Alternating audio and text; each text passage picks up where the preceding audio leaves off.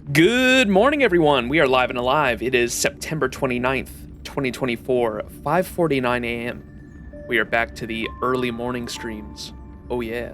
And we are in VTuber mode, or PNG tuber mode, whatever you want to call it, because I felt like being lazy this stream, didn't want to turn on the camera. But yeah, Kafka's last chance for the light cone. We got like 3 days left, I think, on the banner.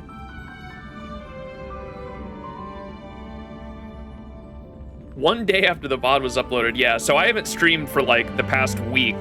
This VOD should, as long as, knock on wood, as long as nothing bad happens, this stream with the internet, the VOD should not take a week to upload again. Render hell, indeed. Is 8 a.m. early for me? It is 5:49 a.m. I'm West Coast, or American West Coast.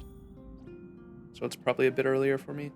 I'm not a morning person, but I work a night shift. So like I've already been up for hours at this point. Like I usually wake up in the late afternoon and go to work. And so this is like my evening for me, is like early morning for most people. So yeah, I'm used to it. Anyways, the plan for this stream is to do the Tales of the what is it? It's in the stream title. Tales of the something, and then the Aurum Alley event. Is that how you pronounce it? Tales of the Fantastic. Yes, thank you. That's the plan. And then it is the last chance to go for Kafka's light cone. I'll probably save that for the end of the stream. I do have a few multis, so I think we should be able to get it. If we have anything left over, I'm debating on whether I should save them, or I might try to build some pity on what's her name's Fei Xiao's banner. Just because like if I get her, cool, and if I don't, then I'm just building pity for whatever the next 5-star is I wanna roll for. So that's probably the plan.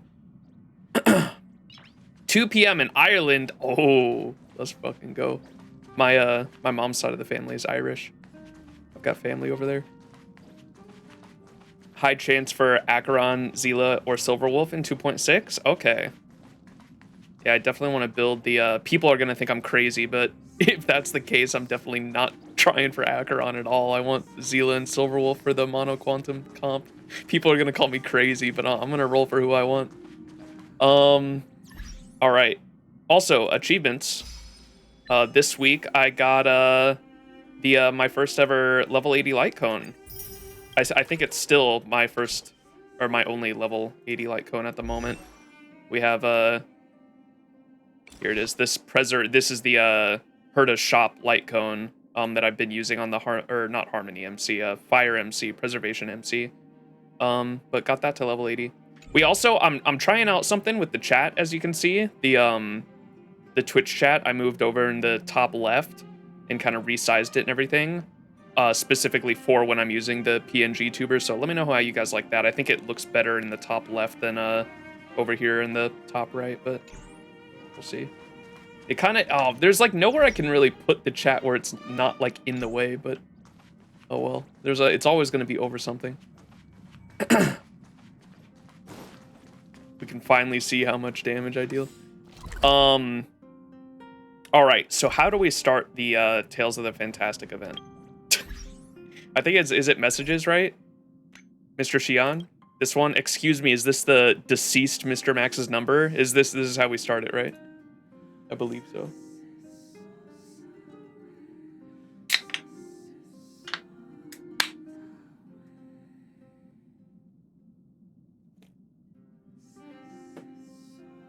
Should be how to start it. You want me deceased? What the heck? I'm very much alive, thank you. My apologies, I meant the distinguished. This autocorrect is a little morbid. You're a hero of the XianZhou. I worked hard to get your contact details. In fact, I have some private matter I'm hoping you can help me with. I hope it won't be too much of a trouble. It'll be no trouble. What's the pay? Sir, you should know that time is money. That I am well aware of. I will prepare sufficient compensation. I usually tell stories on the stage before the Sleepless Earl. You can find me there to discuss this issue face to face. Tales of the Fantastic Chapter 1. Here we go.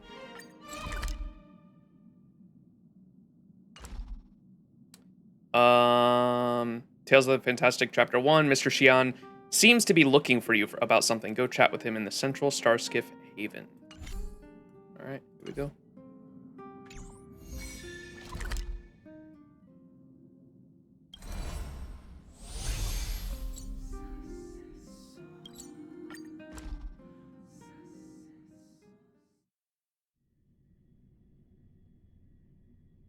I am deceased. Hardly knew you. Where to now? Sometimes I think I can still hear his voice. All right. Quintet is a fantastic story. Yeah, we learned all about it last stream. It's crazy. Curved wood must be bent again to reach straightness, and finding truth from exaggerations and lies takes a knack. I heard you're looking for me. Ah, would you look at this brain of mine, lost in my storytelling world once again. How could I just forget about that? Which reminds me, I have a favor to ask you.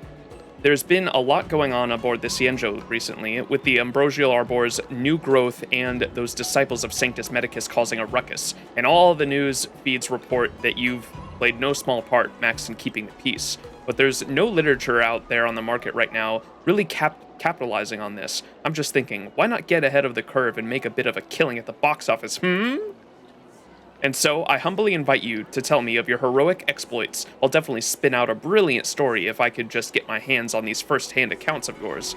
You summoned me for this triviality? So you want me to recap? You want a recap of what happened? He's gonna go Hollywood on it. That's so funny. Wonderful. If you could be so kind. Can we get March in on this? Because March has amazing storytelling skills, chat. As we found out from the Luocha questline when Pom Pom was the mob boss villain. We need to get March over here. Mr. Xian takes out his phone and prepares to record your tales. In a world where memes and cringe collide. Huh? Ain't no way they wrote that down. In a world where memes and cringe collide, one trailblazer must rise to the challenge. It all started with this cute girl known as Little Miss March, and then some old wise man named Grandpa Yang.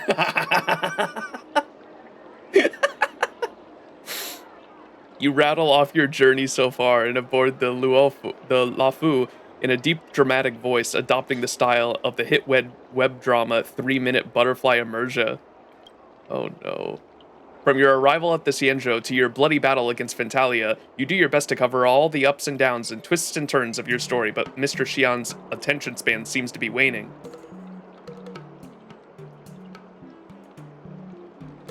He even turned his phone sideways during the battle of the Evamist Mansion, no doubt to sneak in a couple hands out at Celestial Jade. This man who called himself the Galactic Baseballer was locked in a heated battle against the Master Primus of the Disciples of Sanctus Medicus, and for the XianZhou, this was a battle for life and death. Evildoers, meet thy maker! Oh my god. Vines and Reaper! The beauty is eternal. I will protect all beauty. For a driller.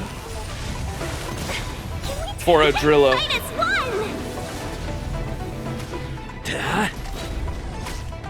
That's better. Yeah! Entangle! Death irrigates life! Wretched and fleeting.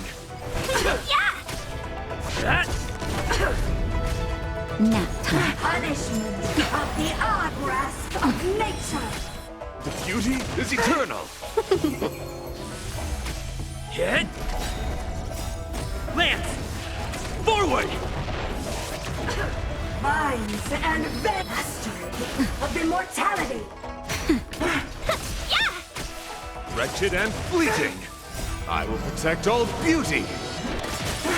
For a driller. Yeah! Our roots run I'm okay. Just a little something. Think nothing of it. Fight as one! To my heart's content. Nap time. The beauty is eternal. Easy clap. You finally finished telling your story. Mr. Xian looks pretty pleased, too. This old fox has apparently played a winning hand. Good game. I mean, good story. My man was not paying attention. You are done there with your story, right? Don't look at me like that. I've been listening attentively this whole time. Your story, however, has some issues. Even though the plot is not that boring, it's written in a way that is overstretched, underwhelming, and predictable. I can see where it's going from a mile away. But that's how it happened. It's a true story. Whatever, just pay me the money for my story and we can still be on friendly terms. Let me tell you the truth. Hard as it is to hear, who cares about the truth? If you want the truth, just go and watch the news instead. And hearing you talk about combat, how should I put it? It's really stale. You hit me, and then I hit you. It's a bit monotonous? How do you say that? Monotonous? You know about the immersion genre we have here at the XianZhou, right? Or perhaps it should be called the interactive fantasy experience, despite what the IPC thinks. Well, those fights are exhilarating, leaping onto roofs and over walls, splitting open time and space, anything goes, really. Overall, I think this story is lacking a few exciting elements that need to draw in the audience. But its commercial potential is unlimited. What should I do? Please hold on a second. I'm just fetching something for you. This thing here is the industry. This is what we in the industry call a protagonist model. Yo, Chopin97, thank you so much for the Prime Gaming sub. Back to back, 2 months in a row. Thank you. Appreciate it. If anyone else would like access to cool emotes and ad-free viewing, you can subscribe for $6 a month. I think it's like $4.90 something right now because they're like 30% off. September is almost over, chat. Did you guys know September is almost over? It is September 29th. Oh no. Or you can subscribe for free by linking your Twitch Prime or your Amazon Prime account with your Twitch account for a Twitch Prime subscriber that you can give away for free to any of your favorite streamers. Hopefully that's me. All right, let's continue. Chilling out here. Legend has it that some immersive trope has invented this magical tool for industrial scale screenwriting. Yes, I see.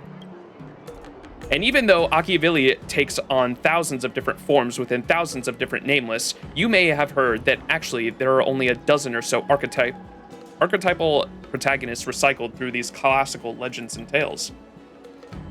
This shows that there are rules to follow when telling an alluring story. Wait a second, rules are meant to be broken. And that's how this thing rose to meet the occasion. Take a gander. All you have to do is set up a diverse range of encounters for a protagonist along a hero's journey, and let the protagonist gain various mystical abilities and treasures, before magnificently defeating a powerful foe. That's how you make a wonderful story. My explanation alone can't do it justice. You'd better take a look at it for yourself. In short, the protagonist model is like a simple magic wand. So long as you follow its patterns, you can easily craft pulse-racing, heart-pumping stories for your audience. How about this? You and I hit up a site for your former battles. The Alchemy Commission. Revisiting old haunts will definitely get your creative juices flowing. Let's flesh out this protagonist model.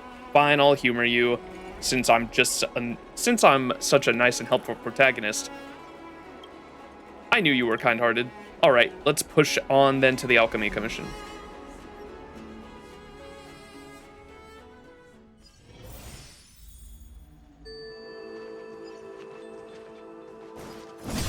Smash. If I was not mistaken, the decisive battle in your adventure began right over here at the Evamist Mansion, correct? Correct. Why are we going straight to the decisive battle? Ah, you don't understand. You see, the audience's time is precious, and their patience is ever thinning. People want it to be over in a minute. A whole show. Slow-paced storytelling is a big no-no. Even we storytellers have to take our cues from the audience, get them warmed up for the icebreaker. Then with a snap, we'll cut straight to the most exciting part. You said that this was where you and your companions fought against the Master Primus of the Sanctus Medicus. Was there any conflict that you encountered here, or perhaps did she stoop to any dastardly tricks to really put you in between a rock and a hard place? I just walked straight up and we started fighting. She wasn't even all that tough. Combat difficulty, very easy. How is that possible? How can a great battle be exciting without any swerves or setbacks? Please give me a moment to sketch out a scene. Ah, here we go. Listen up. The Legion was in cahoots with the Master Primus of the Sanctus Medicus. Using their arcane powers, they activated elixir cauldrons to spew forth venomous vapors as they tried to take out Max and the other munificent heroes in one fell swoop. For a moment, mesmerizing miasma filled the air of the Alchemy Commission. Despite their vigor and strength of Max, it was too much to deal with and simply overwhelming. The situation grew grave that Max and his companions concocted a genius plan. Stuck between a rock and a hard place, the realization suddenly dawned that this was still the Alchemy Commission, a paradise known for forging the elixir of life. The disciples of Sanctus Medicus have received their mandate from the Ruin Author. Though we can strive for a miracle pill from the Alchemy Commission, turning over a new leaf to be born anew through generations of cultivated power. What the heck is all that gibberish? How did this turn into a story about forging a miracle pill? That wasn't gibberish. We XianZhou people love hearing stories that play out like this. A glorious treasure, the elixir of life. Take it for a shortcut past centuries of martial art practice and cultivation. Then suddenly, pow, we're smashing enemies left and right. What's not to love about that? Don't interrupt me. It's a good start. Next, it'll go... A fortuitous encounter. Max studied the surroundings carefully, fixated on the 3 elixir cauldrons on display at the Alchemy Commission. Max suddenly remembered that the Vidyadhara healer lady had once mentioned that these 3 elixir cauldrons and how they contained essential extracts of everything in the universe condensed into elixirs of life. Once put together, these 3 divine ingredients can be concocted into the elixir of dragon oil, which then can make you be born anew and achieve transcendence. Doesn't that name sound like lazy writing? That name sounds totally fake. Sounds fishy. Who on earth would take dodgy drugs like this? Doesn't that sound like lazy writing? I am sorry for the ad-lib naming here. Anyway, what else am I going to call the elixir that magically imbues powers like this? Let's go over to the elixir cauldron over there and keep at it. I'm sure that'll give us some quality inspiration.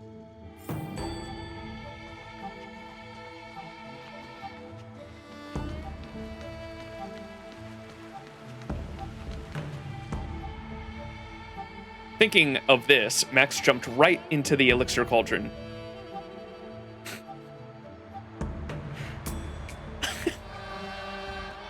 That is something we do. All right, let's go. What's wrong? I'm afraid it would roast me alive. Is that really safe? Aren't you just jumping the shark here? It's just an outline for now. Don't think too much about it. We'll polish it later. This is the first draft, and mainly about getting the flash of inspiration. Our hero enters the elixir cauldron. It is Max after all, true. Wait, huh? Did I just turn into a bird? This is not funny. Don't worry about it. This all makes sense. Max leaped into the elixir cauldron, but suddenly felt as if the whole world was spinning. Our hero opened their eyes and found themselves have turned into a cycrane. The book implies that this is a hidden containment mechanism in the elixir cauldron designed by the first cauldron master of the Alchemy Commission. Anyone trying to take the elixir of life would first be transported into a Fantasia to undergo the trial. You call this make sense? The first cauldron master got up to some shady stuff, huh?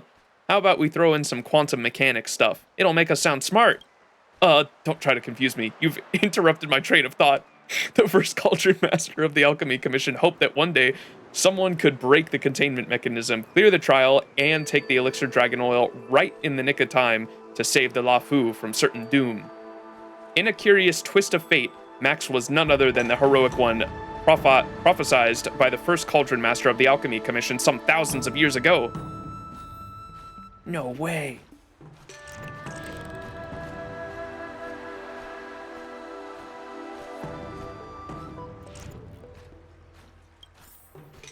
Max concentrated all of his ki to his core radix, thus breaking the containment mechanism in the Fantasia. No way.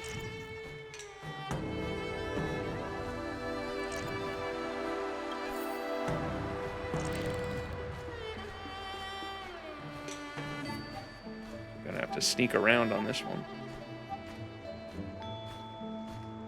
Careful, don't get caught by the monsters. Way ahead of you, buddy.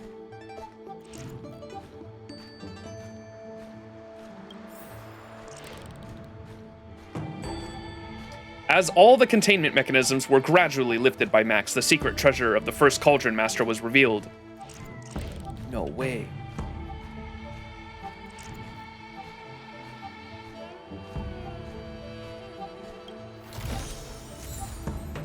Yo! Ice Fire Lotus, that looks beautiful. The miracle medicine Mr. Xian made up in his story. He claims these medicines have parallels in real life, but you're not silly enough to believe that. What Max beholds is a lotus blooming with ice crystals while in flames. This is a medicine that has been extinct since the Theophany era. The Ice Fire Lotus. Pretty. We did it. Max transformed into a cycrane, weaving and darting around the elixir cauldron to clear the trial left behind by the first cauldron master. What Max beholds is a lotus blooming with ice crystals while in flames. This is a medicine that has been extinct since the Theophany era, the Ice Fire Lotus. The Ice Fire Lotus is utterly indispensable when concocting an elixir of dragon oil. Does such a medical herb really exist? I won't even comment on how this name sounds so... Come on, let's go then. On to the next elixir cauldron. Just bear with me, okay? Seeing these places in person really got my creative juices flowing.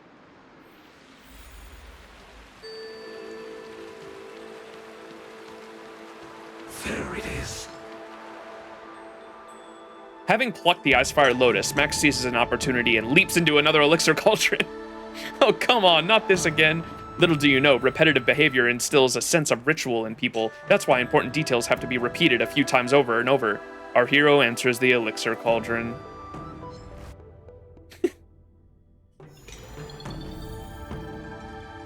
Max returned to the Fantasia, hunting for the secret treasure left by the first cauldron master of the Alchemy Commission, but suddenly an unsettling aroma arouses the senses. Were it any ordinary person, it would merely be discarded as a mistake of the senses, but what kind of hero is Max? The treacherous danger was instantly detected. The book implies that this is the Abundance Beast, sealed within the cauldron by the Cauldron Master of the Alchemy Commission. Oh, how the mediocre covet such glorious treasures, yet die filled with hatred at the maw of the beast. Sheesh, that first Cauldron Master was ruthless. That's the trope for the treasure hunting stories. The ancients always leave behind those secret treasures with fatal booby traps hidden within. Don't ask me why, but it's a screenwriter's convention. Max couldn't help but sneer, asking, is there any danger across all the cosmos that can stop my might? And with a beat of his wings, our hero took to the sky.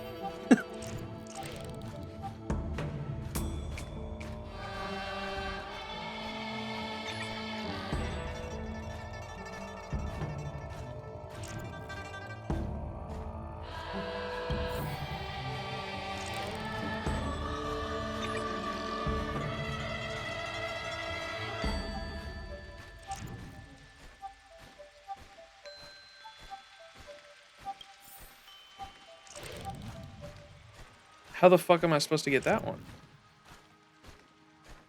Eh? Oh. Touch.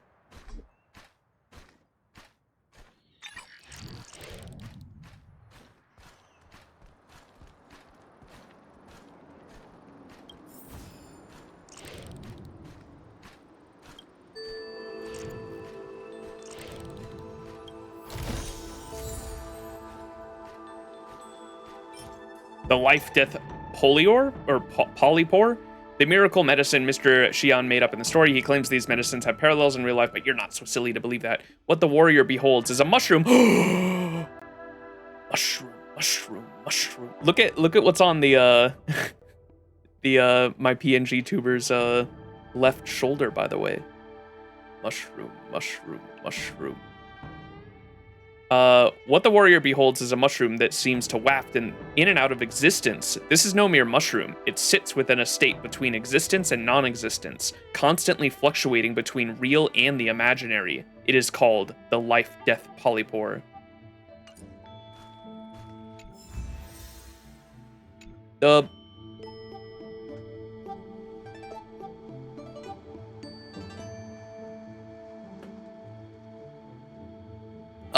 Bellabog continuance today. We're just doing the couple XianZhou events that I haven't done. This one and then the Aurum Alley event. Max completed another one of the first Cauldron Master's trials. What appeared next before our hero was a mushroom fitting in and out of existence. It is written that this is no mortal mushroom. It sits within a state between existence and non-existence, constantly fluctuating between the real and the imaginary. It is called the life-death polypore. Finally, we're getting down to quantum mechanics. Right then, Max. The Max had the life-death polypore, lacking only one final medical herb before the elixir of dragon oil could be concocted. Why do I get the feeling you're just making all these names up as you go? Hey, no way. Actually, I have a little notebook where I record all kinds of obscure things in. I can show you if you want. So these medical herbs actually exist? The names of these medical herbs are indeed constructions of my imagination. I mean, not all of them are completely made up. Enough gossip and bluster. Let's get to the next cauldron and start cooking up that next story. Bro is cooking. Are we cooking, chat?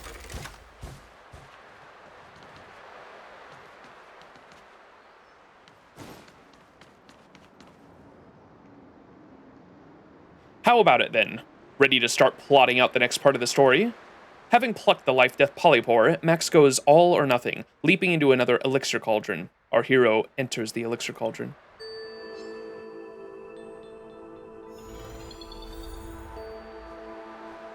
Oh yeah, I probably will start the Belobog. We will be doing the Belobog quest like right after Topaz's rerun happens. Yeah. You guys have to remember too. I also want to do like, my plan is to do like one ZZZ stream a week and then one Honkai Star Rail stream a week if I can.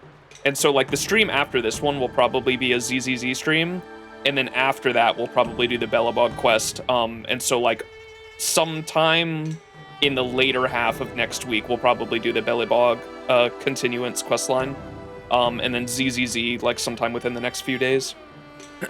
And then the ghost, yeah, the ghost will be in October for sure. Like we won't be starting the ghost one will be like sometime in the first week of October probably, hopefully. Max calmed down to the senses of feeling left behind in the Fantasia, and those feelings were warm, gentle, and liberating. There was no doubt that there was a soul-cleansing grace from the first Cauldron Master of the Alchemy Commission. So it's soul-cleansing grace to sick beasts onto people? I don't think this Cauldron Master is graceful at all. Halloween quest on Halloween? No, that'll be way too late. I actually want to get to Penacony in October. We will be doing some spooky streams though, so you guys can look forward to that. I'll be doing we'll be streaming Signalis at one point. Signalis, and then there's another game, a psychological, what's the other word for cosmic horror? Named after the author. Why am I spacing on that? Lovecraftian. Oh my gosh, yes, thank you, Kazuki. There's a Lovecraftian horror game, or I think Signalis is also Lovecraftian technically. It's like cosmic horror, but there's a Lovecraftian horror game that takes place on an oil rig, and I'm super excited to play that. My friend Moe Doey, that often appears in chat, also he gifted me both of those games, and so he gifted me Signalis like last November, and I told him, I was like, bro, I'm gonna be honest with you, I probably ain't playing this till next October for a Halloween stream. It was like, god damn it.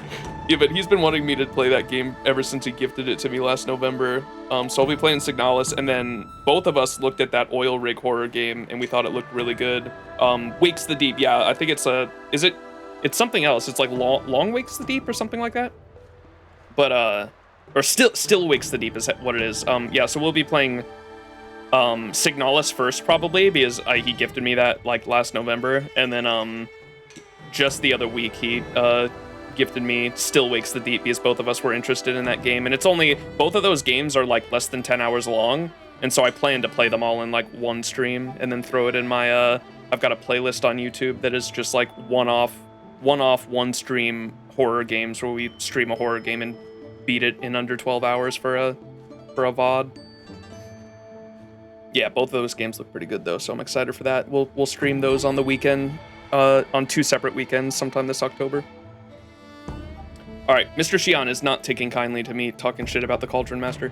Don't say that, the first Cauldron Master was thinking ahead about any issue that might harm the XianZhou, you see. Or is this a bit far-fetched? No problem, don't even worry about it. This is just my first script. A first script, I tell you. We'll fix that in post. Max knew this warm sensation meant that the most dangerous part of the trial had already passed. What now greeted Max was the first Helm Master's blessing. Take off, Max. Welcome to this, your final trial.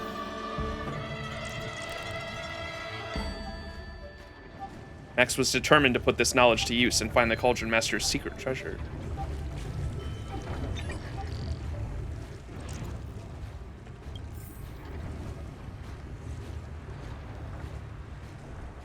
Max concentrated all of his ki to the core radix. Oh.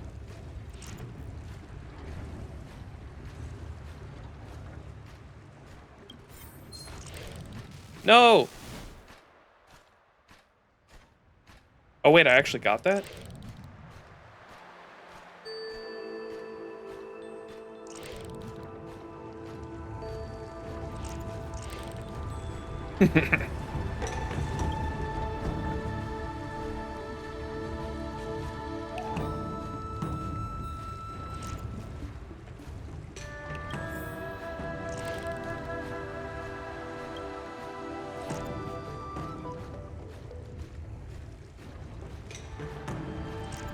The water looks so pretty in this area. God, the XianZhou Luofu is so pretty.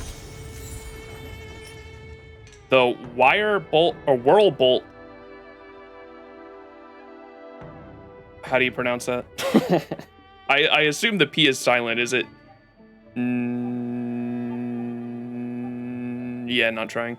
There is no wind, yet the aerial roots wave in the mind. The air is claved apart, and the lightning sparks following the curvature of their movements. That is the most precious medicine in all the alchemy commission. The whirl bolt,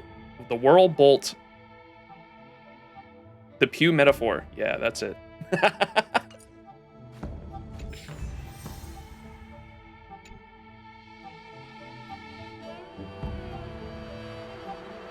Max completed yet another trial, only to find himself trapped in a vast white fog. Once it cleared, Max saw a huge tree with floating roots. Despite no obvious breeze, the floating roots swayed in the air, cleaving the very air in twain with flashes of lightning paired to each swing. This, then, was the most precious medical herb, hidden in the Alchemy Commission. The whirl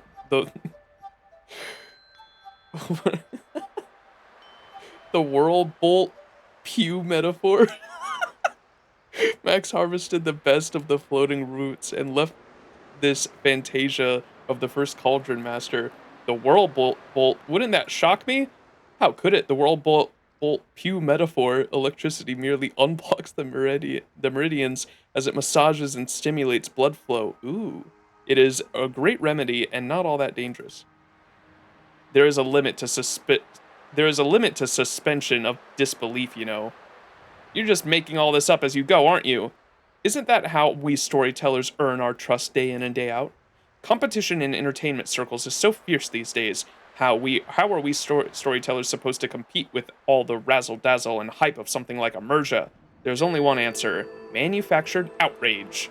I can say all the stuff they can't do in Immersia, and I can say what they don't dare say in Immersia. Anyway, there's no tax on bragging, and words have a habit of disappearing like the wind. Back onto the topic at hand. Previously, our hero Max acquired all 3 medical herbs required to concoct the elixir of dragon oil. All that remained was to cast the ingredients into the elixir crucible, and this miracle of elixir would be his. Oh no!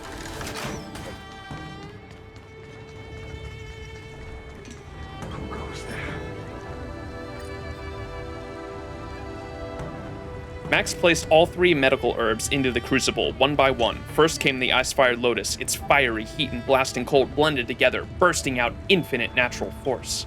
Next came the life-death polypore, its quantum impermeance stabilizes the paradox inherent in the lotus. Finally, Max tossed in the whirlbolt Pew metaphor into the crucible. With a flash of thunder and lightning out of the blue, an entire thunderstorm formed inside 1 square inch of the crucible. Max plucked up the courage to reach his hand into the storm. After a while, Max's hand pulled out a sparkling medical pellet.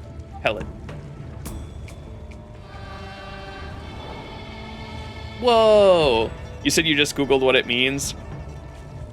They're roots that grow vertically upwards to get oxygen for respiration by plants growing in swampy areas. Interesting. New metaphor, yeah.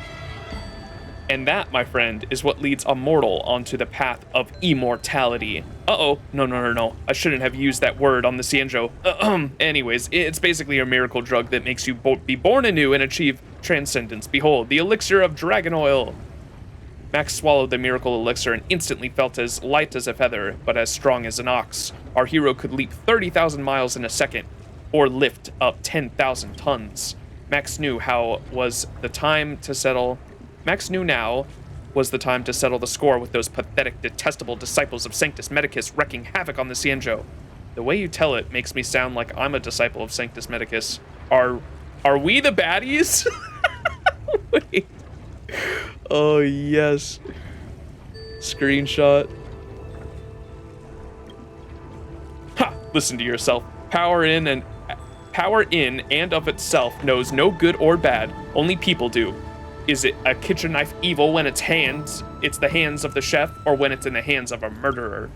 Less idle chit-chat. Please, ladies and gentlemen, esteemed guests, lend me your ears. Next up, we have the main feature, Calamity and Stairs, Commission of the Alchemy, Nameless Battles, Author of the Plagues. If we put it like that, then this act will be complete. That's what you call complete? What happened to the fight against the Plagueis Author Demon? You don't understand. The most difficult thing for us screenwriters is the protagonist's development. Once the protagonist's character is settled, it's going to be so easy to just write in as many battles as you want. Look, this isn't exactly the best writing place for us. Come back to the Starskiff Haven with me, and after I process all of today's inspiration, we can chat more about the combat details. The fanfic writing quest, indeed. Thank you for helping me sort out my thoughts and get some inspiration. I'll start right away. Mr. Xian took out his notebook and began scribbling out at a furious pace. Shortly after he handed over the manuscript to you, filled with satisfaction, I've already written the part about the Nameless Battles Author of Plagues. That's right, our protagonist on this quest, that is you, has experienced all these adventures and taken this elixir of life. I have to add a few strokes to this protagonist model so that it is not forgotten next time. Speaking of which, I was left with tons of inspiration rattling around in my head after today's trip. I'd like to use some of your side adventures on the XianZhou as material to write some side stories. It'll help flesh out your protagonist's model, so I'll write out some of your challenging adventures. Why don't you listen and tell me what you think? Tales of the Fantastic. Follow Mr. Xian and complete the hero's journey to unlock new abilities for the protagonist model. There are different slots in the protagonist model. The plot armor. Oh, is my model broken? What the fuck?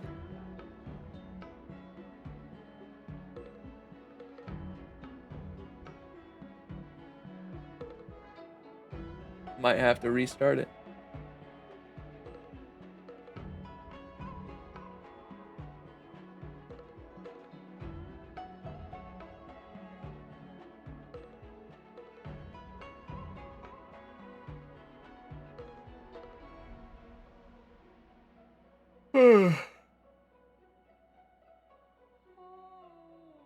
Yeah, one sec.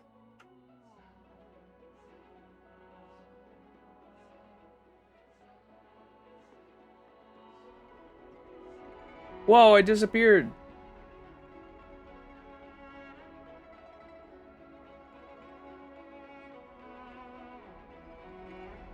I'm back. Wait, I should be. Okay, there I am. I'm back. Yo, we got it. We got a buff called plot armor. The plot armor that can be selected for each slot is different. Slots and plot armors will gradually be unlocked as you progress through a hero's journey. Using these abilities, Using these abilities can earn you points and rewards in the Legends Past and Present. Will also gradually unlock Legend of the Trailblazers sections. Oh, thank God, we've already completed the first one. Protagonist model can continue to be used after switching to the Legend of the Past and Present. Oh no. Head to Mr. Xian to start Legends of Past and Present. Oh, please tell me this is voiced.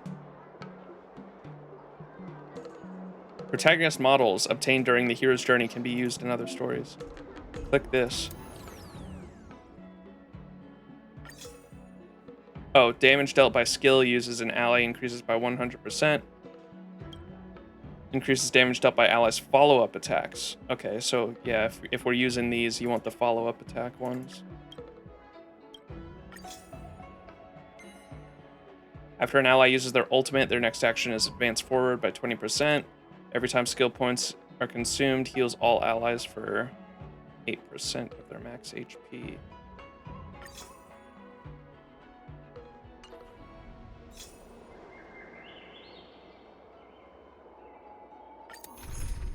Herta and Himiko, very good for a follow-up attack. Oh yeah, trust me, I know. Oh, this one's level 82? I'll take the trial one.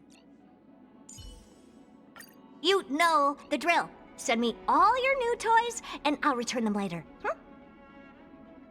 Why is she so mean? Who should we use with them?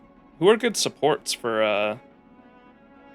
I guess Robin would be because of the, the fucking follow-up attack buff, right?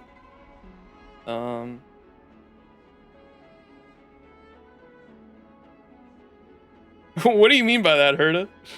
Sparkle? 82? Isn't the cap 80?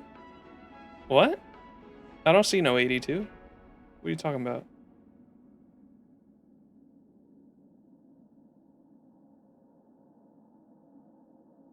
Are you not pulling Robin? No. I went for the DOT mommies.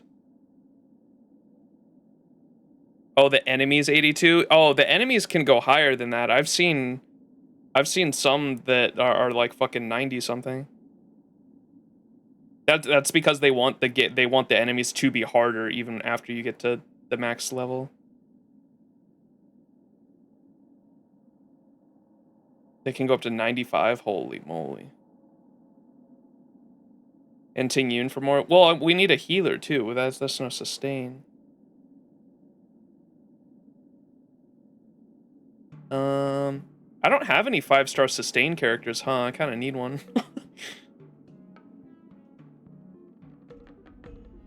Heal? Just spin. True. I'll go Sparkle and MC because we do have that. To wrap this up, Himiko. You pull in for Lingsha next then? I don't think I'm rolling on either of the next banners. I'll save. I really want Fu Xuan, but I don't know when who fucking knows when her rerun's gonna be. Yeah, this looks fine. Oh shit, I didn't put relics on Sparkle. This mechanic has a cycle limit. Before the cycle runs out, enemies will continue to appear. Oh, this is like this was like a preview for the pure fiction, huh? The cycles, this is literally pure fiction before pure fiction was a thing, huh? That's why they let you have Herta and Himiko. Hey! You won't get away. Time to twirl! This big diamond, it's all yours! This big diamond! You won't get away. Time to twirl! We gotta make You that won't get there's away. gotta be a 7TV emote that is this big diamond, right? Surely. Humanity never conceals its desire to control the heavens, and I'm no exception. In pure fiction. Time to twirl! This big diamond, it's all yours! Time to twirl! You won't get away. Time to twirl! You won't get away. Time to twirl! Humanity never conceals its desire to control the heavens, and I'm no exception. Time to The twirl! supports are never getting a turn. Time to twirl! Time This big diamond, it's all yours! Feeling spiffy? Can you find the answer? Hit! Lance! Forward! I gotta say, Herta's won't voice, get away. dude, I hate Herta so much. She's so mean. She's so condescending, but her voice actress does it so Humanity fucking well. never Like she conceals its desire to plays control that the role heavens, so well. and I'm no exception. Time to The like twirl! scoffs she always does. Hey! You love to hate her, yeah. It's trying to run. This big diamond, it's all yours. Fuck, there's more? Feeling spiffy? Oh, okay, it's one turn left, I see. Or one cycle. Time to twirl.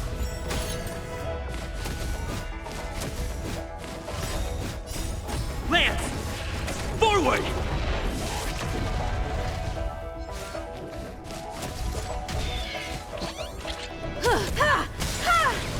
You won't get away.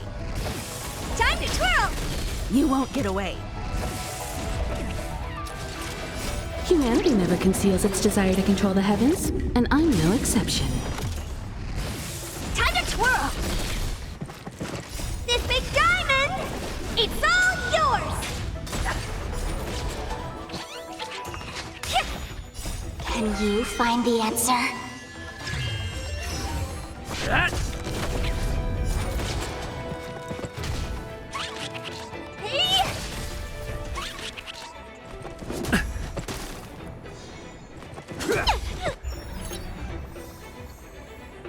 S. Dub. Instead is a big. After combat, click on the rewards catalog to claim the reward. Attaining a certain score in combat unlocks sections of the Legend of the Trailblazer. The character used each time will become the main character of the story. After all passengers are acquired, you will receive limited rewards that can be viewed.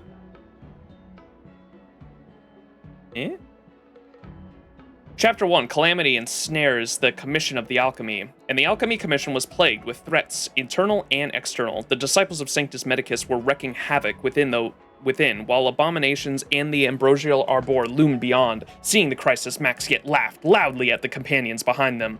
The heroes were confused as to the reason for the laughter, and Max calmly explained, "I laugh at the folly of these abominations of abundance, and the idiocy of the master of the disciples of Sanctus Medicus." Max cupped their hands in praise. "My brother, you couldn't have said it better. I have heard of your fierce battle against the Ruin Legion at the Luo the Luo 6. It's supposed to be Yurilo 6. The Luo 6. Even with the help of the Doomsday Beast and the Legion could not escape an overwhelming defeat, and now these abominations and demon have schemed and plotted, yet the best they could summon was an ebon deer, and that stands no chance against a mighty warrior such as you." The companions exchanged smiles, their morale renewed, fresh. At this moment, the high spirits, they heard a whooshing sound in the distance. The disciples of Sanctus Medicus wielded colossal crossbows, firing steady streams of projectiles in play to catch the companions off guard. Sparkle, oh, okay, I see. So they actually add all the characters that you're gonna... Wait, so... that... This is supposed to be like anyone other than the MC, I think, because this is the MC. That's why I was so confused. They have the MC character here hyping up the MC. This is literally like the Obama meme, like Obama giving Obama a medal. It's like what this little paragraph is here, because like this is supposed to be like anyone, any playable character other than the MC. Yeah, it's just self-praise. I was so confused reading this. Bro's glazing himself. It's whoever you brought on the team. Yeah, so I was so confused reading that. That's so funny. The companions exchanged smiles, their morale renewed afresh. At the moment of the high spirits, they heard a whooshing sound in the distance. The disciples of Sanctus Medicus wielded colossal crossbows, firing a steady stream of projectiles in a play to catch the companions off guard. Sparkle casually caught the flying arrows and tossed them back to their owners. Sparkle, so cool. Screams and screeches rose in tandem, for the dishonorable scoundrels were now having a taste of their own medicine. Then Himiko and Herta looked at each other and instantly shared the same thought. We must not let the others look down on us. Then they worked their internal key, made a double jump to fly in the air, and pounced on the enemy. Of course, the chaos that ensued is another story altogether. Herta said, "This big diamond is all yours." Sparkle in character. Holy moly, there's a lot. Okay. We go next. Event rewards. Yo! Ooh, I need this. I crafted I got enough of these to craft a full set now for a full DOT set for Kafka before we've even made it to the the area where I can actually farm them. So Kafka has a full DOT relic set now.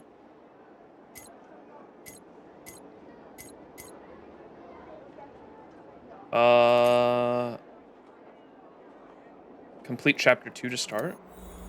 Wait, where do I do that?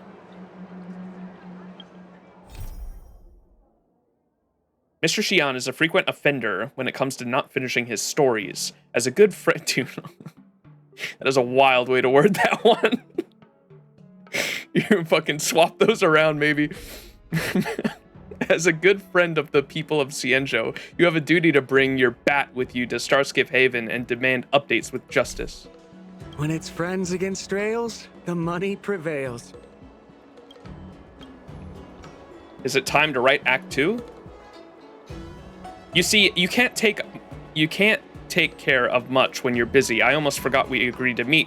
I've been keeping myself busy, coming up with the rest of the plot, but we have had a problem which I haven't been able to find an answer to yet. Based on your original story, after taking out the disciples of Sanctus Medicus, you almost immediately fought your decisive battle against the Lord Ravager Fantalia. Don't you think that's pushing the story along a little too fast? If that's all I had, why'd I finish telling the story in a single session? I wouldn't get the chance to set up my cliffhangers, goading everyone into buying tickets for tomorrow. Stay tuned for next time with Mr. Xian. And I tell you what, the protagonist model isn't perfect enough if we do the plot this way, so I've come up with an idea. I'm not sure what you think, so I'd like to run it by you. Nameless, you're not the only one, right? Those other heroes have also thrown themselves into this adventure. Is it possible to perhaps fudge things a little so that you will be the one doing those deeds? Wouldn't that make me a fraud? That's okay. I guess after all, I am the protagonist. I'm so happy to hear you say that. So then, are there any companions whose exploits are suitable for us to add to our story? There's also Dan Heng. There's this other companion who also came to the XianZhou. You filled in Mr. Xian about Dan Heng chasing you all the way and the adventures he had encountered at Scalegord Waterscape. The High Elder story of yours is interesting, but a little tricky to pull off. It branches off in all directions with some red herrings. It's way different from the masterpieces I've personally written about the High Cloud Quintet. Therefore, a drastic adaptation is required. We'll cut off everything apart from the beginning to the end. Maybe we can fix this story after all. I've got a rough idea. Let's go to Scalegord Waterscape then. Perhaps we'll be able to find our inspiration beneath the statue of the High Elder. Quintet is a fantastic story.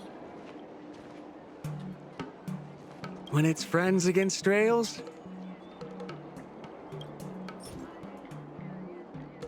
Huh.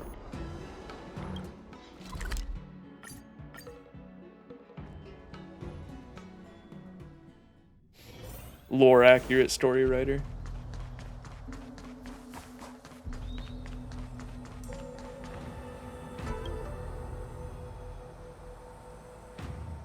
Drink it in. Just looking at this magnificent statue of the High Elder causes inspiration to flood my brain like a waterfall. Then why don't you tell me a story, storyteller? I think they called that going soft in the head. I wasn't being literal. I meant torrents of storytelling swirling into a waterfall of literature. It's said that Max's powers surged after taking the elixir of the dragon oil, but alas, the Lord Ravager was still an emanator of the ruin author. How could a mere mortal hope to contend? It was then that Max realized the Vidyadhara were descendants of dragons whose high elders naturally possessed eonic powers, and if those powers could be borrowed, transcendence shall be achieved. Wait a minute, didn't you say taking the elixir would be enough already? Didn't I already achieve transcendence by taking the dragon oil elixir? Hey, ever heard of a hyperbole? I studied at the Royal Academy on the Yaoqing? And I'm a professional playwright by trade. My writing has structure, and I would never be sloppy.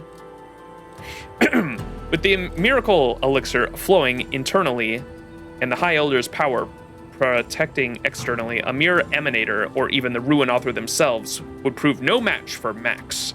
You're getting sloppy. More so-called hyperboles. I'm not sure Nanook would agree with you. Forget about the details. I told you, this is just the first draft, and we'll revise it later. Just focus on the main plot. Back to the topic at hand, please. This scene should begin with you searching for clues around the statues of the High Elder. Dropping adventure into every scene of the plot will definitely help us flesh out the protagonist model. I reckon this will be better, take the better half of the day, just like last time. So why don't you go off and get ready, fortify that stomach of yours, and go to the bathroom first. Come find me when you're ready. Bro said, any pissers?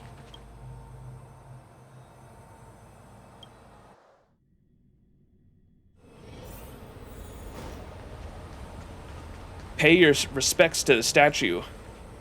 Don Hung. Did you break into the Scale Gorge waterscape to try and beg me for the power of the High Elder? You're joking. Is this some sort of outworlder joke? Who's speaking? Where are you hiding? Up here, right in front of you. Don't turn a blind eye to me. Are you a statue? I'm the statue of you. I'm the statue of Yubi, the High Elder, steeped in the essence of moonlight. I have taken consciousness. You're an Yubi questionable? You're an outworlder who doesn't even know who I am yet you dare come here to claim the power of a High Elder so rashly? You'll never get your hands on it. Fine, I don't even want it. Quitting so soon? I thought the Nameless were supposed to be tenacious and indomitable. But then again, I'm nothing more than a statue. I can hardly lecture you. What about, I set a trial for you. Pass it, and you'll gain my recognition. I'll grant you whatever wish you want. Another trial? I wish to be rich. My wish is for 3 more wishes. I'm not some genie in a lamp. We can talk about this again once you complete your trial. Centuries ago, Don Feng the Elder got led astray in life, triggering the sedition of the Imbibitor Lunae and leaving countless mirage echoes filled with hatred throughout the Scale Gorge waterscape. A few of them still cling vicious hatred, causing all kinds of ruckus that's really starting to get to people. Please get rid of these ill-witted mirage echoes. That'll be the trial I have for you. Okay.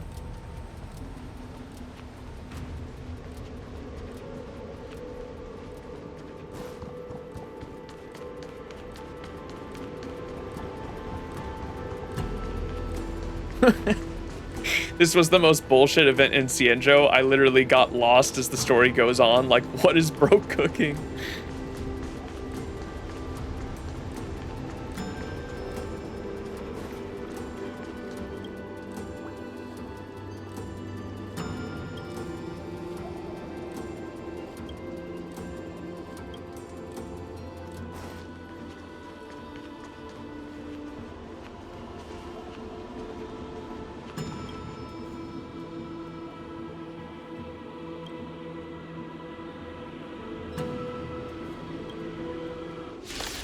Easy.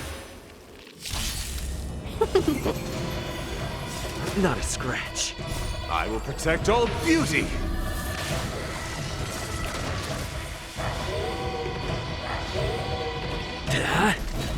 Nap time. Lance! Forward! The beauty is eternal. This do be the protect pure all fiction. Beauty. Pure fiction, baby.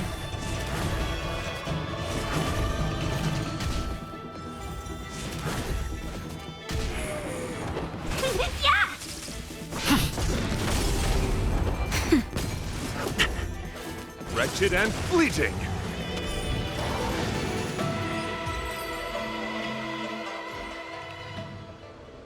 That should be it, right? Time to go back and report to the statue.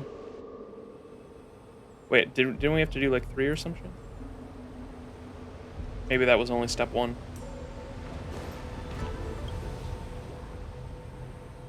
The grievances hanging over the Scale Gorge waterscape have cleared a little. I think you have indeed completed the trial. You really do live up to the Monkier of the Nameless. Now that you've completed the first trial, now it's time for the second trial. Just how many trials are there now? You're making me do all the 13 labors, aren't you? Hercules reference? Don't worry, this will be your final trial. Before his imprisonment, Don Feng buried all of this treasure deep within the Scale Gorge waterscape. They say that before he sets out, he spoke these words. Rules are made to be broken! I wish not for domination, yet I cannot watch the common folk suffer. Rules are made to be broken! What is all that about? Anyway, the second trial is to find the treasure, return it to its original owner, and reset the wheels of fate. Max found the High Elder's secret treasure trove thanks to the statue's guidance. That second option is a Shang-Li reference from Genshin Impact.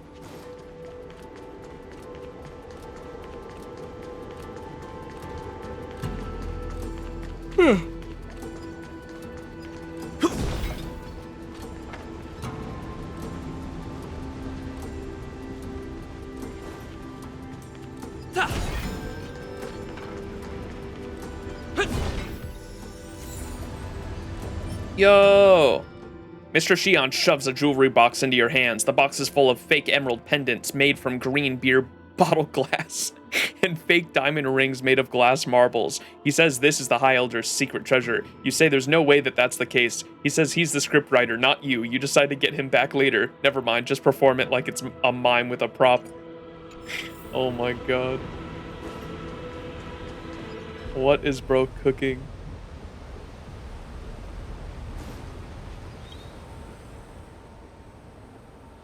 So I was right about you. Being able to complete these trials proves you a trustworthy person. Really? Sure you don't want a couple more trials? Well said. You sure have good taste, I'll give you that. The truth always comes in threes. You may have passed the first two trials, but now comes the final and most important test. So please don't tell me that I'm not trusting. Because the third trial is an answer which you seek, the power of the High Elder. We Vidyadhara naturally reincarnate in the cycle of continuity. As the previous High Elder was abdicted and undergone a hatching rebirth, a new High Elder will be reborn once more. I want you to find this Vidyadhara egg and deliver the rebirth of the new High Elder. From then on, this new High Elder will be your help and support you in overcoming any hardships you may encounter. Go, Nameless. The help you seek is at hand. Max found the soon-to-be-born impending High Elder thanks to this statue's guidance.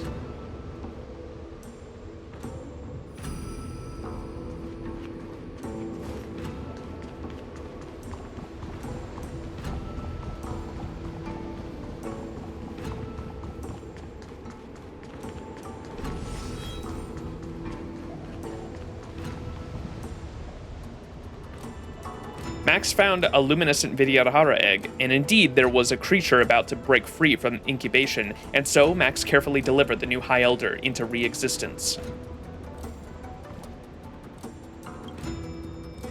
You are about to begin delivery of the next High Elder. The climax of the story is about to start!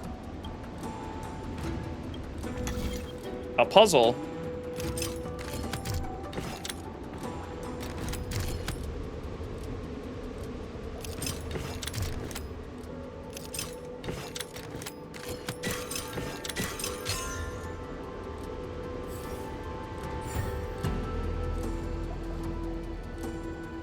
Oh, I thought that was up there. I thought the marker was up there. I was like, you want me to walk all the way back up there?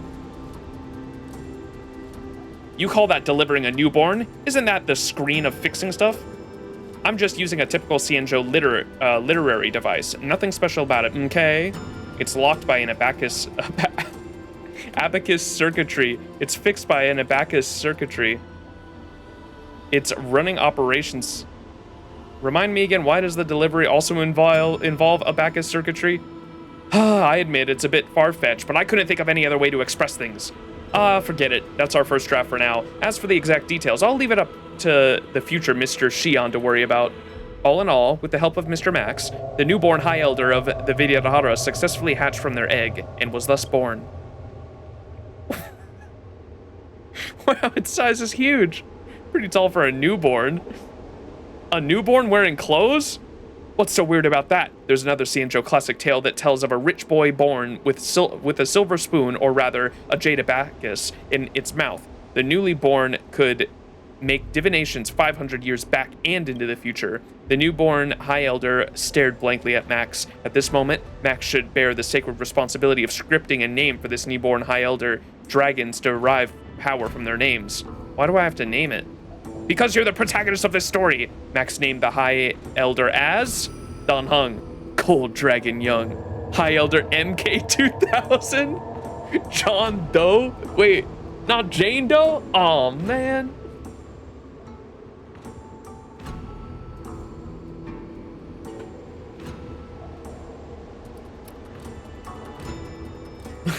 Can I get a Jane in chat?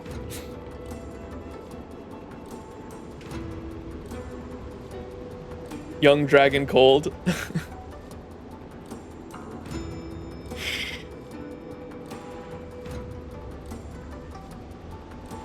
He do have the pointy ears. Wait, you're right. I think it's gotta be lowercase for the emote. Yeah, there we go. Let's fucking go. Cold Dragon Young. Cold as frost, but nimble as a dragon. A fitting name. As fate would dictate, Cold Dragon Young, the new leader of the Vidyahara, has been born. But just as the two of you were immersed in the joys of life reborn, crisis loomed imminent. A horde of disciples of Sanctus Medicus had found you. The freshly born High Elder and that Outworlder who took out so many of our brothers and sisters, so this is where you are. Quick, take advantage of the weak position to rid them of for once and for all. Cold Dragon Young says, Fear not, Max. Let me chant a cloud hymn to protect you. These schmucks are nothing to worry about. Faced with the advancing enemy, Max concentrated all of his ki to his core radix, and he shouted, If fight is what you want, then come and take it. Thank you, Cold Dragon Young. This is above my pay grade. Sobs and tears. What kind of hack plot is this? Sure, okay, fine. The plot is bad, but the plot is progressing along nicely, isn't it? But the High Elder gave a clear shout as the battle began.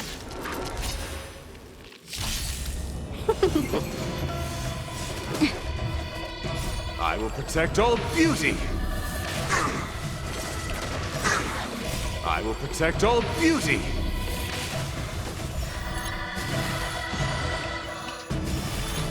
This is truly the story of all time. Lance! Forward! Nap time. Yeah! Fight is fun! Wretched and fleeting. I will protect all beauty. It is truly a story. One of the stories of all time.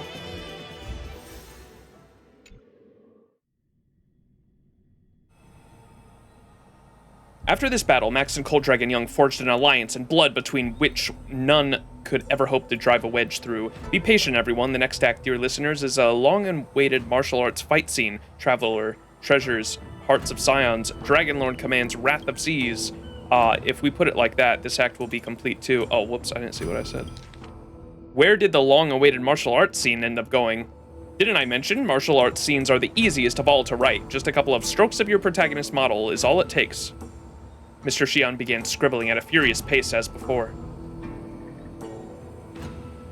He soon let out a long, satisfied sigh, which seemed to be a habitual pattern for Mr. Xian's writing process, and handed the protagonist model over to you. This scene is complete. Take some time to have a look at it, and feel free to share any feedback with me. What follows should be the climax and the end of our story, so I need to think carefully about how it's written. What? I saw like 8 more fucking nodes. It's already getting late, and we've both put in a lot of effort. I will head back to the Starskiff Haven, and let's keep in touch if any inspiration strikes. So long. He said it's already almost the end? Hey. Oh, this is about how they made the statue? The account of crafting the statue of the High Elder.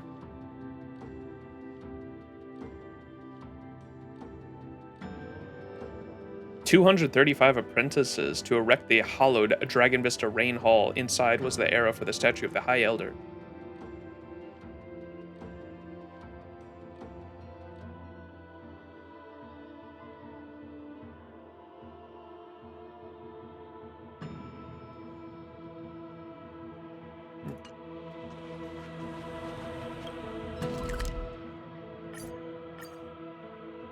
Give me them jades. It's still early. And where to now? Curved wood must be bent again to reach straightness, and finding...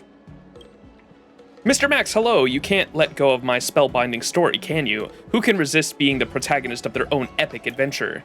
Ha! The protagonist model is so incredibly useful that I've ended up writing a few more stories. I wonder what you'd think of them. See, we got like 6 nodes here. You said the next one was the last? Unless there's gonna be 2 stories. You're gonna write the Eurilo 6 story too? Life, Death, Pelor, if an enemy... oh, we got Blade and Luocha here. Okay.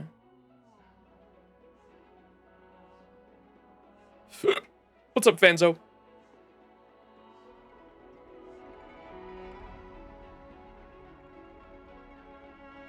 If an ally's HP is reduced during their own turn, regenerates energy equal to 55% of their respective max energy. And you, Blade works like he wants to get hit. He wants to bald. Yeah, can we get a bald in chat? What is it? Bald? There we go.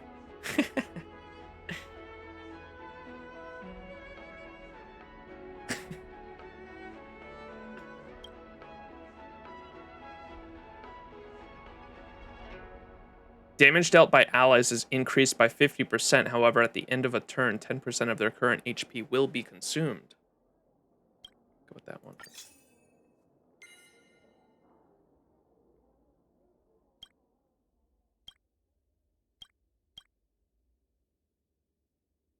Or you know what?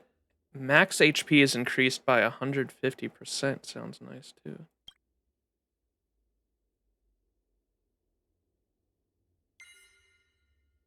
At the end of every turn, restore HP equal to 15% of the max HP.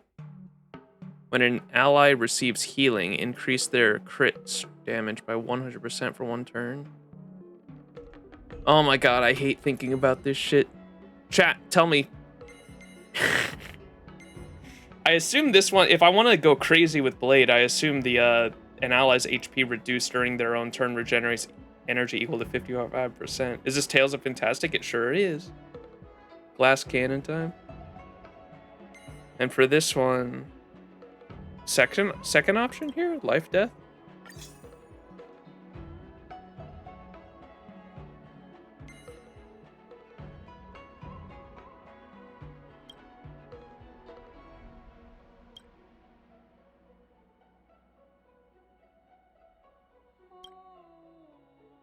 Attack.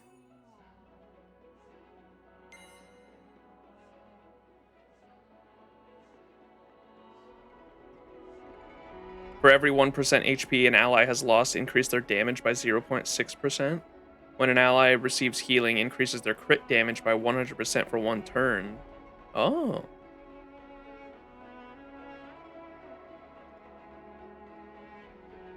Don't pick attack, pick HP for Blade. Okay.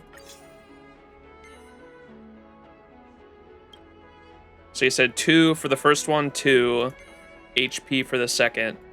And then for the third, should we go the restoration for HP? Third option's good for Blade, this one. So we had 2. The HP one here. And then the third one here.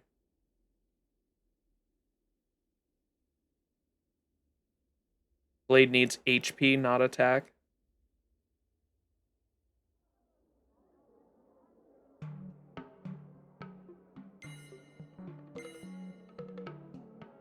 Surely this works.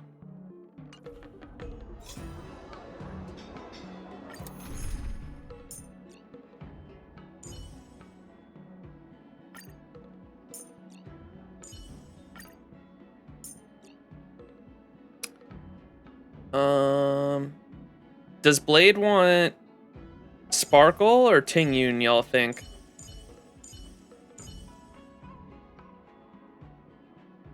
And then we have an abundance. Both? Okay, we can go both. Just hyper carry Blade. Yeah.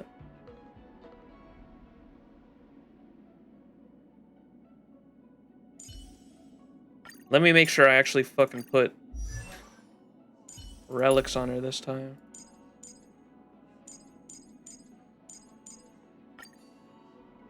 Wait, what? Oh, I think she uses this same set, to be honest.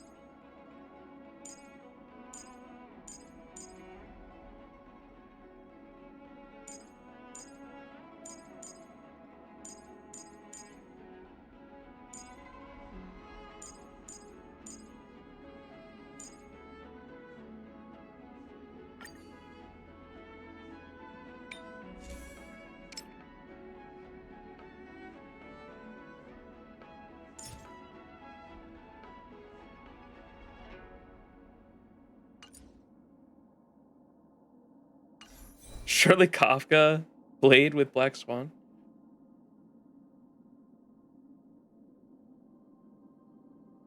Kick Tiny Gun. Okay, because Sparkle uses this set. I'm pretty sure. Like when I use her anyway. That Ting Yun had. Wait, what? Why is it putting the DOT on here? Because of the break effect? Or no, it'd be the attack, increases attack by 12%.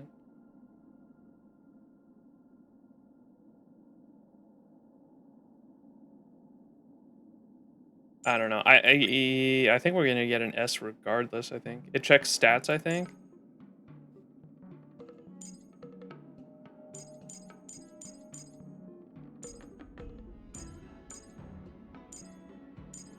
I'm going in with this anyway. Watch me S clear it anyway.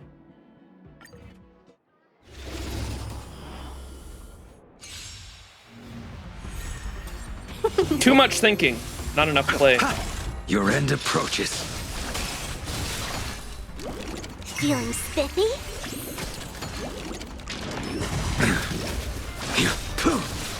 I failed to send you.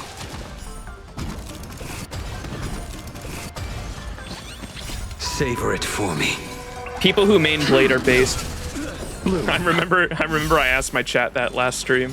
I was like, anyone who actually like unironically mains Blade and like loves him as a loves his gameplay, like based. Can you find the answer? Tank Yun. You do? Ting Yun's gonna steal Blade's find the aggro. answer? Wait, you're right. The dead return! Savor it for me.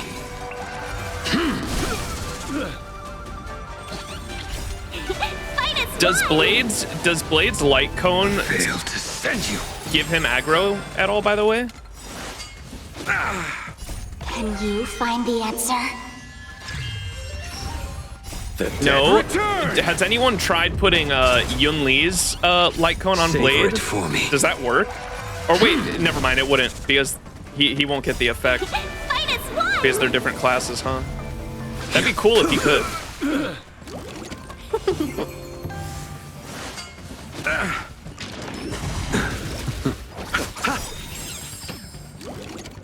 Can you find the answer?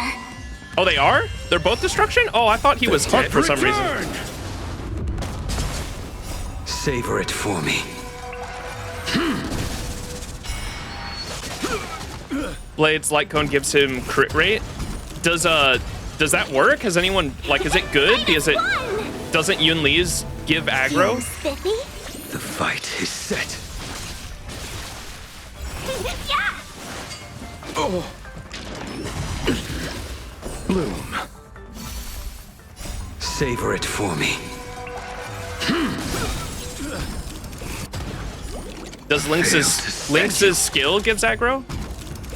I don't know what things in this game give aggro.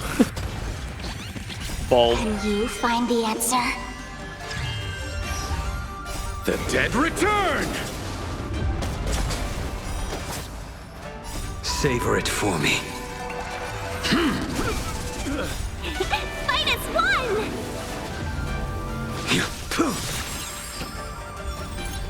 Can you find the answer? The dead return! Savor it for me. Fight its one!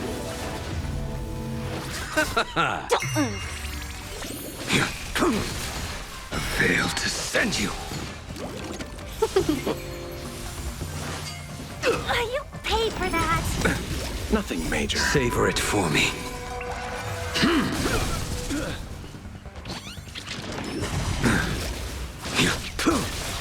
I failed to send you.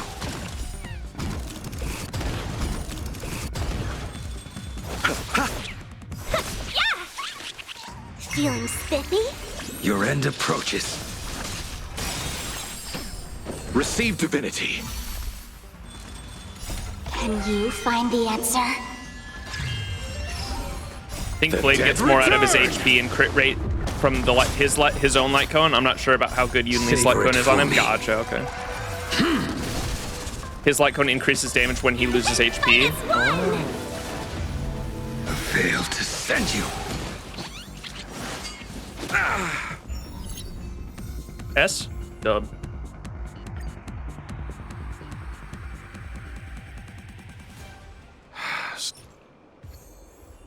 Yo, give me those rewards. Yummy.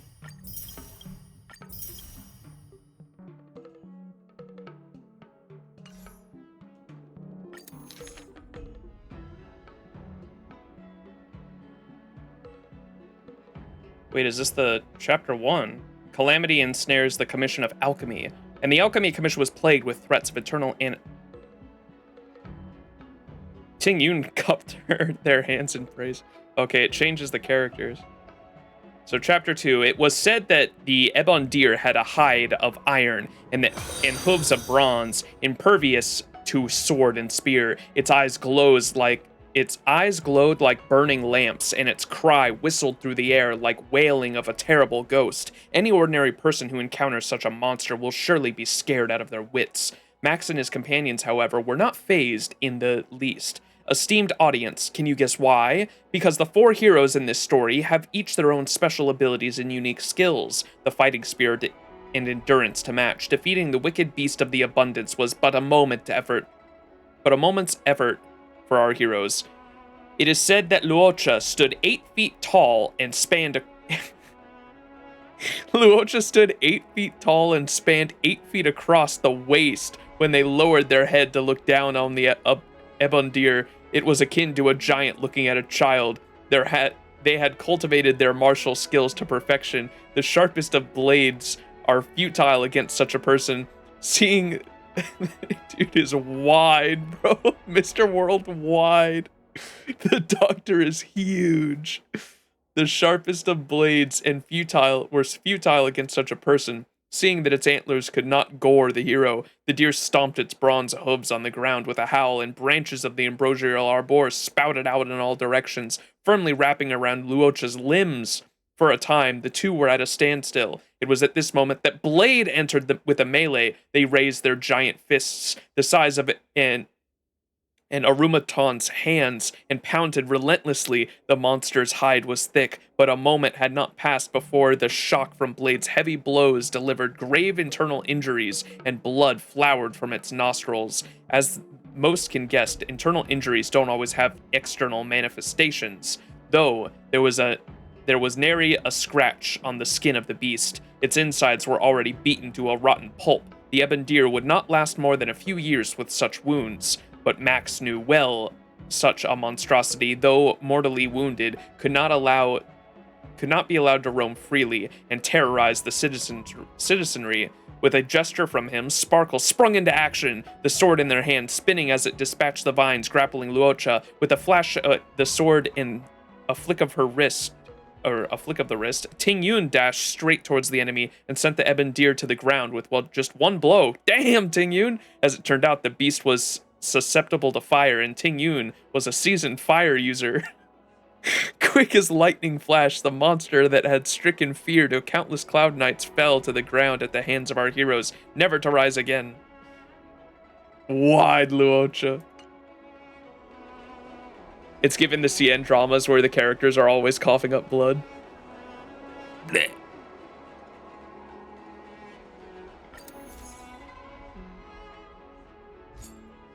Wait, how do I get this? In progress.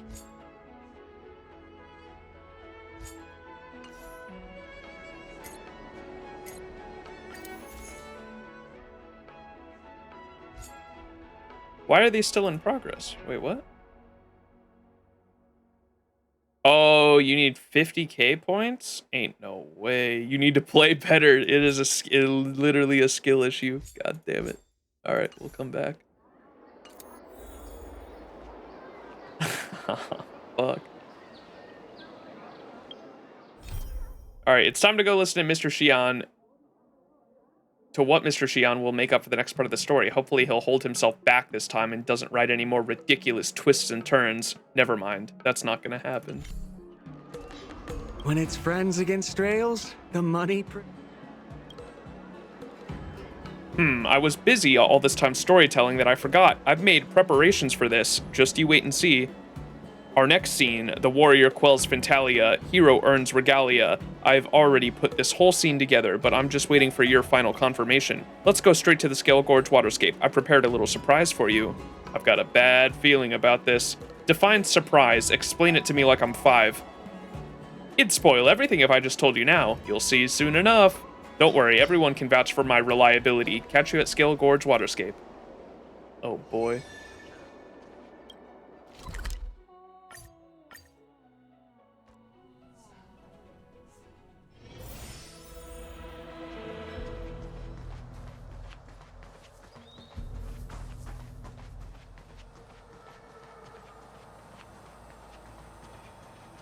Yo, it's Cold Dragon Young. I like how the name stays.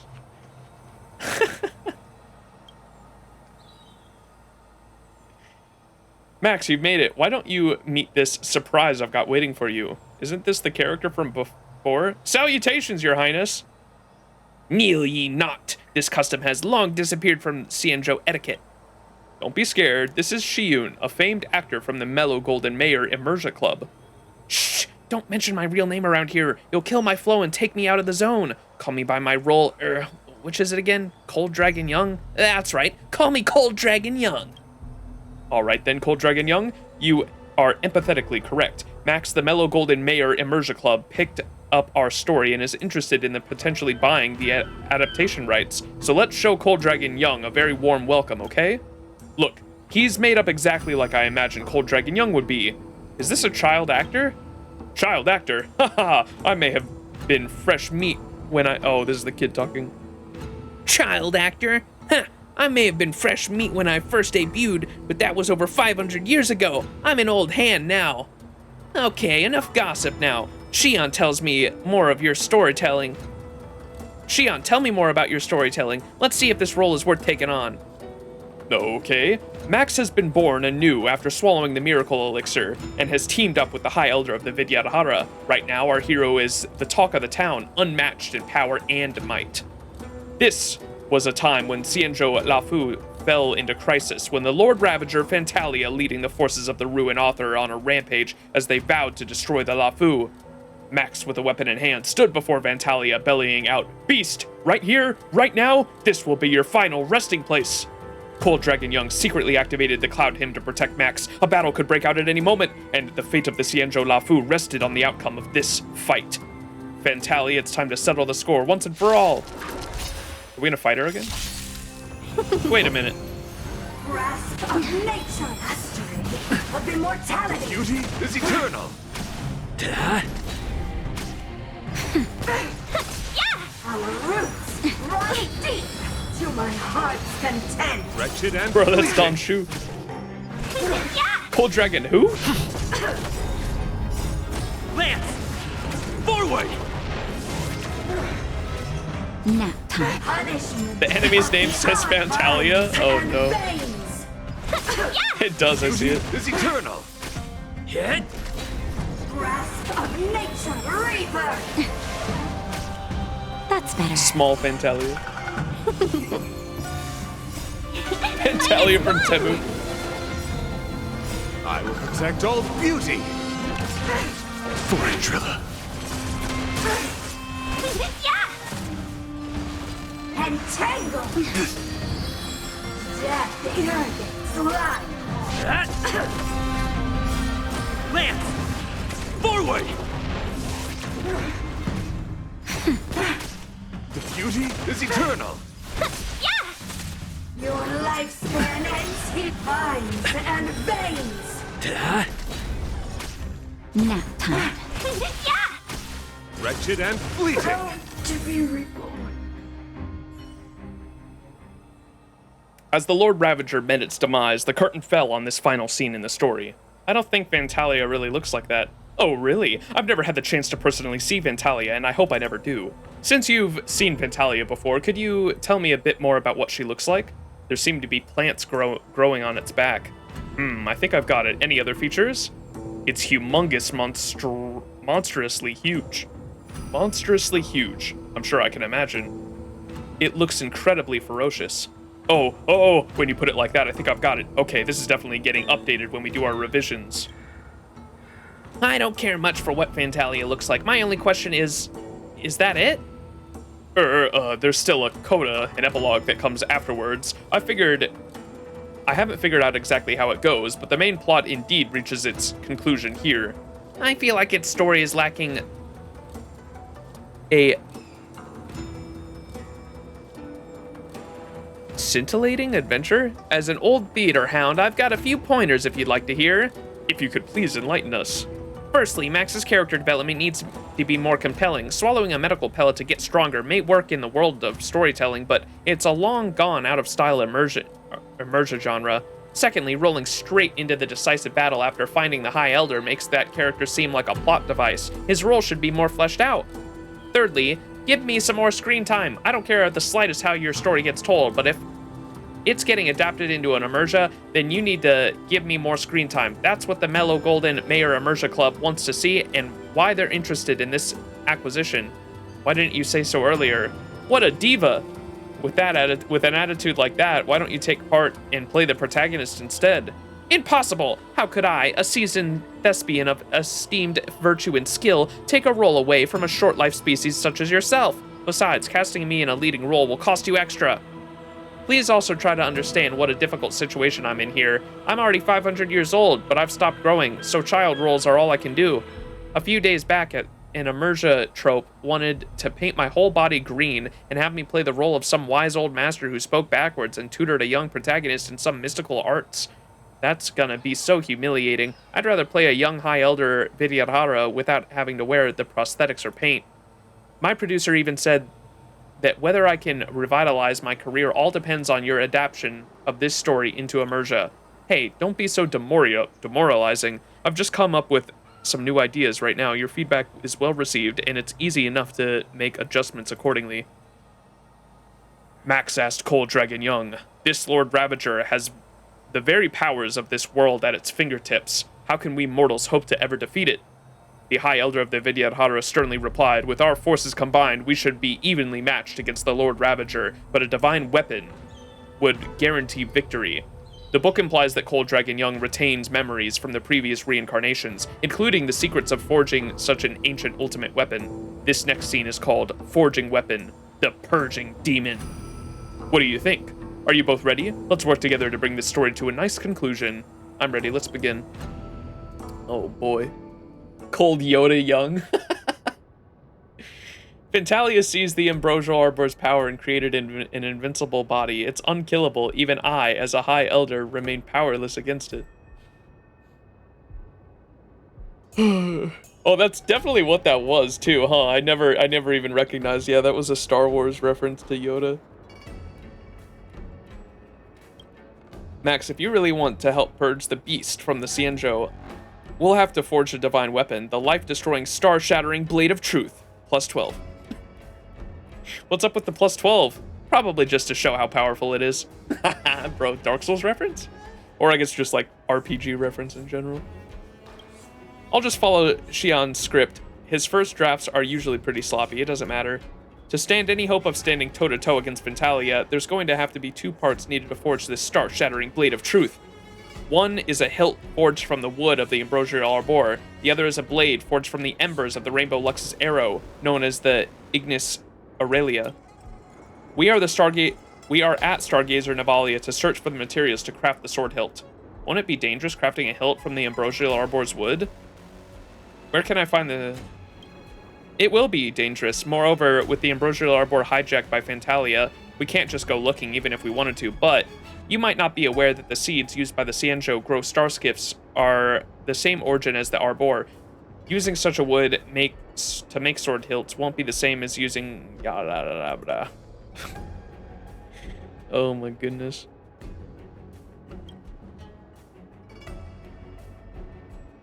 Let's go get this sword hilt.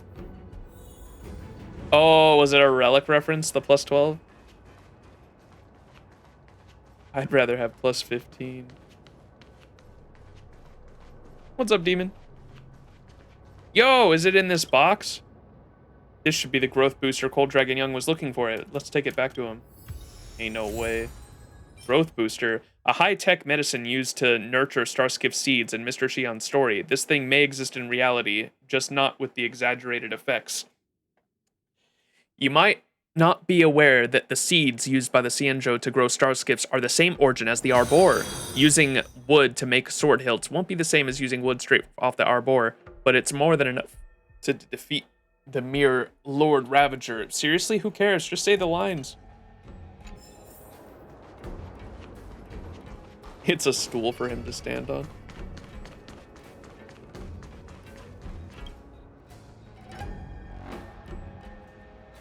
Is it safe to taste this stuff? The top note has a faint whiff of alien perfume. This is high quality. Next, we just need a suitable Starskiff seed, and we'll be able to cultivate a good sword hilt. Oh boy. You're at this part too.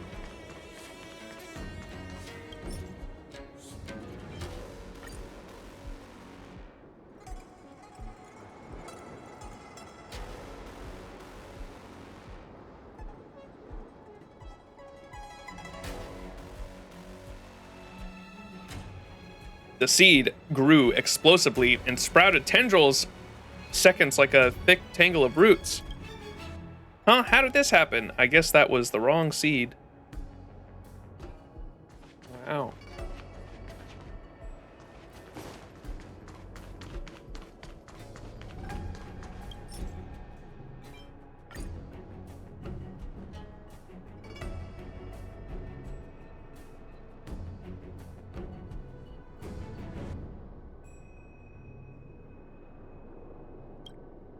It grew straight into a Starskiff. Our growth boosting experiment failed. No one can wield a Starskiff in combat.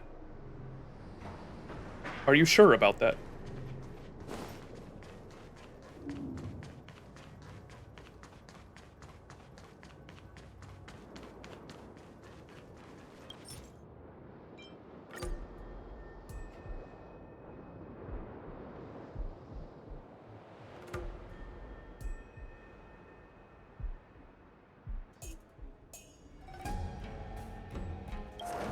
Whoa, we got it. Wonderful. Only a hilt made from the ambrosial arbor can hope to withstand the Rainbow Arbiter's power in the Ignis Aurelia, so it would not harm its wielder.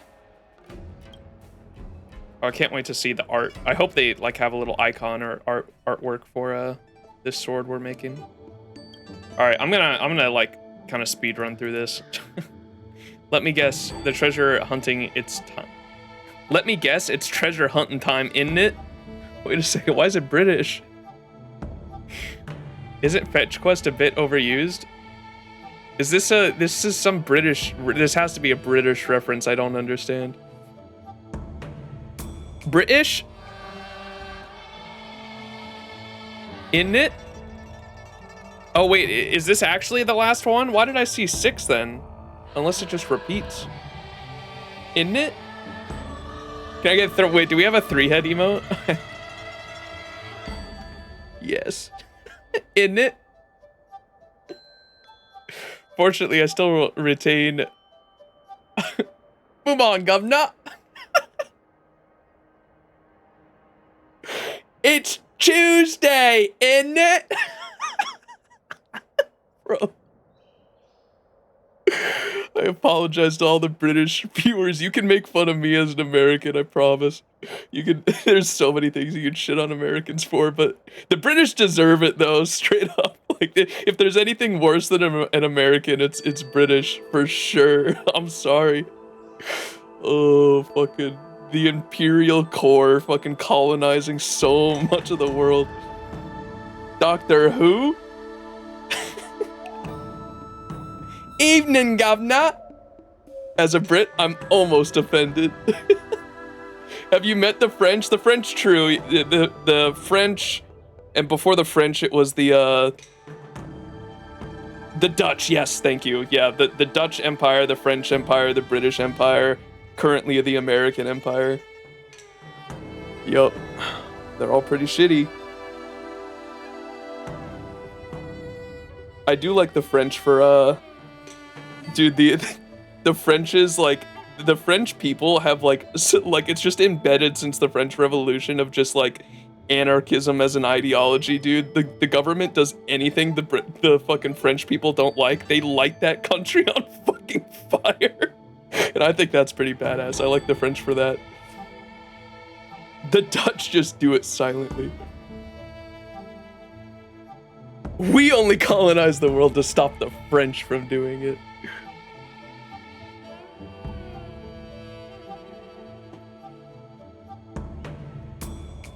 It's treasure hunting time, isn't it? So what? Interastral Peace Entertainment has shot over 60 films in the Alan Jones treasure hunting franchise. Treasure hunts are family-friendly fun.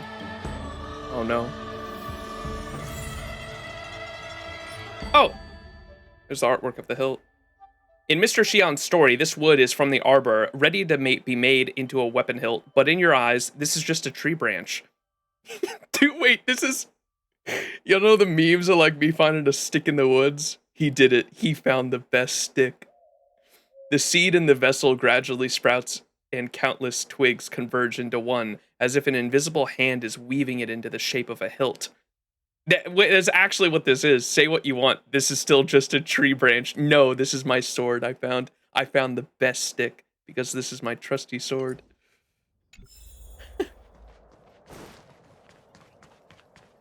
We apologize for you in Canada.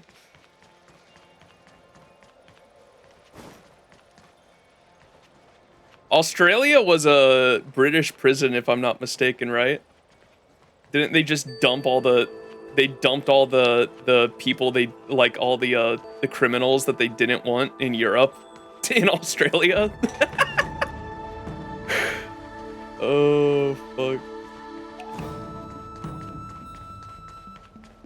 If y'all want really cool, if y'all want some really good Australian lore, look up the Emu Wars. That shit is so fucking funny to me.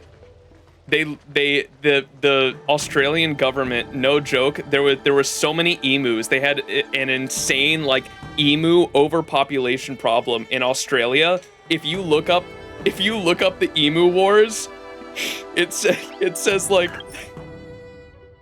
I can't remember what it says if you look it up or if you just Google Emu Wars.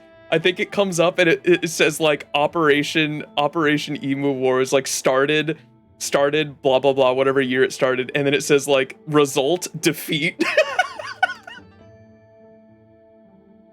The outcome defeat 986 emus confirmed killed, minimal impact on the overall emu population. Lasted from November 2nd, 1932 to December 10th, 1932. It only lasted a month.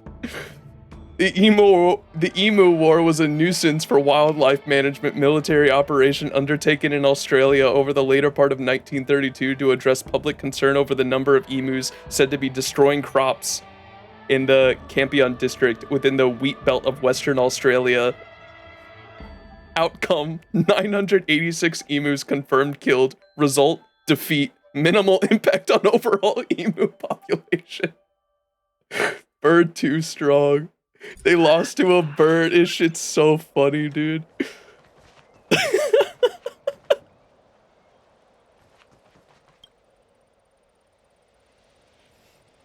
See, here's the map showing where the Ignis Aurelia is. Just track down the location shown, and you'll be moments away from creating the divine weapon.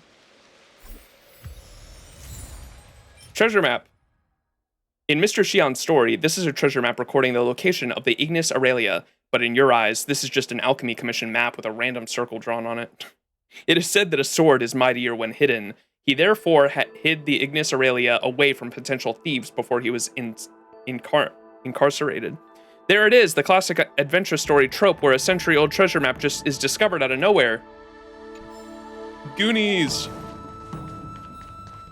Goonies is a banger movie. I haven't seen it in so long, though. This feels like a scam.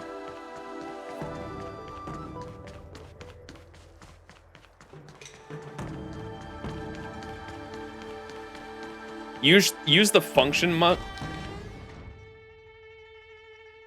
Okay. I feel like I definitely don't need that. considering it's got an icon on the map.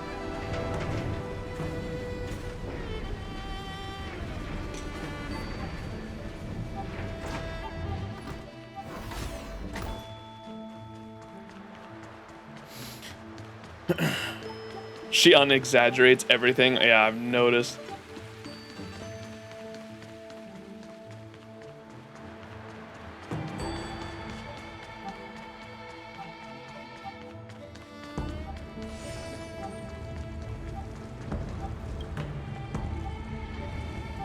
After all the twists and turns, Max never thought things would end up back at the start, under the almighty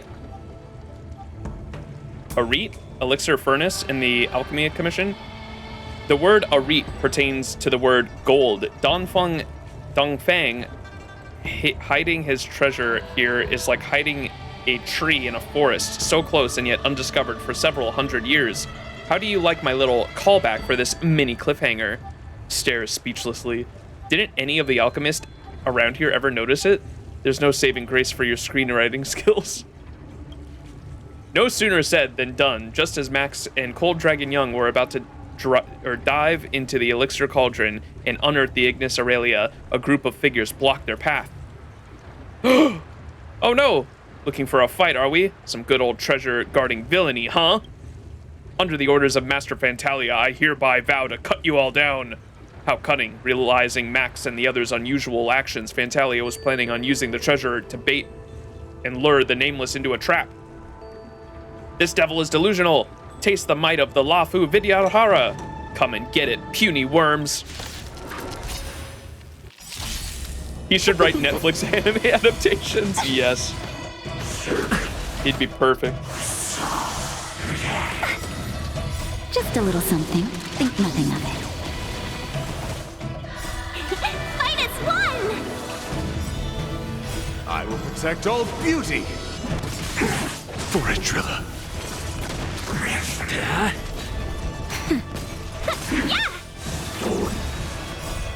Lance! Forward! Wretched and fleeting. Yeah! Nap time. Yeah! Can we talk? Flesh wound. The beauty is eternal. Hit!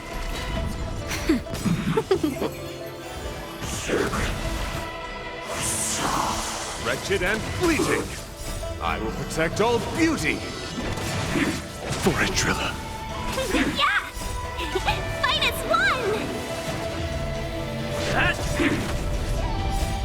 Lance! Forward! Nap time. Beauty is eternal. Yeah! Just a little something. Think nothing of it.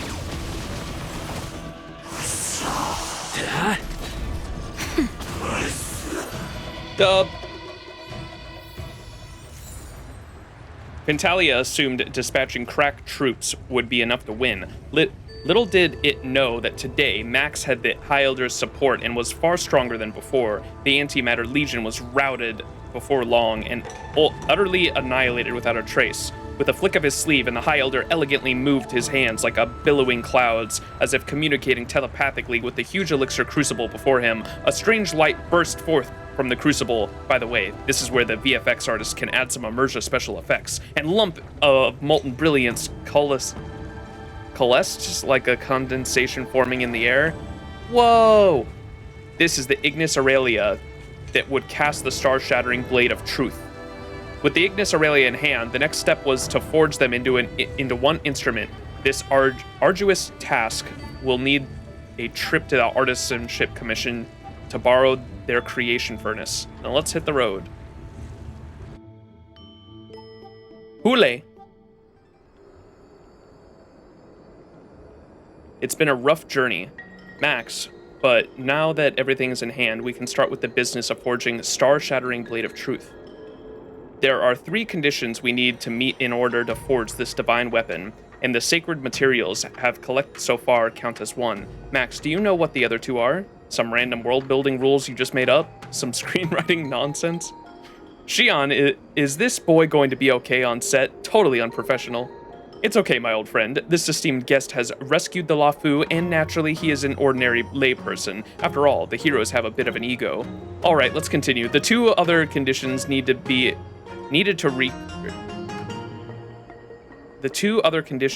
create the divine weapon are right here in our artisanship commission. As they say, you need the right tools for the job. Without the smelting equipment and Bona Aqua here, creating a divine weapon would be impossible.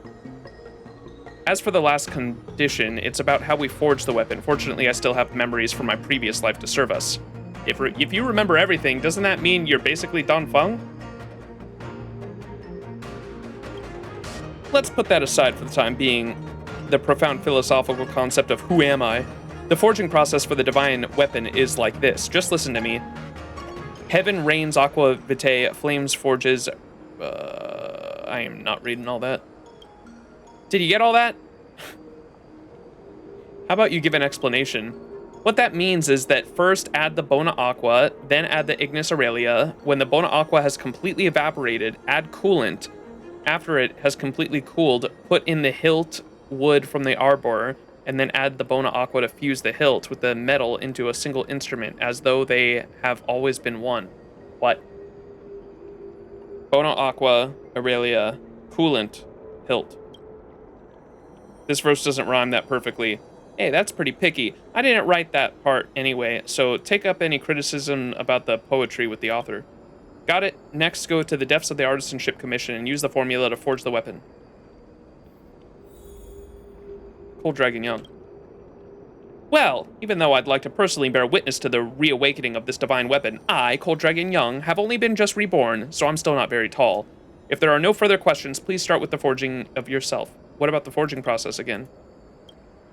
Yeah. Yeah. All right, I'm ready to start forging the divine weapon. Step 1. What am I doing again? Put in the Bona Aqua. Then the Ignis Aurelia. Then the coolant. And then the hilt. And then the Bona Aqua again. We did it! So be it. Star-shattering blade of truth, is this the weapon's old name, and it's been dragged through the mud since the fall of the High Elder? Now that you've recast it with the skill and precision, why not give it a new name, too? Keep the old name? Call it the Big Sword? Reaper of the Nexus Modder? Imaginary intrakinetic portable tactical laser cannon? What? These have to be references to other Honkai shit that I don't get. I want to call it Big Sword. Excalibur! Yeah, why isn't that an option? Concise but unconventional. Big Sword. Truly a splendid name. Big Sword, reborn once more, settled in Max's hand, who suddenly felt invincible. With the dragon oil elixir flowing internally and the Vidyadhara High Elder's power protecting externally, our hero gripped onto the sword, destroying Divine Blade. Big Sword. At this time, there is only one thought in Max's head. The Lord Ravager must be destroyed to the XianZhou, so the XianZhou can remain in peace. What's up, Jack Mats? Good day. Good day, laddie. It's my first time catching one of your streams. Nice, welcome in. And Swordsman, how you doing? Doing your Hoyo dailies, let's go. Lord Ravager! Oh, wait. There's only one thought in my head. Lord Ravager, everlasting peace, the grand finale. Stay tuned for next time. Oh, Big Sword! Yo, let's go. Big Sword. In Mr. Xian's story, this is the weapon you and Cold Dragon Young managed to forge. You can tell at a glance that this big sword glowing with iridescent and otherworldly light is no ordinary item. In actuality, it is fitted with some LEDs in there. They light up as you press the switch. Hold down the switch and the weapon will play out sounds that say, "Villain, prepare to die." Oh my fucking god.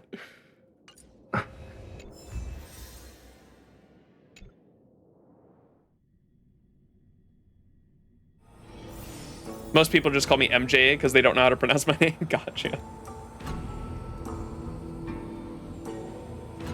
Are we done? The two heroes plunge deep into the Scale Gorge waterscape, only to see a black shadow enshrouding the ambrosial arbor. It was none other than the root of all evil, the one trying to overthrow the XianZhou, Fantilia. Right here, right now, was the critical moment where Fantalia would absorb the Abundance's power from the ambrosial arbor. The Lord Ravager sneered, "Reckless ants, accept your fate." We're gonna say, we made a choice, go fight against your fate.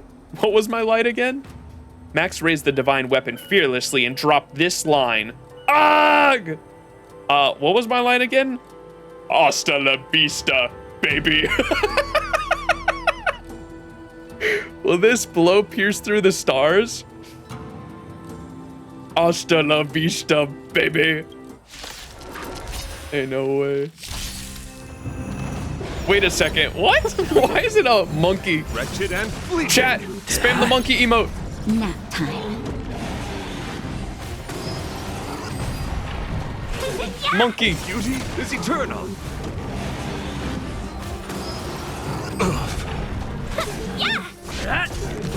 Yes. Monkey. Forward. It's still called Fantalia. Oh no. Yeah! Fight as one! I will protect all beauty. Fantalia sure is possessing a lot of people.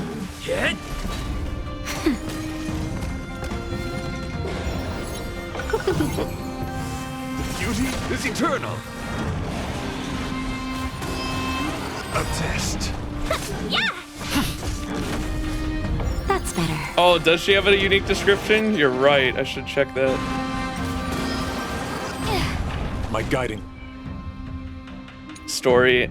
The form craved by the members of the Disciples of Sanctus Medicus, a secret organization that worships Abundus, the true appearance that cast off the burdens of humanity and has been reforged using the new way of immortality. In ancient times, those who sought immortality received wisdom from the ambrosial arbor and called themselves celestials. They lived without restraints and molded the flesh of themselves and others at will. They have long forgotten their original appearances after countless metamorphoses.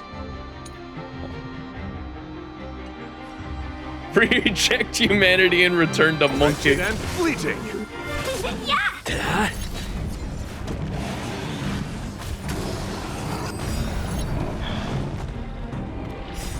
Lance! Forward!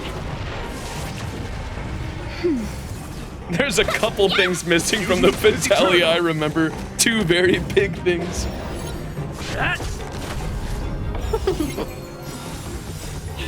Fight as one! I will protect all beauty. For Trilla. Nap time.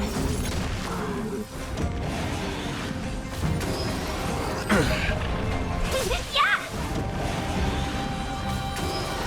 A test. Oh, Just a little something. Think nothing of it. bro had 58 HP left. Beauty is eternal. Yeah!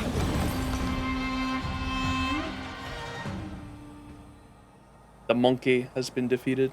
As Fantalia's body crashed down, the crisis of the XianZhou Luofu came to an end for now. However, just as Max and Cold Dragon Young were getting ready to celebrate, an evil creature lurking deep within the depths reached out its malevolent talons. Hold on a second. Don't worry, I've told you many times already. The battle scenes write themselves. It's fine. I'll finish them up later. That's not the problem. Fantalia does not look like that. Hey, this was based on your descriptions. Plants on the back, monstrously huge, ferocious. Forget it, Max. Just forget about that. Treat it as part of the artistic process. The budget for shooting Emerja would shoot through the roof if we wanted to capture the ferocious and accurate likeness of Lord Ravager. Yes, that's right. Don't worry about these details. I'll revise them later. I'll keep going and bring the story to its denouement? Faced with an enemy of unprecedented power, what will become of the Trailblazer and the High Elder of the Vidyadhara? The next scene is our final decisive battle. XianZhou laments woes of an age. Trailblazer fails sanctum of exaltation. Wait a second, why do I fail in this? Hey, that title is a spoiler. Come on, it's just a little gimmick. For the next scene's preview, I'm not gonna really kill you off. Phew, finally finished it. Thank you both for the help. The script of mine is pretty much done now. Looks like I'm not needed anymore, right? I'll head off. Remember to send us the revisions once you're done so we can sync up. Ah, yes, definitely. As for you, Mr. Max, you're still waiting to see me wrap up the story, right? I'll get writing immediately. I would never dream of wasting your time.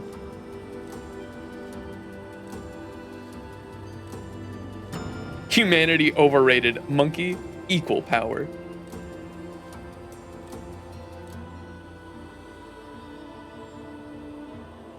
The manuscript. Now the final scene, the epic tale of our story, has been completed. XianZhou laments woes of age, Trailblazer fails sanctum of exaltation. I hope you can give me some feedback once you've read through it. Aside from that, I have also written down some side stories of your adventures on the XianZhou. Feel free to come and have a read of them when you have time. Give me some comments and help me include them in the Legend of the Trailblazer. Hey, I almost forgot. I'm having dinner tonight with some of the playwrights from the Mellow Golden Mayor Immersia Club. Huh, maybe I really am going to make it on the big stage. I have to get home, wash up, shave, change my clothes. So much to do. See you next time. Ain't no way.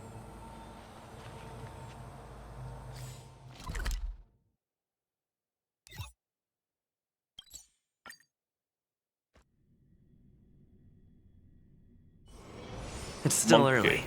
Where to now? Monkey.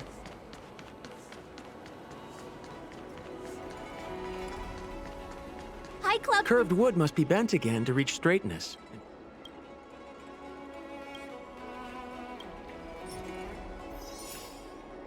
Wait, what are these then? Are these just like harder battle versions?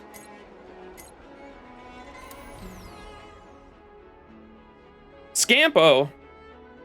Wait, we actually have like a DOT comp going here.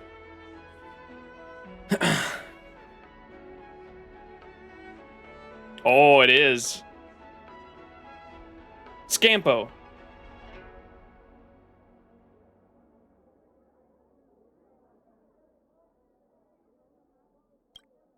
Okay, well, I'm definitely using my units.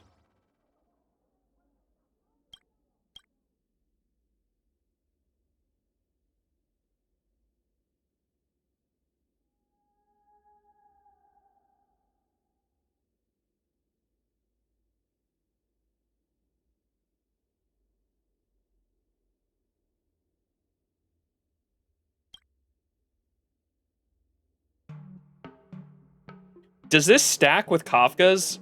This is a detonating DOTs. Does this stack with Kafka's detonation by chance?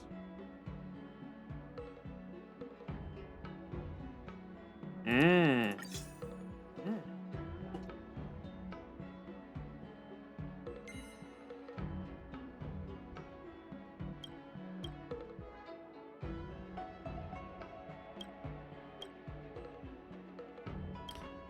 I guess we should just do attack if we're doing a DOT comp, right? All allies attack increased by 50%. Yeah. Imaginary intrakinetic portable tactical laser cannon. Saber. That's not what I named it. I named it Big Sword.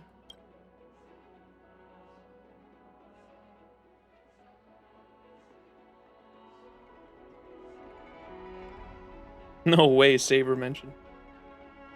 Increases allies' weakness break efficiency by 100%. Every time an enemy is inflicted with burn DOT, the damage they receive is additionally increased by 25%, probably going with that one. Damage dealt by characters outside their own turn is increased by 120%. Oh, that could be good for DOT as well, though. What do y'all think? Both of these are good for DOT, I think. If Boot Hill is next patch, you think you'll go for him, or the new ninja-looking girl, Rappa? Both are Galaxy Rangers, so should be fun. Yeah, definitely Boot Hill. I don't think I'm gonna pull for Rappa simply because of I don't know what she does, because like I don't look at leaks or anything like that.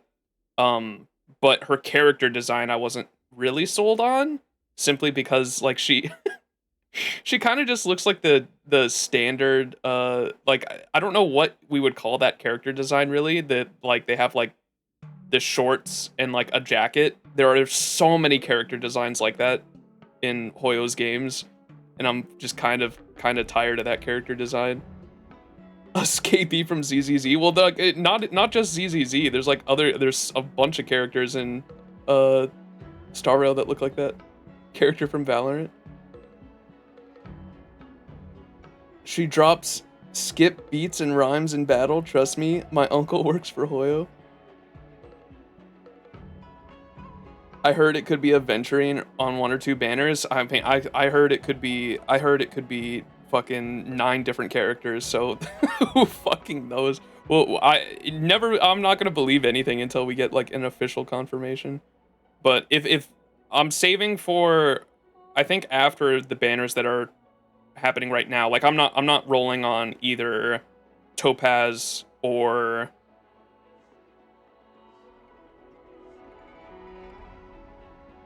is it Lingsha? Lingsha or Topaz. I was trying to remember what the next characters are. I don't plan on rolling for either of them. I'm probably gonna keep saving for the teams that I want to make, which are I got the DOT character. The 3 like teams that I really want to like invest into right now are a Boot Hill team, which I know Lingsha, like I've heard people say that Lingsha is like a better Gallagher. She's like a 5-star Gallagher, but I have a Gallagher and I think he'll work like fine already. What I really need are things that can make the Mono Quantum team work, which right now all I need is Silverwolf, and I can use a version because I have Lynx, I have Sparkle, I have Lynx, I have QQ that I could use as my damage dealer, and then I just need Sparkle to be the Quantum, the Quantum, what's it called when you implanter, the Quantum implanter, and then but I also want Fushuan, Zila, and Silverwolf are like the 3 characters I want for the Mono Quantum team. And then I also really want Boot Hill. Ruan Mei had a banner like a couple months ago, so she's probably not getting one anytime soon. But I'd like Ruan Mei because she could work for the DOT team and the Boot Hill team. But I also really want Boot Hill. So those are like the characters that I've got my eye on currently.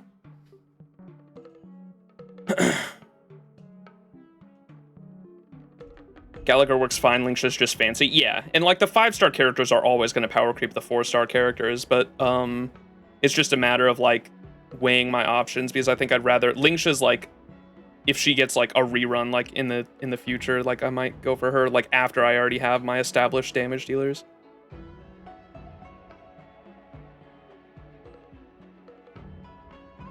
Robin's the same level as Ruan Mei in a DOT team. Yeah, she works in the Boot Hill team too. All right, which one for this? Back to gameplay real quick. Do I go for 2 or 3 here? Because both of these sound like they'd work pretty good for DOT. Every time an enemy is inflicted with a burn, wind shear, bleed, or shock. Both, it's up to you.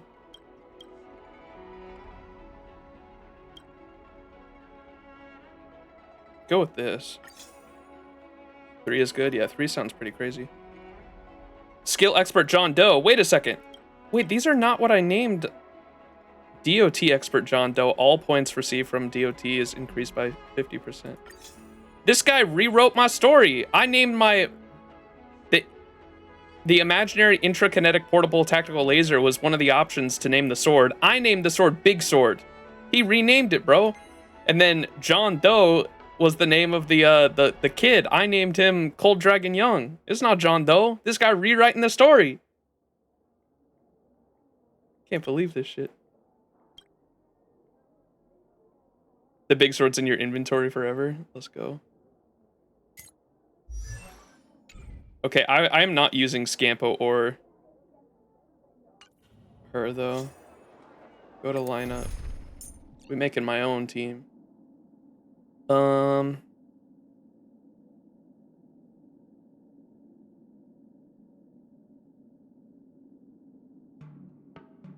we're gonna be under leveled, but oh well.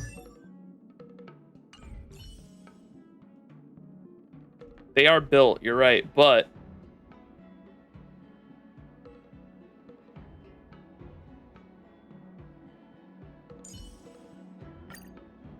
whoops.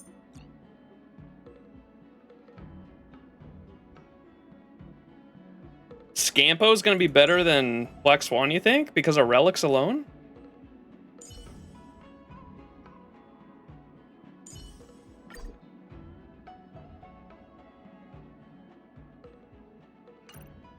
Wait, what?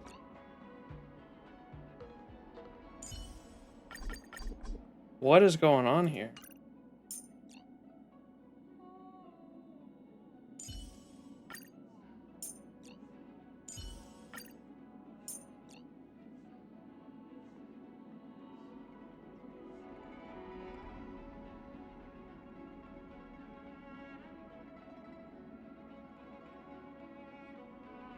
I don't know what your relics are. Surely you run trial characters with Kafka and Black Swan, aka no sustain. That doesn't sound... They're gonna die, bro.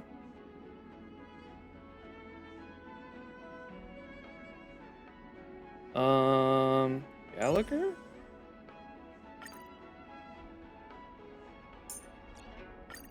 Alright.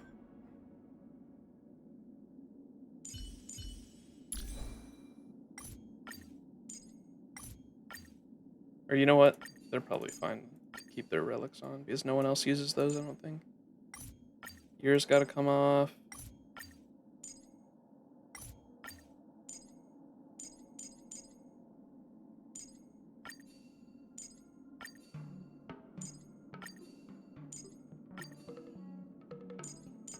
Okay. These are the relics we're working with currently.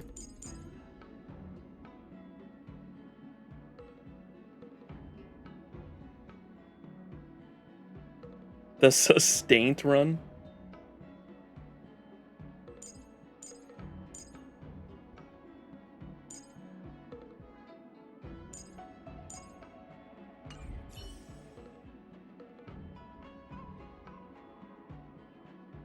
What do y'all think? Should we replace Black Swan with Scampo?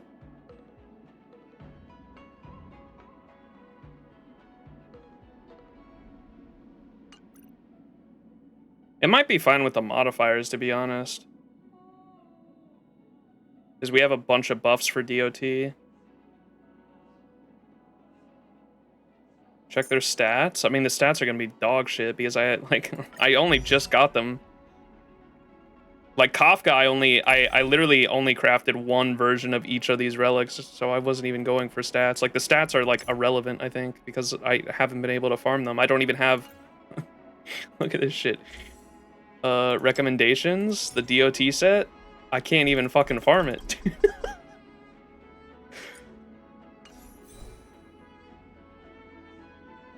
Oh, the stats of the trial characters? Fully leveled. S1.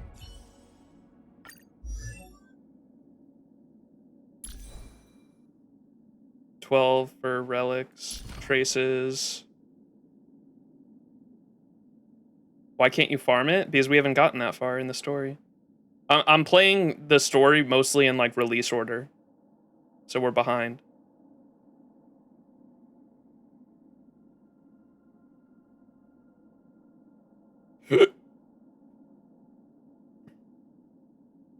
Temporary access is that's not a thing, I don't think, for relics.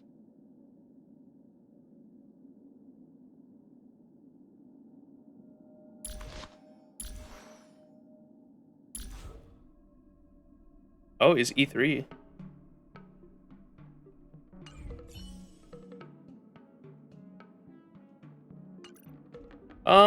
Let's go ahead and try with this. We can always redo it.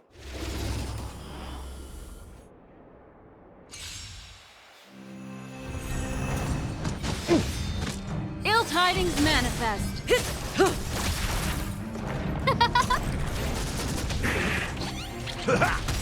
Relax. Time to say bye. Boom. Beneath the waters lies an endless abyss.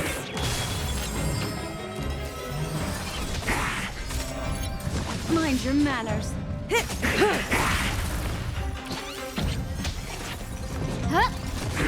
Stand still.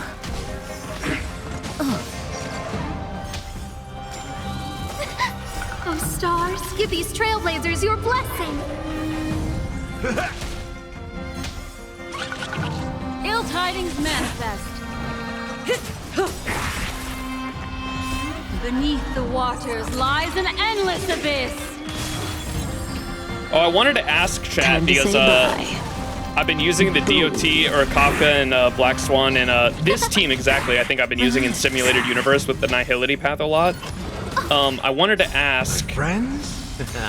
in situations where you have both Kafka and Black Swan's ultimates both up, do you want to use Black Swan's ultimate before Kafka's, I assume, because of the DOT detonation? Stand still. Time to say bye. Boom.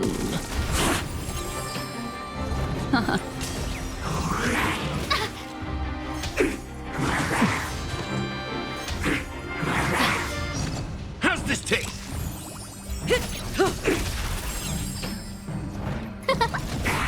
Not a DOT user, so I can't. You want Black Swan first? Okay, that's what I assumed. Mind your manners. Uh-oh. Uh-oh.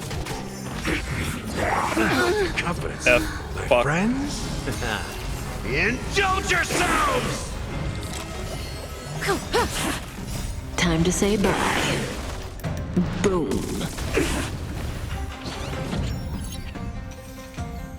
S. Doesn't matter. Dub. New high score.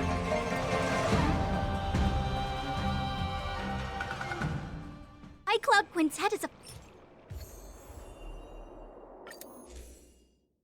No way that's the first one I actually got all 4 on. What?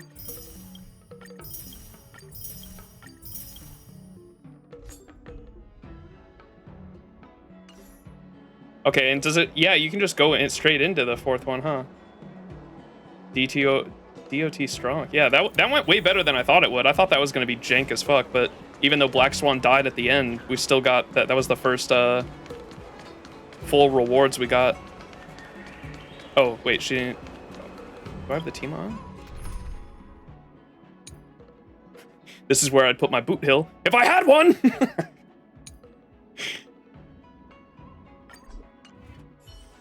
Okay, she doesn't actually die.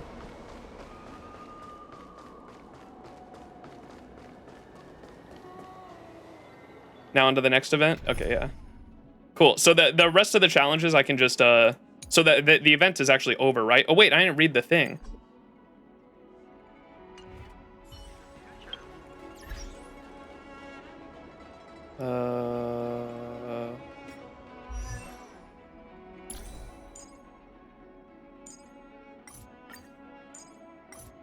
I really need to farm her set because I got access to this node.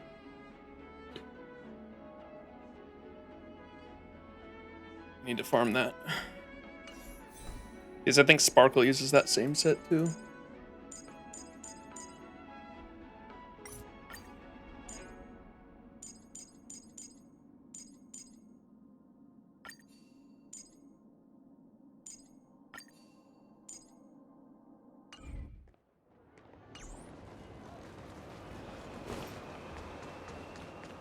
Curved wood must be bent again to reach straight.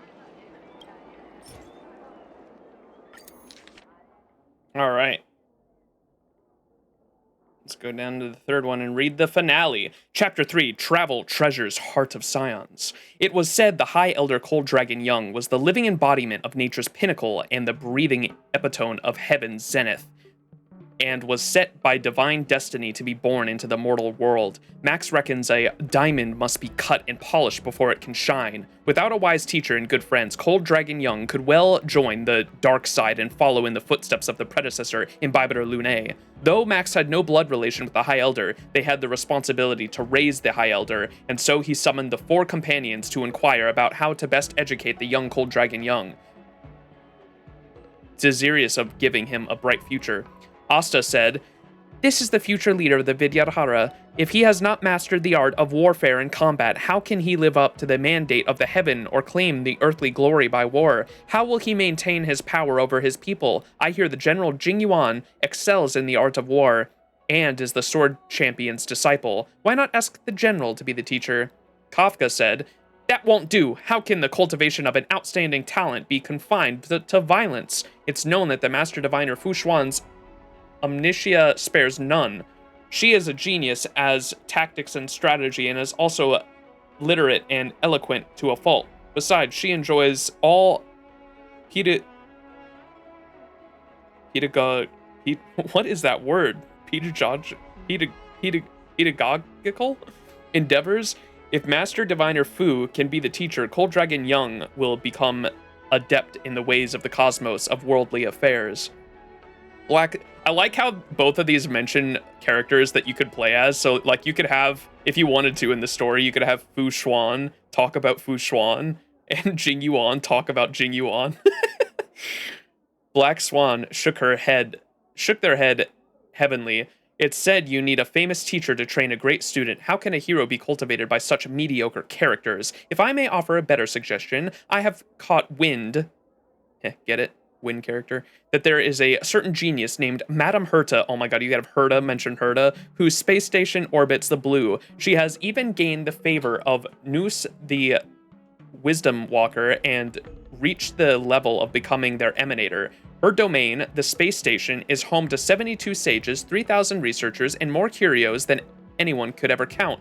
Max could inform Herta that the Cold Dragon Young is a curio from afar across the stars and ask her for an audience this way. When you meet her, convince her that the rarity and appeal to her with cuteness that would surely pique Madame Herta's curiosity and make her eager to become Cold Dragon Young's teacher." Gallagher sat and pondered deeply with their eyes downcast, and after a few moments looked up and said, "As the saying goes, you are the company you keep. I heard that on Yalilo 6, there is a child prodigy named Pitch Darkhook the Great." Wait a second, Pitch mentioned?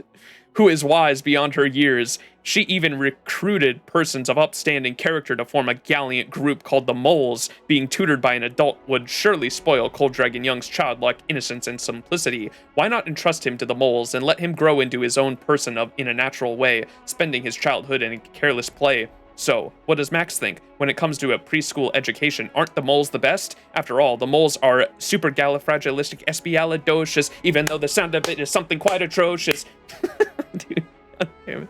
After hearing everyone's eager contributions of Balderdash, Max firmly believed that when the combined efforts of their companions and Cold Dragon Young's innate talent, they would surely be able to raise Cold Dragon Young as an outstanding High Elder of the Vidyadhara.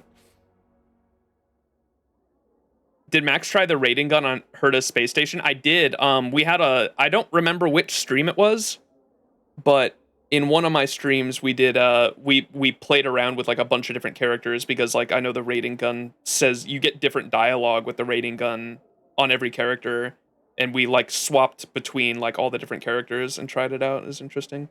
We also went up to the, one of the curios on Herta's space station is, a reference to Himiko's character in Honkai Impact 3. And if you play as Himiko in Star Rail and go up to it, she has unique dialogue and like recognizes it or something like that. I can't remember what, but you get unique dialogue if you're playing as Himiko and you interact with that relic or curios. It's no time work. Himiko Sag. So every single one of these mention a character. It'd be cool if there was, I would love for there to be like a secret achievement for you play as Jing Yuan and he mentions Jing Yuan, and then you play as Fu Xuan. Fu Xuan mentions Fu Xuan. In this one it's Herta, so you gotta have Herta mention Herta. And then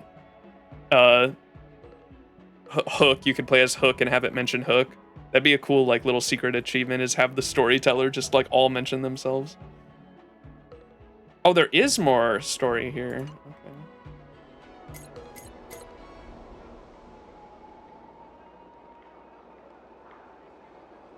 What is this one? Oh, is it more follow-up? You want to torture the achievement hunters? Yes. You have to get Jing Yuan. You have to roll for Jing Yuan for that achievement.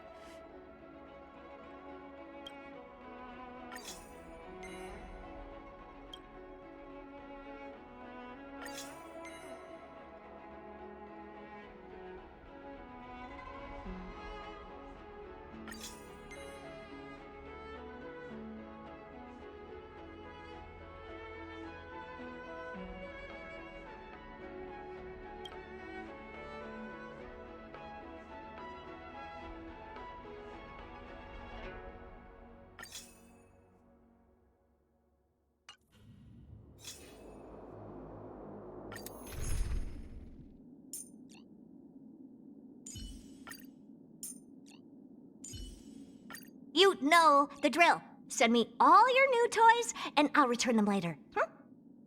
That's crazy. I'm counting on you to wrap this up, Himiko.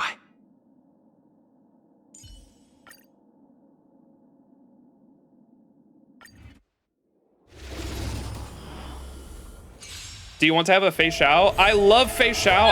I don't have the team to like really make her work well, so I'm gonna skip her for now, but maybe on her Humanity rerun. never conceals its desire to control the heavens, and I'm no exception.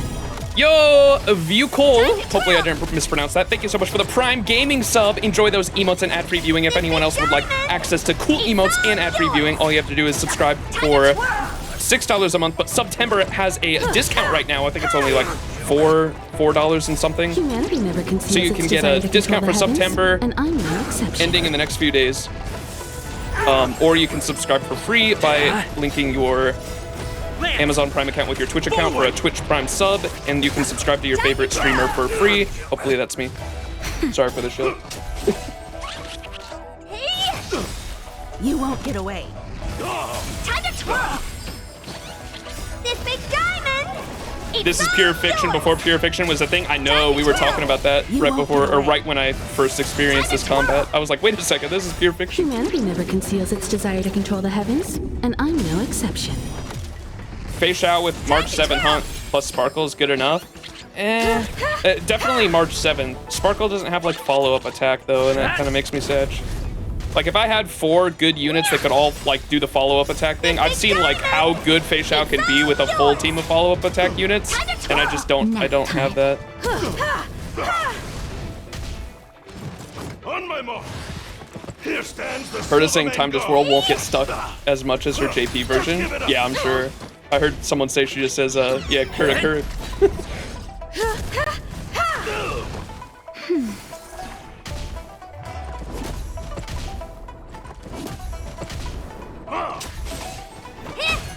Time to twirl. No, we didn't get the pig. Humanity never conceals its desire Hell. to control the heavens, and I'm no exception. Time to twirl. Lance! Forward! I probably should have used a Time to twirl. Asta here, I think. Stay close. Not a step back. Instead of 2 sustains. This big diamond. It's all yours.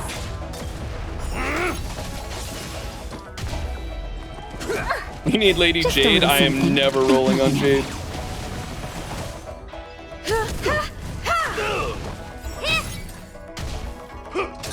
Do Argenti? You want me to try Argenti? Nap time. On my mark. Here stands the Silvermane Guard.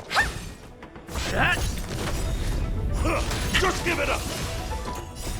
Lance! Forward! You finally caught a stream. Nice. Welcome in. What's up, Brandon?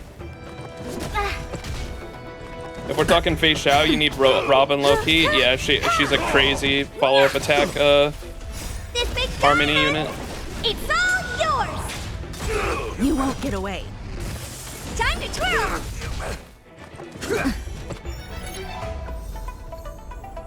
Yeah, we still got an S.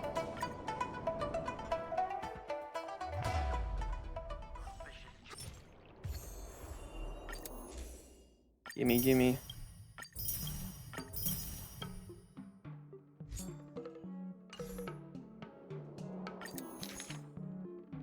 Oh no. Alright.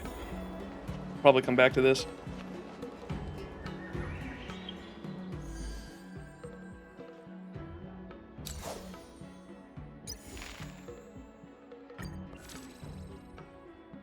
Oh.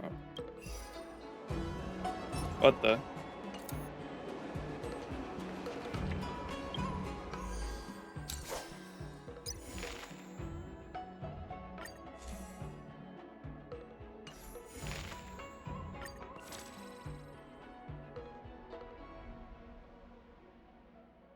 I kind of wish these were voiced. When it said listen to story, I got excited. I thought it was going to be voiced. The protagonist model.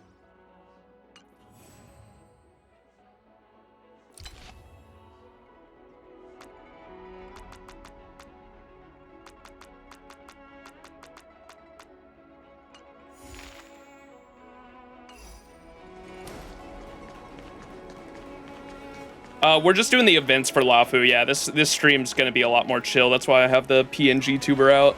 We're not doing anything too crazy this stream. Just finishing up the events. You're basically done with this event lore-wise. Yeah, I'll just come back and do the rest of the stuff on my own time, I think. All right, now for the one. No one really mentioned this event at all, so I imagine it probably doesn't live too well in the heads of people. It's just a silly event with Mr. Xian, and then it was like gameplay wise, it was the precursor to what's it called? Pure Fiction. Aurum Alley time, yeah. All right, time for Aurum Alley. How do I start that? What's up, Moe? I think I might have already had the mission for it. Oh, is it this one? Aurum Alley's Hustle and Bustle. Go to the Exalting Sanctum and speak with Bailu. Bailu, who ran away from the Alchemy Commission, seems to be in Exalting Sanctum. Greet her, and maybe you can figure out why she is always coming to this place. Sharp as you are, you've already discovered that she always appears at opportune moments to lead you into unknown dangers. Time to meet our favorite character. Oh boy. Scott the goat. It's still early. Where to now?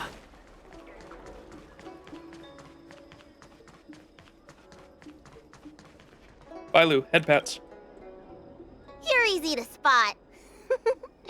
Are you going to Aurum Alley? Thank God. Voices. Oh my God. I was kind of going insane on the fucking the tales of the tales of the what? Was it Tales of Adventures or something like that?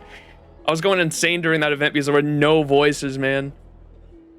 Indeed I am. Aurum Alley, what's that? Before you continue, I'm not a free meal ticket. Was it that obvious? The voices in my head. This whole event's voice, so you're good? Okay, cool. But the more the merrier, right? I go out all the time to see patients, so I know the food establishments around here like the back of my hand. I'm the best tour guide you could hope for. And if you get into medical trouble, gastrointestinal discomfort, sprained ankle, yada yada, you'll have a professional doctor right by your side. That's a 2-in-1 deal. Sounds a lot like food poisoning. A 2-in-1 tour guide and a doctor? Sounds like an offer I can't refuse. Yay! Aw. Can I get a jingly uwu in chat? Huh? Hurry up! Do you want the snacks to sell out?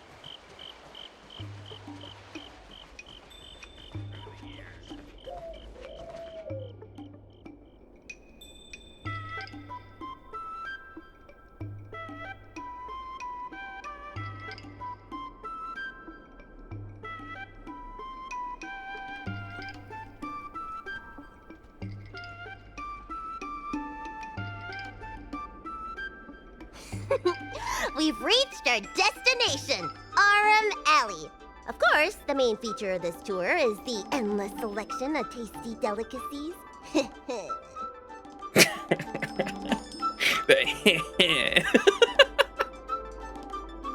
me hear that again. We've reached our destination, Aurum Alley. Of course, the main feature of this tour is the endless selection of tasty delicacies.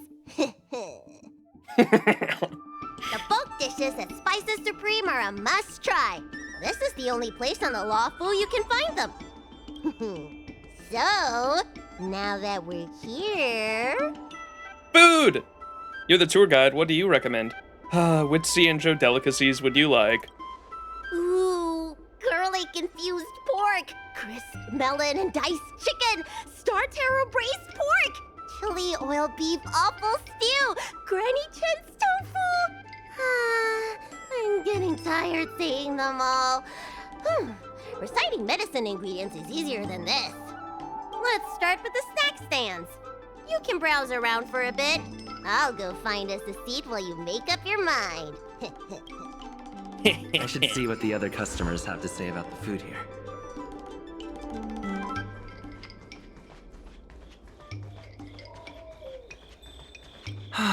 Same great taste. Excuse me. Oh, interested in the food? In Aurum Alley, there's no such thing as a bad food stall. Just close your eyes and pick one at random. My name's Xiaohan. I'm originally from Aurum Alley, but this is my first visit in a long time.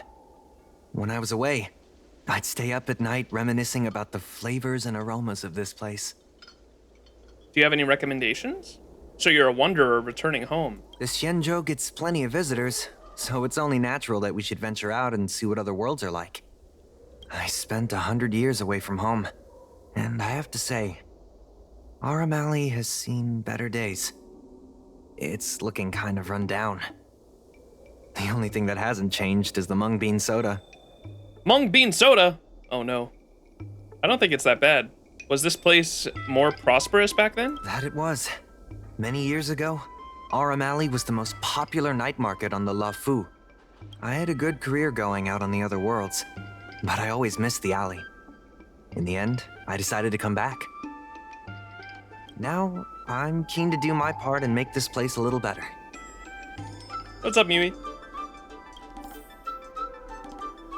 Call Auntie. Oh, a visitor from afar. May I ask you a question? Do you like Aurum Alley? It's my first visit here, I can't say yet. Yes, the people here are very friendly. To be honest, not really. It's my first time. Then I'll have to make sure your first visit here is a good one. I hope you don't mind me prattling on, but since you're an outworlder, are you familiar with the IPC? Oh no. And do you know if it has a good reputation? It's been a great help to the pan-cosmic business. They're a cabal of predatory sharks. All I know is its findy ads are really annoying. Findy reference. Findy? I've never heard of that before. Anyway, sounds like you know as much about them as I do. Beep, beep, beep. Well, I can't just leave you here empty-handed. Take a look at the menu, order whatever you want. It's on the house. I'll have a Tusk Beer wrap. I'll have a Song Lotus cake. I'll have a berry pheasant skewer. I'll have some steamed puffer goat milk. I'll have some mung bean soda. Oh no, the soda? Do we do soda, chat? The mung bean soda. We had this before, if anyone remembers. I think we drank it with Welt. Was it Ting Yun offered it to us? Someone, or no, it was the Foxy and daughter during the, what was that quest line? The Yukong quest line. The daughter offered it to us, right? Young Lee, yeah, that's right. Yukong's daughter referenced it, or gave it to us, and we drank it. We were like, this is disgusting. It's like Himiko's coffee. Let's have the mung bean soda. Alrighty. Oh no. Bought for Bailu. Oh wait, we bought it for Bailu? Oh no. Made from the fermented ligma-based products. It smells sour and pungent, but tastes cool and refreshing. If you can drink a big bottle of mung bean soda and remain calm, you will definitely impress the gourmandizers on the Luofu. You like mung beans? Like soda? Then what are you complaining about? Do you hate Bailu? It's got ligma in it. Here, oh no. I didn't know I thought we were buying it for ourselves. I feel so bad. This shit's gonna fucking kill her. Good thing she's got a good thing she's got a revive mechanic. Is there anything good? Take out the snack. Oh no. Mung bean soda? Is this some sort of prank? I'm sorry, I thought I was buying it for myself. The foodsies here all say it's a must try. Tee, I chose it on purpose. Giggles proudly.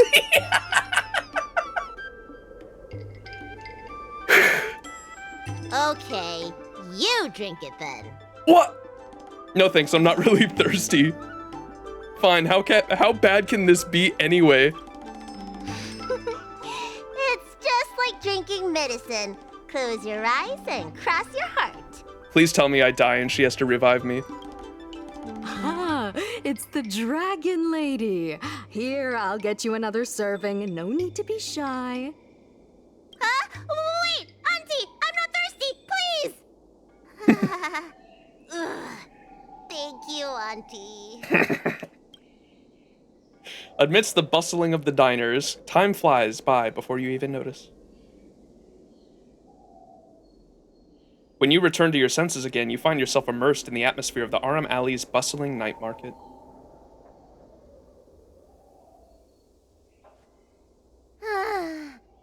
I'm so full of snacks I can hardly move. I haven't even gotten around to business yet.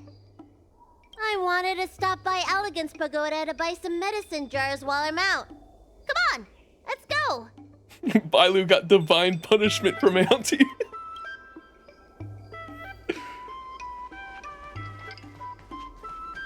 This is cute. I like this so far.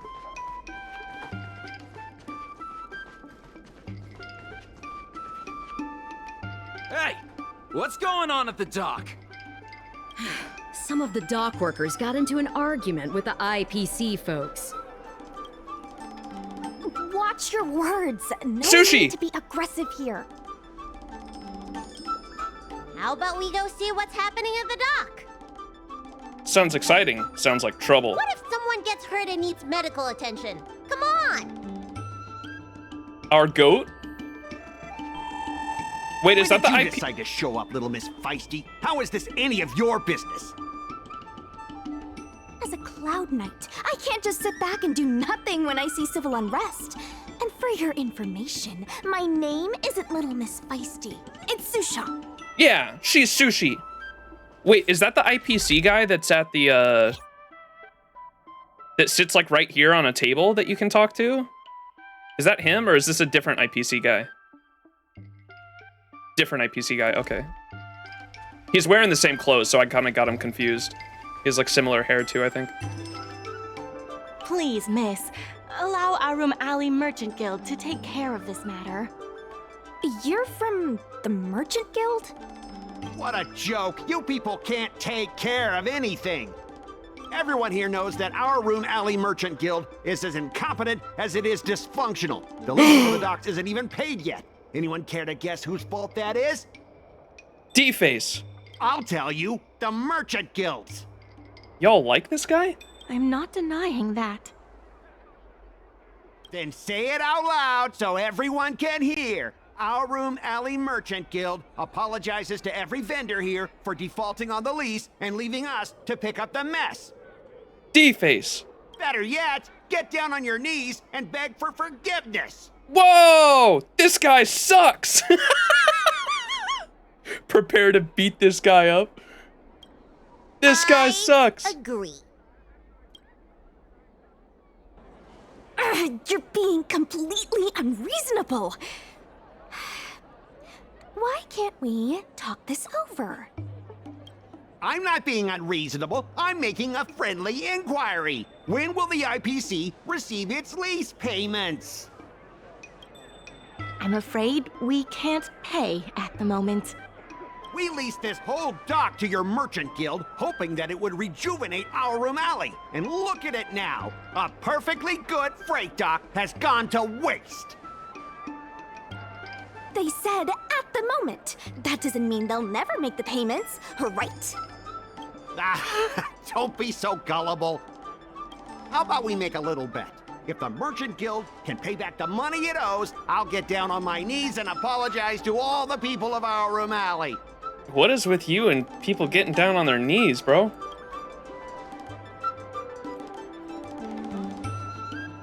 I'll shout it loud and clear. I'm a raving idiot howling into the wind. And then I'll bark like a dog. How does that sound? Bro, nah, you're into some kinky shit, dog. What the fuck? Okay. And if they can't? Oh, that's simple. You apologize to me in front of all the people of our Aurum Alley, and you bark like a dog. Hey, yo! Sushi is a puppy, to be fair. This is so childish. Don't accept. Take the bet. This is so childish. I agree. Bailu. Bailu's my homie here. You all heard that, right? I'll be waiting for you. Come on, let's get out of here. The goat has spoken. True wolf. Bye, lose my hype, man. Oh, Max is being an adult here. Yeah, I'm all for teasing until the IPC shows up. As soon as the IPC shows up, my inner Spartacus comes out. Miss, there's no reason for you to take such a bet. We're the ones who dragged you into this. It's okay. Seeing that arrogant sneer on his face made me sick to my stomach. I had to do something. We appreciate you sticking up for us. But this... Standing up for what is right. Mad respect. You just got yourself into trouble. Merchant matters should be left to the Merchant Guild to handle. Standing up for what is right. Mad respect. We'll see what they say. Now that I think about it, if I lose the bet, it'll reflect badly on the Cloud Knights. But you can't give in to bullies. My name is Ming-Shi. I'm the secretary of Aurum Alley Merchant Guild. Most people just call me Miss Secretary. This leasing dispute is between the IPC and the Merchant Guild. You shouldn't have been dragged into it. I think it's a little late for that. If I knew it'd come to this, I wouldn't have gotten involved. Sure is. I've already started placing bets. So, is it true that the Merchant Guild can't pay back the lease? Miss Secretary, just tell it like it is. As things stand now, the Merchant Guild is in no position to pay back the lease. QQ played away all your money at Celestial Jade. This dock was leased out to the Merchants Guild. Aurum Alley looks like it's flourishing though. Yes, the entire port. Now we owe the IPC an arm and a leg. The food hawkers are thriving, but dock operations and other businesses are stretched to the breaking point. What can we do to fix Aurum Alley's balance sheet? If we make the businesses more profitable, then maybe we have a chance of paying back the IPC. If we cut costs and tap into new revenue streams, we can turn things around.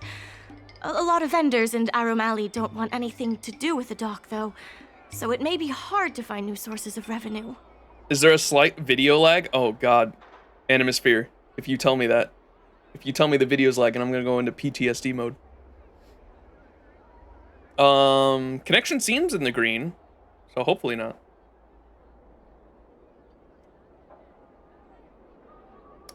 If we cut costs and tap into revenue streams, we can turn things around. A lot of vendors in Aurum Alley don't want anything to do with the dock, though, so it may be hard to find new sources of revenue. What about cutting costs? Cutting costs means reducing expenses. As you can see, the dock isn't even fully utilized, and the workers, well... Hey, don't get any funny ideas about laying people off. Miss Secretary is just helping us think of ideas. But if you ask me, I think our ordering system is rather inefficient. I'm sure we could reduce our costs if we found a way to improve it. Get all the workers involved. Union. Union. Can I give it a try? I don't think that would save much. Can I give it a try? Me. Didn't realize you were such an entrepreneur. Even the president hasn't been able to solve anything. Is this short lifer really up to the job? Hey, yo, that's... At this point, I guess we've got nothing to lose. Let's get started. Enough of that. Let me do it. All right, here's the event mechanic. Complete inventory arrangement on freight star skiffs and reach shipping targets to the Merchant Guild funds. Select goods to perform rapid arrangement. Drag to rotate the goods and place them in their positions. Look, Max, this is a freight star skiff parked on the dock. The dock workers will inventory arrangement here.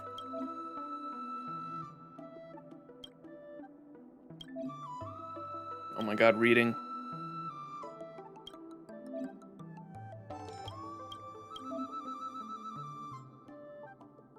Is there any other game that this is like a... How does this work? Or is there any game that I can compare this to? Is this like similar to anything I've done before? After arranging the goods, the profits will be calculated based on the goods' value.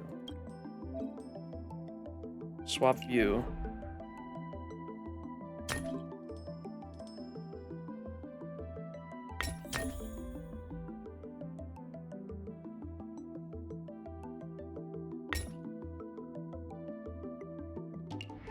It's Tetris, but with items. So literally, like this is what I do for a living, like straight up, but with like pallets on a, like I load trailers, like, you know, the big semi-truck trailers that drive on the road that have like pallets in them. Like I load those with a forklift for a living. So is this similar? Surely, Tetris with items, basically. Okay.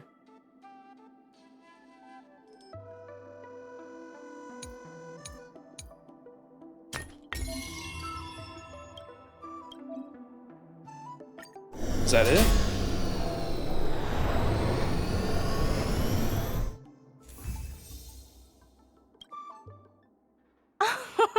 This will certainly save us on shipping costs. That was easy. What do you mean you guys were having a problem with that? I just clicked a button 6 times. Give me hard shit. Isn't this a little unsafe? How? I got my forklift. Don't worry. Our motto is safety first. Okay, but everyone knows that's a lie when a company says it. I'm so awesome. I've done such an amazing job. So you've never thought of this before? Shaking my head. Hey, what's gotten into you? Sorry, Bailu. Impressive, but if you ask me, inventory efficiency isn't enough to save us. If Heron Express doesn't deliver the goods, then they're just gonna sit around collecting dust. Remember, you asked for this. Is it gonna get way harder? I hope so. I see your point. If you have the time, could you accompany me to Heron Express's Aurum Alley branch office? Of course. It's just, I'm better with brawn than brains. Oh no, Sushi. Looks like Aurum Alley is counting on me again. Seems like I could make a career out of this. I already... Do they know? Aware. I already do this for a living. She knows her strengths, Kaka. Rise, Phoenix! What's this?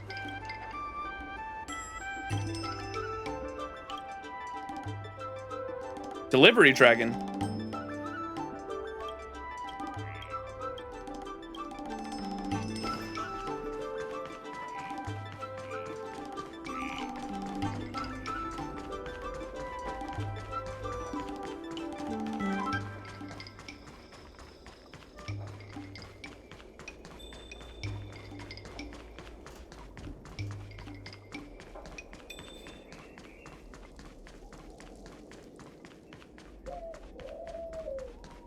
Oh, did I literally pass it? Whoops. Bird! Mr. Yongfeng? Why, it's Miss Secretary. And who do we have here? Hi, I'm Max. I'm Sushang of the Cloud Knights. That's I Sushi. think you already know the little girl with horns on her head. And this is... I'm Max. I'm the savior of Aurum Alley. Doesn't matter who I am. I'm the savior. Good to meet you all. Miss Secretary, I heard you made a bet with the IPC. And if you lose, you have to bark like a dog? The word got out pretty quickly, huh? Those Outworlders from the IPC are the worst. How did you get bogged down with them? This noble Cloud Knight here is the one who made a bet with the IPC. You didn't ask what would happen if we'd win. Right. And if the Merchant Guild pay back what they owe, the only one barking will be that IPC stooge. We made our inventory more efficient, but the dock workers said we still need a way to distribute the goods. I was wondering if Heron Express would be interested? Those dock workers don't want to take responsibility. And I'm afraid it's not our responsibility either. Wait, what? We made our inventory more efficient, but the dock workers said we still need a way to distribute the goods. I was wondering if the Heron Express would be interested. Union, bro! What are they called? Fuck.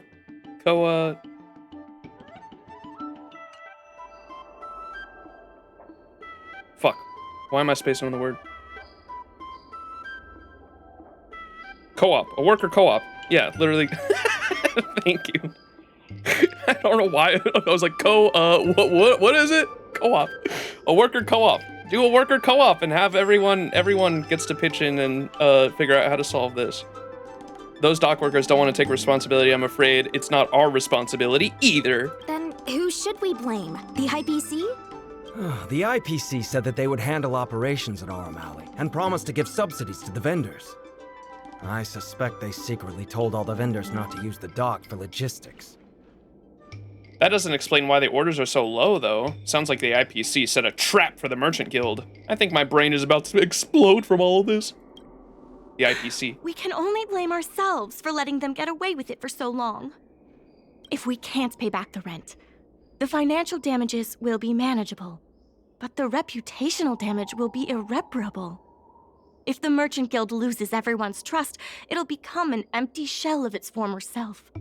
And without the Merchant Guild, the IPC will have no competitors in Aurum Alley's business district. That's what their end goal is. Fucking IPC, dude. Monopolizing. The IPC wants to turn this place into a big logistics warehouse. By then, the food hawkers and used goods stores will have to move away. No!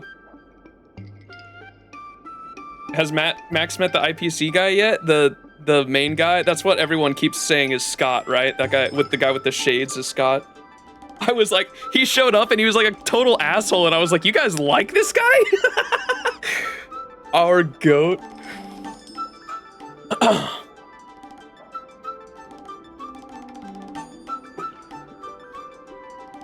Yes, I think we did watch the IPC My Red Celestial trailer. Is that the one that's voiced by Albert? And it's like it's just an ad for the IPC, like working at the IPC. We shall never disrespect our goat. He's the most likable IPC dude. That I can imagine, honestly, actually. The Albert one, yeah, we did watch that one a while ago. This whole quest is like gentrification, though, it sounds like. Or it sounds like the IPC was just straight up trying to monopolize all the stores here and then gentrify the area. Or I guess gentrify wouldn't be the right word. They'd have to like move out first, maybe? Is that how gentrification works? Like big company moves into a town, all the small businesses get eaten up by the monopoly, and then like when the corporation makes enough money, they just leave, and then they leave like a vacuum and a hole from all that because they took all the jobs with them when they leave. Very, very bad. The like towns and cities. Literally a big company. Albert with the Path of the Hunt.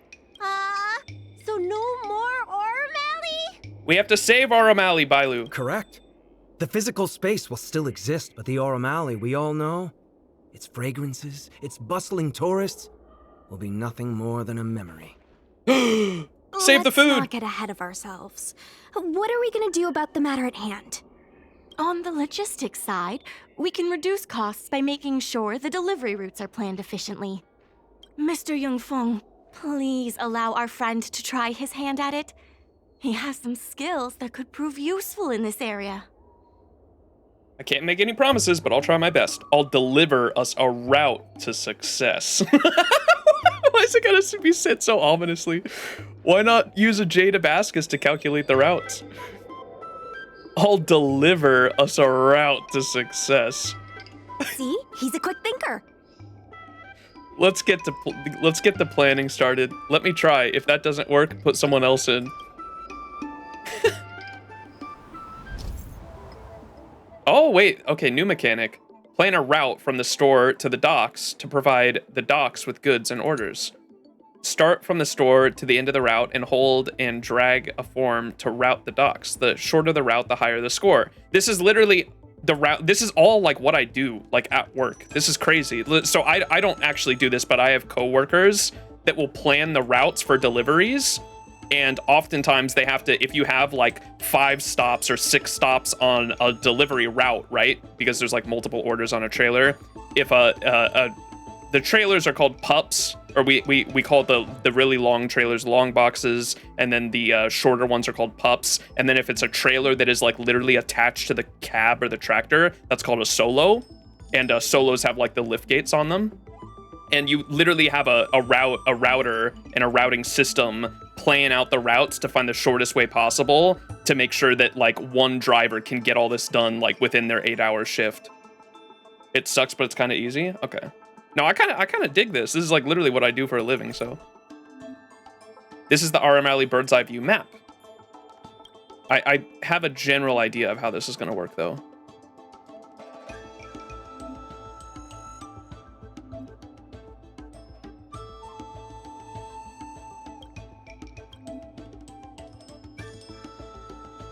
Bro connects dots for a living. Hold down the left mouse button and move the Heron Express and drag. Okay. So you want to do it in the least amount of moves possible. I get that, right?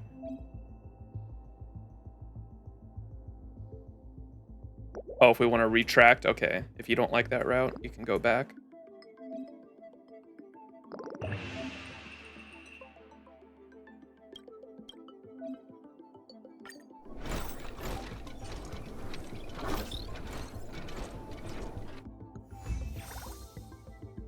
What is this? Oh, is this currency for the area? With these routes in place, logistics costs will be reduced significantly. I knew it! You're the heroes who can help us revitalize Aurum Alley. I can't believe you guys couldn't do this on your own. Now, can you tell us what really happened to Aurum Alley? Well, Aurum Alley was originally the busiest night market in Exalting Sanctum. In days past, this alley, famed for its food and commerce, was brimming with aromatons collecting goods for their masters. But that prosperity has long since passed. At this point, I'm convinced the people here didn't do anything until you came. Restrictions were placed on civilian aromatons, and new commercial centers began to spring up. It was like being on a gentle downhill slope. Everyone knew things were changing, but no one thought it was serious. When the Luofu was moored for maintenance and trade with the IPC increased, a new threat emerged for the Merchant Guild. The IPC's announcement of a bid for the development of Aurum Alley. Their promises were visible, tangible, and extremely aggressive. Yeah, I see what's going on here. When the gentle downhill slope suddenly became the edge of a cliff, no one could pretend to ignore it anymore. Both the Merchant Guild and Aurum Alley itself were in jeopardy.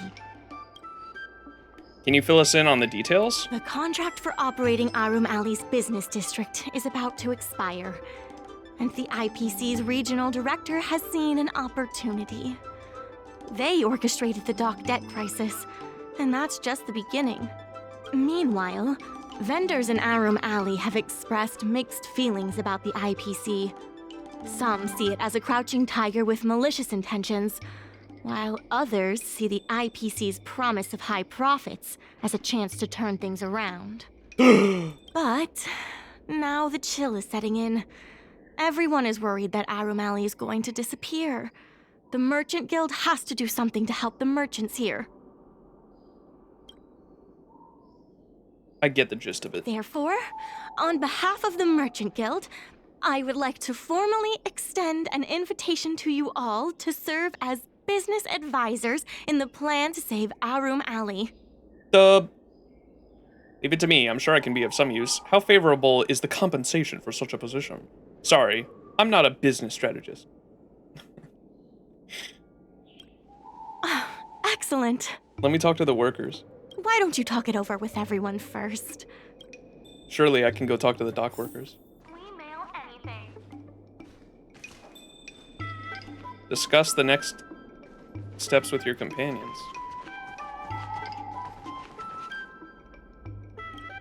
Wait, what did that say? Young Feng gazes at the Aurum Alley anxiously. Seems like he's actually more meticulous than he appears. Sushi! I really hope you can help out. Of course. You'd be in big trouble if I don't. What if I refuse? You don't want me to have to bark like a dog in front of all those people, do you? Maybe.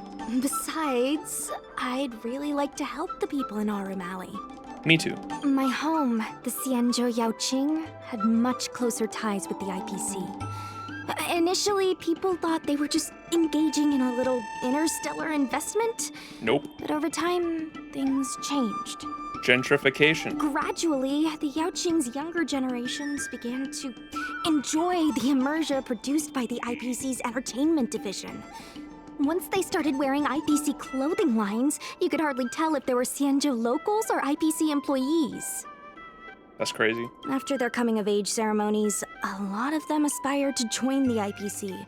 To make it big, Max is up for the barking if Kafka comes by. Yes, sir. You already know. the architecture Wait a second. That was the whole what? delve began to change. The I didn't admit to graceful anything. Those are the flying neighbor's leaves I saw dogs. as a child became fewer and fewer, and the glazed tiles and fallow earth bricks gradually disappeared. Sleek, monolithic IPC buildings started sprouting up everywhere. No. In 4K, no. It's the neighbor's dogs. They always bark when Kafka comes by for some weird reason. I don't know.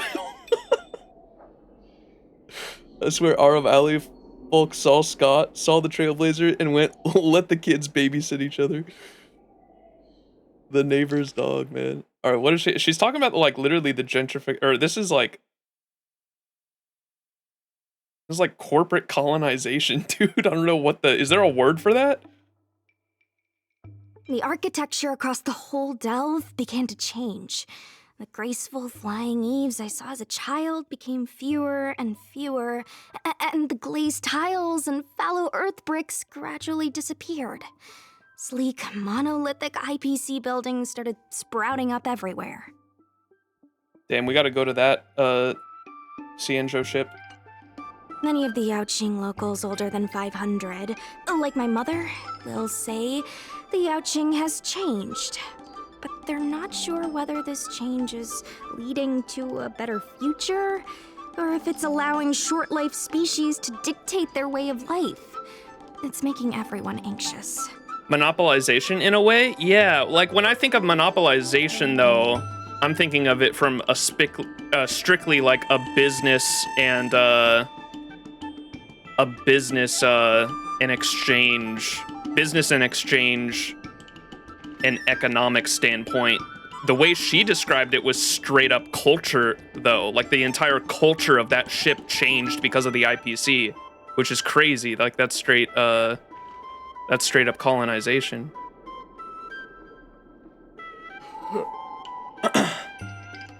Old people are the same everywhere. Any of the Yaoqing locals older than 500, like my mother, will say the Yaoqing has changed, but they're not sure whether this change is leading to a better future or if it's allowing short-life species to dictate their way of life. It's making everyone anxious. When I saw Mingxi being confronted by the IPC, I felt the same uneasiness. She's been around several lifespans longer than that stooge, but somehow she was still at a loss for how to deal with him. If our opponents were martial arts types, I could hold my own against them. But Aurum Alley's problems aren't something we can fight off with a sword. Oh man, I wish I could free talk, dude. I want to help this event's the Merchant good. Guild. I want to help everyone at Aurum Alley. Please, help me help them. I got you, Sushi. I will make Scott bark like a dog. Bailu, what are your thoughts? I only came here for the food. I didn't expect to get tangled up in all this dock leasing stuff. Still, if you're willing to give it a shot, maybe Aurum Alley doesn't have to disappear. Wait a sec, you haven't contributed anything so far. You're just worried about your favorite food stands are gonna disappear. So what? Food's the best bit. Aurum Alley without food would be like a pill without medicine. Meaningless. Oh my god. Dude. You're just worried about your favorite food. So what? Huh, the food's the best. She said, So what? Huh, the food. I love Bailu.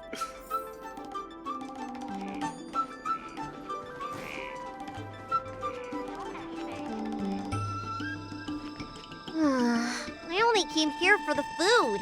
I didn't expect to get tangled up in all this dock leasing stuff. Still, if you're willing to give it a shot, maybe Aurum Alley doesn't have to disappear.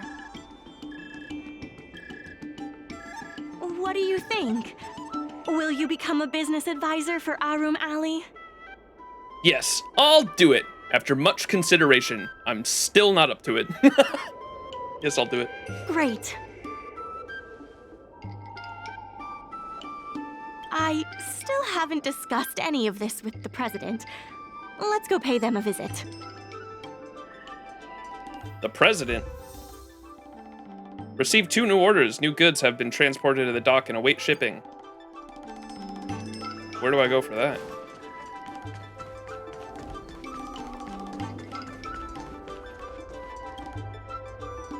Miss Lin Yan, please tell the president that I have someone who can help us with the leasing situation at the dock, and also bring Aurum Alley back to its former glory. Clara and Bailu are the only standard banner characters I don't have. This is a great flaw to my account. Want to know something funny? I don't think I have any of the standard banner characters, and I've gotten 3 copies of fucking Himiko now. I have Himiko at E2, and I don't have any of the other fucking permanent banner characters. I think the free character I got was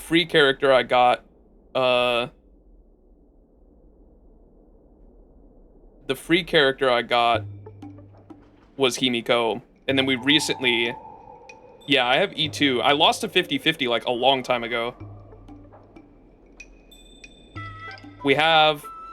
And then we recently got E2.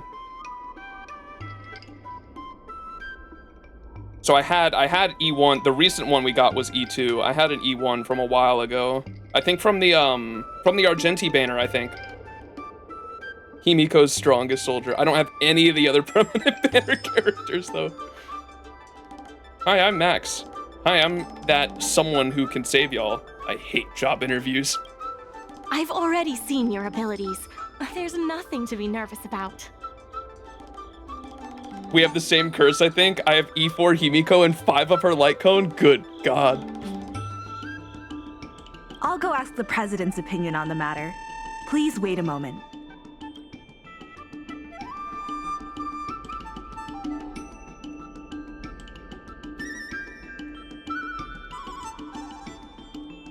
Okay. The president trusts Miss Secretary's judgment, but the applicant still needs to pass a test. You must integrate Oldie's Depot into the logistics plan. Yo, who's this VA? She said, okay, crazy. Okay. Okay. I love that. I'm gonna flex my skills for you real quick. Ain't no way that's a dialogue option. Don't get your hopes too high. I'm gonna flex my skills for you real quick.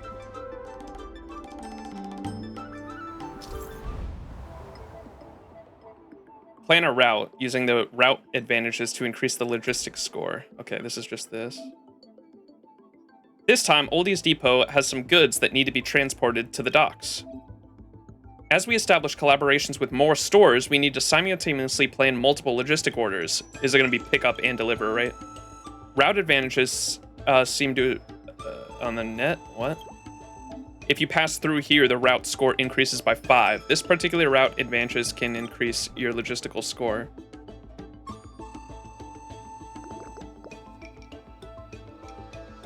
Oh wait, you can go through there? What? Oh, I guess any square.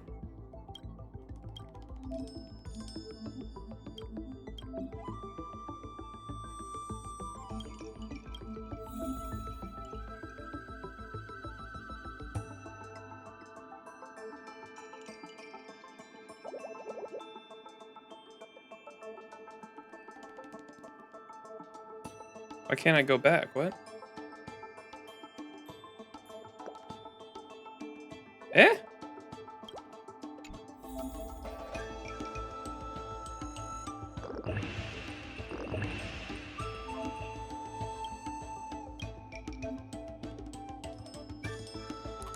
I was just trying to do that.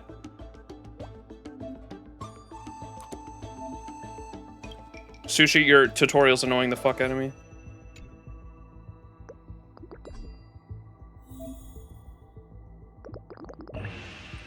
I was 2 steps ahead of her.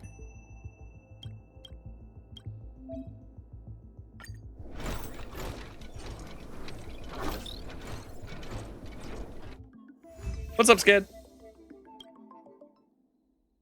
The president acknowledges your expertise and agrees to confer management responsibilities accordingly. Bald. Aurum Alley Merchant Guild would like to issue a formal request. Please help us emerge from this crisis and revitalize Aurum Alley. Maxicado avocado? Yes. Yo, if I'm 2 steps ahead, Sked is, oh wait, no, that's Ted. Sked, I get you and Ted mixed up because you both have 3s in your name. I was about to say, if I'm 2 steps ahead, then Ted is 2 feet ahead. My man loves his feet. Where the fuck is Ted? Get Ted in here. I will rise to the occasion. No, I'm not gonna rise to the occasion. Sushi's gonna rise to the occasion. Rise, Phoenix! 2 feet. Make it sound so formal. I will rise to the occasion. Now that that's settled, please come see me at the dock when you have time. I just imagine Sushi's chicken as a delivery bird here, and now I'm so disappointed that never happens. Oh no. You'll be able to help the dock workers do the inventory and help Heron Express with logistics planning. Yep. I keep tabs on all the goings-on in Aurum Alley, including rumors and the latest gossip. If we can solve some of the problems in the community, it could help in rejuvenating Aurum Alley. Let's go. If it involves helping people in need, count me in too. Can you repeat that? Sure. Just come see me at the dock when you have time. You'll be able to help the dock workers do the I keep tab. So basically, I just need to go talk to the people at the dock? Anytime you need anything, come find me. The important thing right now is to generate enough revenue before the payment due date. I'll be off to the dock then. Stop by anytime. I keep tabs on everything. Don't ask why we haven't done anything. I was just about to say, she says, I keep tabs on all the juicy gossip, and I was like, so that's why nothing's getting done.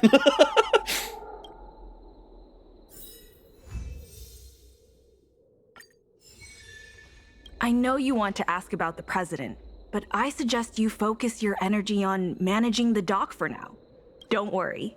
The president is paying very close attention to our progress in Aurum Alley.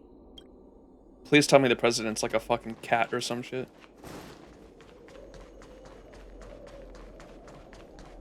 Bailu, what do you think about this? So strange. Saving Aurum Alley is a critical issue, but the president didn't even make an appearance. The president's a cat, I'm like 99% sure.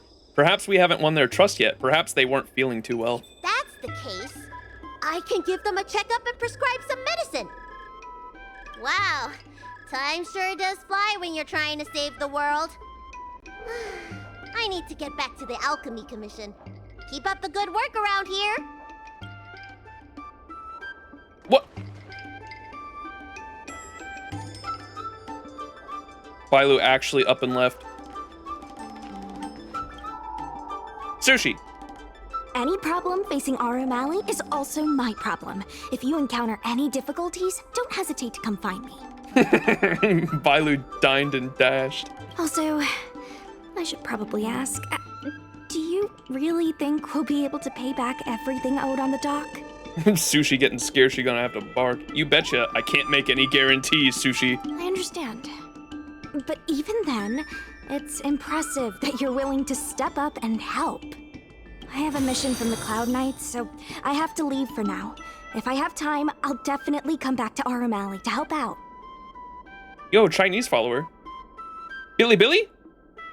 Appreciate y'all. Thank you.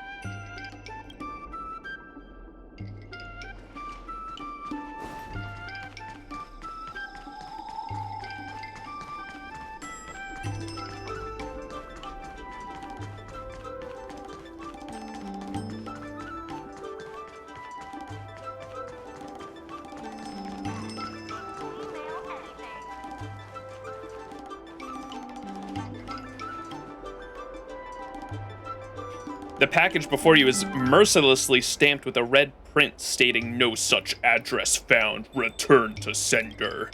As a trailblazer filled with curiosity for all things, naturally you must open it up. The package lid opens with a crack, and a D-Ting pokes its head out. Woof! It calls out to you. Unfortunately, you are not March 7th, and you cannot understand what it is trying to tell you. As it opens up its mouth to bark again, you see a note fall out. Read the note. Send the puppy to the Realm Keeping Commission. Read the note. Every time Riceball barked at me after you and I broke up, it just reminded me of how you used to yell at me as well. Those memories have left me in deep pain, so I'm returning this thing to you. This thing that you bought with a loan that's to be paid over 3,000 repayments. I hope you will take responsibility and look after it for the rest of its life. Also, I would like to return all the Jade Hibiscus and clothes I bought you for every anniversary and holiday over our years together. If you won't return them, then please pay 31,520 strails to my bank account. There are also fees for meals, rent, star skiff maintenance, and mental counseling. You are stunned to see so many figures written on a single piece of paper. You run your hand around the inside of the box to find another note. Keep reading. Firstly, let's get this straight. It was you who kept telling me to take out the loan to buy Riceball. Secondly, just give up. You think I don't know what kind of games you're playing? You want to give this to me so it can remind me of you, don't you? You think my heart will skip a beat when I see this dog and I'll come running back to you? You think seeing all of your bills will keep me up at night, racked with guilt, right? We've been fighting, arguing, ignoring each other, and reconciling just to fight again over 10,000 days and nights now. This little drama has gone on far too long. I'm tired. I'm done. I've had it.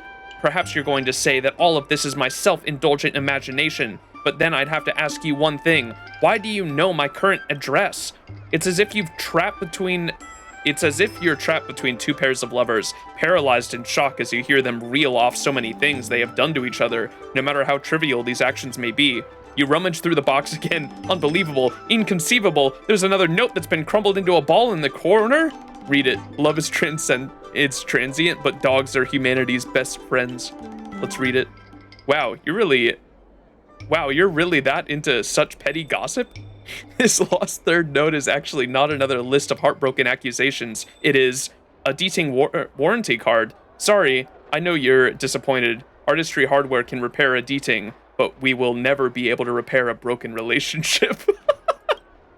Either way, in your spirited quest for knowledge, you've lost some precious few minutes of your life to learn a vivid lesson in intimate relationships. You decide to send the little dog over to the Realm Keeping Commission. They will find a fitting home for this D-Ting.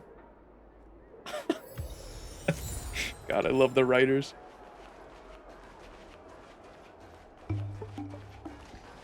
Now that you're here, let's get started on the dock-related work. Did I just see a bunch of boxes over here disappear? What the? What's going on here? Can I have a casual chat with you? What? Oh, okay, is shit getting loaded off and on? Sure, but I'm not as erudite as the president, if you don't mind. You are popular in Aurum Alley, right? Yeah, I guess so, thanks to the kind of merchants in the alley. Being a secretary means dealing with a wide variety of people, and we've become acquainted over time. According to the president, it's easy to be sincere with someone once, but it's hard to be sincere all the time. As you see, everyone has been nice to me. Perhaps this is just the result of my sincerity. What do you think of the Interastral Peace Corporation? Well, I can be frank with you, but please keep my words secret from my colleagues. In their eyes, the IPC is no different than the ruthless beast that leaves only devastation in its wake in this business world. However, as a customer who uses IPC products every day and knows about its origins, I don't think my colleagues' claims really make sense. I don't think words that are used to describe people such as treacherous or courageous can be used to describe a corporation.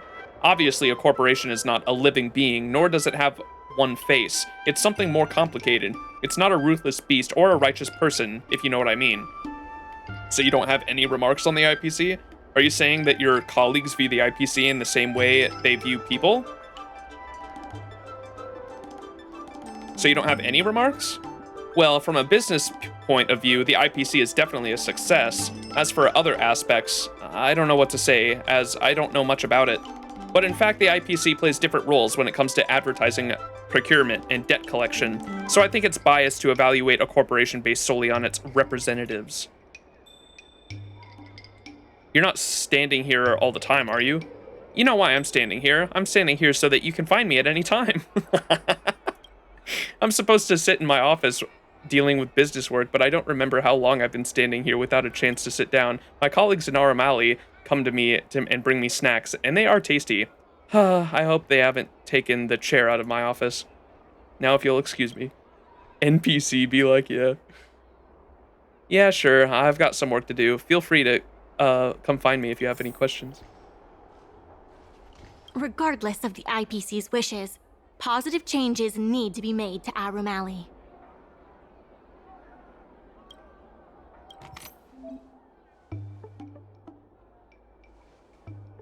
This is the Merchant Guild funding goal. The Aurum Alley's revival requires funding to achieve. Goal is, what is that, 100,000, I think?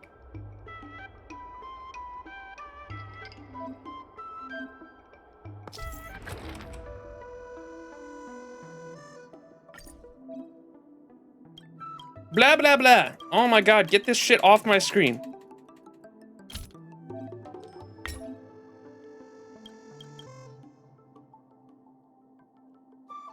Oh, you can stack it, okay.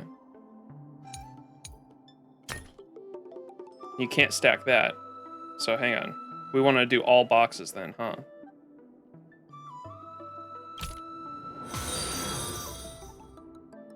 Oh, you can't put this up here? Is it too tall? How do I delete? There we go.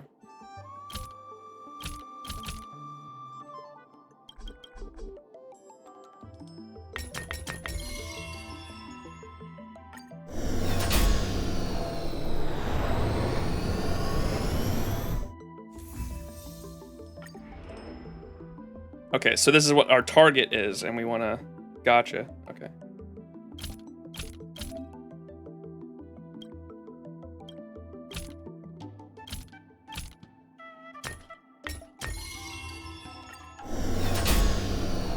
Another mind-boggling puzzle.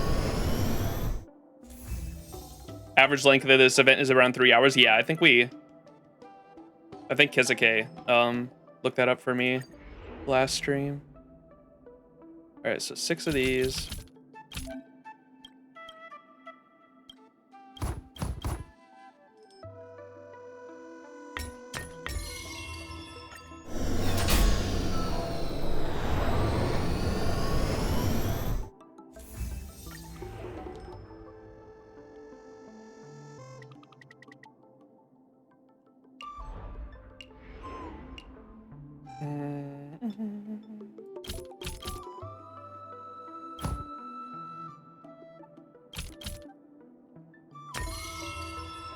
Can we do extra for more?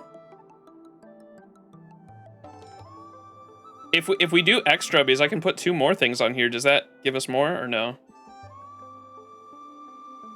Max lore tax 1.5x, so maybe 4.5 hours, true. You do get paid more? Okay. It's just like work. At work, when I load trailers at work, like you wanna fit as much fucking freight in there as you can without breaking shit. Like literally, like that's what your job as a dock worker is. You get that, yeah, you get the highest extra value because like it costs money. Hint. It costs money to ship goods, of course, because like the driver, fuel expenses, etc. And you want to be able to move as much as you possibly can in that transit. That's why. It's overtime pay. Well, hang on, actually. Not a suitable spot. Okay, never mind. Wait. I don't suppose I can put that there. No. Okay, oh, it is 2 dots, and this is 1 dot, so it would have to go over 2. I gotcha. And then this is a yellow, so I assume that's why that can't go there. So this is the only thing that can.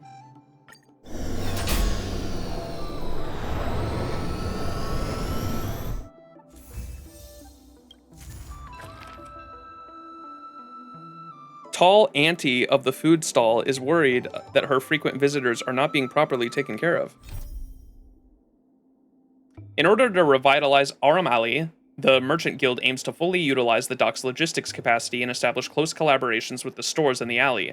The guild has sent you to persuade Tall Auntie, who sells snacks, to establish partnership with the guild. However, Tall Auntie encounters some troubles at the moment. Not Tall Auntie.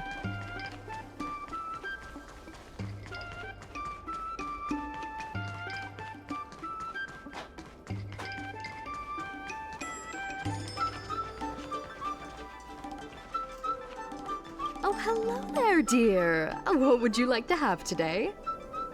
She truly is an auntie. What happened?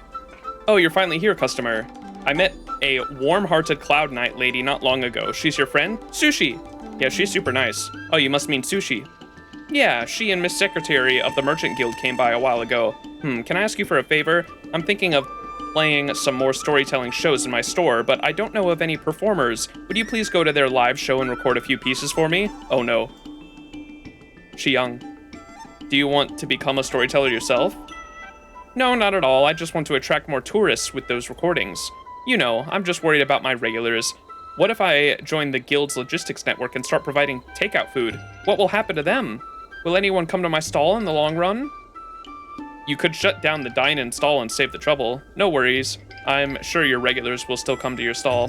Never mind the details. At the end of the day, it's all about making money, right? No! Your regulars will still come. But Cycrane delivery is just so much more convenient these days. With all those young folk ordering takeout at home, who knows what will happen in the future? Xusheng mentioned back and forth to me. Oh no. They're up-and-comers in the storytelling industry, and I think they'd be a great fit at my stall. And let's not forget Mr. Xian, a well-known storyteller. My regulars would love his recordings. Please, I really could use your help.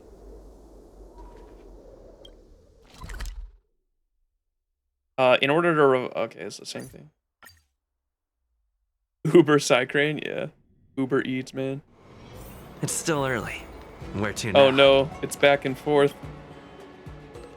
Check out this prediction from the Divination Commission of the XianZhou Luofu. It may be accurate, but there are rules around this stuff.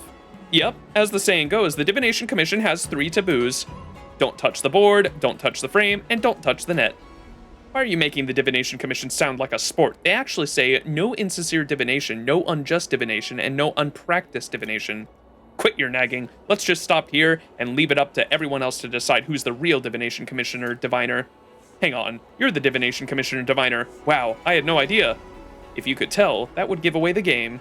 I predicted a storm was coming yesterday, and just like that, a gale started blowing in the middle of the night. Isn't that proof enough that I'm the Divination Commission Diviner?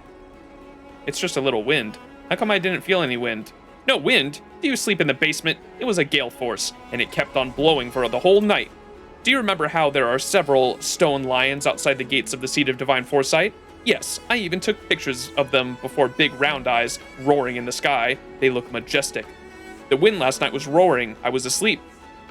But then I heard sounds of something being smashed over the Seat of Divine Foresight, and when I came to Starskiff Haven this morning, gosh, a stone lion had been blown by the wind all the way to the harbor. A stone lion was blown to Starskiff Haven?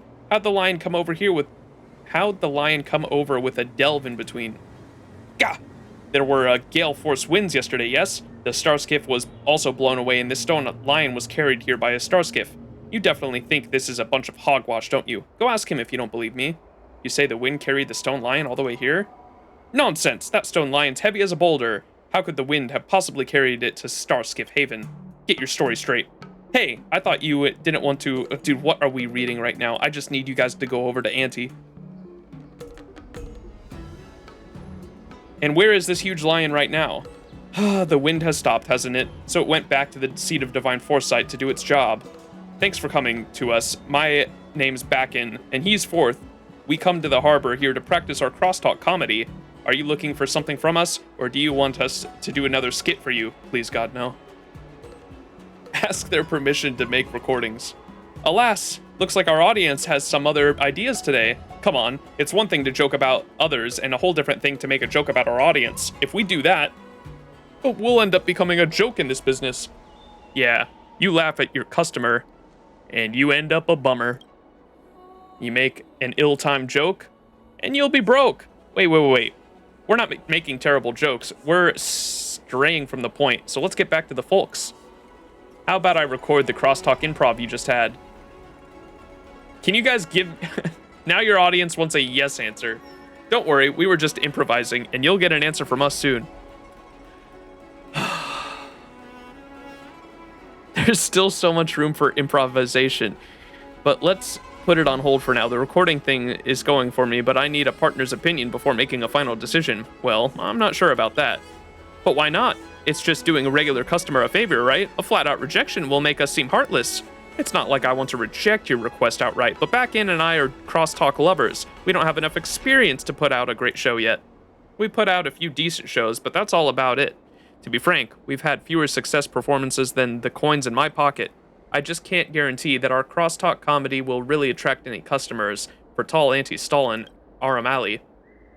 Yeah, we might be older than you, but we don't have much more experience in crosstalk performance. We just don't want to leave any negative impressions on our potential audience. Why don't you guys do a live performance instead? Don't worry, you will be generously paid. I think you guys are overthinking things. What? Do a live performance there.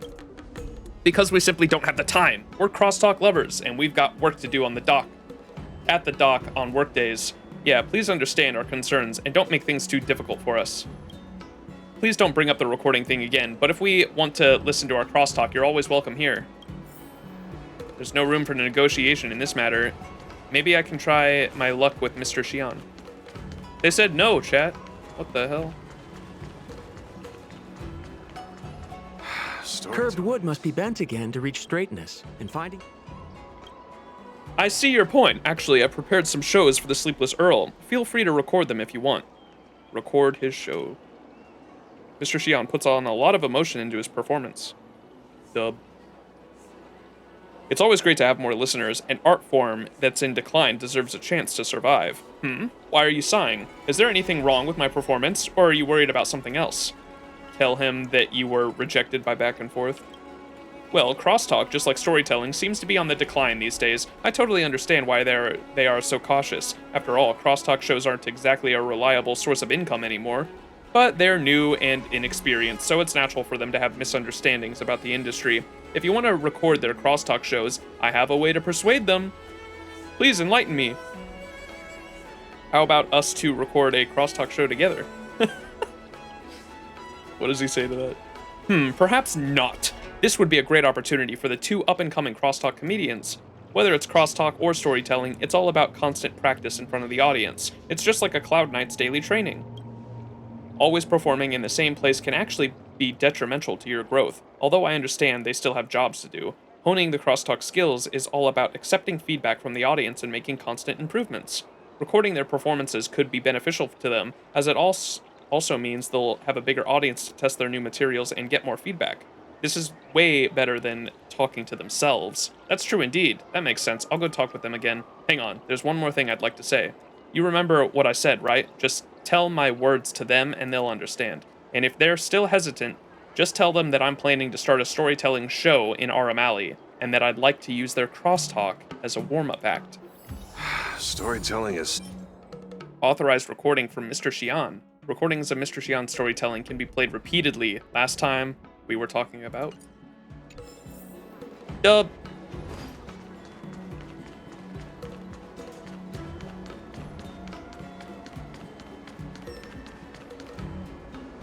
Crosstalk Comedy 101. Swindling and... Yeah, he's got a point. I should have realized this sooner. It's never too late to make things right. Plus, I'd do anything for a chance to give a warm-up performance for Mr. Xian. If I ever got a chance to do this in my dreams, I'd wake myself up laughing so hard. Then what are we waiting for? Sure thing. Let's do this. Record the back and forth performance. We'll swing to Tall Auntie's stall when we're free and get some feedback from the audience. Yeah, take your time. Please convey our thanks to her. Recording a back and forth's crosstalk routine can be played repeatedly. I will be presenting a crosstalk segment today since you can do it yourself. What am I here for? Lol. Alright, back to Auntie.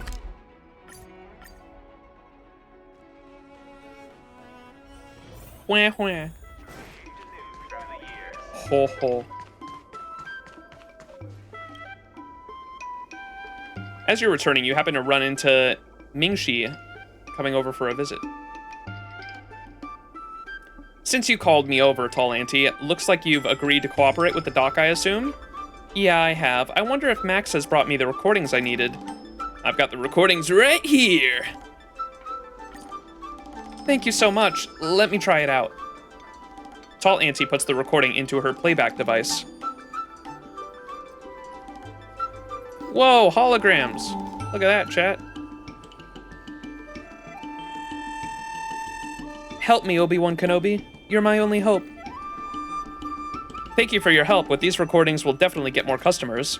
Now that my worries have been resolved, I've got to keep my promise. It's about, oh, what was it again? Logistics planning, right?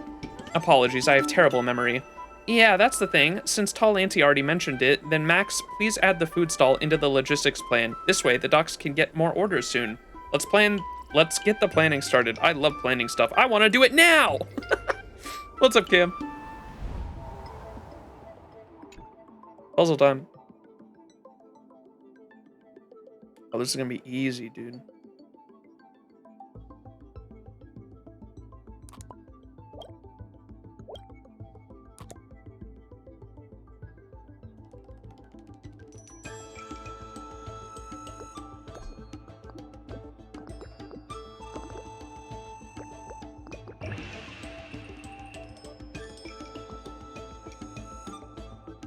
Uh-oh. Wait, can they can't, yeah, they can't cross over, okay.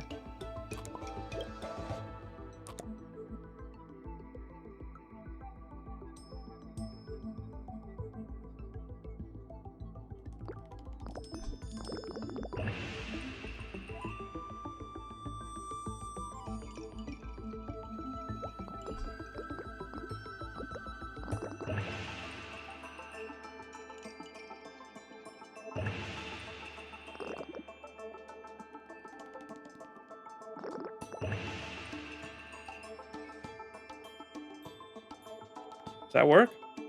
I think there's an achievement if you can click on the floating star skiff 24 times in these puzzles. The floating star skiff. Oh, this?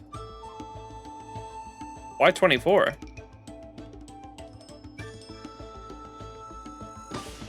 Oh, this thing. What?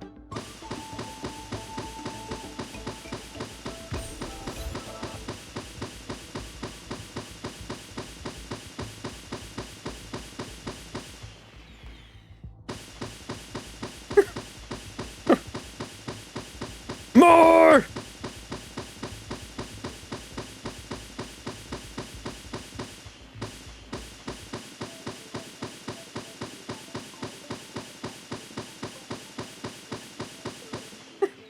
You got the achievement, I know.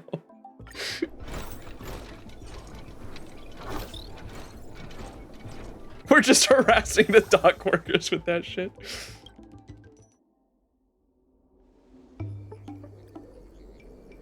Thank you, Max. By the way, Sushi told me those performers have prepared more shows. Feel free to drop by and check them out if you're interested. Oh no, please no. Thank you to your aid. More and more people are visiting the food stall.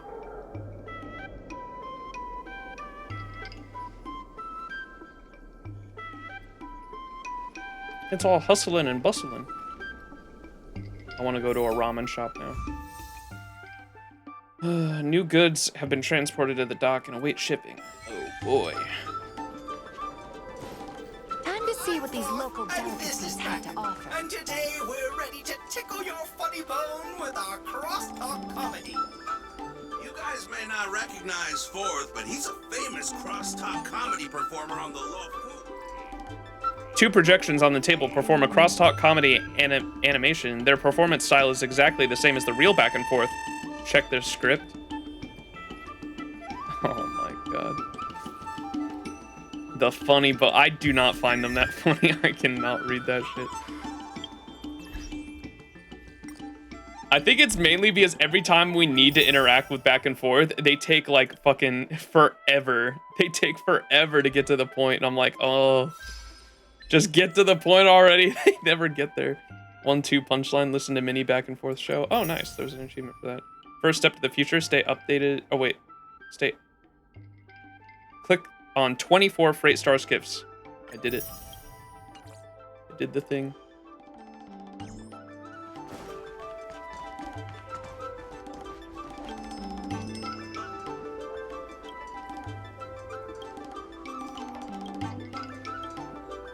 Yum, yum, yum, yum.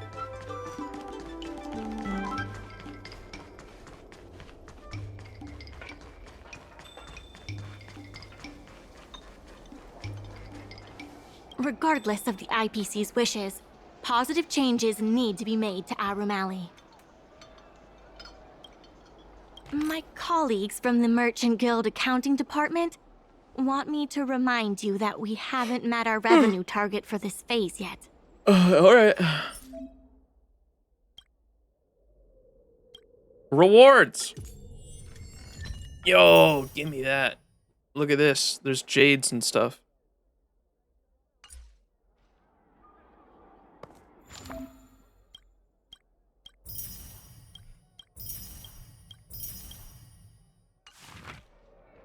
Oh, this is where you turn in those?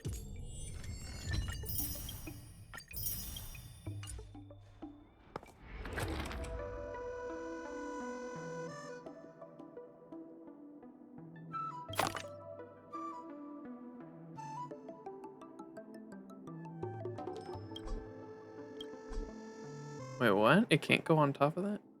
It's green, bro.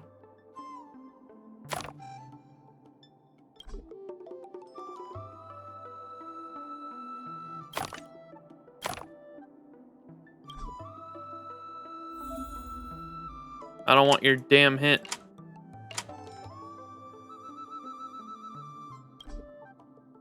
No. What? Okay, hang on.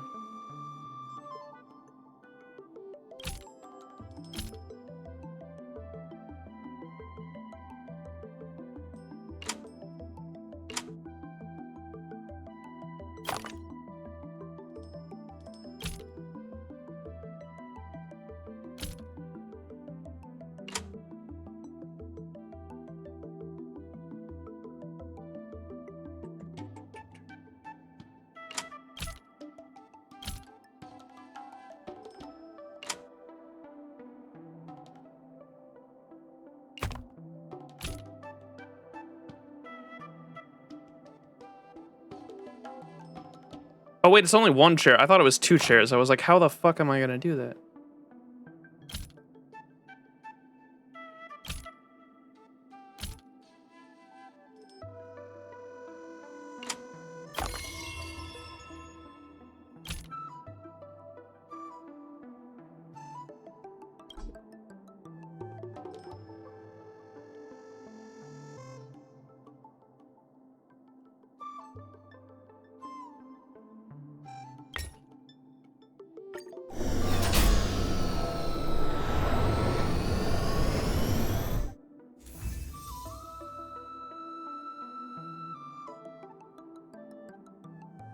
I'm able to get a phone wallpaper. What? I don't have one of those yet. I still have the base shit.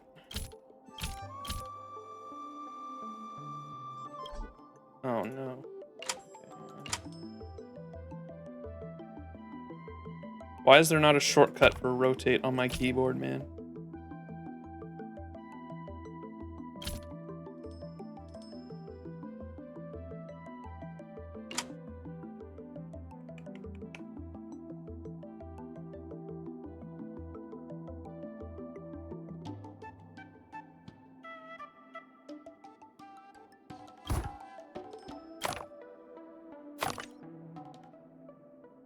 Oh, I think I just do that for all of them, actually.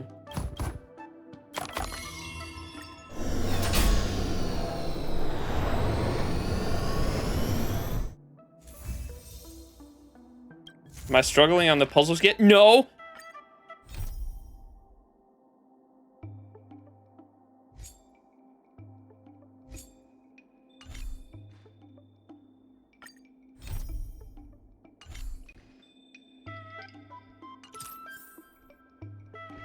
By the way, Max, I need you to do me another favor. Recently, Yanfeng has, from the Heron Express, suggested that we start custom orders to build trust with our customers. What are custom orders? How to put it? Well, if you walk into a clothing store, you'll see regular clothes on the shelves. They're standard quality, affordable, and suitable for most customers' everyday needs. We call those clothes general orders. But fancier stores, they have professional tailors make measurements to make suits tailored just for you. Those are custom orders. In short, we need to customize our services to meet the unique needs for our customers. Build trust. Exactly. Once we start providing customer orders, our customers will really see how good we are, and they'll have even more trust in the Aurum Alley Merchant Guild. And that means they'll be more willing to work with us down the line. So basically, you can think of custom orders as special challenges from our customers, and completing them will bring you splendid rewards. Yanfeng from the Heron Express will send us the details for custom orders. By completing them, we'll be able to work even better with our other customers. Anyway, with your amazing skills, Max, I don't think these custom orders will be much of a challenge. I'm counting on you. Regardless of the IPC's wishes, positive changes need to be made to Aurum Alley. Solving merchants' problems and earning their trust. That's what any good merchant guild should do. Yeah. Wait, is this not what I'm supposed to do?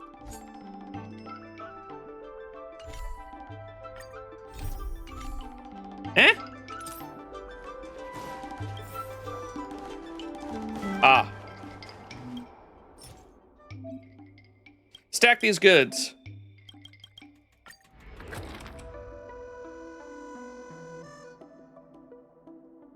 Achieve an order with a profit over 2,200.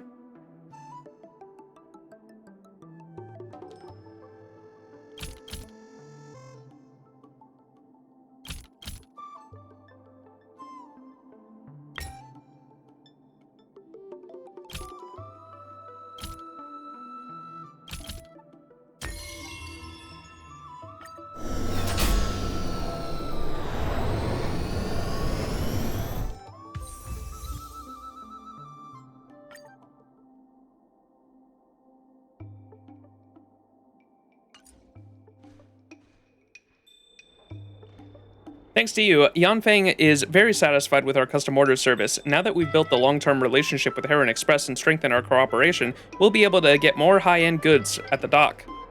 Yanfeng is indeed a reliable partner. Can trust be built so easily? I know it might seem like you just do one simple task and you win their trust, but that's not really how it works. Trust is something you build over time, and those merchants have been trusting us for ages. This time, we just needed to do something tiny to show that their trust in us has value. I'm sure there are even more merchants who want to get in on a deeper business relationship with us, so please keep a lookout for them. Regardless of the IPC's wishes, thanks to you and Sushong, Aurum Alley's success is nearly a done deal. 4.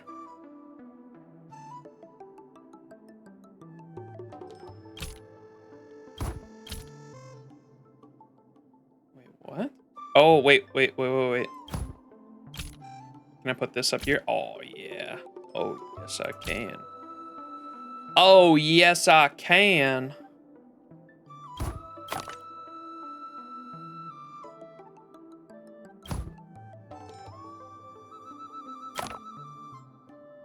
Oh, whoops, I... What?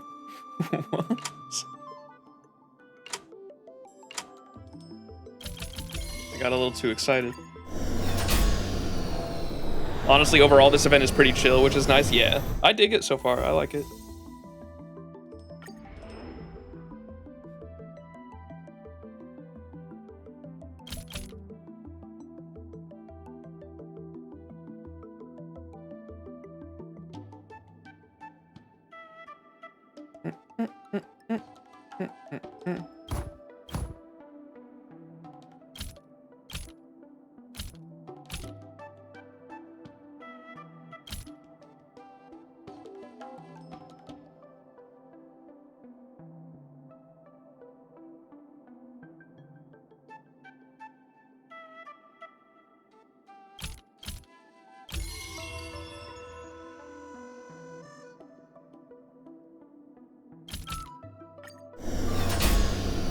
ZZZ when? Within the next few days. We're gonna do a ZZZ stream before the next Honkai Star Rail stream after this one for sure, though. I'm gonna do a chapter 3, or I think people said there was like chapter 2.5 story. Where I'm at in ZZZ is the where you have to talk to Belle in the back parking lot, and I think we're like getting info on Nicole's trying to sue the corporation, right, for trying to kill all those citizens that we helped them with in chapter 1. And I think there's like a side quest before we actually get to chapter 3. That's where I'm at in the story at the moment. That's an experienced worker right there. I have something to tell you. We achieved our revenue goal for this quarter. Let's go. This is all thanks to you two. Not to mention the merchants of Aurum Alley. The Merchant Guild promises that we will use the money where it is meant to be spent. No disappointments. I hope so. That's like the biggest problem with businesses, man. My personal issue with it is like, that's why I like, we were just talking about worker co-ops earlier. For those who don't know what a worker co-op is, they're, instead of a single CEO, like making all the decisions for the company, you have and there's pros and cons to it, admittingly. Like some people would argue that having one person or a board of directors looking over the profits and having an immense amount of knowledge on business and how to generate revenue and profits for a company would be better for Expanse. But what a worker co-op specifically is the workers that actually do the fucking work understand how the business, the ins and outs of their job, and they understand how that works better and how to be more efficient, even better than like the CEOs or a board of directors would be.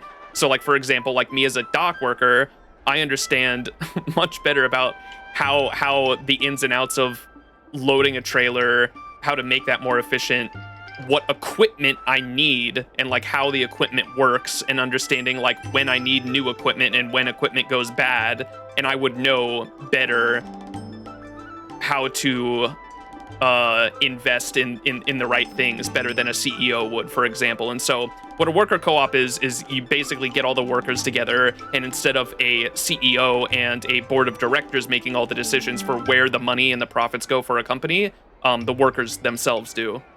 And so that's what I was making an argument for earlier. I was like, let's just get all the dock workers together and do a fucking worker co-op. Best case would be a mix of workers and businessmen, but that can be hard to accomplish. Yeah, for sure.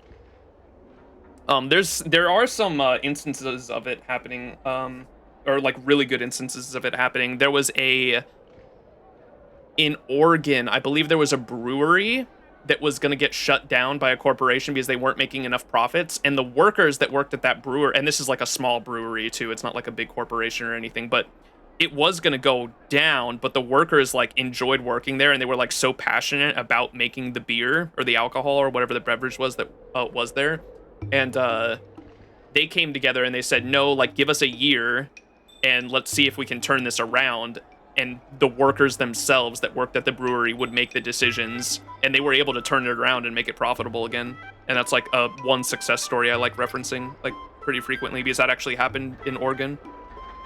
The funds will be used for the overall repair and upgrade of the dock, which means we won't be able to use the dock's shipping logistics for a while.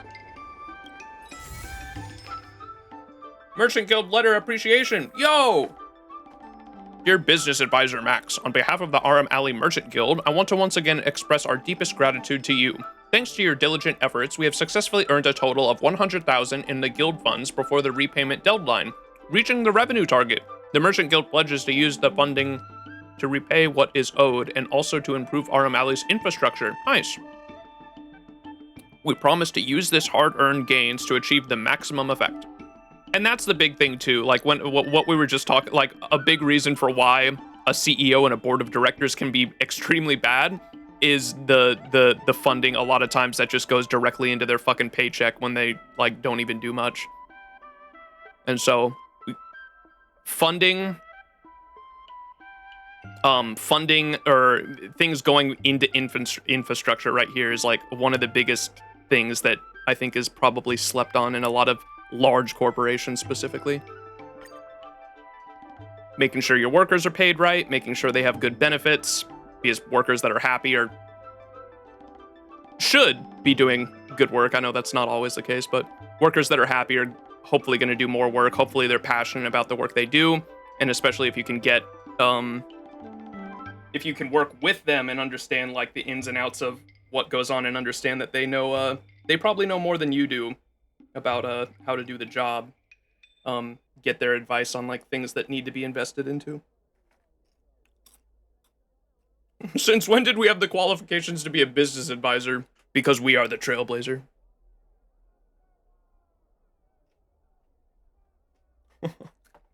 Yeah, I would not let I would not let the Honkai Star Rail MC be a business advisor, bro.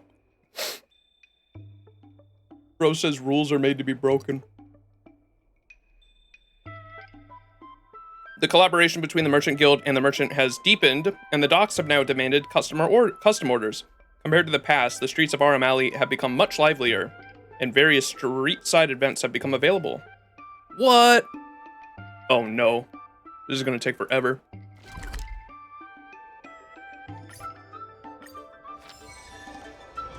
What could possibly go wrong? Hey yo, a bird. Oh no, it's broken. Responsible Psycrane? Are you kind enough to help me out? Please help me install this Jade Abacus. This Psycrane can talk? Are you sure you're not doing something illegal? What's illegal about boosting productivity? My sensors are too outdated, so I've bought a new Jade Abacus at personal expense to upgrade myself. Unfortunately, I don't have any hands, so I can't install it. Please, could you? Now that I'm updated, I can complete deliveries better, bringing Heron Express over 22% higher productivity. Is there any point in working so hard? A machine with a sense of responsibility this strong? Is there any point in working so hard? Of course there is. I feel anxious every time I think about all the work left waiting to be done at Heron Express. I'll never clock off. I'll never stop working. Oh no, chat. Help me out. I'm in a rush to deliver something.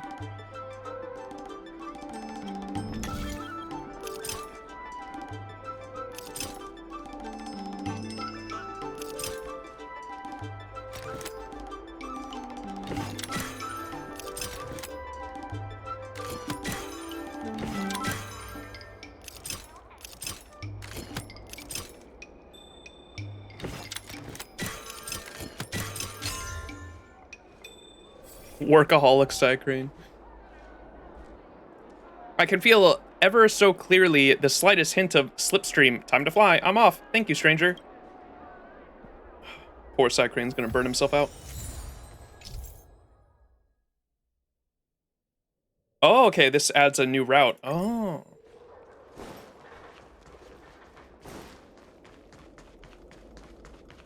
Also, there's new chests in this area now, right?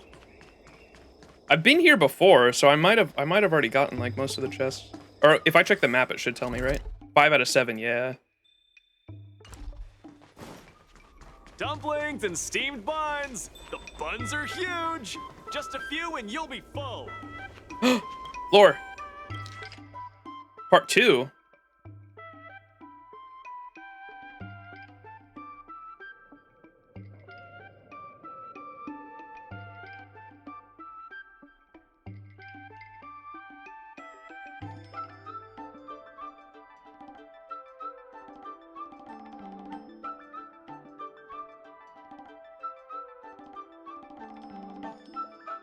Oh, I kind of like that at the end. After all, most XianZhou people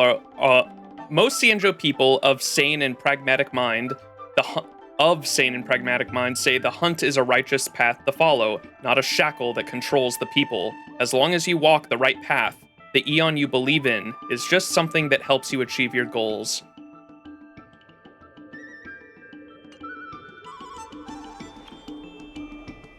I'm working my tail off while the slumber bot of a Psycrane is slacking off. What happened? Oh, it's you, Max. You just came at the right time. I've got myself tied in knots over what to do about this unruly Psycrane. Here's the deal. I've received some takeaway orders, but the Psycrane that is supposed to deliver them keeps slacking off instead. I've been on a wild goose or Psycrane chase trying to catch it, but it's way too quick for me. At this point, I know that bird's habits like the back of my hand. It's probably napping on a pile of boxes down at the dock this very moment. Speaking of which, it's gone missing again. I'm pretty sure it's taking a nap down at the dock, but I'm too busy to go looking for it myself. Could you track it down and give it a little nudge? We had the workaholic Psycrane, and now we've got the lazy Psycrane.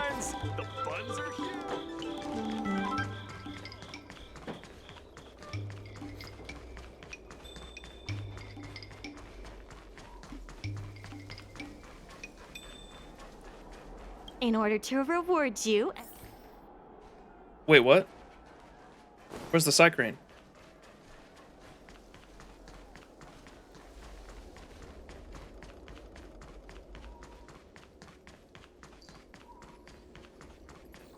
Miss Secretary asked me to prepare some refreshments for you earlier.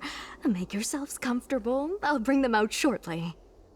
The Psycrane's being casually sentient is funny. Yeah, we had, in one of the XianZhou streams we did, there was a Psycrane on a depressive Psycrane on a bridge, and it was like gonna jump, and we we talked it out of it and like gave it, like it had a sense of life. It was crazy.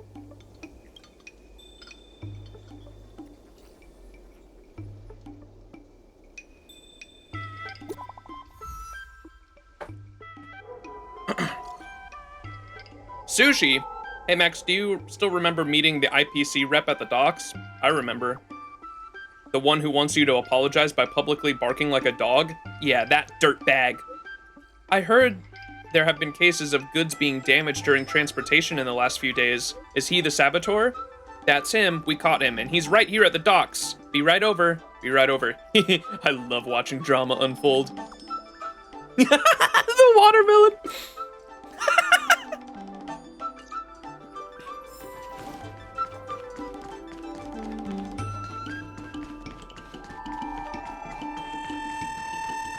Chat, it's Scott.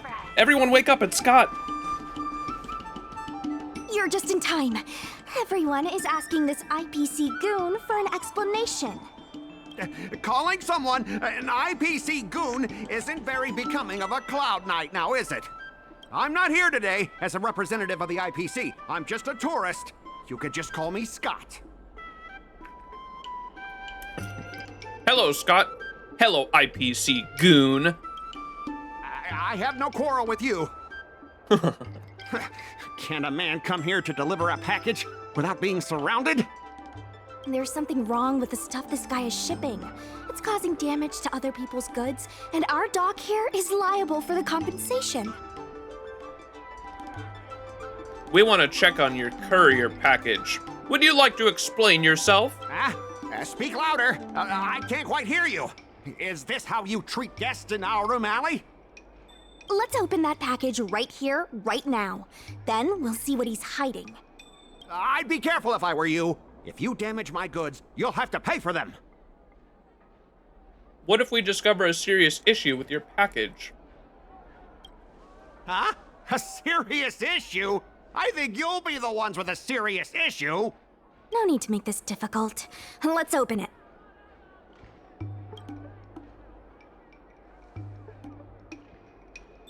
Monka. Let's check and see if there's anything suspicious. Watch there be a fucking bomb in there.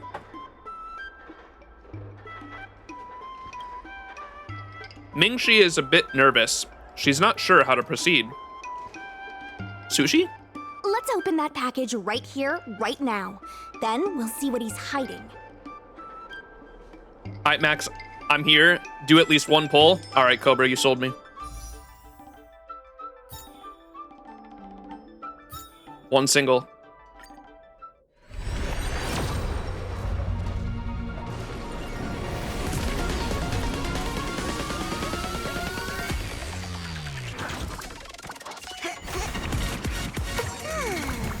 Imagine that was the light cone, that would be crazy.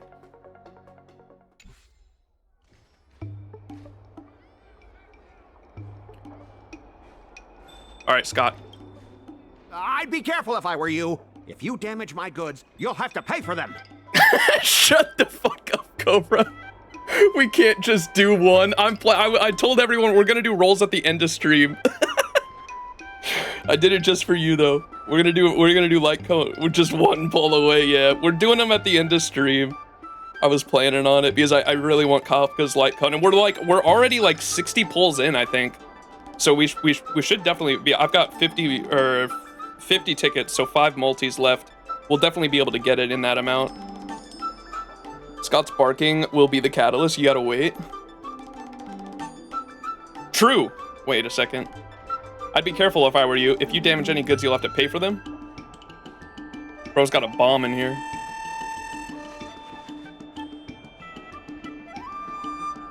A crucible named Golden Cloud Toad, considering how many hostile ingenia you've encountered. This one is suspiciously quiet. Wait, you sense malicious intent brewing in the air. A fight is imminent. As expected, the toad springs to life. It's not much of a threat to you, but the silent screaming of a fragile goods nearby is too loud to be ignored.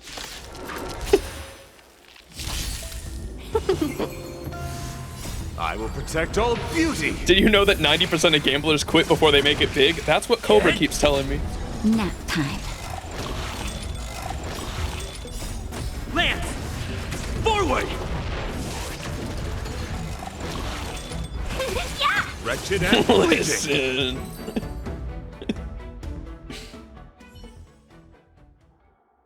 You tampered with this ingenium so that it caused damage to other goods on the freight skiff. Speak louder. I can't quite hear you. This fucking guy. Wait a second, is that a Foxy and Scampo behind you? I see what's going on here now. You still deny it when faced with conclusive evidence? Conclusive evidence? Deny? Here, look carefully. This old piece of junk doesn't even belong to me. What? If you don't believe me, just ask the dock workers. If I may, he's telling the truth. This golden cloud toad does not belong to Mr. Scott. Then why was the toad here in the first place? That's your problem, not mine. Now, let me ask you a question. My vase was almost smashed to pieces. What do you say about that? Vase? Wait a second. Almost being the operative word. The inspection is over. We'll send the goods on their way. Oh, you wanted it to be broken? After making a big scene like that, don't you owe me an apology? Nurge. You can lose 100% of the money, but can you make the 300% more? Wait a second. You're spitting, Cobra. I guess we do. Well, are you going to apologize or not? Sorry, sir. For this kind of barbarity, a single apology won't ever be enough. Just think of this as a practice round for later. Bro, this fucking BA.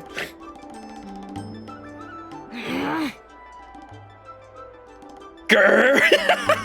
We could also go grr with her. Sorry, I should have stepped in. My mother always told me that as long as I honed my skills, I'd be able to deal with any situation. Seems I've still got honing to do. Before the payment due date arrives, I'm going to teach you two how to fight. With words.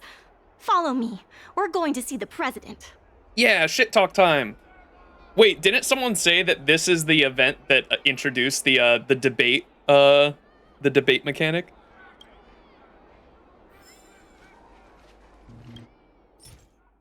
More custom orders.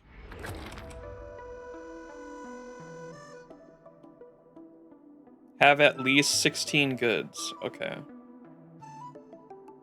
So we have to fit as many on here as possible.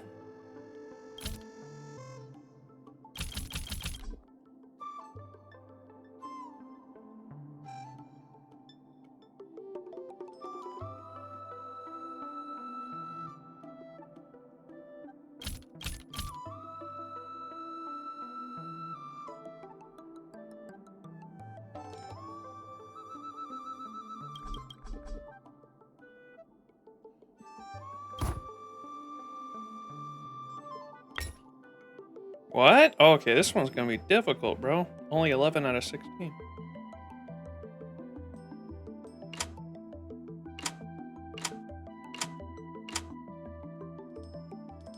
Objection! What hint you got? Wait! This ain't even a hint! This ain't even a hint! You're just telling me the answer! What? That's crazy. That ain't even a hint.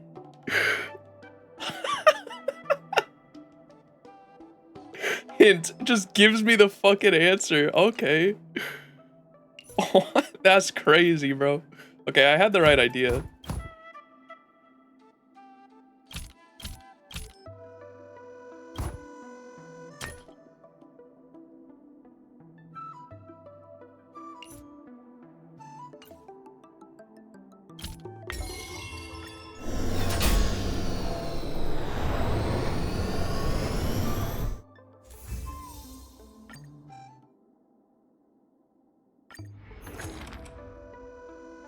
Fill up the freight star skiff as you wish. Oh, wait, just any way we want? Why does it say any way you want? What? It's just any way you want. Any way you want it, that's the way you need it. Any way you want it. Bow now now now now now now now now now now now now.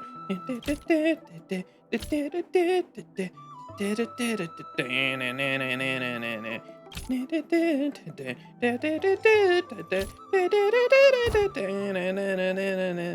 long night, oh night, oh every night, a long night, oh night, oh every night. She said, any way you want it, that's the way you need it. Any way you Still more want work it. to do on the Aurum Alley revival. The dock is undergoing an unscheduled safety inspection. It would be best if you took care of other urgent issues first. Yeah, I should probably come back. Because we're about to fucking do shit. Yo, give me those shades! I think chat agrees with you. Should watch the Annihilation Gang trailer, but not right now. Only right before Penacony because it provides important context. Yeah, that's still like a few weeks away. We'll think about that when we get there. I know everyone's excited for Penacony, but like we're not starting that until like mid-October, I think. Before getting them on the ship. But it makes things more interesting. Snoring? Wait a second. Pikakoni mentioned. You hear peculiar snores emanating from the box in front of you, recalling the urban legends you've heard on the XianZhou. You can't help but wonder if it's a fairy in a box. Curious, you move closer to the box, hoping to catch a glimpse of the fairy in a box. However, all you see is a snoozing side crane, grinding its teeth, fast asleep. Wait, do side cranes even have teeth? Whatever. It's a side crane that's slouched over and sleeping. You try to wake it up, but it flutters its wings, pretending not to hear you before drifting back to sleep. You decide to shake the box hard, take out the bat, and threaten it. Whisper, "You can get off duty," into its ear. Great, time to get off work. Who are you? I'm a side crane supervisor. Tall auntie asked me to check on you. You see, it's not like I'm not working. I just want to do the work at a later time. All right, I get it. My nap time is over. Sheesh, no need to push me. I'll get back to work now. What's up, Bellcross?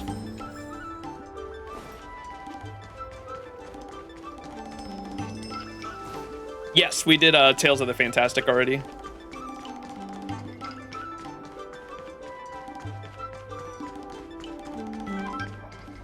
Another broken side crane.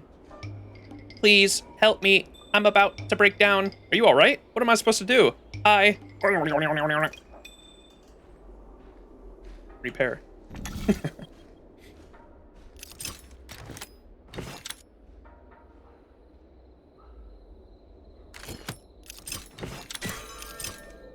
Uh-oh.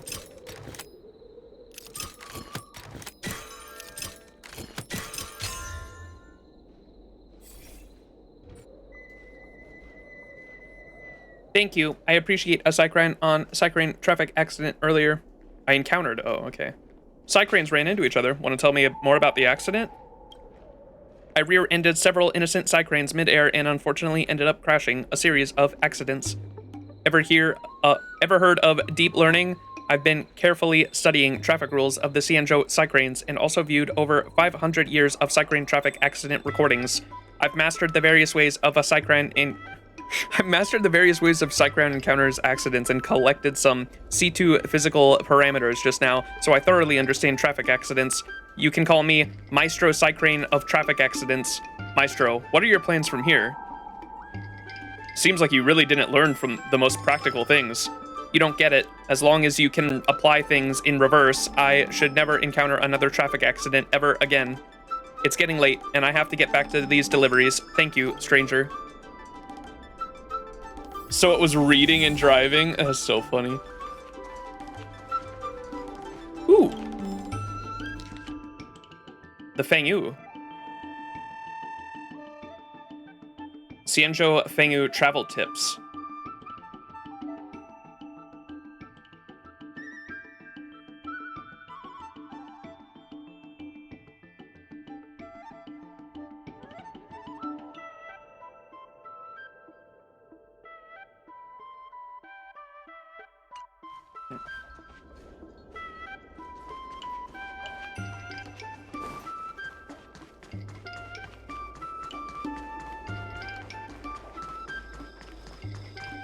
Miss Secretary said that you want to learn how to get the upper hand in an argument. Is that right? Or are they going to teach us how to debate? Lianyan, you seem more like a secretary than Miss Secretary. Wait, what? When are we going to get to see the president? The president agreed to meet with you all later, but now is not the time. Wait a second. Watch the president be fucking Scott? The president is aware of recent events and is willing to pass on some simple negotiation skills to you. Rule 1. Prepare your ace card in advance. Just as Cloud Knights ready their weapons before entering battle, you should have your ace card ready before you walk up to the negotiating table. I will present you with a few items, and you need to examine them carefully. Imagine it's Argenti. So you finally met the IPC? Well, we've met the IPC. I feel like there's tons of IPC characters we've met before this.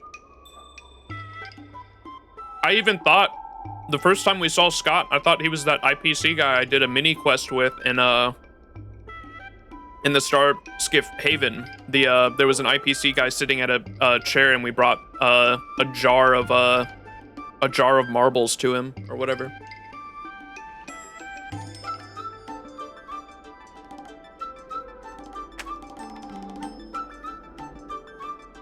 A courier package, income and expenditure records. This is the box that was opened earlier at the dock, the one containing the Golden Cloud Toad. The name and contact information of the sender were deliberately crossed out, but records from the Heron Express show that the sender is Ah Feng. Ah Feng. The records show that a dock worker named Ah Feng recently received credit remitted by the IPC, spaced out over several installments. How did you attain all these? Suspicious. I've looked over everything. Rule 2. Play your ace card at the right time. These documents can only be truly effective when your opponent reveals a weak spot. And I remember, man, I'm so disappointed we did the Ruan Mei and Dr. Ratio quests before XianZhou, because it was so much more shit would have made sense to me. I remember doing the debate mechanic, and I was like slightly annoyed with how it worked because they didn't give me a tutorial for how it worked beforehand, and everyone told me like, no, like there was an event in the XianZhou Luofu that like does a tutorial for that mechanic, and they just like, they never reiterated it in that one because they just expected you had played this beforehand. How about this? I've prepared a little practice exercise for you. Mr. Ah Feng, over here, please. Wait a second. What exactly does the president have up their sleeve? I don't know anything. I don't have anything to say. Scampo.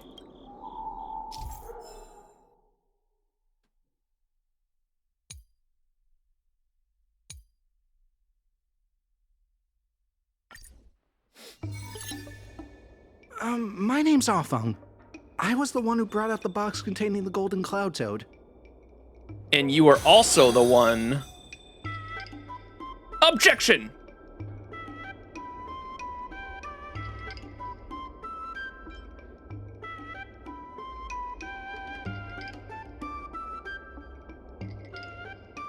Take a look at this. This has nothing to do with the topic at hand. What do you mean? You said you were the dock worker, but the package is from you. My name's Afeng. I didn't see any boxes.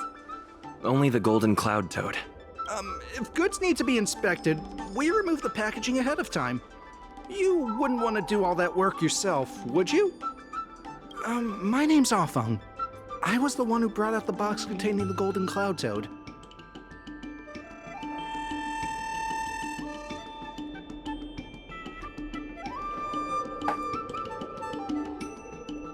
You probably should have played that one before watching the Annihilation Gang trailer, sometime before Penacony. Yeah, I remember there was something with them at the end of the Dr. Reishio quest. I'm more bummed out about it because there were multiple things that I would have understood so much more if we would have played them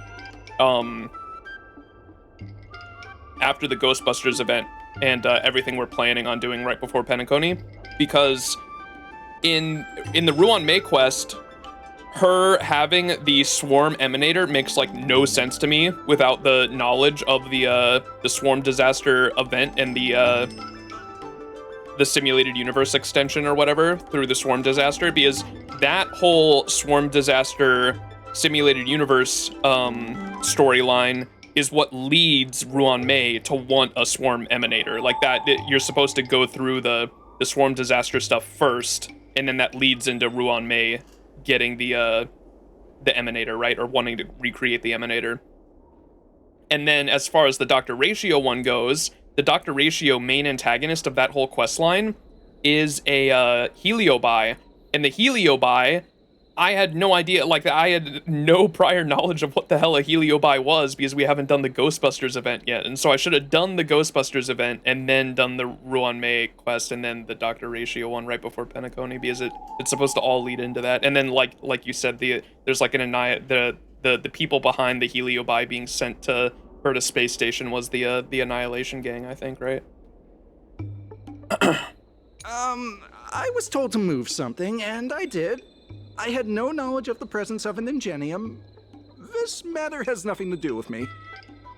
Why do you emphasize that this matter has nothing to do with you?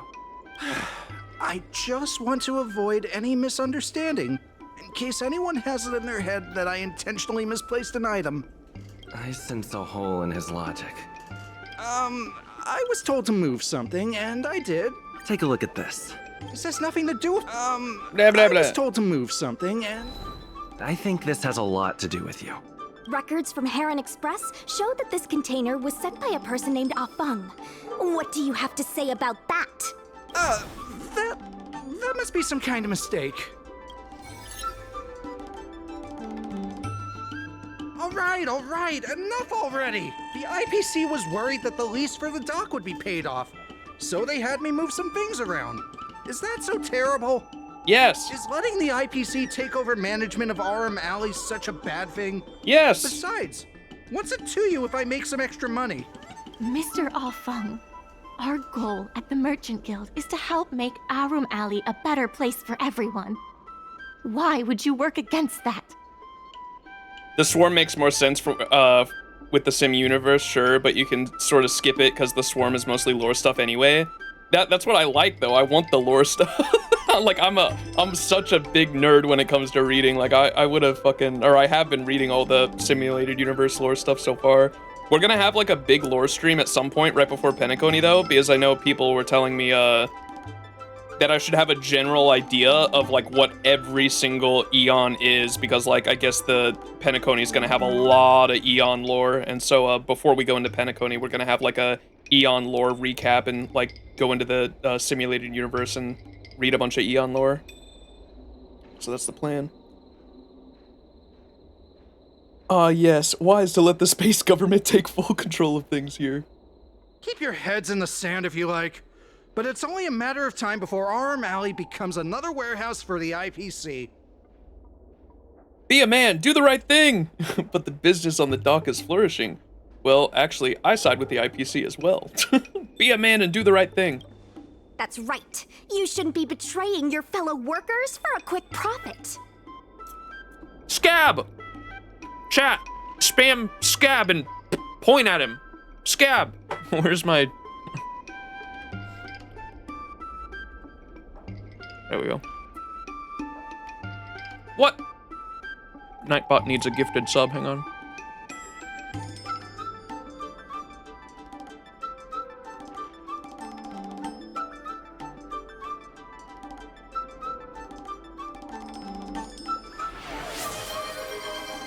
There you go, Nightbot.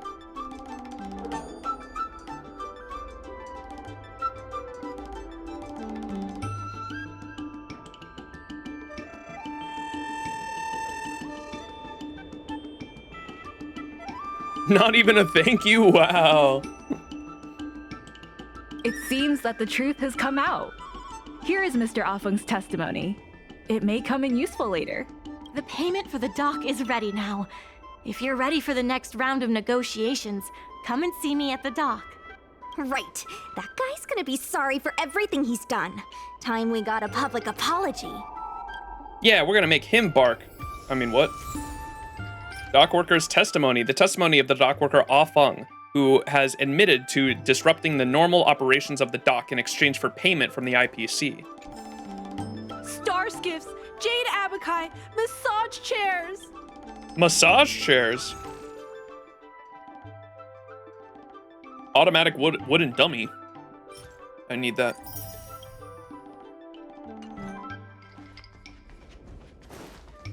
Do you know the history of Aurum Alley? You gonna roll for Lingsha, by the way, Max, or saving up for another character next time? Saving up for another character. I've told everyone there's like 3 teams that I want to build, and those are the characters I'm saving for. So Mono Quantum is one of them. I literally only need Silverwolf to make this team work, and so I'm hoping Silverwolf gets a rerun sometime in the next couple of patches, because I know her and Zila both are overdue for their second rerun. I know they've already gotten their first, and I think Topaz, who is coming next patch, is the second one to ever get a third rerun, or a third run, I should say, second rerun, third run, and then Kafka was the first one to get one as well. Or who else was? Oh, that was that was Robin's first. That was Robin's first rerun, I think, right? And Black Swan's first rerun as well. But that was Kafka's second rerun, so Kafka's had 3 banners now, and this will be Topaz's third banner as well, right? And so Zila and Silverwolf are both overdue for a third rerun. I think at this point it's been like almost a year since Silverwolf, and I think it's been over a year since Zila's last banner, right? And so hoping Zila or Silverwolf soon, but this is the team for that. And then I also want Fushuan. So Silverwolf, Zila, Fushuan for Mono Quantum. And then I also have Yeehaw. I need a Ruan Mei, because Ruan Mei can also work for DOT. This is the DOT setup I'm using right now. Ruan Mei can also work in the DOT setup, but she can also work in the Boot Hill setup. But this is the Boot Hill team. This is where I would put my Boot Hill if I had one. And so I'm also looking for Boot Hill. But the 3 main teams I want to build right now successfully are DOT, Boot Hill for like single target, like boss killer machine. Single target for Boot Hill. Mono Quantum can kind of be both, because Air Edition with QQ, or if I get Zila, single target, and then DOT as well. Those are like the 3 teams I'm trying to make. And then I have Argenti for just like, I have this Wildfire one here because I want to put Zila there for like a Wildfire team. And then this is my Argenti carry team at the moment as well, if I just want to do silly Argenti shit.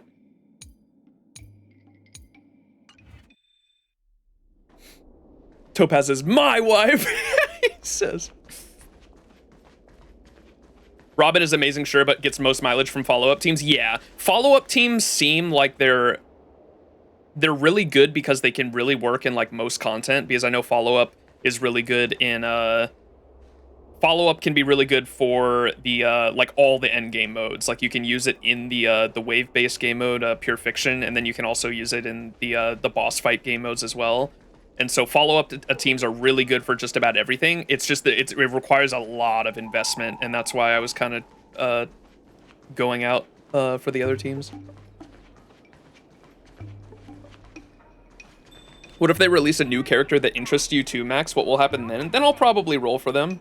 Like, I'll be honest, like I'm not opposed to rolling for new characters that catch my interest, but they have to have like two things. They have to either have like a crazy, or I guess three things. Like if I really like their playstyle for whatever reason, I might go for them.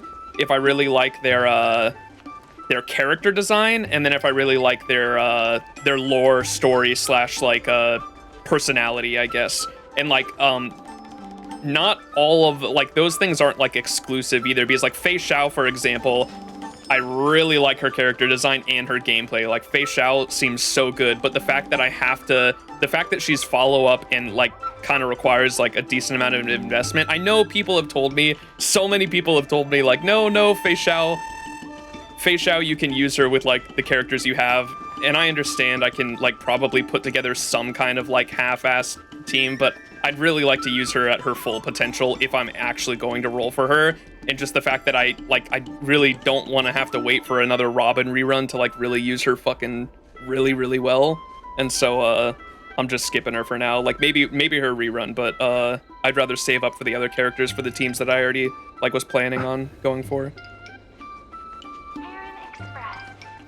The IPC representative has arrived, and I've called for Miss Siquei from the Skyfaring Commission to act as a notary. Yeah, no leaks in chat, please. Pro is leaking. No leaks in chat, please. I don't look at leaks, and I don't want to know about leaks. The IPC representative has arrived, and I've called for Miss Shuki from the Skyfaring Commission to act as a notary. I'm ready. Remember, this is a war of words. Over to you.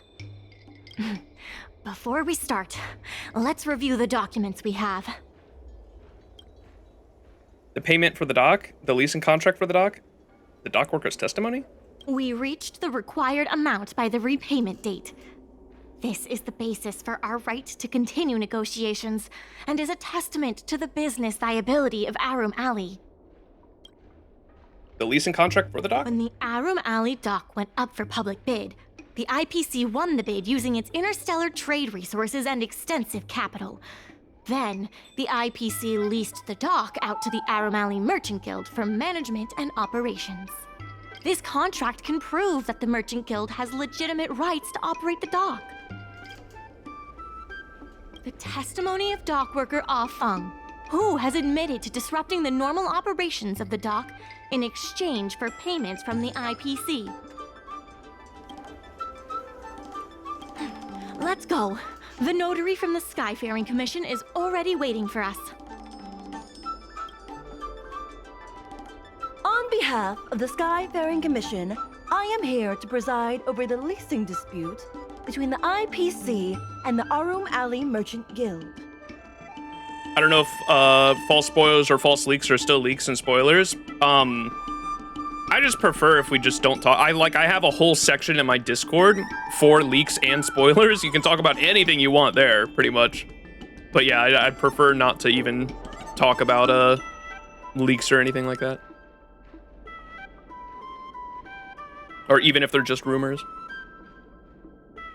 Is there anything left to dispute? I'll cut to the chase. The Merchant Guild should have removed itself from Aurum Alley a long time ago. Couldn't the IPC choose a sane person to represent them? Huh? Say that a little louder. I can't quite hear you. Bro, is Scott old? I said the IPC should send someone else. You tell him, Sushi. Goodness, there's no need to shout, little Miss Feisty. My ears are ringing. You should be saving your voice for your public apology. As the representative of the IPC, my presence in this negotiation is legal, reasonable, and sensible. Who do you plan on sending to the battlefield? A random Cloud Knight? That cowardly president who's afraid to even show their face? Or how about that kid who got dragged into this fiasco at the last minute, walking around like he owes someone 50 credits? That's enough, Representative Scott. Please state the IPC's side of the case. Bro is yapping. The IPC specially leased operations of the dock to Aurum Alley Merchant Guild in the hopes of seeking common interest and development. Why couldn't the IPC operate the dock from the beginning? Oh, are you implying that the IPC was setting a trap for the Merchant Guild? Yes. You're saying the IPC leased the dock to the Merchant Guild, who mismanaged it, in order to destroy the Merchant Guild's credibility? That was definitely your plan all along. Ah, so you admit the Merchant Guild mismanaged the dock. This guy! The IPC specially leased operations of the dock to Aurum Alley Merchant Guild in the hopes of seeking common interest and development. But the Merchant Guild refused to cooperate with the major shops in Aurum Alley, and the once prosperous dock is now desolate. The Merchant Guild has never refused to work with any shops in Aurum Alley. Never refused? Then let me ask you, how many shops are currently in your logistics network? There will be a lot more later. Later? How much later? For the XianZhou, does later mean 500 years? Can the shop owners here wait that long? Chat, we gotta kill this guy. 10 years, 20 years. Psst. What should I say? Is 20 about right? But the Merchant Guild refused to cooperate with them. The inefficient shipping and low volume of transactions at the Aurum Alley dock, which does not create any value at all, are clear evidence of poor management.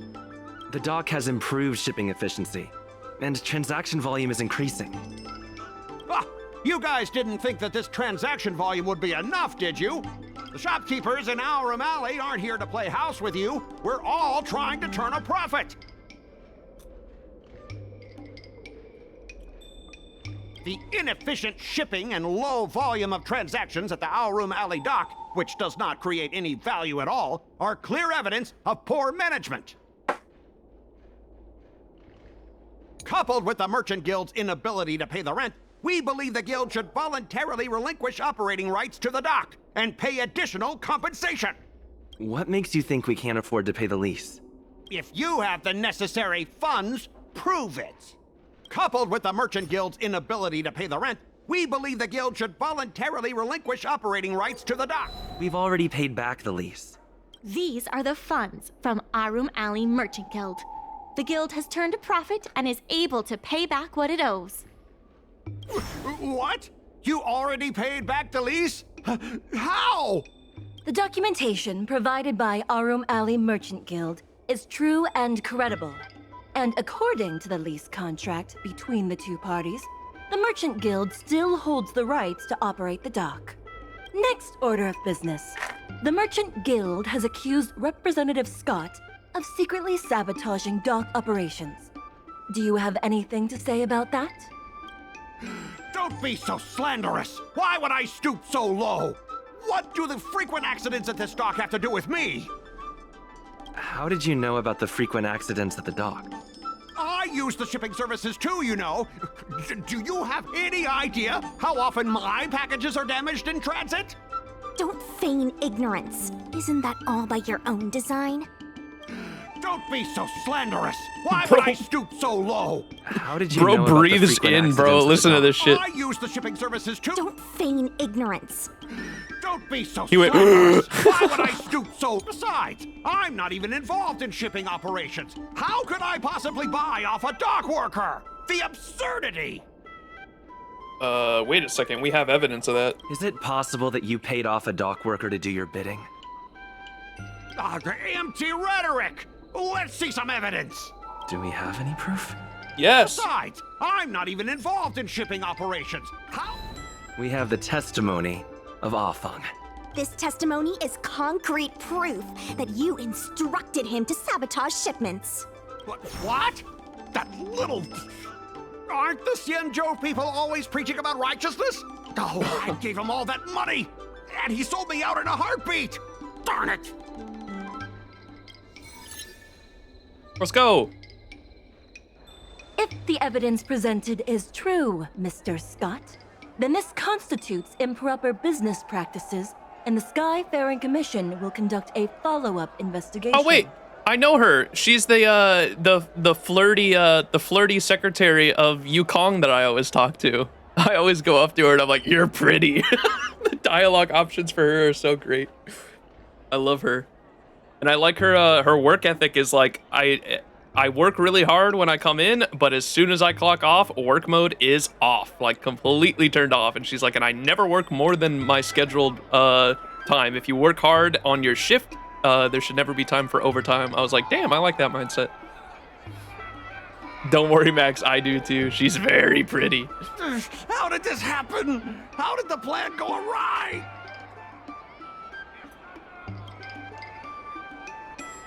Don't forget about our bet. You have to apologize in front of everyone. Oh, Andy's got a bark. What? Why should I apologize? Yo, if he barks here, that's the Kafka catalyst. Because you use dirty tricks to trample all over the honest work of others. An apology alone won't be enough to fix the damage. If it were, I'd make you do it 1,000 times over. Consider yourself lucky it's just the once.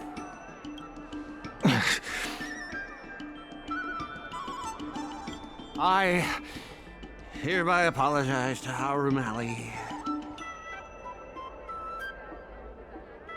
Huh? Speak louder. I can't quite hear you. Su Sheng is kicking your butt, dude.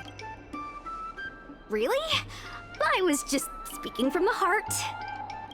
Hurry up.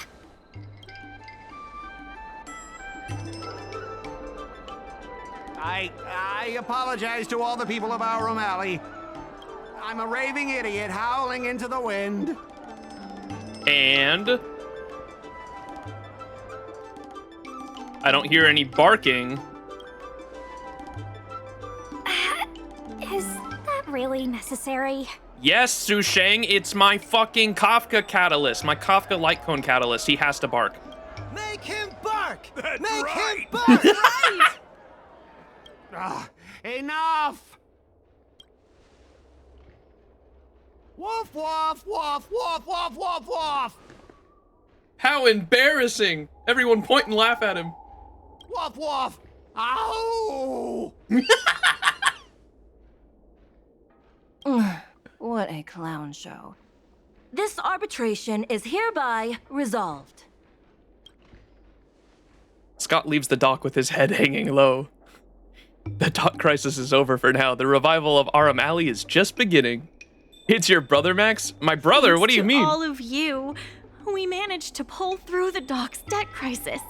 I'm embarrassed by how bad his barking is. Max's neighbor's dog would do it better. That's what I'm saying. That's what I'm saying. The neighbor's dogs are the ones that bark. I don't know why y'all think that, like, the barking noises are me. The neighbor's dogs are, like, right next to my window, all right? They're really loud.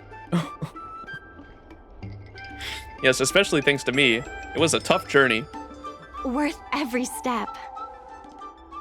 We should take advantage of the momentum to upgrade the Aurum Alley dock and increase its transaction volume. I'm preparing to upgrade inventory and logistics planning. The previously idle dock is now ready for use, so come see me when you have time. The dock crisis is over for now, but the rejuvenation of Aurum Alley has just begun. Yeah, I like it too. They had a couple different puzzles. It wasn't just like one main event mechanic, so I appreciate that for sure. Don't forget to buy from the shop and use the tokens. Yep. Thanks to your help, the lease was paid off and the dock capacity is increasing. I told the workers to clear out areas that weren't utilized and use them to store extra cargo. Now the dock can support collaboration with more businesses. Let's keep working together for the revival of Aurum Alley. There has been an influx of tourists in Aurum Alley lately. There's even a long line for Immortal's Delight.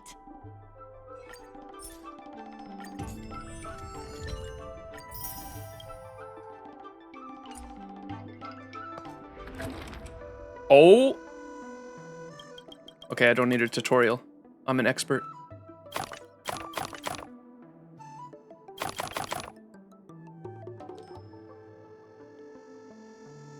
Wait a second.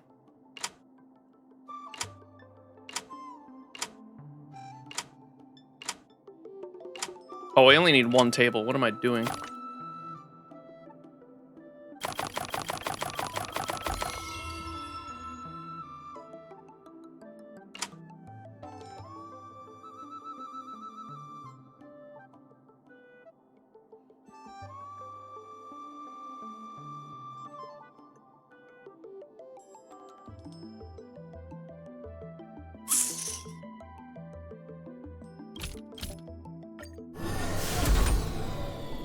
Expert, he says.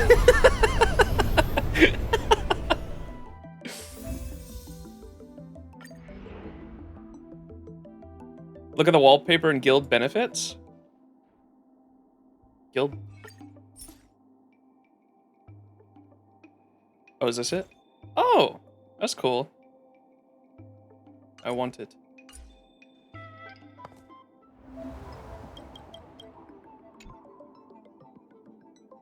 Oh boy.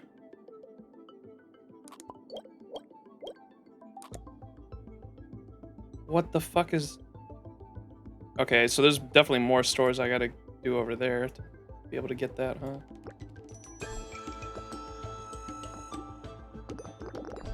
Whoops, that's not what I want.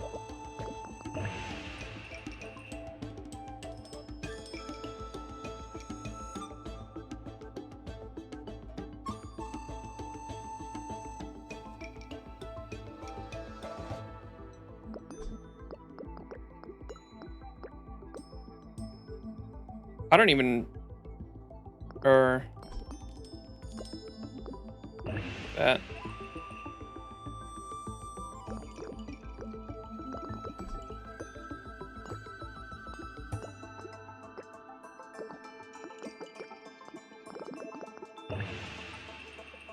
Does that work?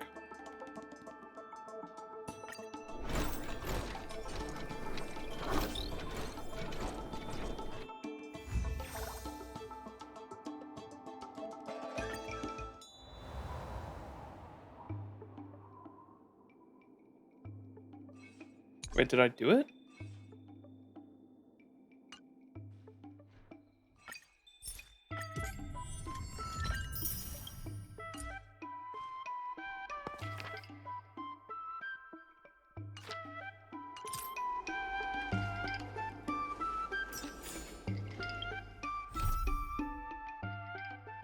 Okay, was that the ending for the story though? Is there anything more? Where the fuck did Bailu go? Did Bailu actually just dip? Bailu actually came for a snack and then just dipped. Oh yeah. Was that the end of the story for this event though? Like, I could probably just do the rest off stream, huh? That's the end of the story. Yep. Okay. Gotcha. Before getting them on the ship. All right. Well.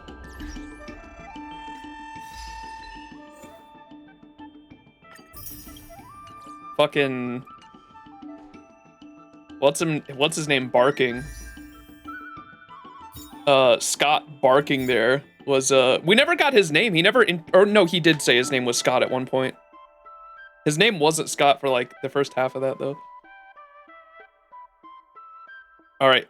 Scott Barking was surely the catalyst we needed, right?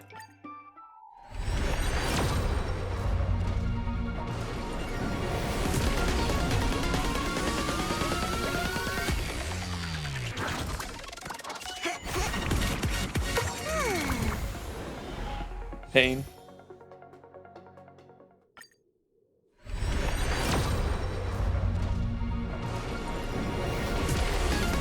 Oh!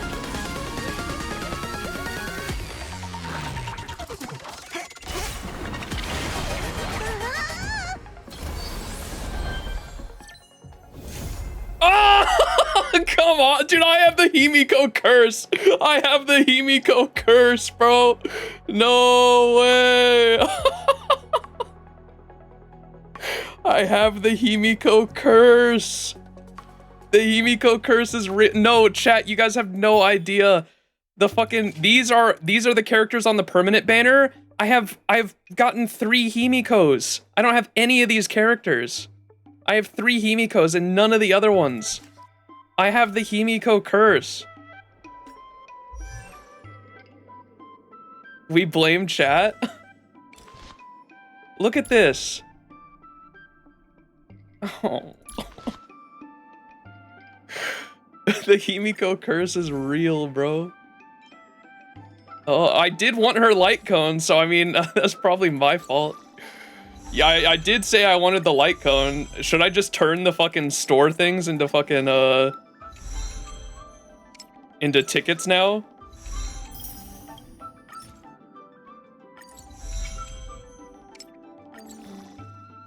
Because I was saving all those up.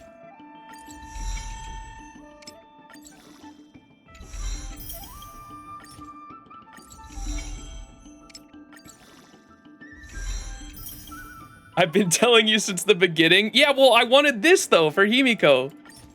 So now that I have it... fucking might as well. Alright, I'm not leveling that up any more than that. Fucking Argenti's Lycone isn't even fucking 70 yet. Now you'll get the Kafka one in one pull. Oh, dude, that's so sad. But yeah, the, this thing.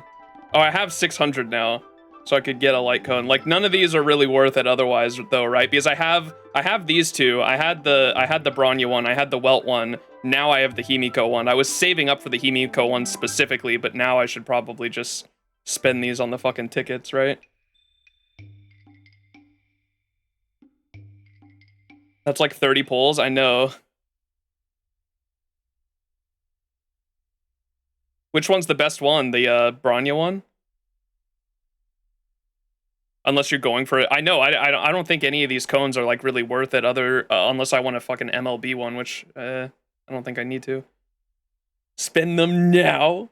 The Jeopard one is good too. You convinced me. I'm getting the Jeopard one, Moe. Bronya's props. Okay, I got the Bronya one from the permanent banner. I got the Welt one and the Bronya one from a permanent banner roll. I have the Bronya one. Look, the inventory right here. I have it on Hanya right now. And then oh, I also have this one. We got this one from the permanent banner the other day too. Permanent banner gives you fucking a lot of good light cones, I guess, or not necessarily good ones, but like the 5-star light cones you get a lot from the permanent banner, huh? Yeah, I have the Welt one. Now I have the Himiko one. The Yon King one. And the Bronya one. You lose 50/50s to them anyway, true. Place it on Himiko now. You're right. I thought I just did that, but must not have actually pressed switch.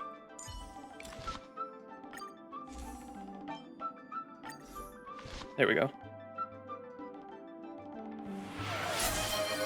Yo, Jason with the sub. What the hell?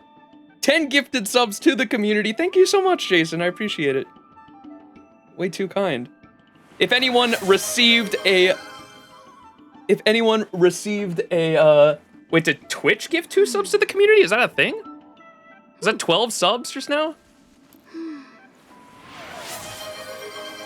Since when does Twitch do that? If you gift a certain amount of subs, they just do that?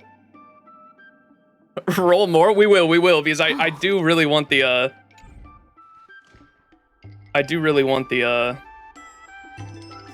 the Kafka light cone, and we've got 47 now. If I go to the store and get the, like, 30 more, hopefully we're able to get it in that many. Thank you for the gifted subs, though. If anyone received a gifted sub just now from Jason or Twitch, make sure to say thank you. You get access to, yeah, it's a September thing, I guess. Twitch gives out a gifted sub for or like matches gifted subs for like every 5 or 10, I guess. That's cool. I didn't even know that was a thing. If you received a gifted sub, though, make sure to say thank you. You get access to ad-free viewing for a month, along with some cool emotes. If you yourself would like access to cool emotes and ad-free viewing, you can subscribe for, I think it's like $4 and something for September. That is ending in a couple days. Or you can subscribe for free with a Twitch Prime sub by linking your Amazon Prime account with your Twitch account. You can subscribe for free to your favorite streamer. Hopefully that's me. Okay, continuing. Shilling over. All right. I guess we'll do 10 rolls now that we're reset after that.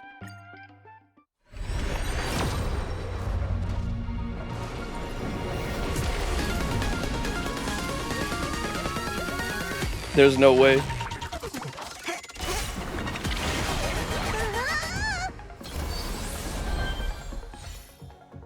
And that's that should have been the 150-50, right? Literally the multi afterwards. Did I just, dude, Aha is truly fucking with me.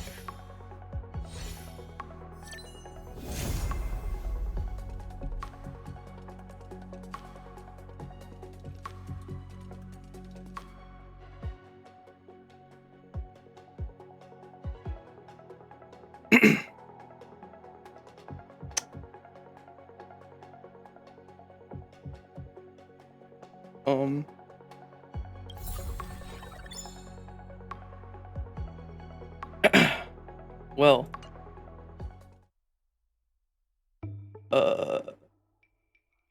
Yeah.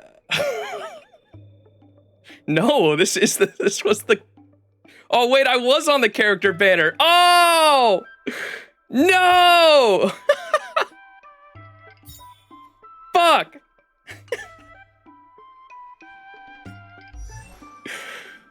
Well, I guess I have his light cone at least.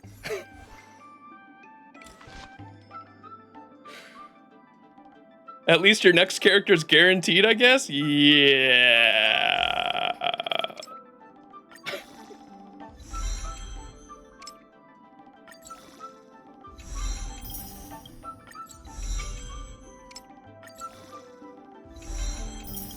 I did say I wanted well. I mean, on the permanent banner. I guess I'm definitely going for Bronya now when I reach my 300 pulls on the permanent.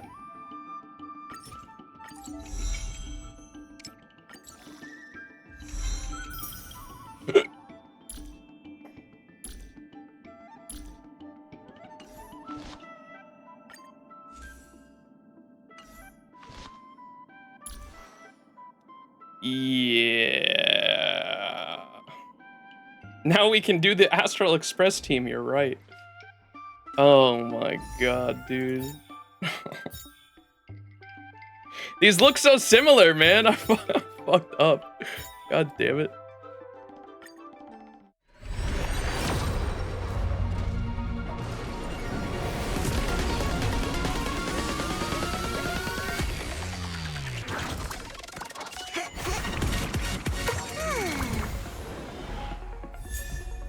Ooh. The back sweat. Ugh. Hey, yo. 4-star light cone galore.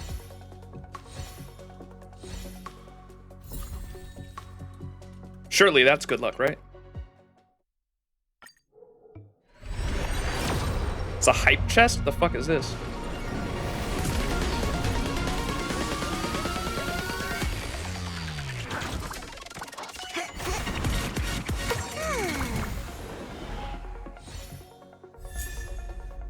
Back sweat.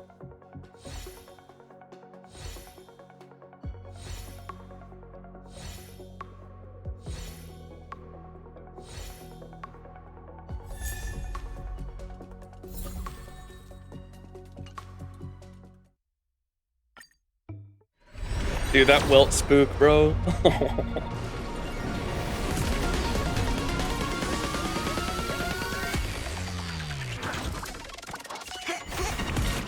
P5 Gallagher? Surely.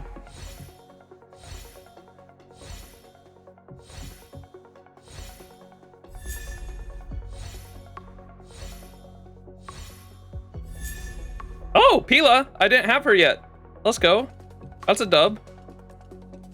Is there a specific Eidolon that, like, I want to go for her? Because, like, everyone says, like, you don't even want to use Gallagher unless he's E2, right?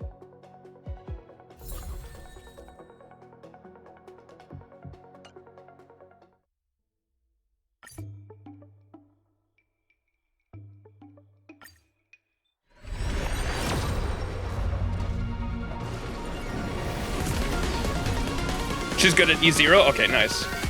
Isn't she good at in the DOT comp?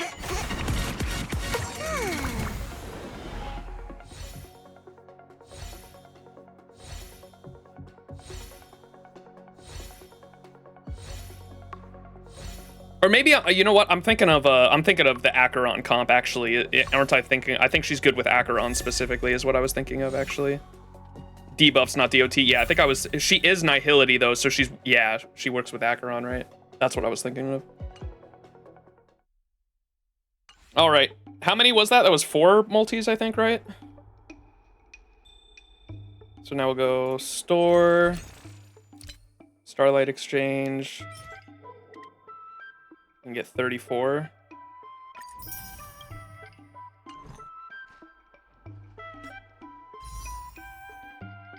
Make sure I'm on the right fucking one.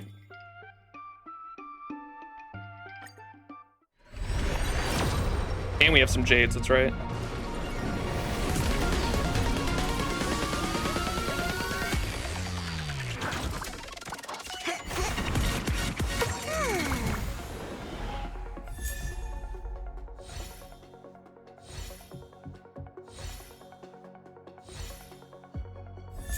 The light cone pity is reachable. What the fuck?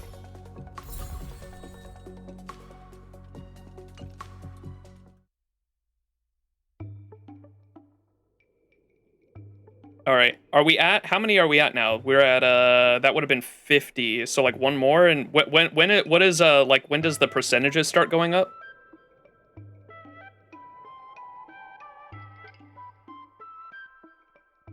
Chill, Luca. 64? Is it still 75? Like 60? Okay, we'll do one more multi, and then maybe we'll do singles after that. Start doing singles. The snack that smiles back.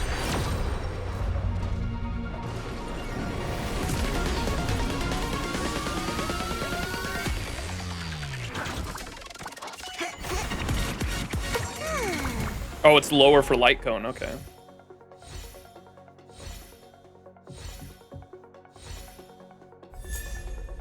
Sushi. Well, at least I got all these 4-star light cones, MLB'd, am I right? Alright, Kafka, please. Scott barked for you.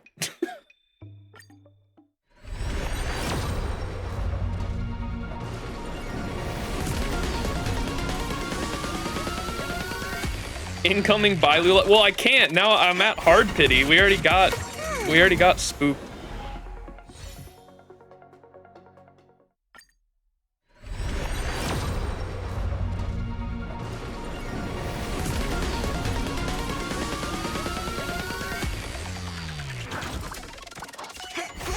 We got spooked by Himiko's light cone, and then I fucking accidentally did a multi on the character banner and got fucking welt, dude, in the one multi. At least I didn't stay spinning on that banner, I guess at least.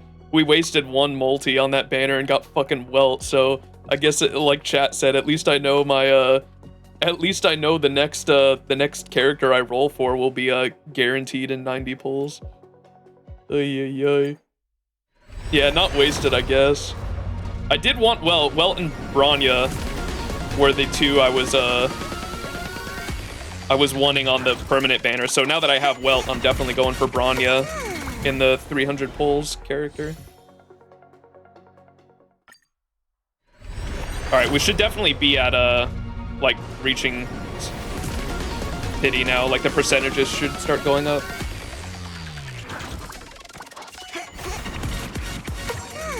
Welt can pseudo-sustain if you build for it. Yeah, because he slows characters down, right? Is like his whole kit, right?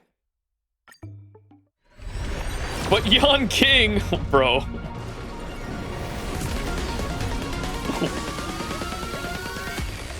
Yan King.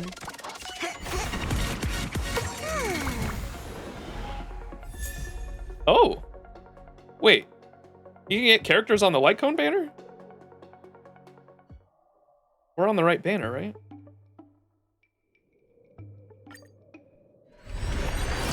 Betrayal of the young prodigy. You just got Pila? Oh, that's right.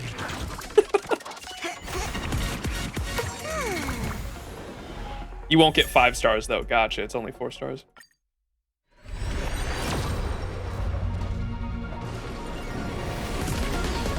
Are there any comps that I may do currently that would work well with Pila? I'm not sure. Like, she's not good in the Argenti comp, is she? I don't think so.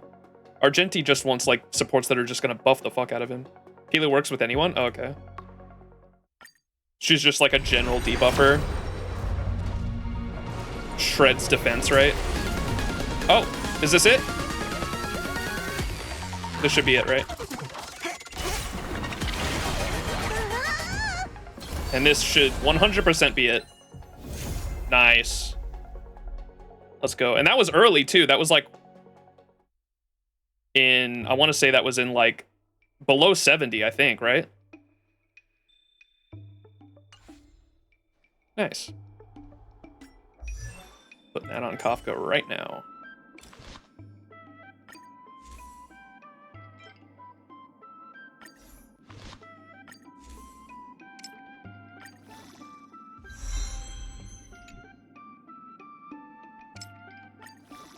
Halo with the back sweat light cone is good for anyone. The back sweat light cone. Rip credits, yeah, wait a second.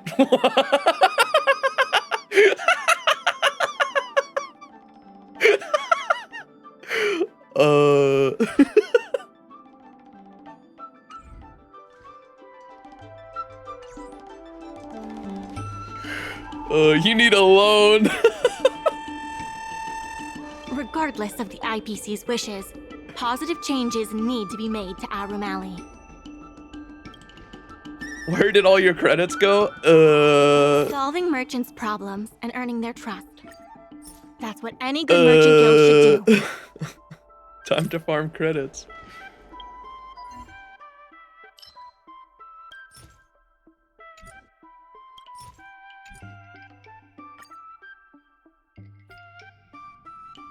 I remember when you were specifically spending credits on junket vendors, and chat was telling me, chat was like, max 2 streams from now. Where'd all my credits go?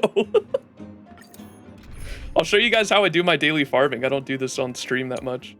So I've got, this is the team I use now for if I need my friend's E6 Acheron that I use for like boss or like certain mat farmings that it's just like the one boss, right? Or mini boss that you just need to kill. And then I use this when it's just like 6-wave farming like we're doing right now. Use the support, go to my buddy Matthew here, add, and start. And then I just auto.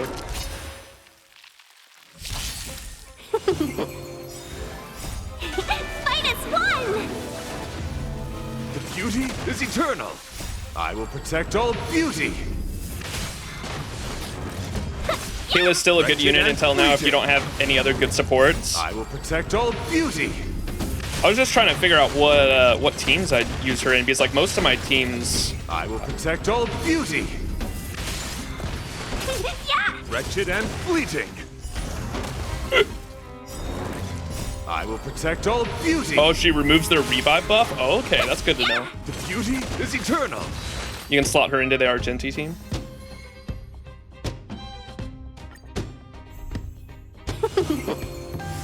Wretched and fleeting.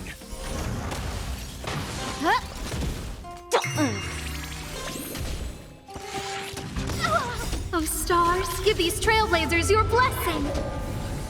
The beauty is eternal. I will protect all beauty.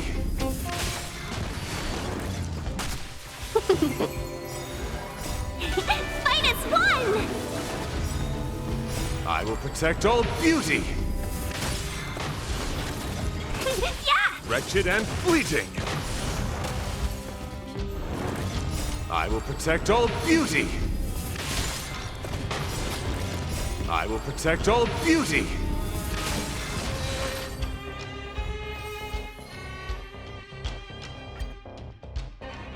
Don't use Trailblaze power on credits, just buy from shop? What shop? You want me to... Wait, what shop sells credits? Guys, did you know Argenti will protect all beauty? It's true. I will protect all beauty. My goat Markiplier. Alright, so Dunhung has an idol on now. We mustn't cling to the past. He's like my only single target unit, I swear. Or I guess I got Shuyi too.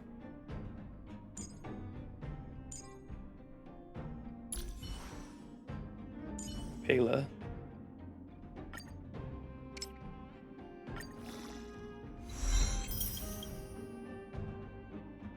Let's do some consolidation here real quick. Oh my god, look at the Luca light cones.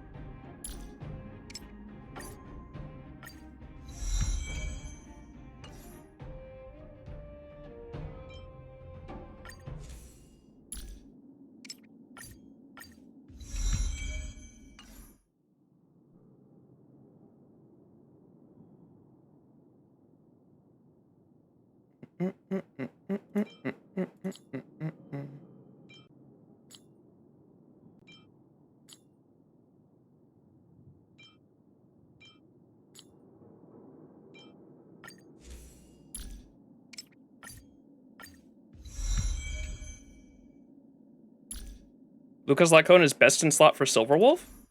What? Even better than hers? And that one that I missed out on?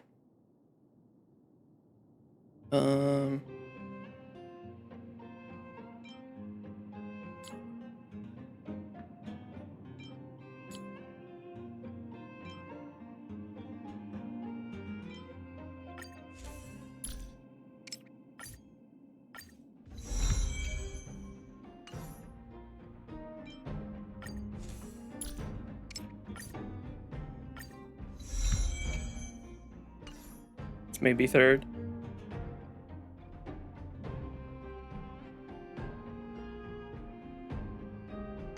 Well, that was a crazy rolling session.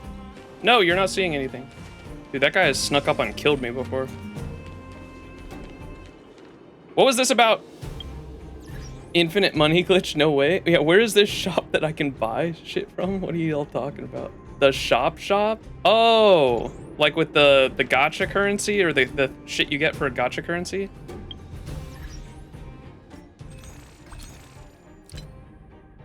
The embers? This shit?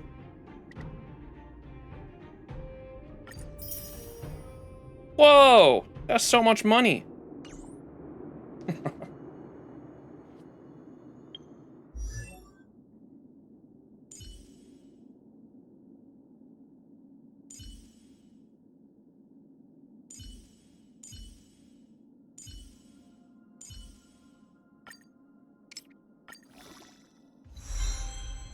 Oh my gosh, so close, but so far.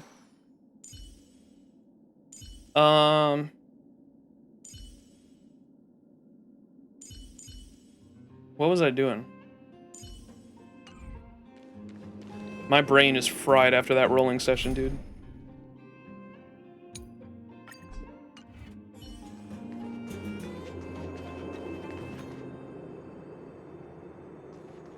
Just make sure you always have 1K left to buy out the tickets when the new month starts. Gotcha. Kafka light cone. Oh, that's right. That is what I was leveling up. Thank you. And we saw the description on this when,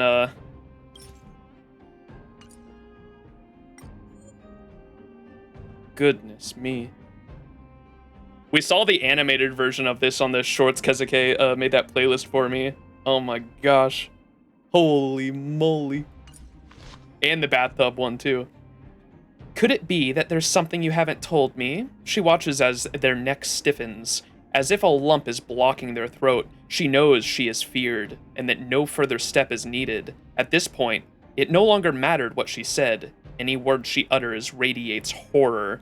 They stand no chance against her, and have no choice but to blurt out what she wants to hear. Like a spider waiting in its web, patience is all she needs. And that's the name of the light cone. Patience is all you need. Goodness me. Oh, that's her using... What's that power she has that we only learned of recently? She has the ability to, like, literally use her voice to command people physically. The mommy voice? She literally has, wait, she literally has the voice from fucking Dune. The Spirit Whisper. Yeah, it's like literally the voice from Dune. Crazy.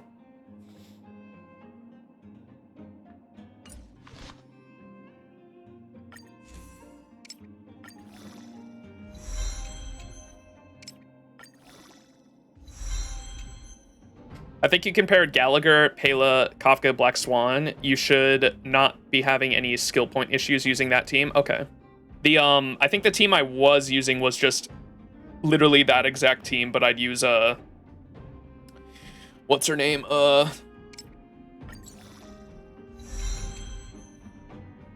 Asta, but I can swap out Asta for yeah, I can swap out Asta for Pela.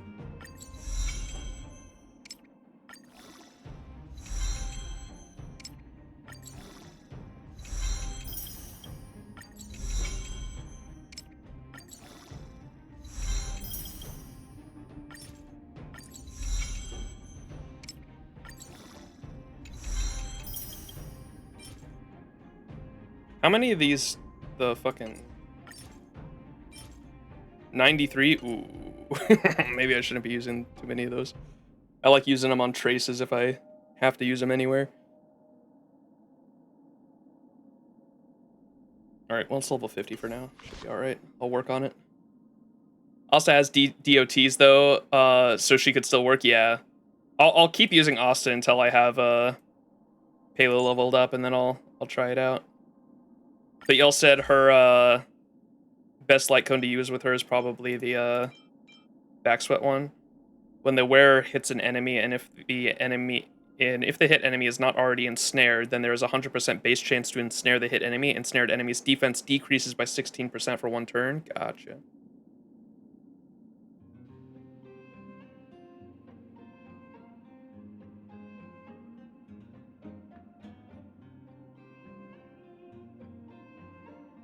And so y'all said her skill takes a buff away from an enemy, and then her ultimate shreds defense by 50%. And this stacks with her defense shred? Okay.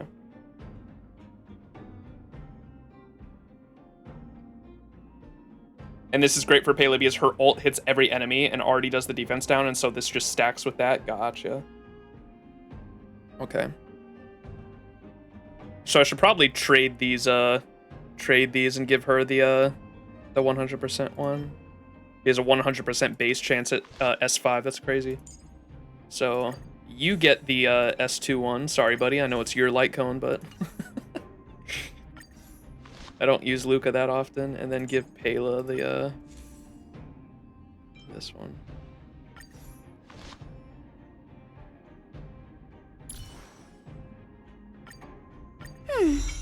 There's still room for improvement. So much farming. Chat, you didn't tell me this game was going to be crazy farming. What the hell? I'm kidding. I knew it was a gacha game. Every gacha game is a part-time job.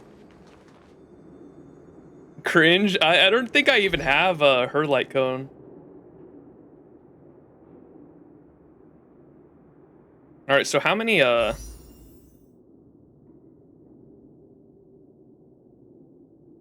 Oh, I only need a bit more. Or wait. No, I should have enough to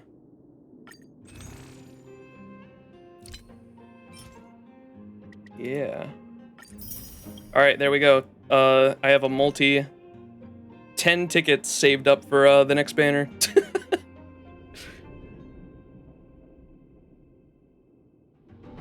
When you were building like 8 characters at the same time, it's hell, of course, yeah.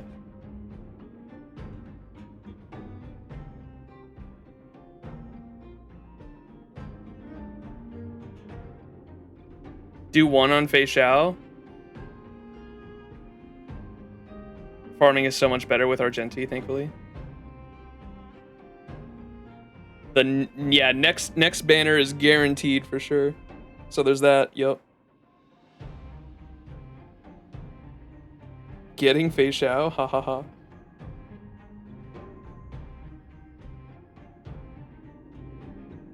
Argenti's the GOAT.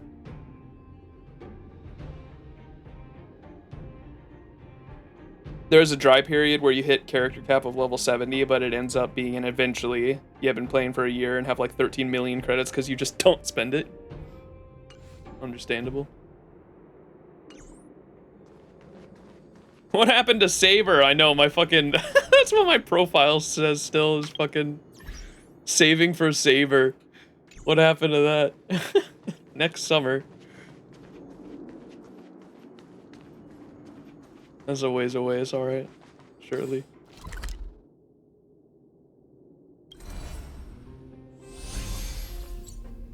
Alright, well that was a fun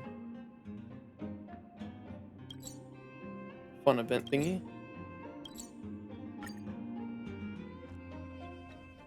Assuming they include Saber as well. If they don't include Saber, we riot.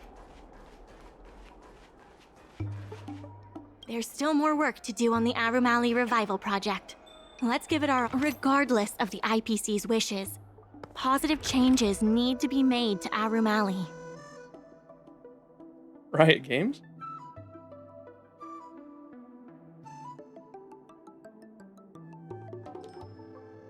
Oh yeah, we do have world quests as well, yeah. We could do some of those.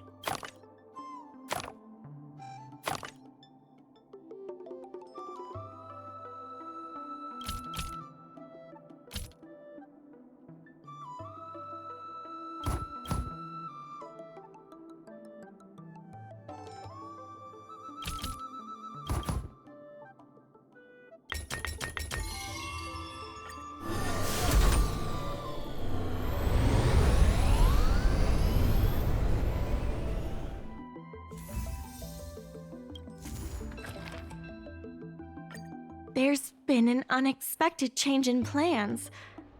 I've received word that the president has ordered me to stop all upgrades to the dock immediately. What? Does he know how important it is to upgrade the dock? Maybe he's an IPC spy. Now's not the time for jokes. I'm not joking. I'm also confused. Let's go have a word with him. I sent a message to Sushang, telling her to meet up at Oldie's Depot. Let's go. Y'all thought I was ending? Oh wait, stream's dipping. What the hell? We're in the red. Oh, we were momentarily.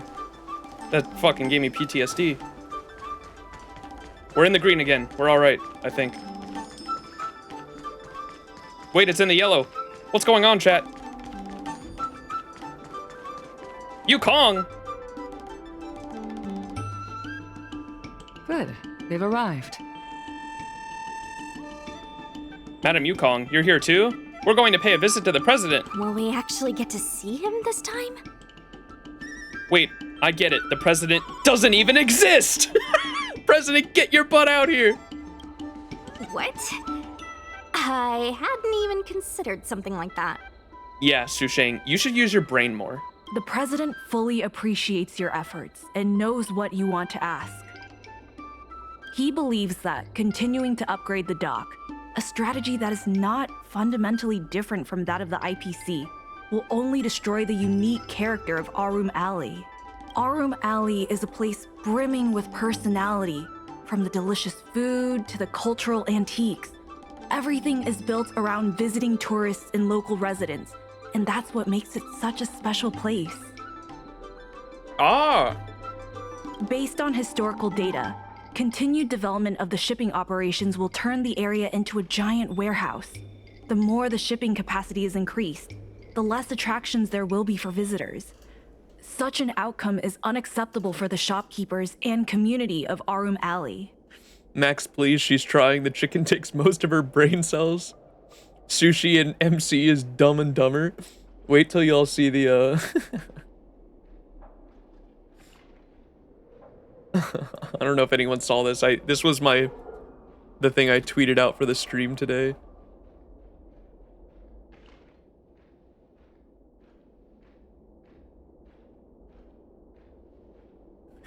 Rise Phoenix? Brother, sometimes it's hard to just rise out of bed. I love her so much.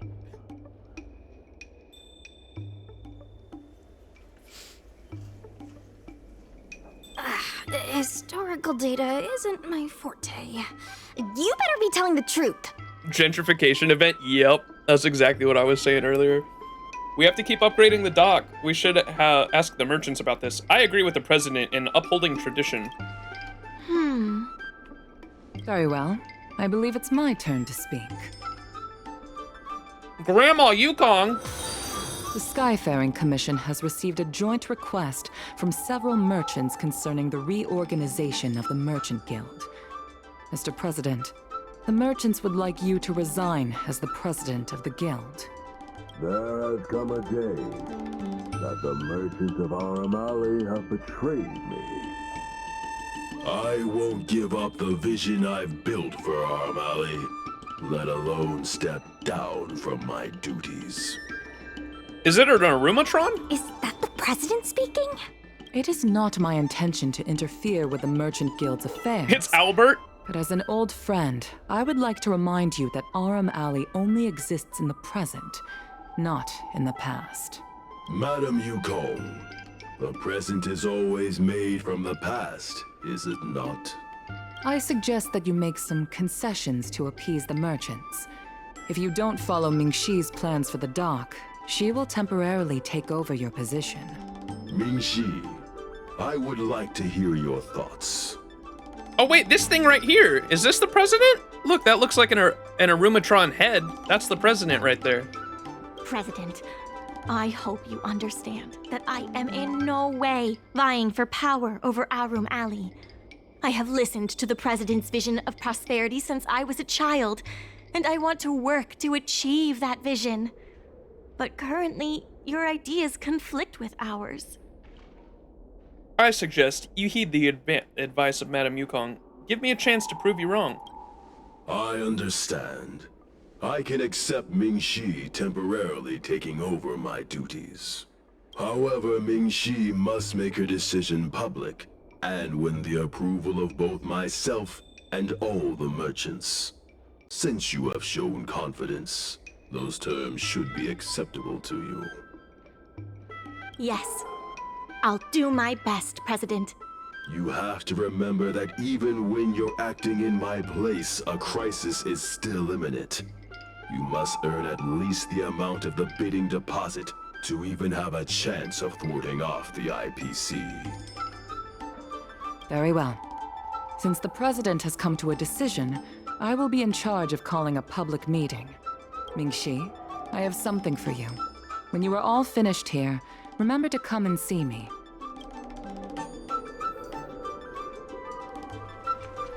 Grandma Yukong.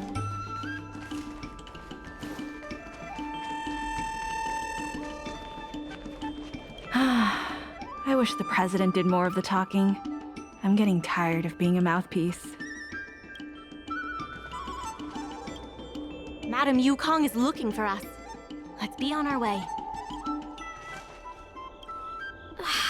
This president is kinda stubborn.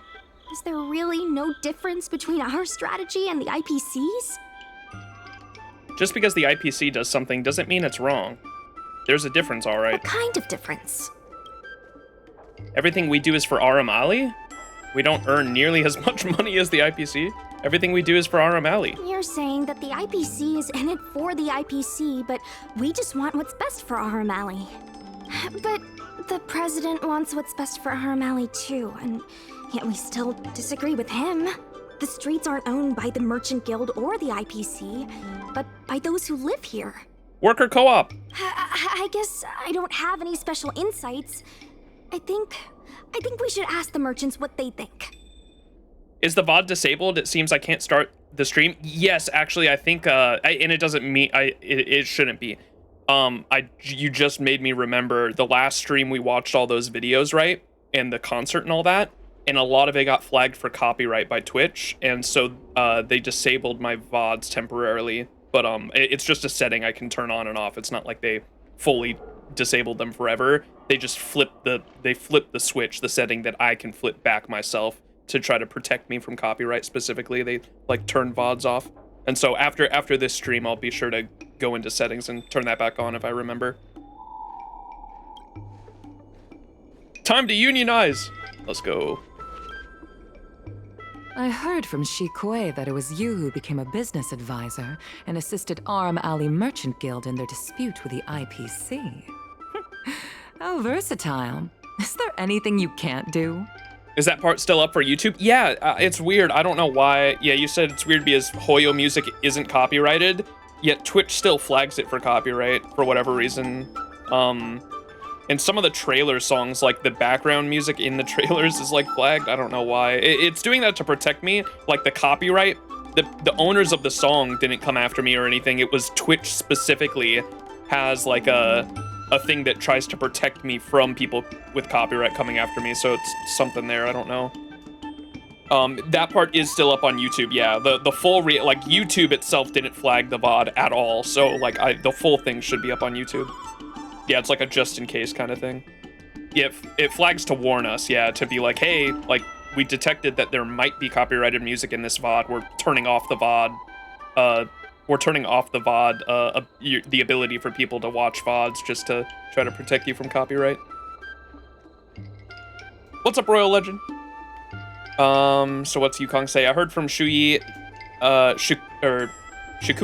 that it was you who became the business advisor and assisted Aurum Alley Merchant Guild in their dispute with the IPC. Yeah, I don't know how I did that. How versatile. Is there anything you can't do? Well, for starters, I can't jump. Fourth wall break, that's so good. OMG, stop, you're making me blush. Nope, 'tis why I'll totally take over the Skyfaring Commission next. For starters, I can't jump. I'm not very good at that either. The president is still a hero to Aurum Alley. He helped it achieve prosperity. But a hero will not be embraced forever. I've seen the IPC's approach. They prioritize efficiency and a standard uniform business model across the galaxy. I warned them that their business model wouldn't work on the XianZhou without adjustments. But the Merchant Guild's overly traditional mindset is a different obstacle. Let me put it bluntly. Aurum Alley Merchant Guild has no chance of succeeding today. The guild lacks the necessary capital to get to the negotiating table. Neither party is ideal, but one has to be chosen. And yet, all of you now represent a third choice, different from both the Merchant Guild and the IPC. Workers co-op, workers co-op, workers co-op. My advice to you is to visit the shopkeeper, Mr. Xiao. He is the one who proposed the reorganization of the Merchant Guild. If you can get his support, you will definitely receive support from the other merchants. Wait, what? I wasn't listening. I was reading chat. My advice to you is to visit the shopkeeper, Mr. Xiao. He is the one who proposed the reorganization of the Merchant Guild. If you can get his support, you will definitely receive support from the other merchants. Thank you, Madam Yukong. I have business to attend to in the Palace of Astrum. The rest is up to you. Convince the old shopkeeper, and you may just become the new heroes of Aurum Alley. New message. I added Madam Yukong. Oh, there's a group chat? Welcome. Welcome, newcomer. Darn it, a mod in the house. Shoot, the Skyfaring Commission has entered the chat. Did you do something wrong? Don't worry, I don't usually look at group chats. Remember to go to the artistry hardware. Yes, ma'am. Yes, ma'am. Yes, ma'am.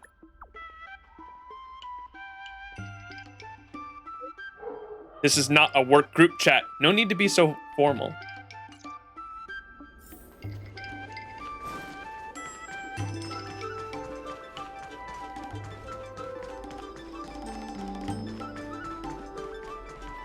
Do you want to see something funny? Go to the in-game databank factions, mass fools, read the yellow text if you want to see something funny. I have that on my clips channel if you want to see it. I think we made a TikTok out of it too.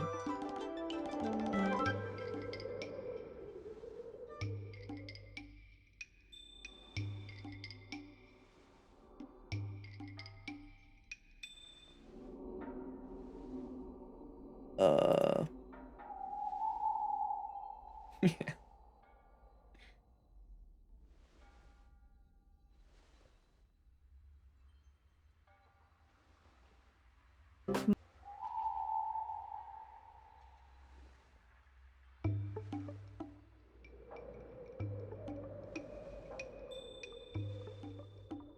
How do I reply and I guess I can't do it there.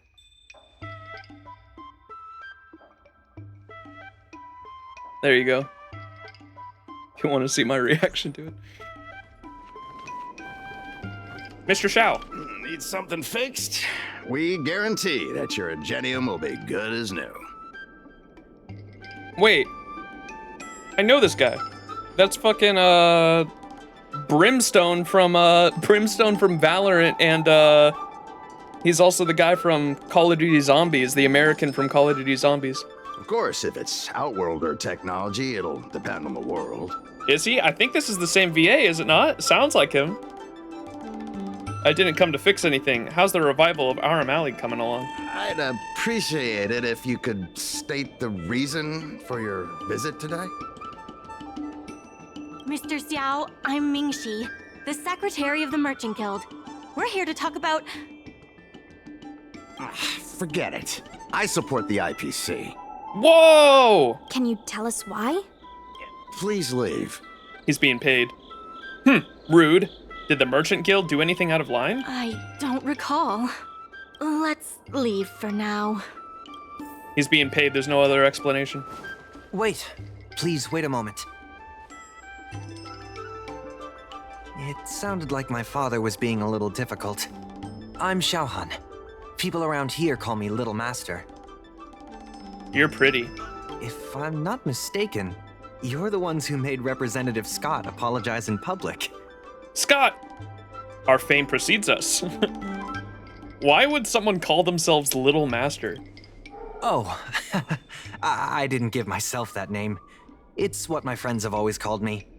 I only recently returned to the XianZhou after many years away, but it seems like the name stuck. May I ask why you wanted to speak with my father? We need the support of the merchants for the dock. And we wanted to see if your father could join us. Hadn't my father already refused? We heard that Mr. Xiao proposed to reorganize the Merchant Guild, and we wanted to ask why. I see.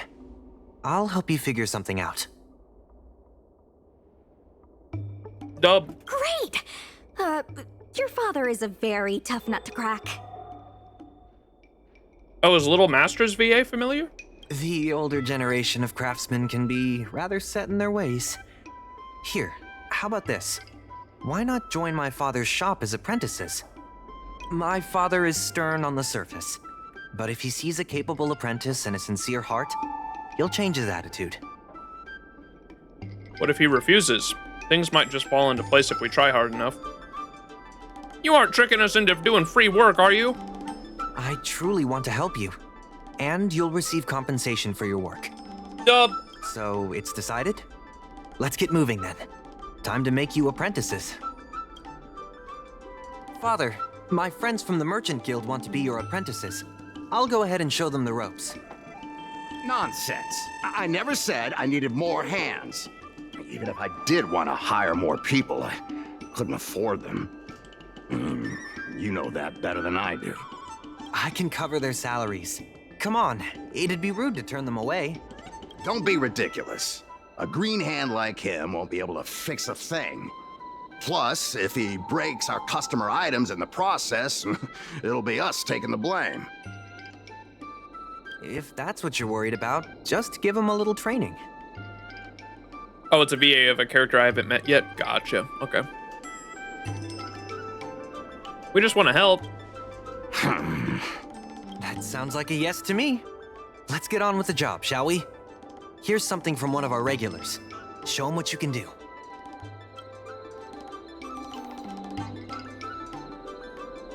This is about to be easy peasy. Yep. I definitely know what these buttons do.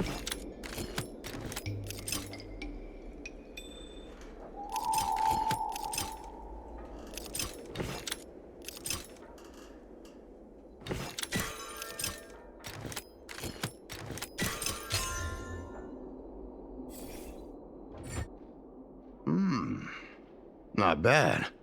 Thanks. I've done a lot of those. Anything else I can help you with? Are we friends now? Want to have a chat? No. He's hard to impress. I'll find you some more work. What did I do to deserve this?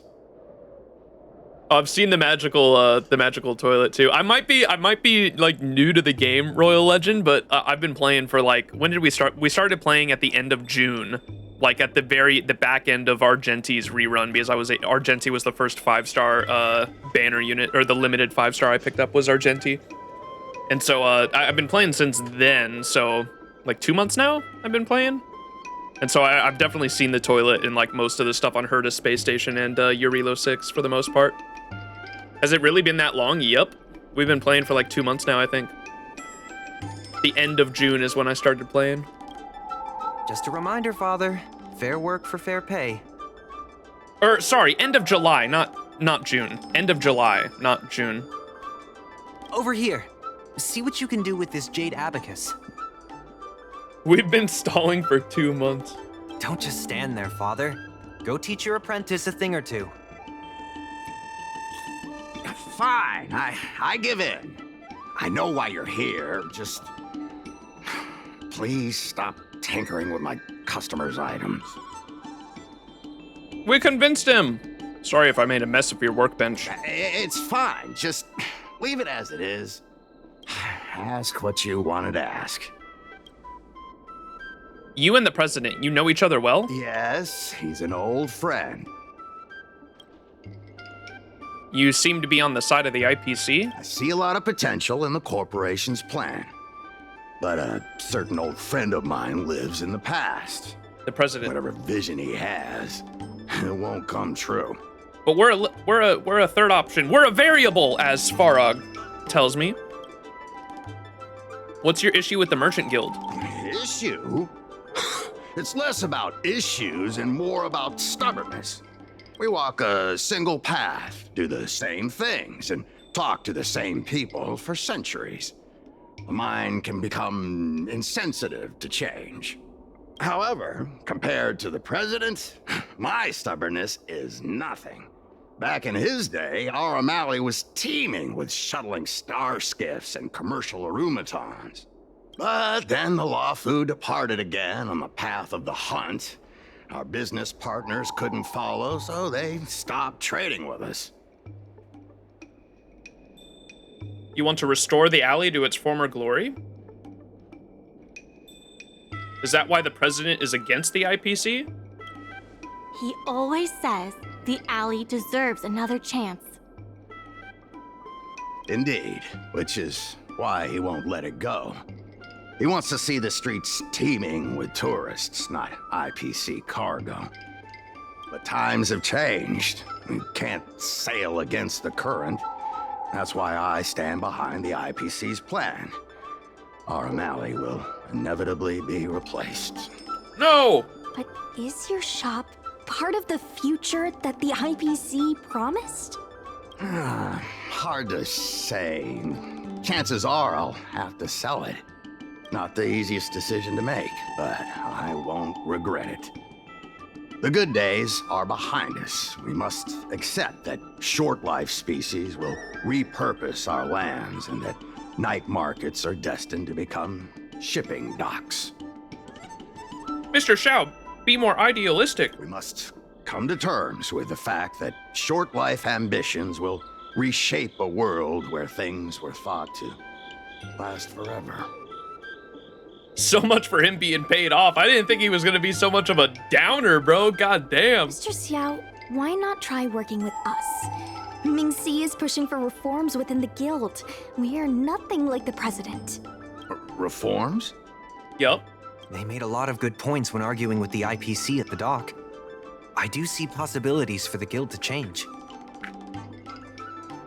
You don't have to choose between the president and the IPC. Join us and profit. Given the state of the guild, my money is on the IPC winning. But since I've accepted the worst-case scenario, Aurum Alley ceasing to exist, I can't see why it hurts to endorse your idea and see how far it takes us. There you go. Thank you. Now that you have joined our revival project, I'm sure many others will follow suit. That's settled then. I'm curious to see what comes of your plan. Now that Mr. Zhao is on board, his shop can be part of the logistics network we've been working on. Let's get the planning started. I love planning stuff. I want to do it now.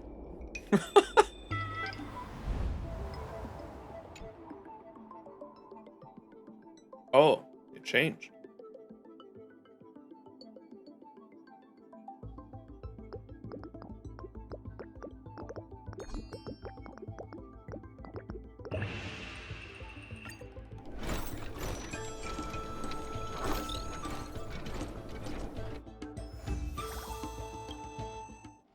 I'll head back to the dock for now. Thanks for all the hard work, by the way. Hope things work out just as smoothly down the line. The Merchant Guild has established a promotional plan for the artistry hardware, and hence did its fame begin to grow. Also, there was like one more voiced quest, right? In this? Surely it's not over with these guys, right?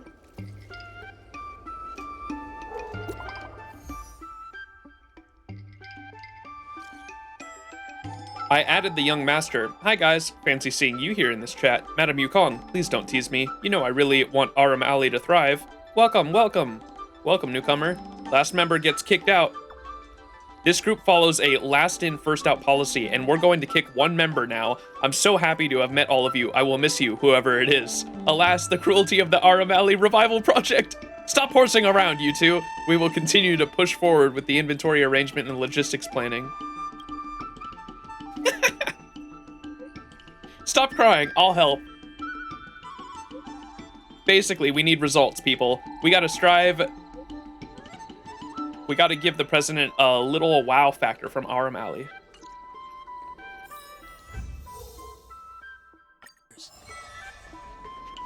More Stellar Jade, dub.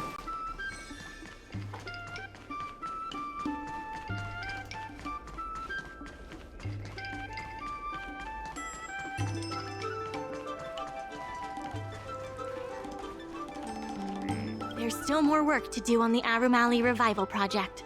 IPC sales. Whoa. Big guys.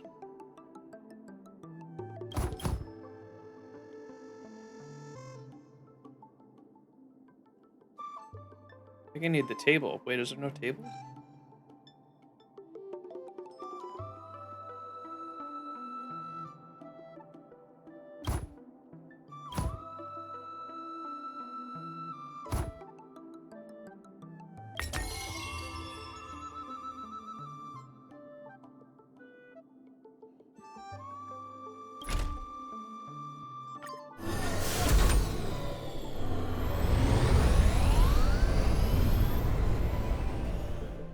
Dub.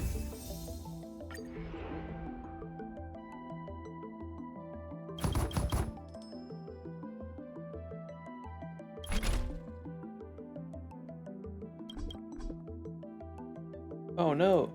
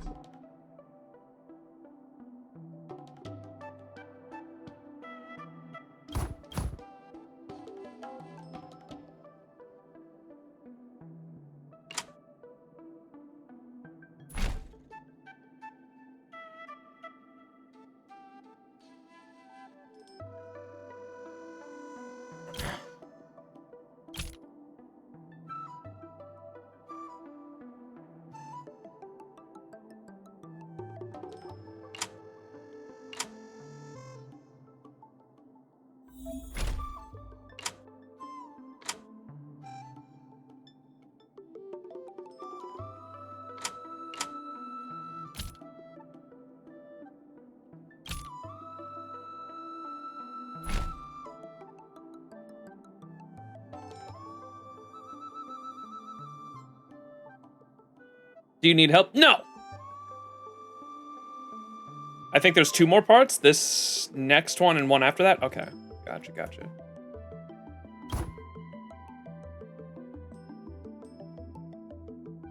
Let me struggle.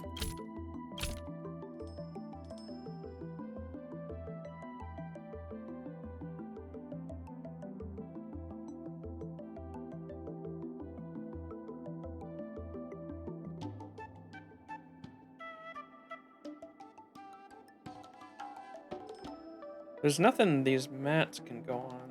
None of it. Oh. Yeah. I think this is gonna have to have this mat here.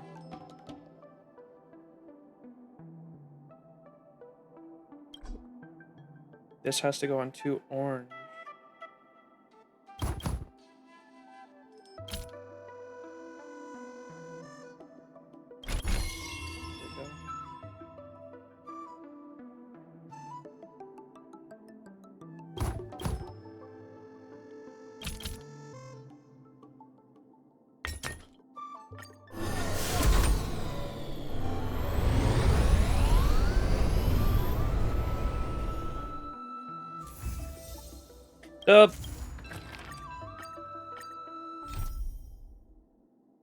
In order to revitalize Aurum Alley, the Merchant Guild aims to fully utilize the dock's logistics kit. I think I already read this. I don't think this has changed. The guild has sent you to persuade Longevity Hall to establish partnership with the guild. However, its proprieties, Little Tian, has encountered some troubles at the moment. Reps are telling the shops to stay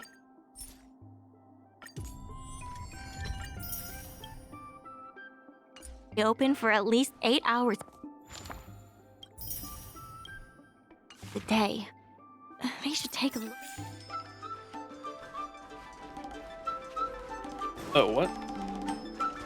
There's still more work to do on the Aurum Alley revival project. The Merchant Guild's funds are... What?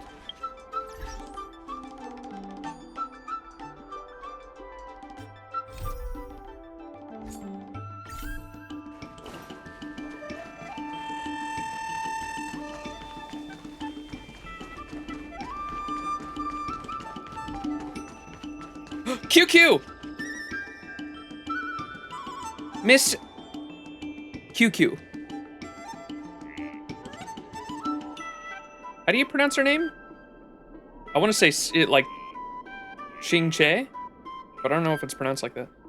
You can't always come to me for a medical certificate. This is a pharmacy. We don't do diagnosis. Little Tian, you always gave me medical certificates before. You can't just turn the tap on me now. No, I've contracted an incurable disease. Little Tian, you have to save me. You're from the Alchemy Commission, right? Qin Shui. Gotcha. Qin Shui.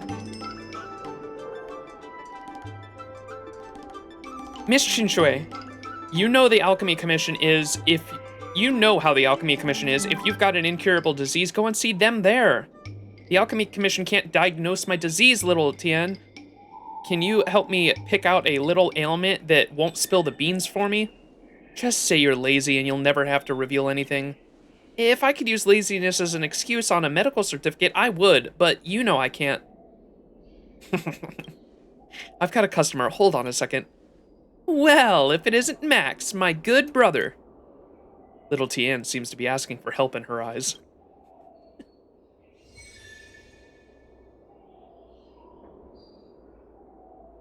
QQ? Go ahead and see Little Tian first. I'm in no rush. I'll wait right here.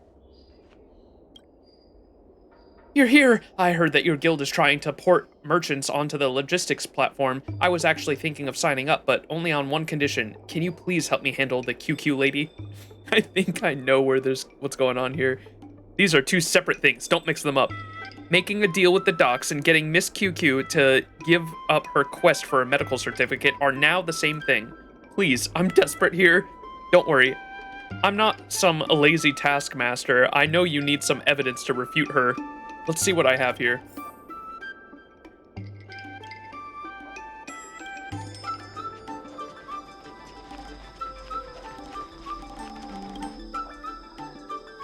The Longevity Hall, in addition to the strange medical ingredients, you find a few pieces of evidence that are quite convincing.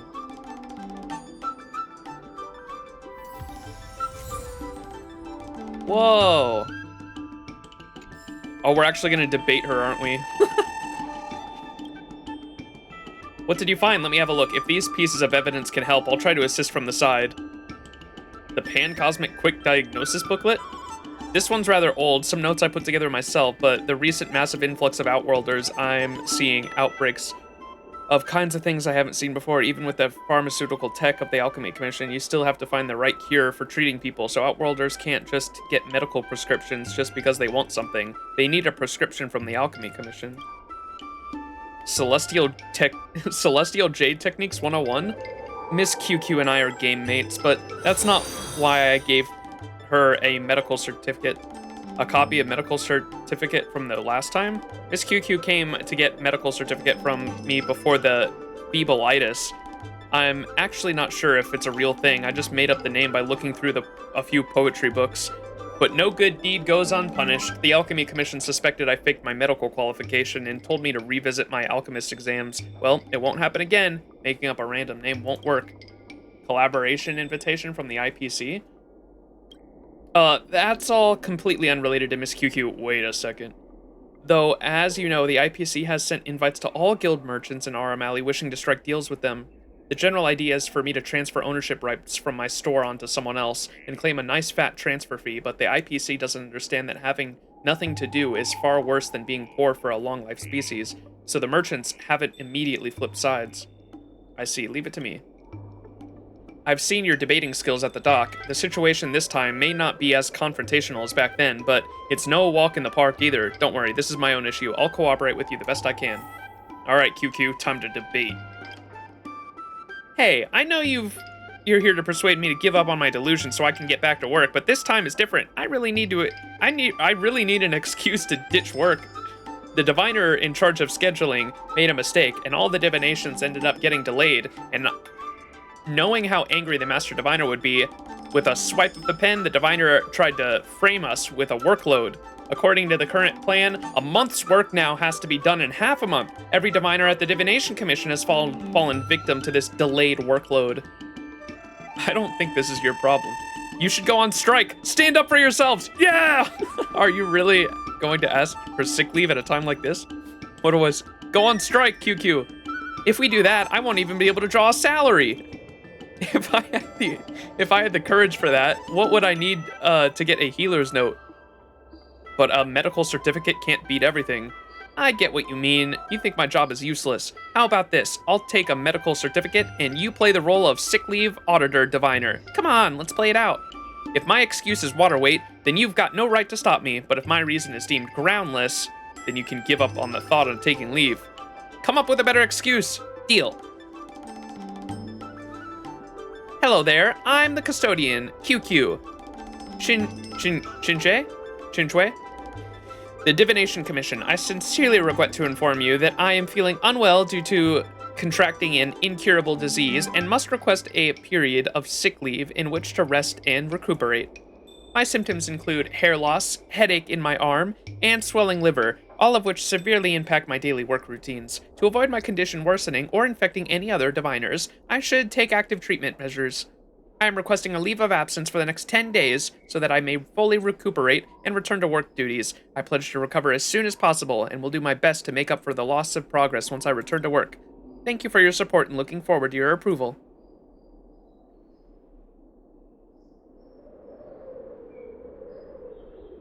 What is that word? This really is, I assume it has to do with bureaucracy. This really is quite the bureaucratese. Is that really how you normally talk? What? No, this is how I talk when I want to request sick leave. She cooked. Wait, I remember you turning that IPC representative inside out on the docks with your words. You're not going to do that to me, are you? The debate starts now, QQ. I'll try to tone down my aggression. Then let's simplify things. Fine. No need to be so serious. If my excuses are really that shaky, just go easy on me a bit. I'll let you start off then. Hello there, I'm the custodian, QQ. Oh, she's just repeating what we just heard. What is this incurable disease? Right, you said this disease is incurable. How am I supposed to treat that? Aren't I still waiting to get medical certificates from Little Tian? Let me come up with a random name for my illness. What about no game, no life syndrome? Oh my, no game, no life syndrome?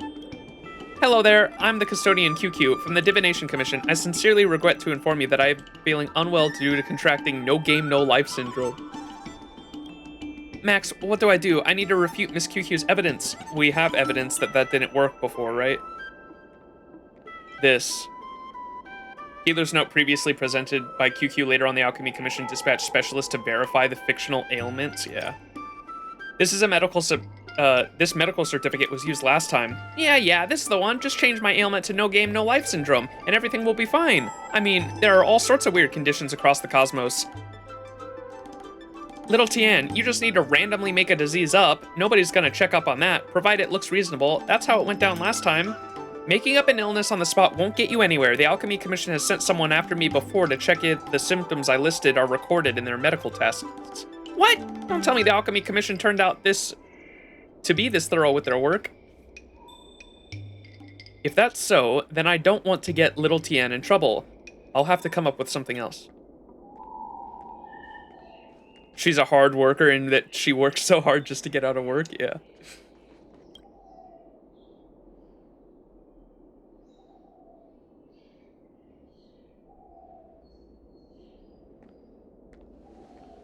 I didn't expect to hear you debating here. As far as the verdict was concerned, you won, right? You'll have to ask QQ. Fushuan the Diviner will thank me. I won't put little Tian out anymore then, but I'll keep asking for leave. I'll go back and have another think about it. Little Tian just agreed to collaborate with the docks, Max.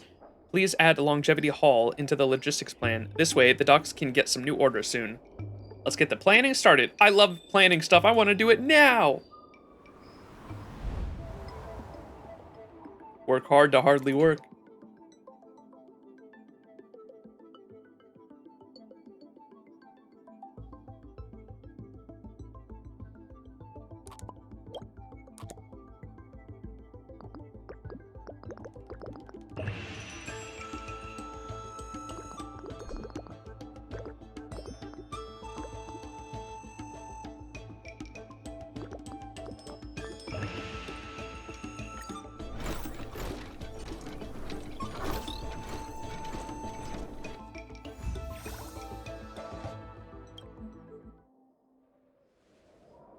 Actually, before you came, Max, I contacted Miss Secretary. Really sorry for not mentioning that to you. Our humble Longevity Hall really doesn't need any logistics. I just want to express my allegiance, that's all. I hope you and the Aurum Alley Merchant Guild can kick out those arrogant brutes from the IPC. Really show them who's the boss around here. The merchants in Aurum Alley are enthusiastic. I thought everyone would be as laid back as Ruye about it. I'll get going then. Little Tian, you keep working at it. You can do it. Afterwards, let's play a few hands of Celestial Jade. Cool. I'll see you at the games table. Dub.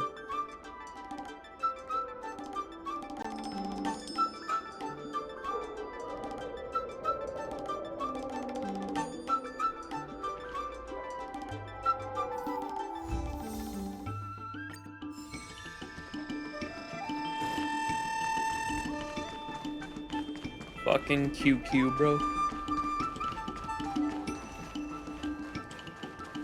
Regardless of the IPC's wishes, positive changes, and if we keep going the long way around...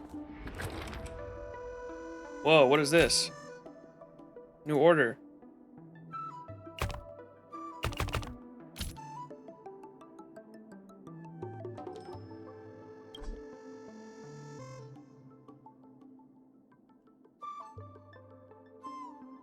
Bow now.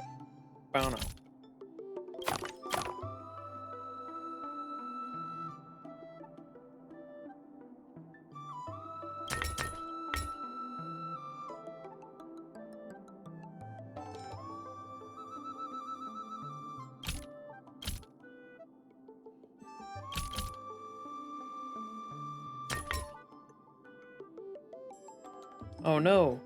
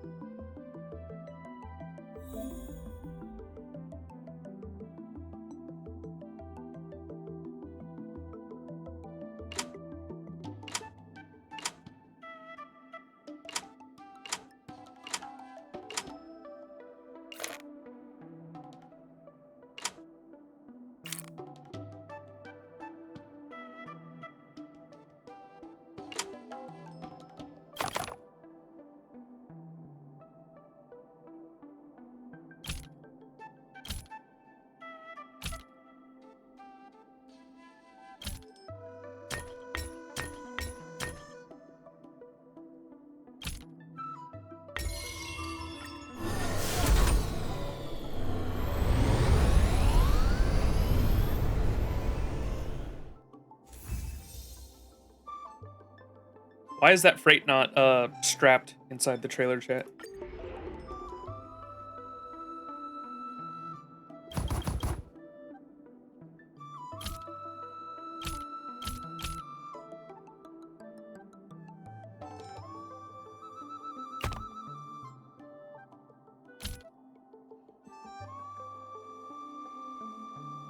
Oh, wait a second.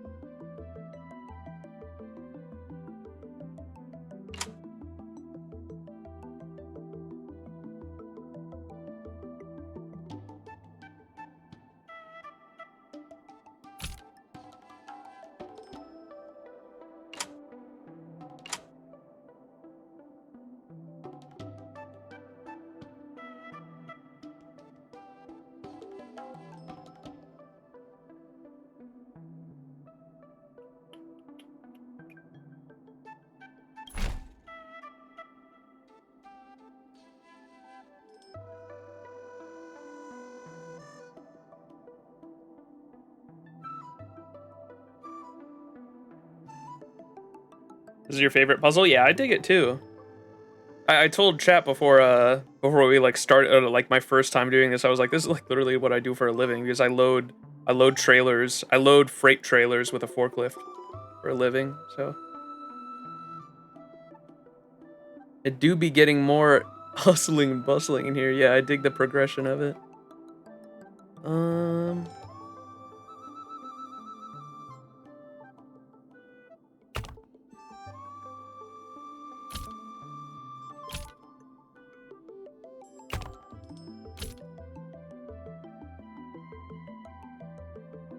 I used to work for FedEx, so this was like what I did every morning. Yeah, you just like literally play Tetris inside of a trailer, pretty much.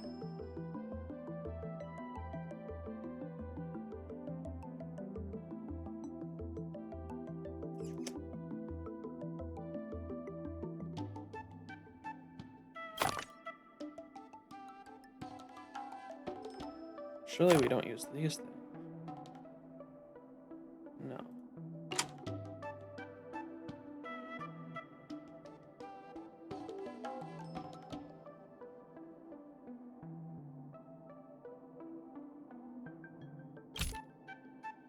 There's like just enough to like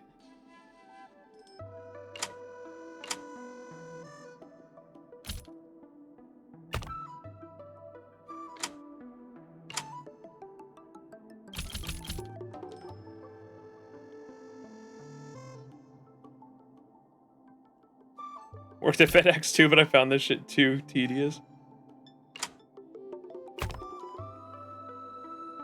Do you need help? Well, I know the hint right here literally tells me the answer, so if I need help, I'll just click on the hint and just reveal the answer.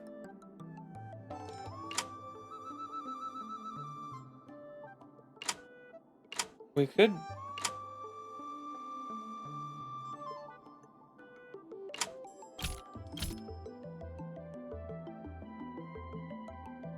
I definitely don't think this is it.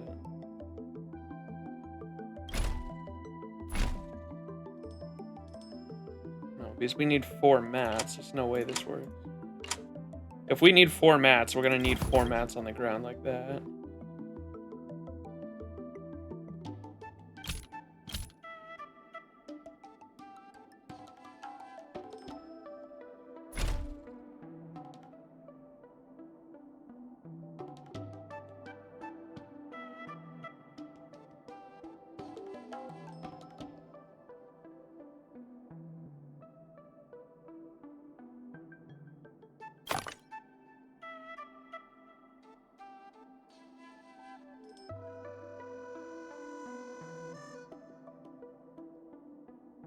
And this needs 3, and that only gives 2, so this makes no sense to be here.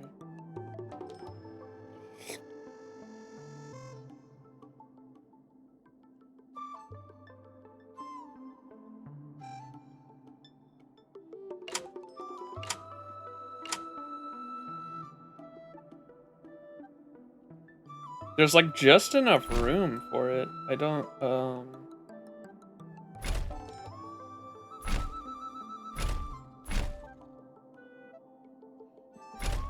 Oh, okay. I didn't even know we could do it. That's how you do it.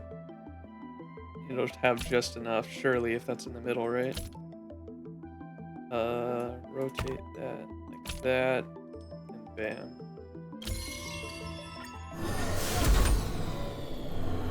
That one was annoying, dude. Holy, I didn't know you could put it in the middle.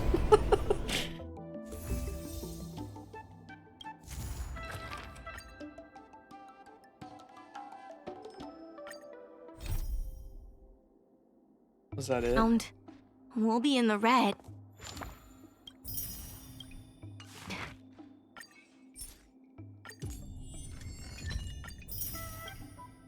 What was this? Gotcha box? Gotcha material box?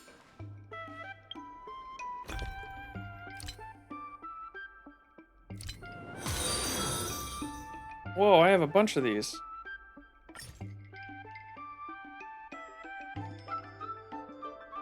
So, oh, you can, oh, you choose what you want out of it. That's cool. I need keys.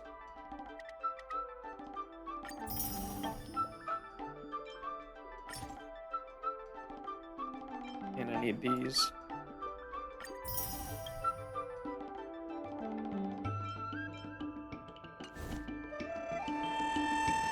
Kafka Lightstone stuff, Max? Yeah, that's what I needed. I need keys and dream catchers for like all my fucking characters.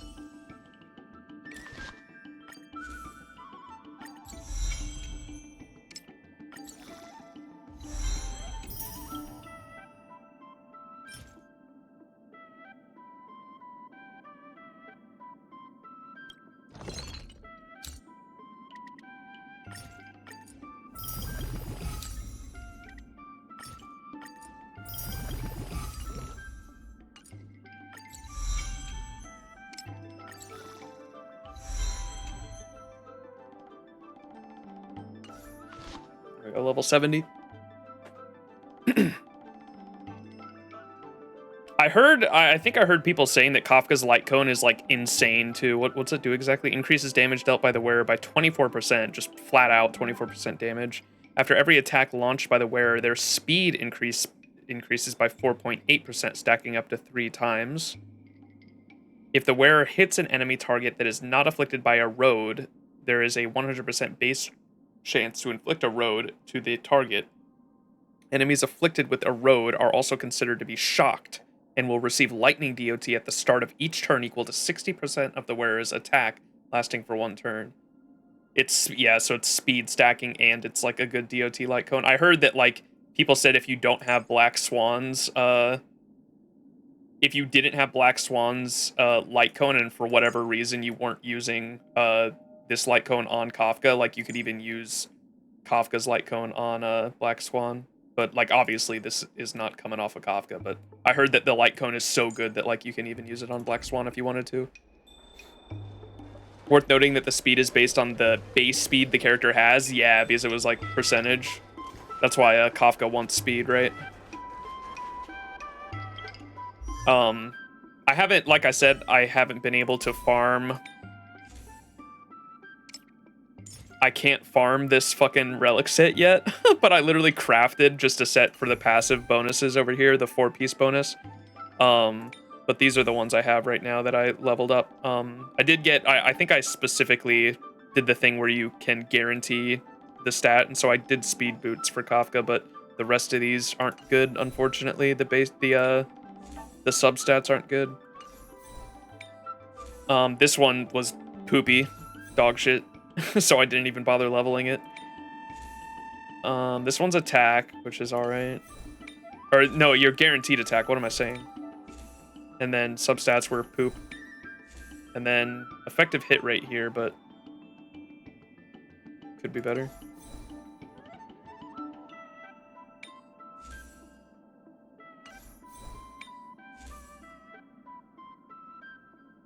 Oh, this one has speed and effect hit rate.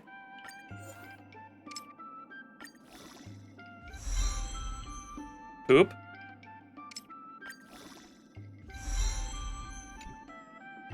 poop? Wait, come on, man.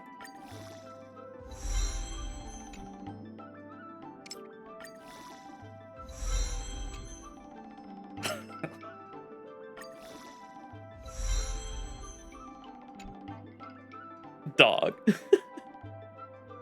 Relics and ornaments are my ultimate demise.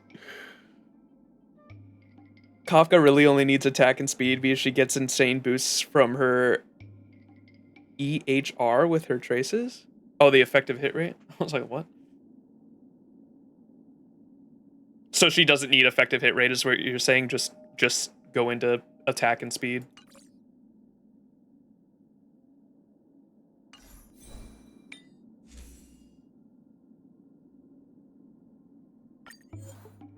Surely you give me attack on this. Surely you give me attack on this. Alright, I'm done.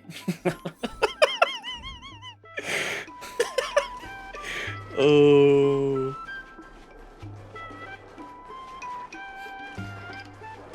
Regardless of the IPC's wishes, positive changes need to be made. It's fantastic.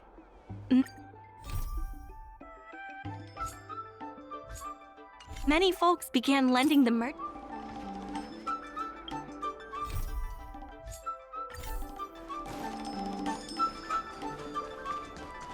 Black Swan. So Black Swan is the character I should be, or what stats do I want out of Black Swan? So attack and speed mainly are what I'm looking for on Kafka. What do I want on Black Swan?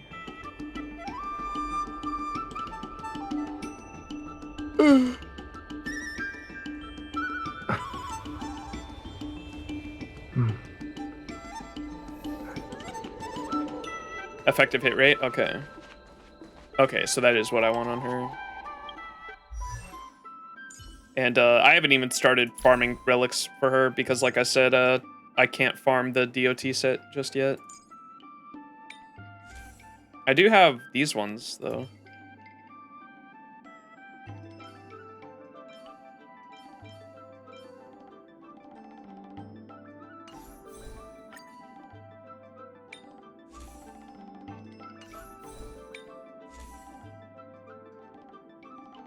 Damn, she don't got shit.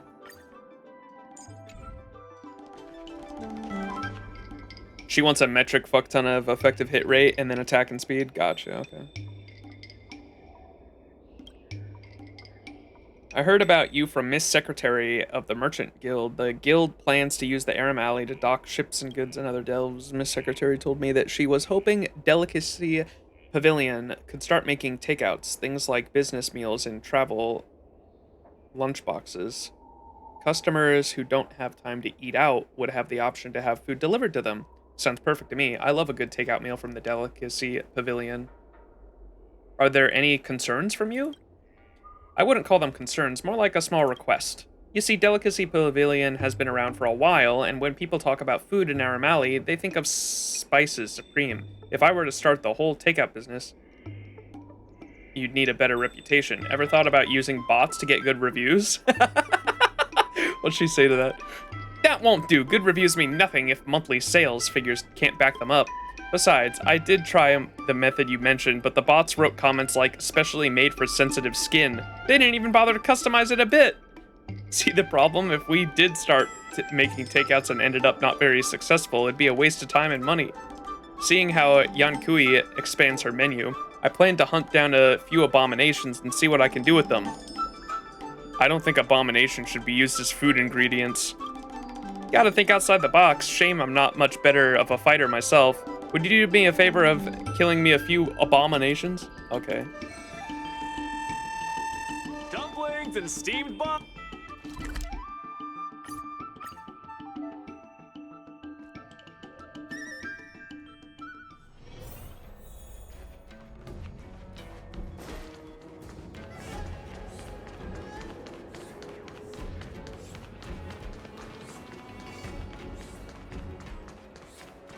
More puzzles. I'm really good at this one.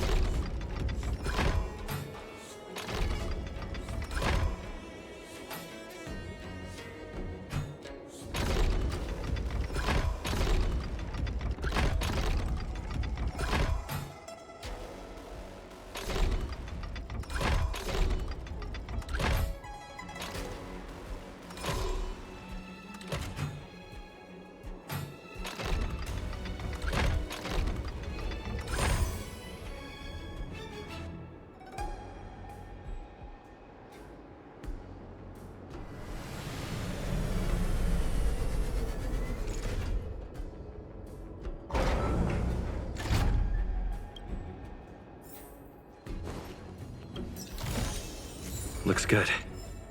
More jade.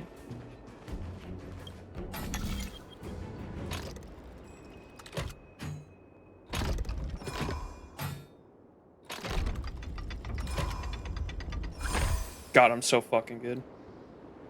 Definitely meant to do that.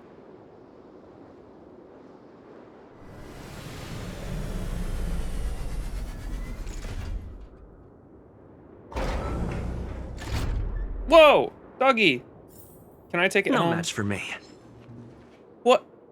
Hey, he's just chilling. I don't want to fight him. This calls for a picture.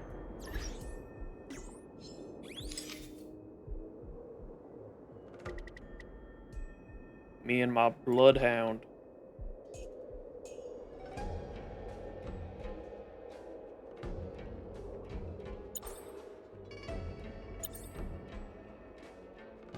The good boy.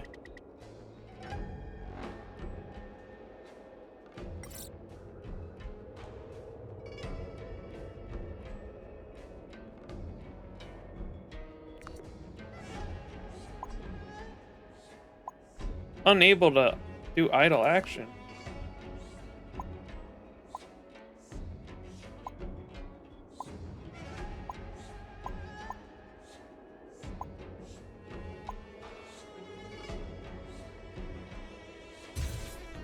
Yay.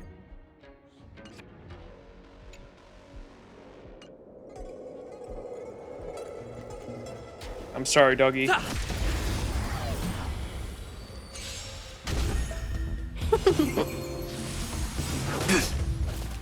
I will protect all beauty.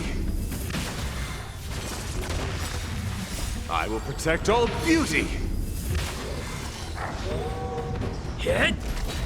The dog did nothing wrong. He really didn't. I feel bad. He was just chilling there. The good boy. Is eternal. Lance!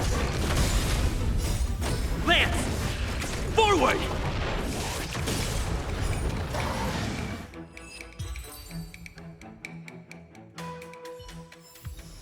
Reach the end of the story in your own way. An item obtained from the abundant sprite Wooden Lupus. It is not a natural creation, and its edibility is unknown. Seriously? They're trying to unshackle this thing? Are they just trying to unshackle themselves from life? Lol. Yo, it's past 10 a.m. What am I doing? I need to log in and get my, the daily check-in, chat. Nice. Before I forget.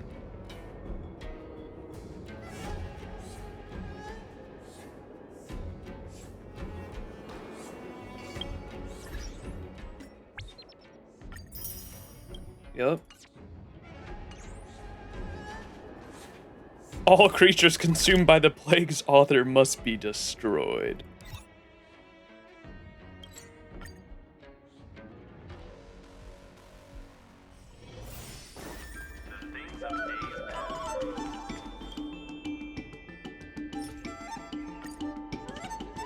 Oh dear, it smells so funky. Better throw it away in a trash can. Are you a professional time waster? But there are no trash cans on the XianZhou. Trust me, I've checked. Yes. Oh my god, I love these writers, man. Right on point, young man. Guess I've no choice but to hand these little Tien and see if she can use them for medicine. Wait, I think I'm gonna throw up. Excuse me now. One more favor. Please run around the store and take the customer's orders, then pass those on to the kitchen. Whatever you want, short auntie, I'm here to help. That's great. Then I can take it a little easy. Remember the dishes, portion size, and things to avoid it for every order. I should get some rest. The world spins. Guess it won't take long for the hallucinations to kick in. Let me know when you're ready. I'm ready. The trash canless area. Oh my gosh. Memory time.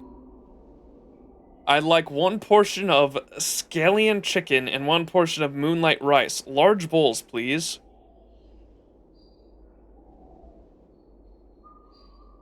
Where did our trash cans go? I'm actually writing these down like a waiter. I don't care. I'm doing it, chat.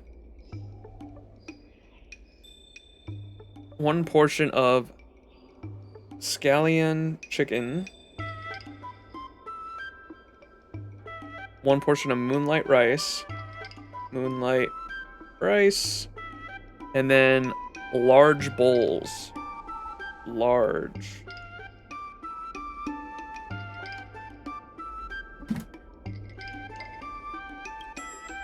Give me 1 portion of cinnamon pork ribs on rice.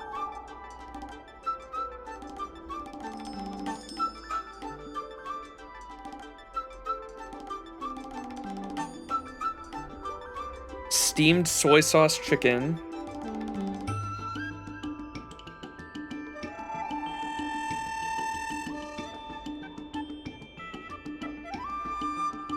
No coriander? The fuck?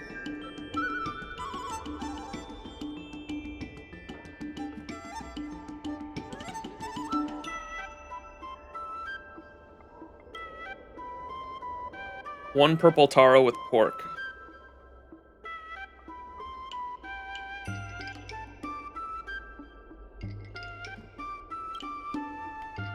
Actually oh, that's fucked up.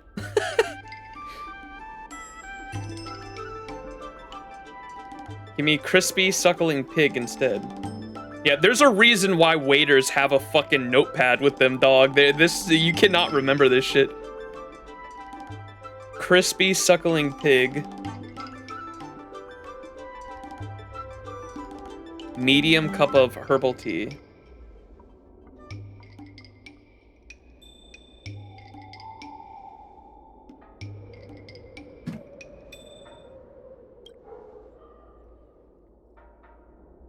Boy, I remember the first diner wanted a portion of scallion chicken and what else? They wanted scallion chicken, moonlight rice in large bowls. A large bowl of moonlight rice. Yeah, that's it. The second diner wanted cinnamon pork ribs, rice, and steamed soy sauce chicken with no coriander. Yeah, that's it.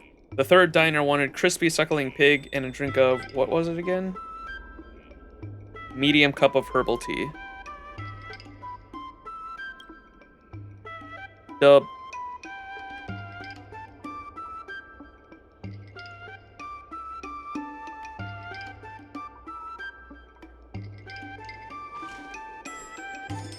Alright, Auntie, where's my reward?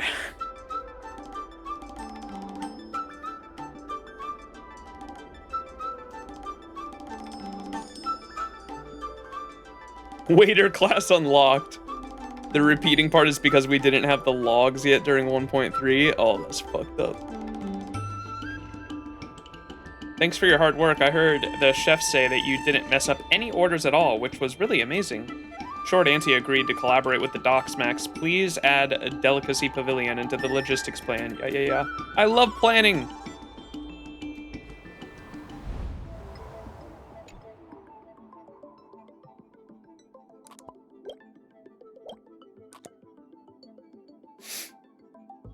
All right.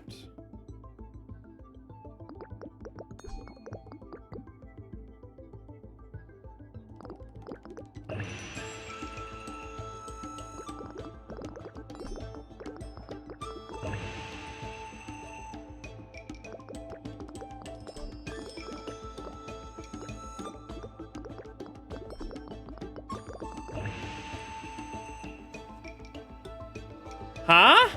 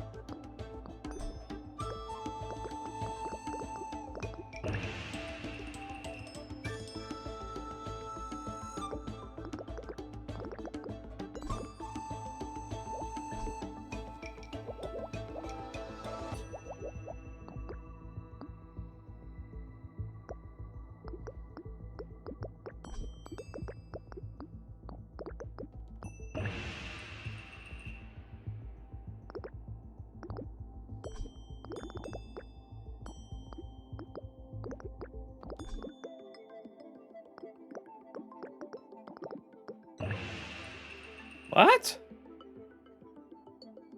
How am I not getting enough points? Do I have to take less steps? Is that why it's not giving me enough?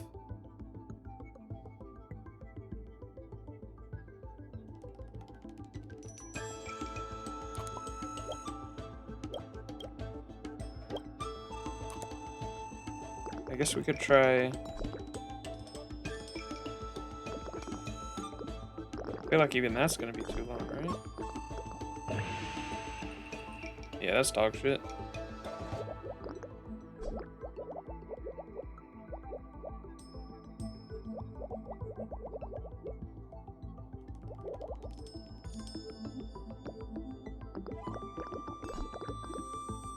Well, is it, do I have the right idea? Does it have to be less steps? It has to be, because I'm getting more score there, right?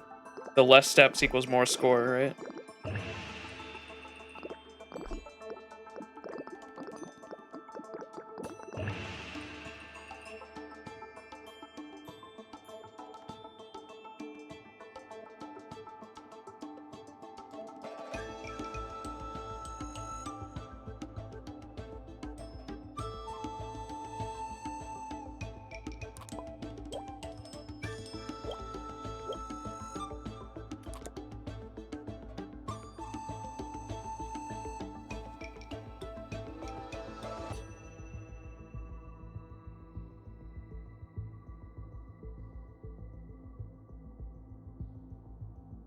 These only give +5, so they're not always worth it. Gotcha.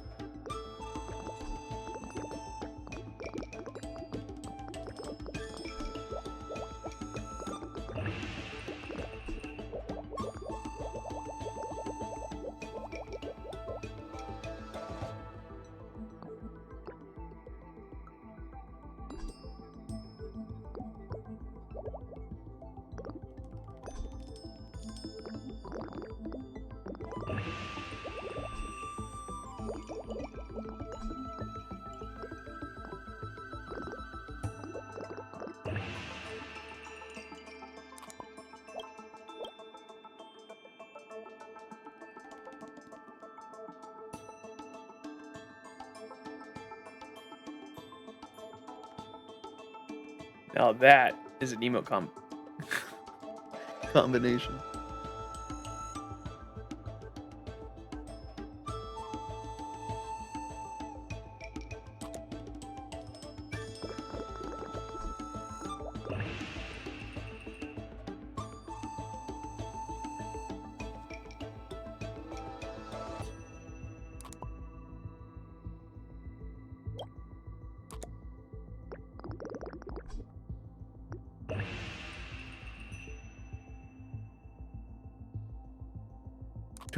Do I just do all the short? No, definitely not. Although maybe we can get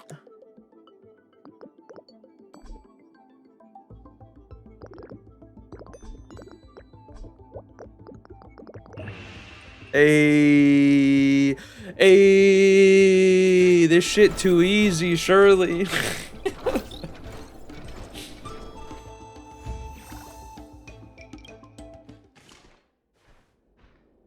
Appreciate y'all, chat. Actually, the IPC came looking for me once before, hoping to buy this place. I asked them what they planned to do with it, and they just said they wouldn't stick a diner here, so I told them that I'd have to think about it. Delicacy Pavilion might not be as famous as Spices Supreme, but if I just sold out like that, then nothing would be left at all. And wouldn't that be a shame? So I thought maybe I could make some new dishes like Master Yankui and earn a little more fame and fortune myself. But then later on, I figured out that I wanted to cook what I was good at, and I wanted to keep my little diner going. So Max and Miss Secretary, I hope you can help me make a name for myself. Don't worry, Short Auntie. I hope we can cooperate again in the future. We'll definitely make a name for the Delicacy Pavilion. Dub.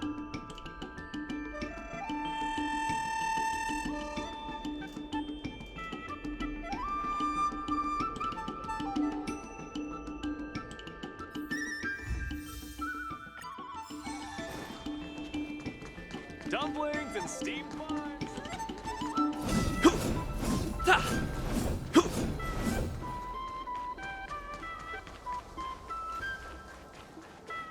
Regardless of the IPC's wishes, the Merchant Guild's funds are not exactly overflowing right now.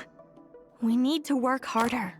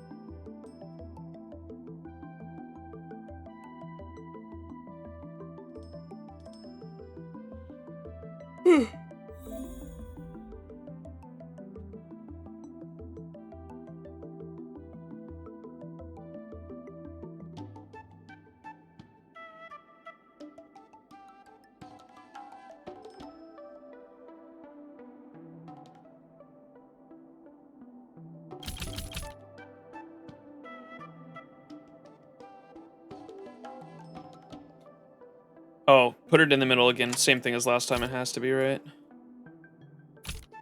Fucking almost sat here for another fucking hour trying to figure that out.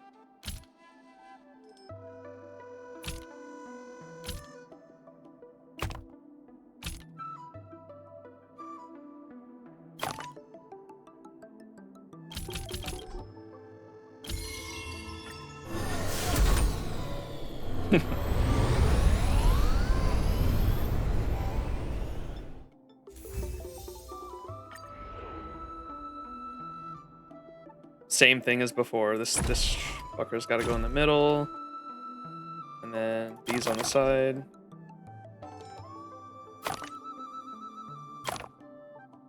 And 4 of these.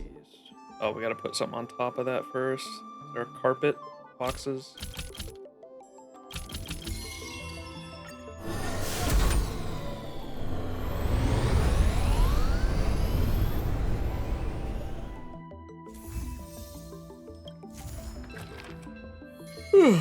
I have something to tell you. We achieved our revenue goal for this quarter. This is all thanks to you two.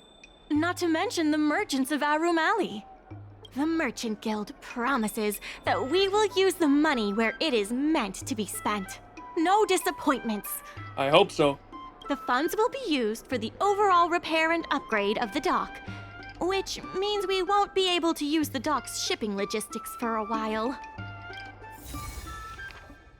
Dear Business Advisor Max, on behalf of the Aurum Alley Merchant Guild, I want to once again express our deepest gratitude to you. Thanks to your diligent efforts, we have successfully earned a total of 300,000 in guild funds before the bidding recruitment deadline. Reaching the revenue target, the Merchant Guild pledges to use the funding as a security deposit for the bid and also for improving Aurum Alley's infrastructure.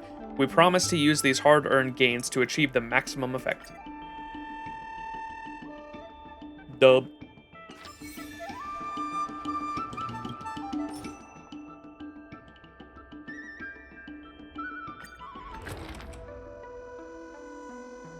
At least 9 large goods.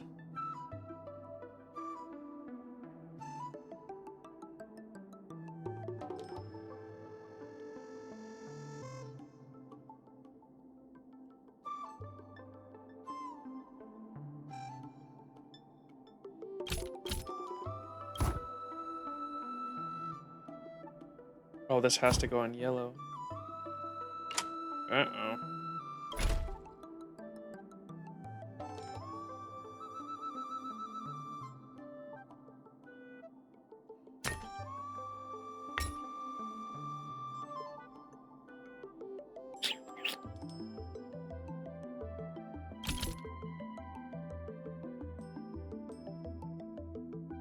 Oh, wait, we do a middle thing.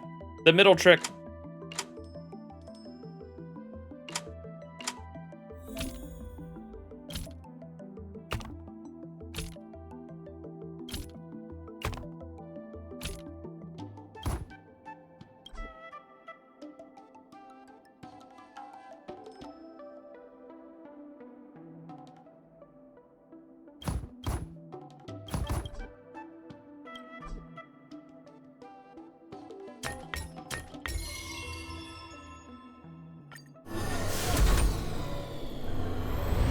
What's up, Ishtar-san?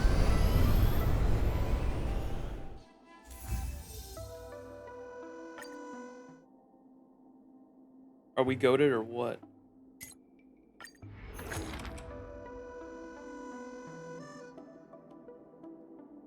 Fill it up as I wish.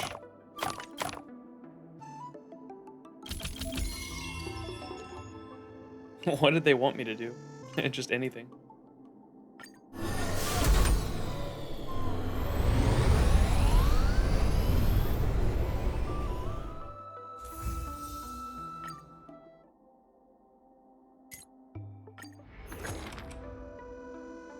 Have at least 26 goods total. All right, this one's gonna be interesting.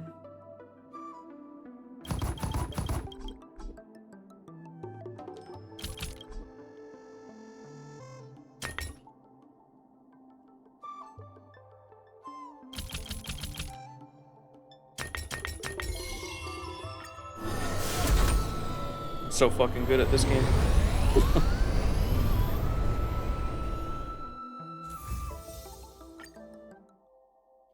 All right. In order to reward... Wait, no. There's still more work to do on the Aurum. Different matters have different priorities. Give me my There rewards. are more urgent issues that need our attention right now. Hell yeah. Trying to get that background, yo.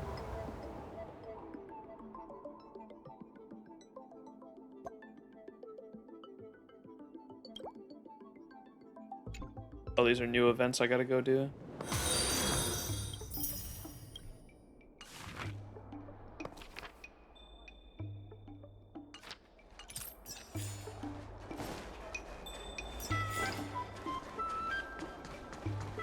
More balls.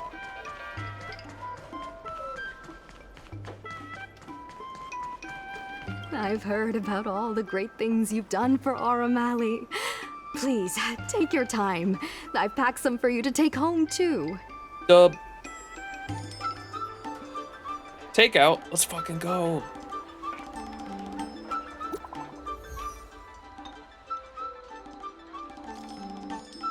The president asked me to plan a public meeting of the Merchant Guild. In order to help defeat the old president, I prepared a little something. Where are we meeting? Oh, young master, so dependable. Let's make it to the dock. Or let's make it at the docks. Madame Yukong will be there today soon.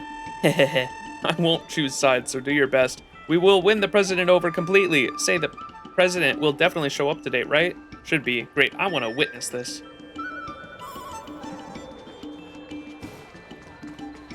Dumplings and steak.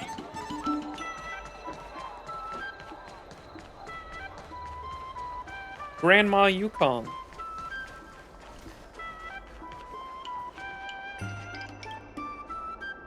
Right on time. Xiao Han is about to share his strategy for the upcoming hearing. The president likes to quote past experiences and data. We can do that too. The president and Madame Yukong are here. Ready? Ready. Let's do this. Before we start, let's review the documents we have. Turnover of Aurum Alley Merchant Guild. This is the most direct achievement of our revival project. More importantly, it's evidence that the alley has regained its footing. The money will serve as the bidding deposit for Aurum Alley. Sales analysis? Since Artistry Hardware partnered with the dock, its scope of operations has expanded, and its revenue and customer satisfaction have both increased. As a result, we're seeing an uptick in customers visiting the shop, contrary to the president's assumptions. The historical trading volume of the alley? The data suggests that the success of the old Aurum Alley was largely due to the economic circumstances of the past. At its peak, The old Aurum Alley had a trading volume similar to what the alley has today. Why is that? Wait, why is the I'm so confused on why the president is like against. What is he against specifically? Just the expanse of the Aurum Alley, I guess. I've looked over The hearing everything. is about to begin. I will be hosting this hearing on behalf of the Skyfaring Commission. Ming-Shi, are your people all present? Wait, the president is just the Arumaton head, it looks like. We're all here, but where's the president? I'm right here. It is the head. You're the president? Gasp! D-face! That is correct. I know my appearance is a little unsettling. If the hearing weren't of vital importance to the future of Aurum Alley, I wouldn't attend in person. Still, I didn't expect a reaction like this. Are you so afraid to converse with a piece of metal? More surprised than afraid. I hope there aren't any children here. A talking Arumaton head? So cool!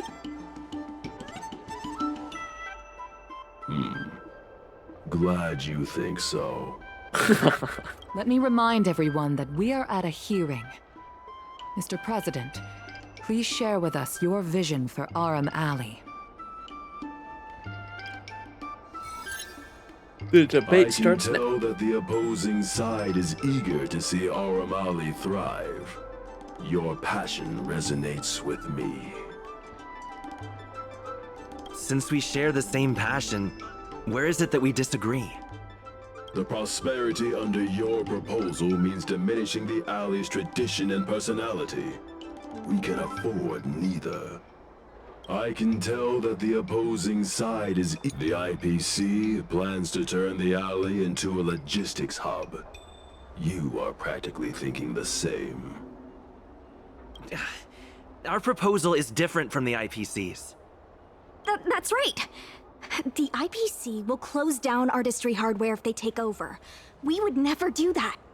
We protect businesses. The IPC sacrifices them for their own gain. Protect? Sacrifice?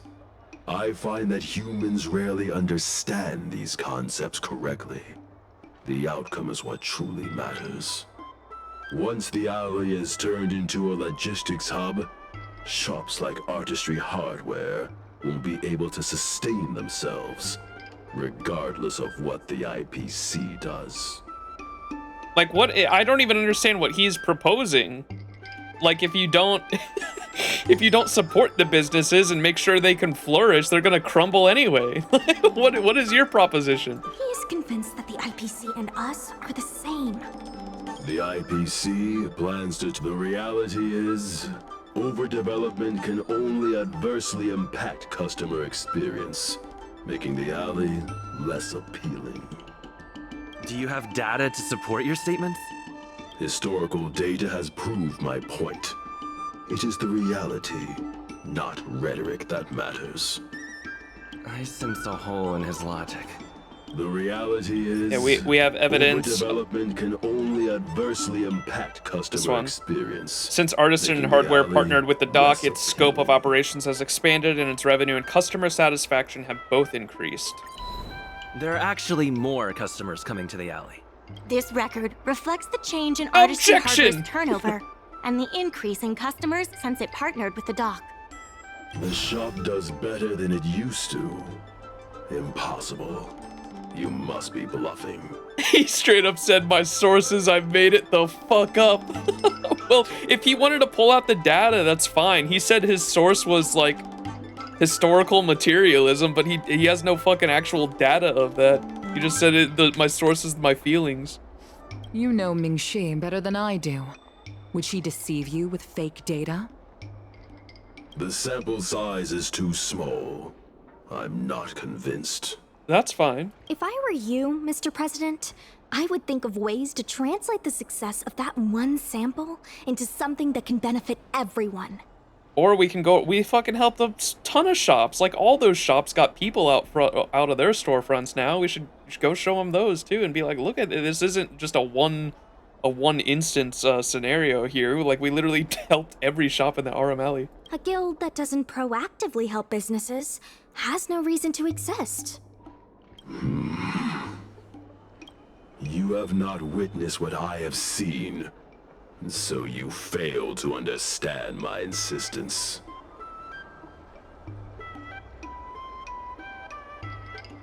What is it called when you use your own personal experience to try to, like, push that as evidence onto others? There's a word for that in debates. I forgot what that's called, but, like, that's literally what he's doing here. You can't just rely on your age and experience. There are many things that only time can tell, young one. Projecting? That's not the word I'm looking for. Anecdotal, yeah, that's the word. Anecdotal evidence. He's using his own experience, because that's like literally what that you know where I've heard that before? It's because of Andrew Tate. Remember Andrew Tate saying that Andrew Tate saying that, like, every woman I've known is always a bad driver. Like, okay, that's just anecdotal evidence, dude. Like, just because you had a bad experience with a female driver does not mean every female is a bad driver. The word, in my words, delusion, yeah. You have not witnessed what I have seen, so you fail to understand my insistence. Oh wait, did he? Fuck, I wasn't listening. You can't. There are many things. You have not witnessed what I have seen. The old Aurum Alley achieved a commercial miracle that has not yet been replicated.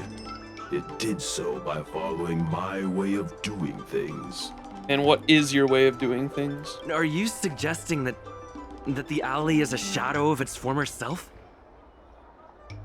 That is correct. The number of customers visiting the shops was 10 times what it is today. The alley was alive and was credited as the best night market on the Luofu. Here in Southeast Asia, everyone's playing GTA IRL. Bro, I've seen some crazy fucking videos of some of the roads in I don't even think it's Southeast Asia specifically. Or does India count as Southeast Asia? I'm not sure. But I've seen some crazy roads in India on, like, the side of the fucking hills where, like, it will literally be backed up traffic on the side of a hill with no guardrail, where if, like, someone fucking fell off, it'd go down, like, 500 feet. That road, you know what road I'm talking about? It's South Asia? Okay, gotcha. Yeah, Southeast Asia, I understand, is, like, the Philippines and, like, all the islands in that area, right? India is specifically South Asia, gotcha.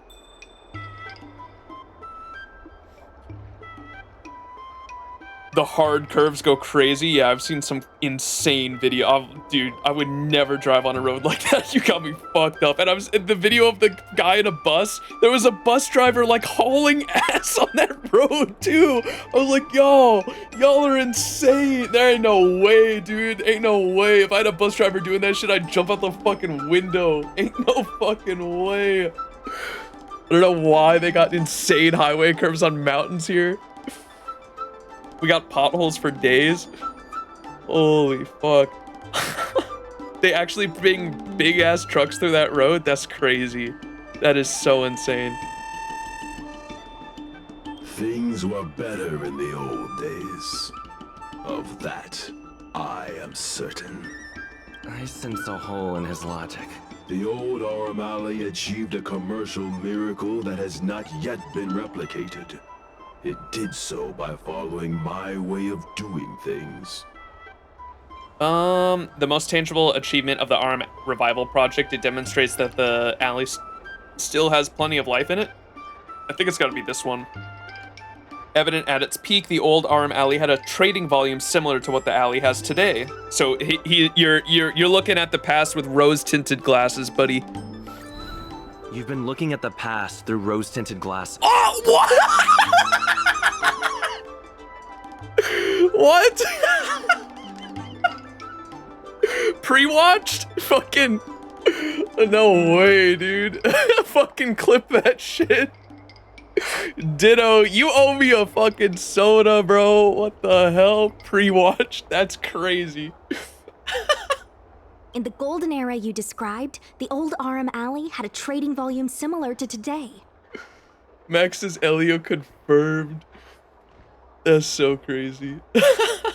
You included the delivery side cranes in your math. We did. So what? You can't draw simple parallels between then and now using absolute numbers. The trading volume you mentioned may not look impressive today, but it was huge relative to... Go on. I see what you are saying. While criticizing you for making flawed comparisons, I myself also made the mistake of believing that what worked in the past could be copied to serve the present. Is Max John Hoyoverse himself? John Star Rail, you mean? Quick, Max, tell us the next plot line. The plot line for what? Like, the next planet we're going to? Planet Screwlum, surely. And Planet Screwlum is gonna end up being a Dyson sphere, like I said. Like when I read the we never read the lore cards for Planet Screwlum, but the icons for the Planet Screwlum planetary set make it look like it's or the, what do they call it? It's called like the metal. We'll have to look at it. It called itself the Star Cage or something like that. Maybe someone can look it up and see what it said. What is the planetary set for Planet Screwlum say about Planet Screwlum? It says it's like a star cage. Yeah, I think it's a Dyson sphere. Like I said that like a couple streams ago. Who is Max? Hi Elio, who's Max? Celestial something. I'll have to take a look at it after this. But the title for Planet Screwlum made me think it was a Dyson sphere, and I think that'd be super cool if it, because Dyson spheres are such they're such a cool concept, man. God, I wish they were used more in like science, sci-fi media, because for how cool of a concept Dyson spheres are, you don't see them that much in sci-fi media. The celestial differentiator? The fuck does that mean? I don't remember that word. I think there was something specifically that called it like a planetoid something that made me think it was a Dyson sphere. The Edo Star, which is probably going to be Japan themed, I remember people saying, and then Punk Lord. Punk Lord would be cool. Or what's her name? Gwen Ifen's home planet is fucking Planet Camelot. That would be cool for the Fate collab too. Mr. President, the way I see it, you shouldn't regard the alley as a souvenir from the past. Aurum Alley should embrace change, as its residents do. It seems we have reached an agreement. The hearing concludes here. Yay! First challenging an IPC rep and now Legs. winning over the president of the guild. You're pretty good. Thanks. Sushi? I was looking forward to another public apology. I got lucky, and it was a collective effort. The materials that Mingxi and Xiaohan provided were super useful. Knowing the president, I think he's now ready to entrust you with the future of the alley. He wasn't really against us? The president commands the trust of many reputable shops in the alley. Their support for him was likely to be a big obstacle to your rejuvenation project. Oh, the sphere piece says Planet Screwlum's mechanical sun. Yeah, and then the icon on it kind of looks like a... Tell me the icon on it doesn't kind of look like a Dyson sphere. So I read mechanical sun, and then I saw the icon, and I was like, that kind of makes it seem like it's a Dyson sphere. That'd be badass. And and then the rope says Planet Screwlum's ring system. Yeah, I haven't read the lore on those yet, but yeah, the ring system and mechanical sun made me think of a Dyson sphere. That'd be badass.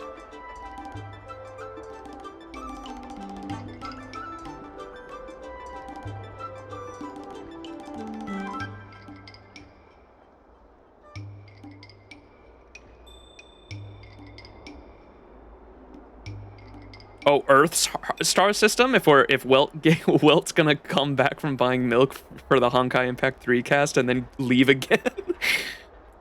The president commands the trust of many reputable shops at the alley. Their support for him was likely a big obstacle for your rejuvenation project. His invitation to debate this matter publicly was a chance for the more difficult business owners to hear from you directly. He is indeed very wise. I almost feel bad for him. Aurum Alley's enemy should be the IPC, not the president. What if the IPC isn't an enemy? Bollocks. Have you decided to drop out of bidding? You still remember Scott, right? He's been transferred elsewhere. I'll be handling things from now on. Wait a second! You're with the IPC? Xiao Han is the IPC's operation rep in Exalting Sanctum. You snake! You backstabbing little... My original plan only involved helping you overthrow the current president. But as we progressed, I saw there was more common ground than I'd anticipated. Since we all agree that the dock is vital to Aurum Alley's development, why not take things further and turn the alley into a full-blown logistics hub? Imagine cargo ships from all corners of the galaxy, docking and departing. This place will be transformed into a renowned commercial port, instead of another run-of-the-mill market. Feeling 3 years is crazy love you, Brody. Yo, Anarchy, thank you so much for the 13-month streak and the 38 months total. Thank you so much. I appreciate it. 38 months, 3 years. Insane. Thank you so much, Anarchy, for the resub.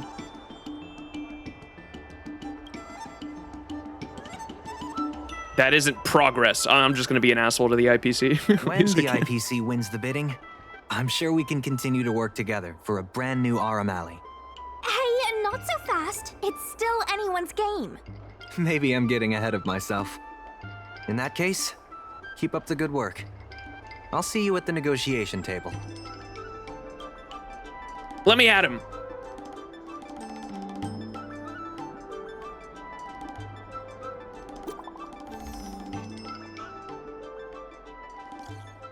As much as I appreciate spending time with you guys, I shall excuse myself from this group to avoid controversy. So for now, farewell. This is like the third time she's used that. Although you have different positions at the negotiation table, your goals are the same. Therefore, you should engage in a thorough debate to have a chance to supplement your own perspectives from each other's viewpoints. An open-minded perspective is more valuable than any singular viewpoint. Yes, ma'am. Yeah.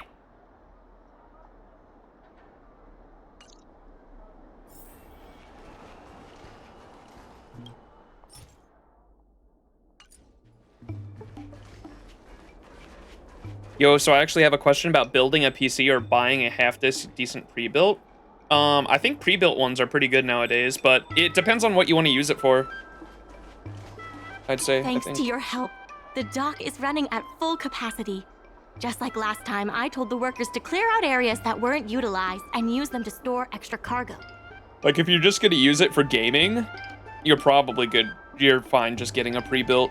But if you want to do crazy shit with it, if you want to game on it, if you want to edit with it, if you want to stream with it, if you want to create music with it, there's all sorts of things you can use a PC for, and so it kind of depends on what you want to use it for. Want to be able to do both gaming and streaming and editing? Okay, you can probably still find a pre-built to do stuff like that. For just simple stuff. If you want to, I know some people even opt into the, I haven't done it myself yet, but I'd like to in the future.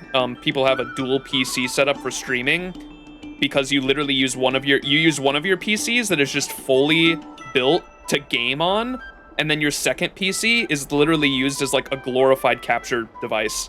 Like, you know what an Elgato is, right? And so like you literally use a second PC, like literally to just like capture the screen of your first PC while gaming, and then that way the first PC is able to put all of its power into being able to play the game at top FPS and top graphics and all that, and then your second PC literally just captures that shit like a capture card.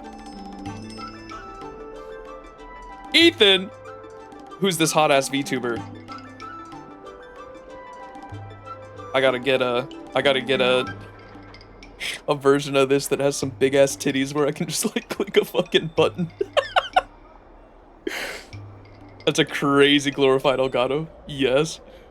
Just click a button and the melons come out with physics. Yup, you already know, bruh.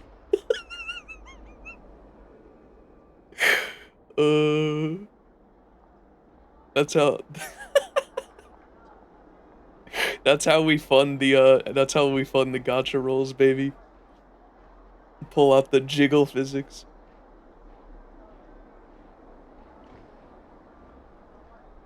$1,500 USD, by the way. The infinite money glitch.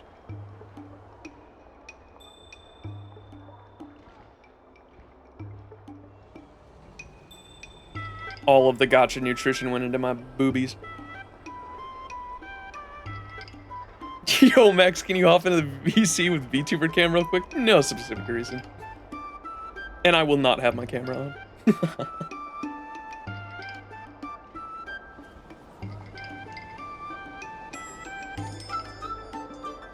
We now have the additional capacity to work with more businesses and have also opened a new route leading to the port. With streamlined logistics planning, I think we'll see a revitalized alley in no time. Solving merchants' problems and earning their trust. Whoa, That's it's what even any bigger good now. merchant guild should do.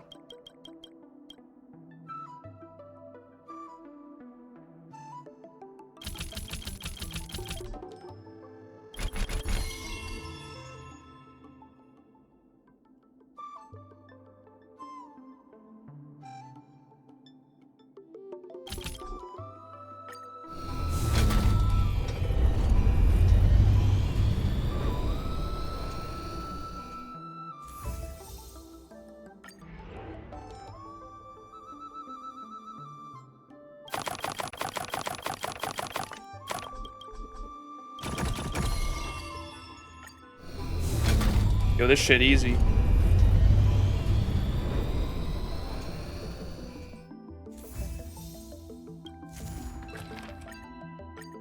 Some time ago, I asked Su Shang to have a chat with XianZhou to see if we could secure Spices Supreme as the next client for the dock. I've heard Su Shang has made some progress. Sushi. She could use some extra hands. Would you mind helping her out?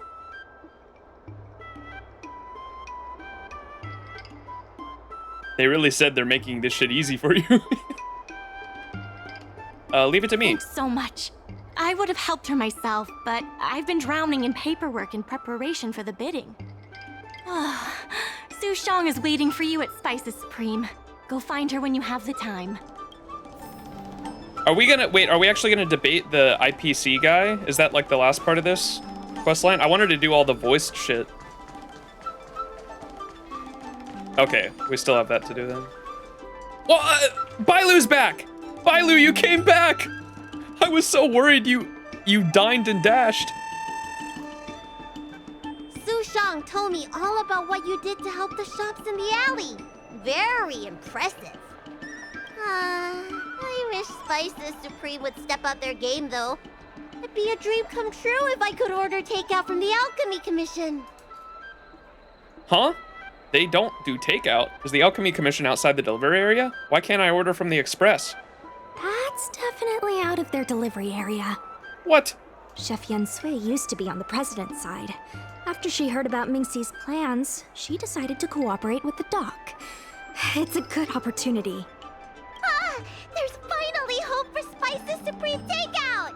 Not only that, putting Spices Supreme on the map would increase interest in the alley as a whole. To get us started, I've proposed a crossover between the Merchant Guild and Spices Supreme. Buy a meal box and get a visiograph of Bailu. Cool, Bailu Spices Supreme crossover. Oh my fucking god. Marketing. Wait a second. I'm not sure about that idea. If the elders find out, they'll say I'm tarnishing my image or something. XianZhou has agreed to offer you free meals throughout the crossover. Oh, she's definitely gonna do it. Happy to help. Come, let's go talk to XianZhou. She wants the snacks. We're using the child as a marketing ploy. Sponsorship deals. Come see the heir to the dragon throne. Dumplings and steamed buns. The buns are huge. Just a few and you'll be full. Did you say something about large buns? The buns are huge. I heard that shit. Giving me the lowdown on this crossover event? I'm downloading right now. Yo, Ethan, I don't think my buddy Theory here, chat, knows about Kafka. I need to show my boy Kafka. The lowdown on the crossover event. In short, Spices Supreme will release a series of crossover meal deals. Customers get Aurum Alley shopping coupons when they place an order. And in addition to the coupons, you can get a visiograph of Bailu, our Alley ambassador. Crossover meal deals. Yep. Of course, Chef XianZhou will have the final say on what to include in these deals. Japan is huge on this shit, right? Topaz over Kafka? Nah, bro. I haven't met Topaz yet, though. Did someone say mommy? Yo, Japan is huge on these crossover things, though. Like, literally at every single, fucking, convenience store in Japan, there's always some gacha game doing some crossover with the convenience store. Topaz and Dumpy. Although some basic options should include meal for one, meal for two, and family meal. You won't like her in free market? Well, I already know she's with the IPC, so like that already that already makes it like, so my first impression of her is instantly bad. Shopping coupons? Yes, when customers are done eating, they can come to the alley for a stroll. Alley ambassador? We need someone famous for branding. Lady Bailu is the High Elder of the Vidyadhara. They have a window cleaner product with Attack on Titan Levi's face on it. If she can be our ambassador, we'll have queues for miles. Wow, that's a lot of information. Yeah, I didn't listen to all my of it. head around it, but I'm sure you'll do a good job. Ha! Leave it to me. About these visiographs, what do you need me to do? Let's shoot 3 theme sets. Bailu at the alley entrance, Bailu and sight cranes, and the last one should be... maybe Bailu and friends? Yay! Only one set mentions the alley. You sure people will get the idea? The last 2 are a little random. Why can't I be in the visiographs? Aren't I handsome enough? I mean, why not? Aurum Alley, Luofu top 10 destination for Outworlders. So, have you made up your mind? Are we shooting Bailu or you? Maybe Bailu is the better one for the job. Me, of course. Oh my god. Sure. Let's go, folks. Take a photo of Bailu at the alley entrance. Alright, hang on, Ethan. I didn't realize how much voice acting is in this game. Yeah. Bailu, be natural. Stop talking. Compared to Fate Grand Order, where like I do all the fucking voice acting. And it's all in Japanese too. This game actually has English voice actors, which is a nice change. Here's Kafka. Good lord, man. You play as her in the tutorial of the game, and I was like, you know what they're doing, because I wasn't planning on rolling on any characters until the Fate collab, and then I played for 5 minutes as Kafka, and I was like, good lord, googly moogly, bro. Good lord, man. Show him Himiko. Himiko. Greek. I haven't watched it. I think I saw a YouTube video. She's her. I saw a YouTube video that was a tier list of Honkai Star Rail characters' legs. The thumbnail was fucking like a thigh shot of Himiko. Honkai Gooner 99 is my new name. Good lord, man.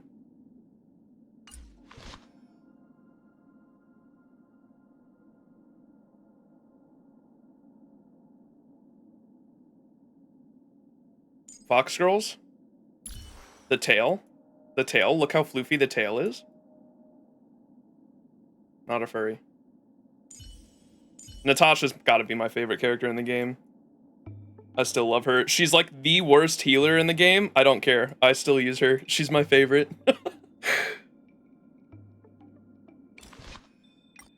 She's perfect. She's hot and she'll take care of you because she's a doctor. And she's the leader of a resistance movement. My husbando, Argenti, do the voice line. My man is voiced by Markiplier. Wait for the voice line. The real gooning is ZZZ. Yeah, Ethan. Oh, I gotta show him Jane, bro. Can we get some Jane in the chat? Type Jane in the chat. I shall uphold the principles of knighthood to champion beauty and courage. Markiplier.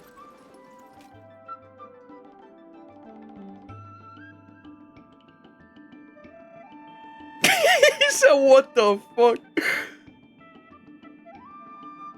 Jane is crazy, bro. I shall uphold the principles of knighthood to champion beauty and courage.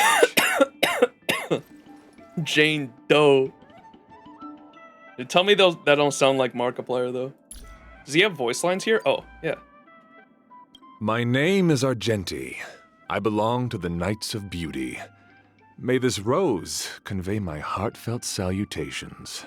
Markiplier! Should misfortune befall you, do not hesitate to call upon me. I will protect you. Forgive me. Here we must part ways. It is my duty and destiny to traverse the universe alone. I'm sure our paths will converge again, somewhere. Among the Knights of Beauty, I am one of the honor-clad. We are distinguished by our engraved armor. The knights tend to operate in solitude, spreading the grace of the goddess far and wide across the universe. Nevertheless, we follow the same code of chivalry. Stand up, my brother. Your beauty has not fallen yet. Dude, I fucking love RJ. He's such a memeable character, dude. For a drilla. All right, we're taking a picture of... is it just in front of the alley or what?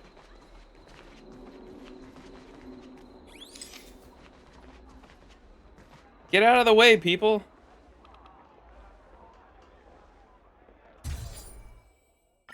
Perfect.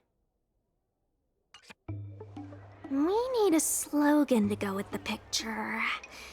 I wish I'd read more books. Any ideas? Welcome to Aurum Alley. Please report all lost children to the Realm Keeping Commission. The shocking truth behind Bailu's escape is... Huh. Did you just turn into a public service announcement? Hey, you're trying to set the commission on me. No. Let's leave the slogan to Mingxi.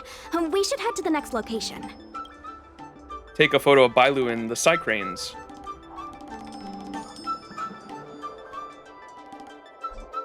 Three, two, one. What's the word again? 3, 2, 1. Cheese! I need to crouch. She's so short, I need to fucking crouch.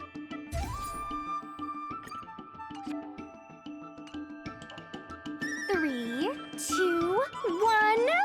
Mung bean! Mung bean? Ooh, I'm hungry.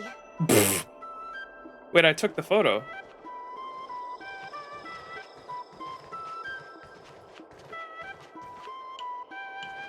Turn into a short character for a better angle. I gotta switch teams for that shit.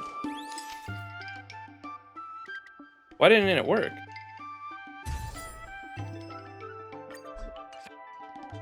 Gotta have another Oh, slogan Bailu for was out this of frame. one.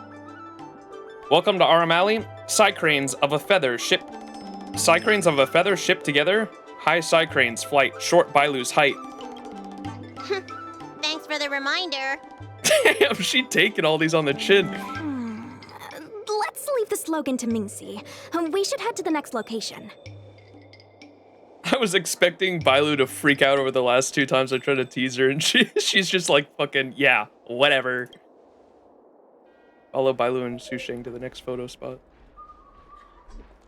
Remember, smile when you say the word. Cheese! Mung bean! Stop it. Hurry up, please!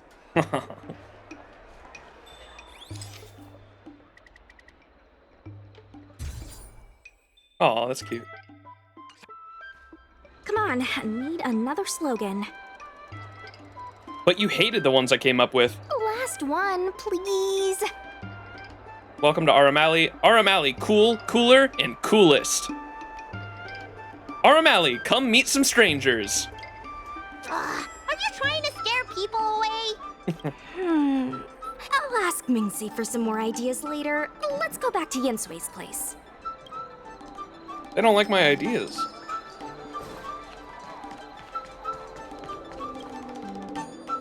Yensui has just told me to go ahead with the partnership. Bailu can finally have her takeout. That's the only good news today. Let's get the planning started. I love planning stuff. I want to start right now. Get me in, coach. Is it only this one?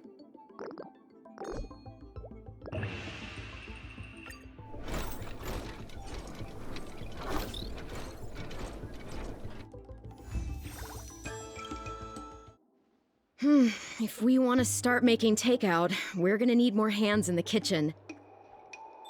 Mingxi, how likely is it that the guild will win the bid? I'm trying to work out what the future holds for Spices Supreme. I can't say for certain, but with you on board, our chances have greatly increased. I'm glad to hear it. Dragon Lady, why don't you drop by the restaurant? I'll make you some smoked patty. Thanks. I'm starving.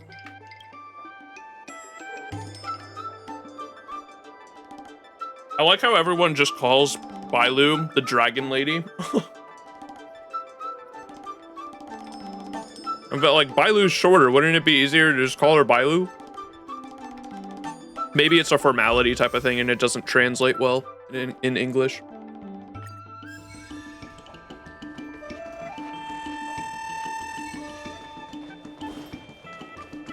Honorifics, yeah. That's what I think as well.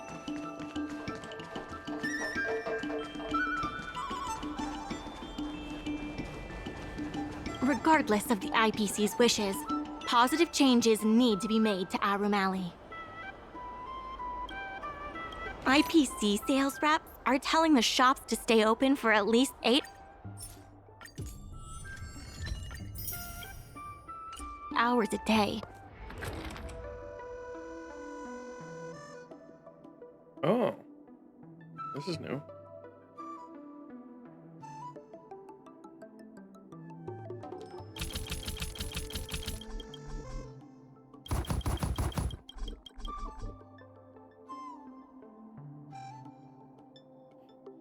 Ooh, that's not good. The opposite of what I just did, I think.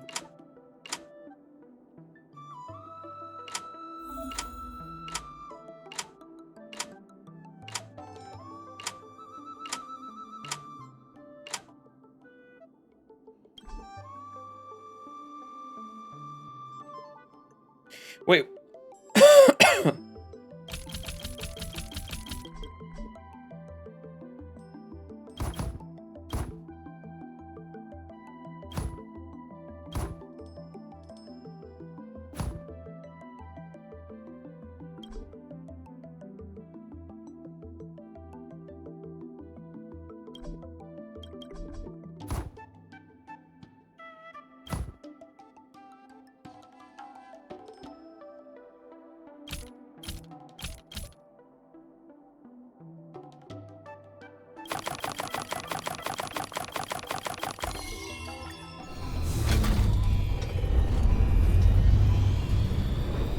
Buy a Kurosama in the JP dub?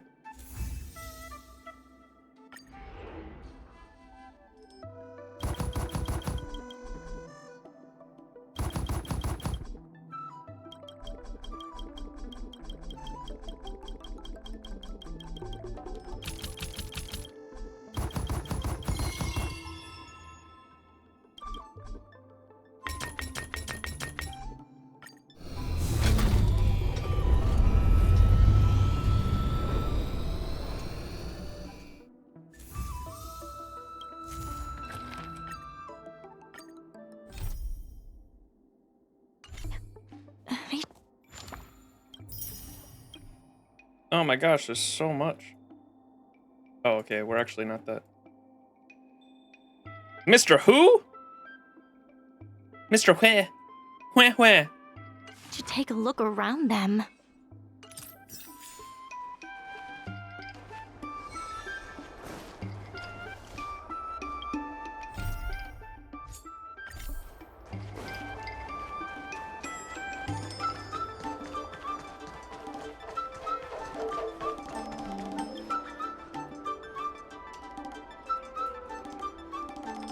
Wait, have we met before? Yeah, we've met a few times at Miss Secretary's office, but perhaps you don't remember me anymore. Here's the thing, my store sells fandangles, but lately, more and more Outworlders have been flooding in, claiming they bought my precious antiques at low prices.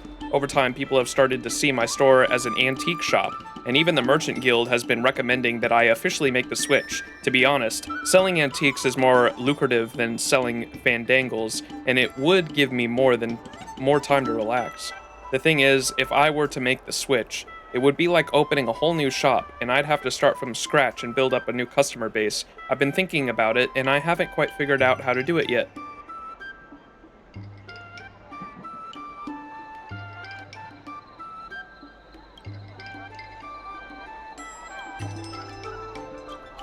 Get to the point!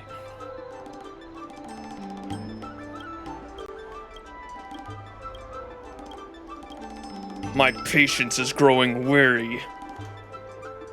I need to smash them all? No.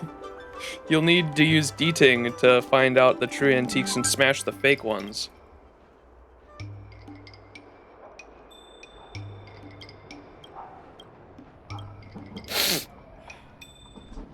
D-Ting vision.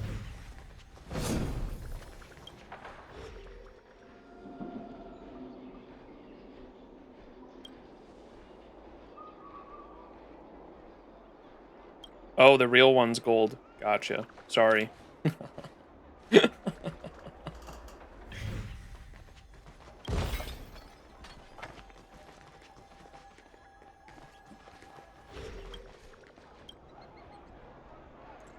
The job of the MC, unpaid labor. Oh, we're getting jades out of the event, at least. Should have enough for another 10, hopefully we have enough for another 10 tickets by the end of this event, because we had, like... Or actually, no, I spent them to get the 10, because we had 6 and then went up to 10. We'll see. Blah, blah, blah. How many, Hey, we only have 300, never mind, we're probably not gonna have enough for 10. Only 2 days left on this shit. I wanted to try to go for, if we didn't lose the 50-50 on, Kafka's, we probably could have went for Black Swans, but I lost the 50-50. Oh well. This was Black Swan's first rerun, right? So hopefully her, sometime in the next year, she'll have a third banner and we can go for the light cone.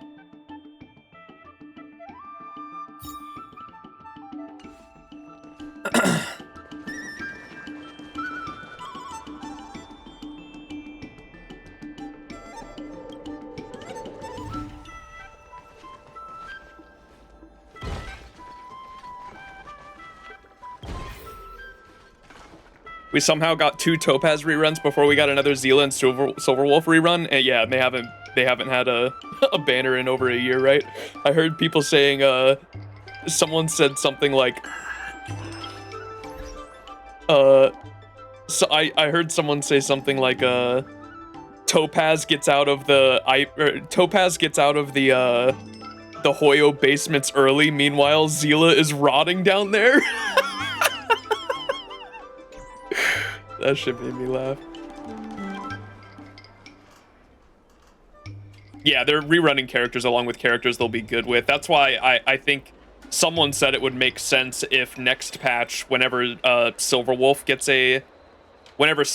gets her rerun, they'll rerun her with Zila, because Silverwolf and Zila are both part of the Mono Quantum team, right? So it would make sense if they both reran together, which is gonna suck for my wallet, because I doubt I'm gonna be able to I doubt I'm gonna be able to go for both of them. Which is why I'm trying to save right now. People were saying like you should go for Fei Xiao, and I was like, nah. I think I'm gonna start saving now, because if they do that in the near future, I'm gonna be fucked. You just need one poll. That's true. I can get them both in one ticket. It's a possibility.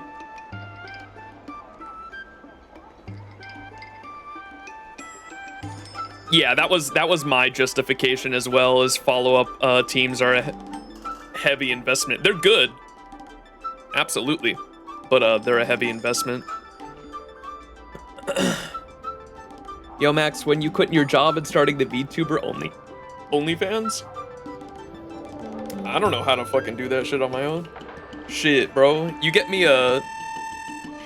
me someone who knows how to draw?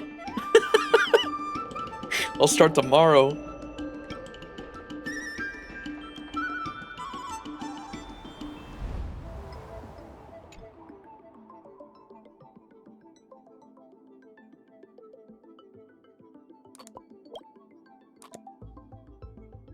Still the only one.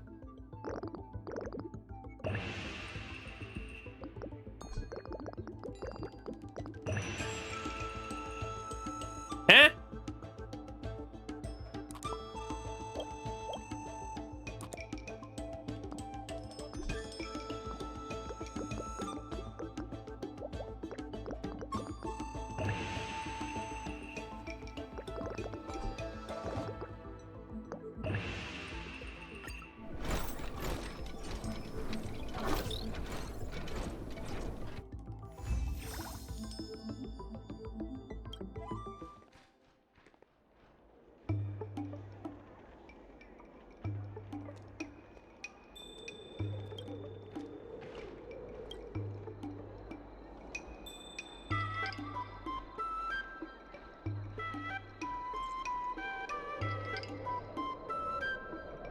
I'm a follow-up simp, so I mean, I'm happy. Yeah.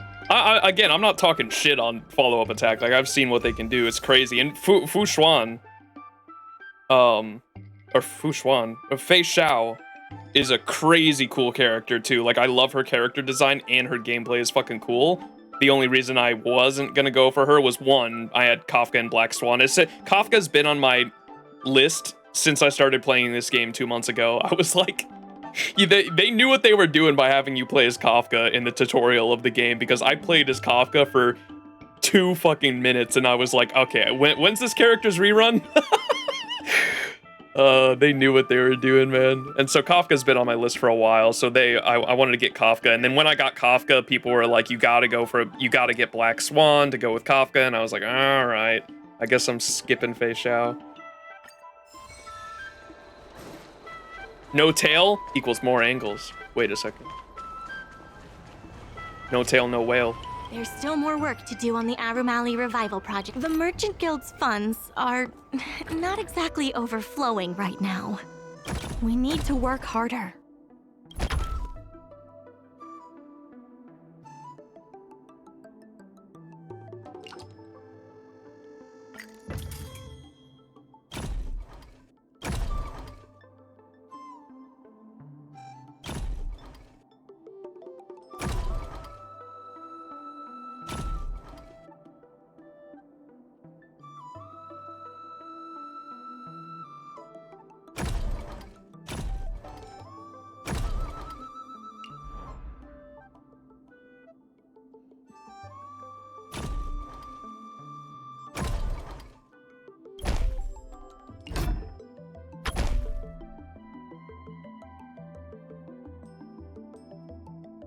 Huh?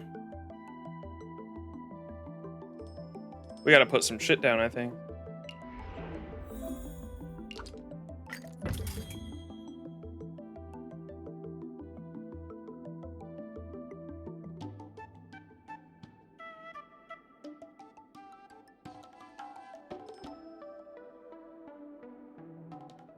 Let me try these ones first, maybe.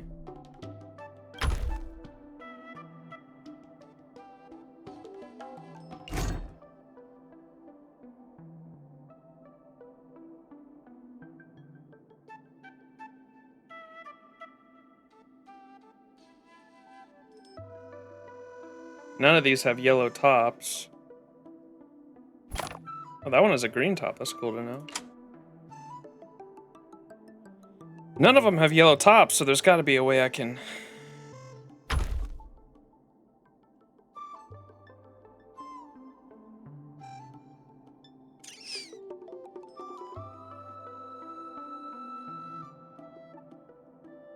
Who's ordering this shit? I've been wondering that for a while. Wait, is this the lion statue that Back and Forth were talking about at the beginning of this stream? Remember they talked about a lion statue that got blown away in the wind? This is the lion statue.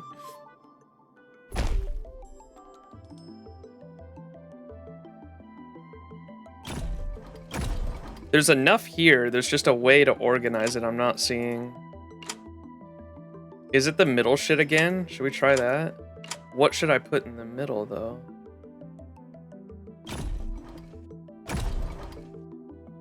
It's uneven.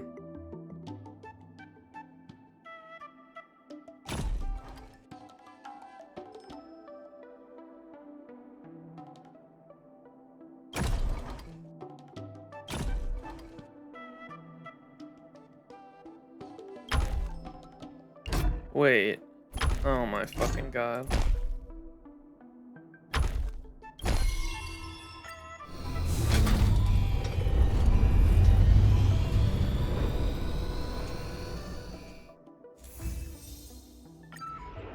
That shit was way easier than it needed to be. Alright. I don't suppose... I think you can only put one thing on these. Like, I wouldn't be able to put that across there.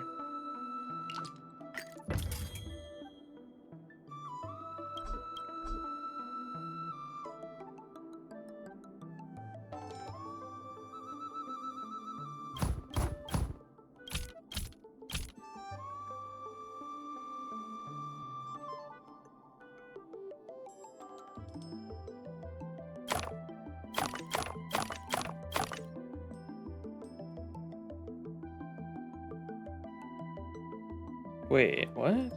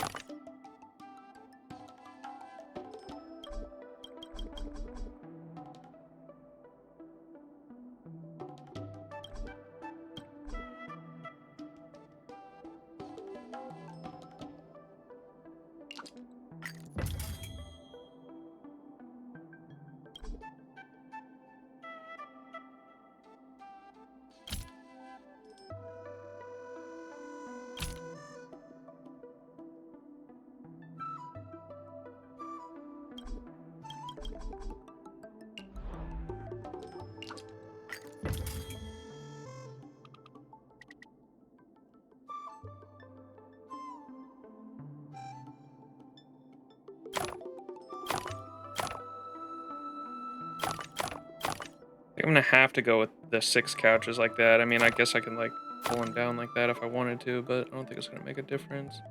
And these need green. I need 2 of these and they need green and they can't stack on top of this. So how the fuck?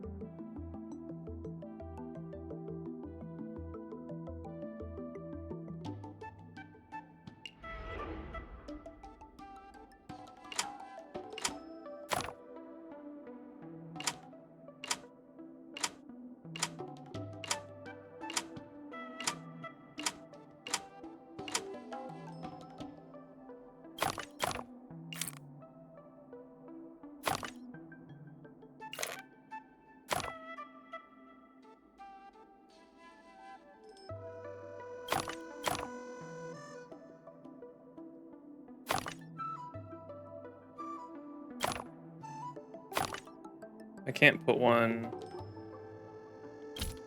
Oh, wait, what? How does that make sense, bro?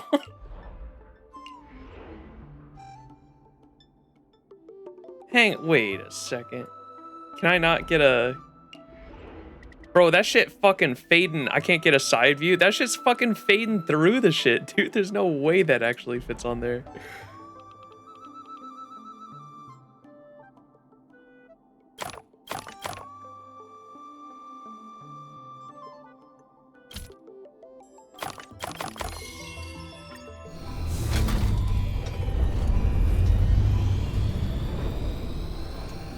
Physics.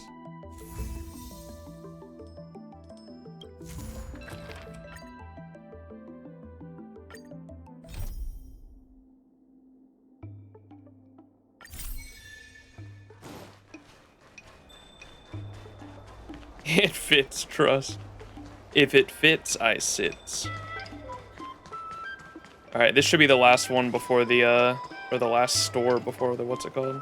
What's wrong with this route?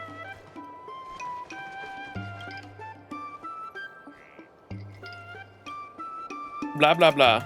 I'm skipping all the dialogue. I want to be done with this shit. Hello, I can fly. Just show me where to go.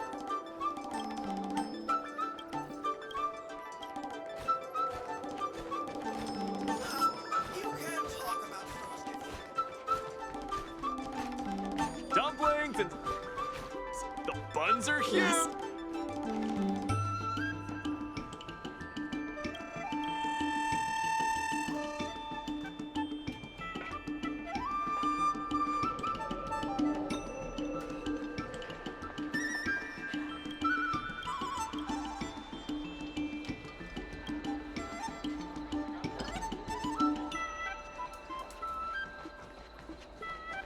Was that it? Miss Yo? Hey, yo. Gwyniphen's food vlog script. Wait a second.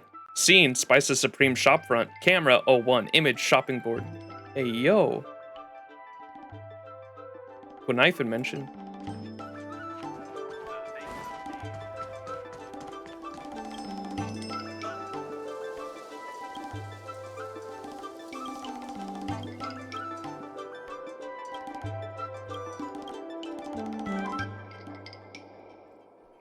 I'm sorry, I'm skipping dialogue. I am zoned out at the moment. We're almost 8 hours into the vlog, so.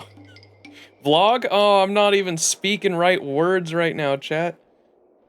We're almost 8 hours into the stream. And I am tired. I was up for like a few hours beforehand, so I'm getting little drowsy. He's cooked. Only 8 hours. I know. Like, I remember we're trying to go for the shorter streams though, because that's the path. We're on the path to partner. We've been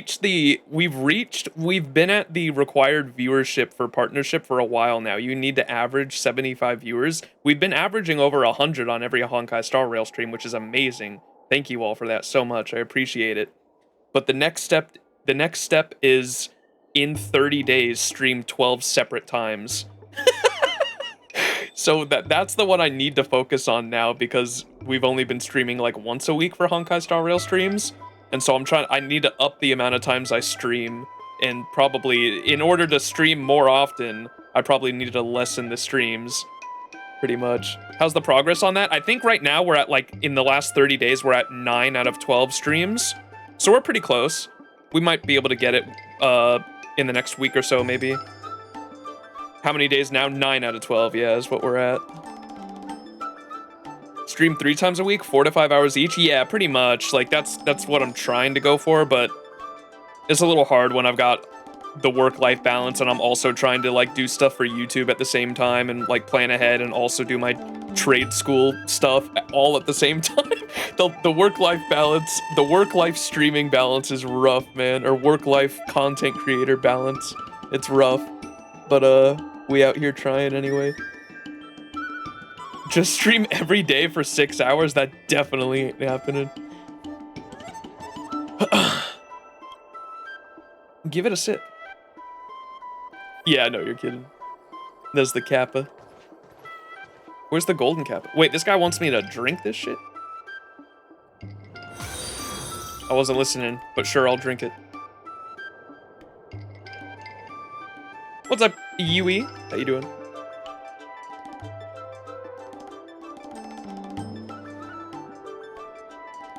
It was sleepy time tea. Oh, sure, more. Don't mind if I do. Yeah, this is normal tea. I think I've actually had tea like this before. It had some perfectly legal shiitake mushrooms in it.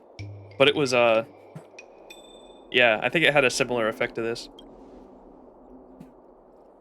Why didn't I notice earlier that he had so many siblings? Frustrated by your lack of observation, you don't understand why you've never noticed something so obvious before.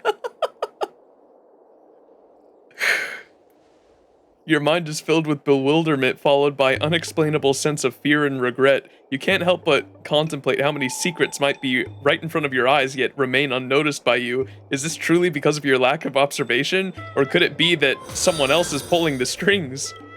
Wake up, Max! Are you still with me? How many fingers do you see? Ah, finally you've woken up. I didn't expect you would just... More?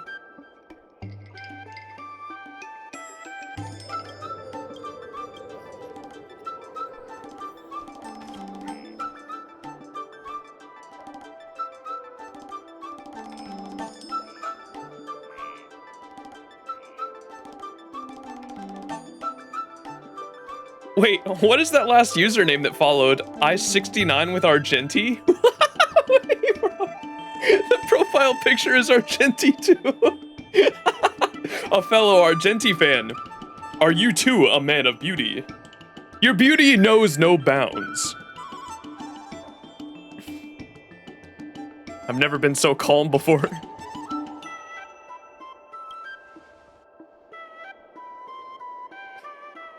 I love planning stuff. I want to do it right now.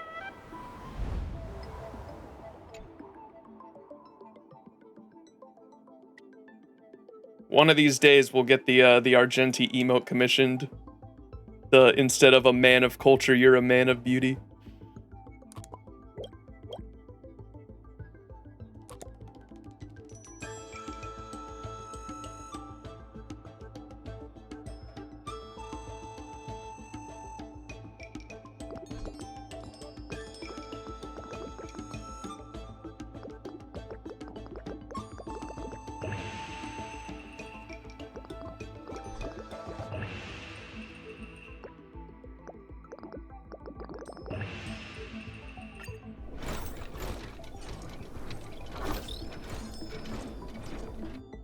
I will protect your booty.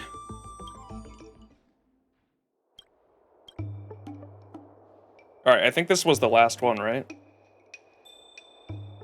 Get me in, coach. Let me debate the IPC guy.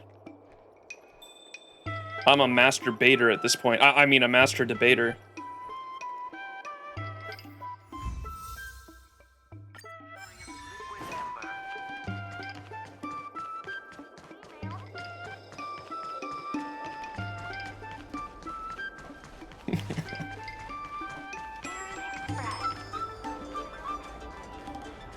There's still more work to do on the Aurum Alley revival project.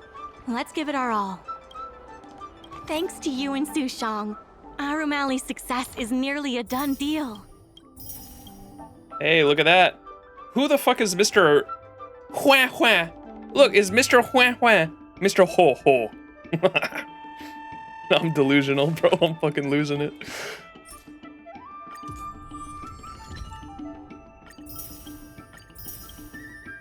We still got a lot more here, though.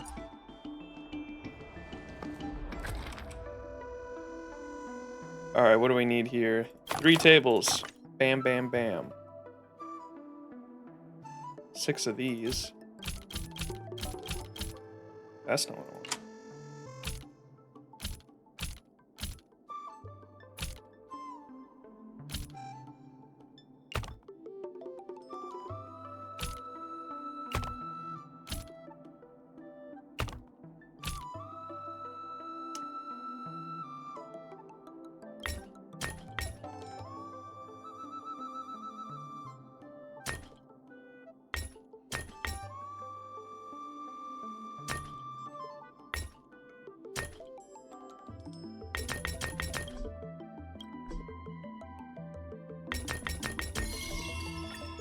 That could have been way easier. Ghost event will be after the stream after the next Honkai Star Rail 1, because I'm going to be doing ZZZ streams in between those streams as well, just so you all know. But the next stream will be a ZZZ one sometime in the next few days, and then either next Friday or next weekend, either next Friday or like sometime next weekend, we'll do the Eurilo 6 continuance quest, and then after that we'll probably have another ZZZ stream. And then after that will probably be the Ghostbusters event. And then after that, the second week of October, the new Destiny 2 season or like episode or whatever starts. And I was planning on streaming the maybe the day one of the new episode. And then the new dungeon is having a contest mode thing that I'm going to be doing with Twitch Rivals. I'm signed up for Twitch Rivals to do that. And me and a couple friends are going to be doing the day one Destiny 2 dungeon. So that should be fun. And then after that, we start Penacony. Like mid-October. Rolling for Caesar or Bernice or not? I really want both of them, man. Oh my god. I think honestly, besides like Jane Doe, I love so much, but I'm really not a fan of the faction, the cops. And I think they're, what are they called? The Sons of Caledon, right? The Sons of Caledon, I think are the only faction that has like a lot of appeal for me. Like none of the other factions like really appeal to me that much, but the Sons of Caledon do big time. They're a fun group. Yeah, I love them a lot. Penacony keeps getting moved back. I'm sorry. And then we've also got horror streams.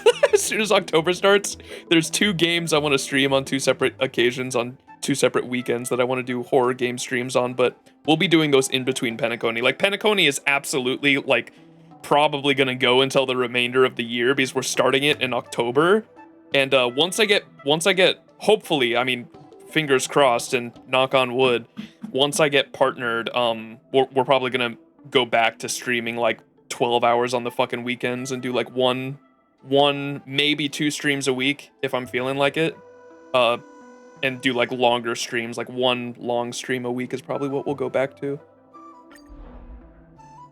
If you have Jane, I think Bernice is a better choice. Yeah, absolutely. I don't really have a good second team though, which is why I was kind of thinking of going, because I'd love Jane for team 1. I would love Jane and Seth honestly can clear like anything. Like it's insane how fucking good they are together. But Jane, Seth, and Lucy is the team I've been using. But yeah, like if I got Bernice would replace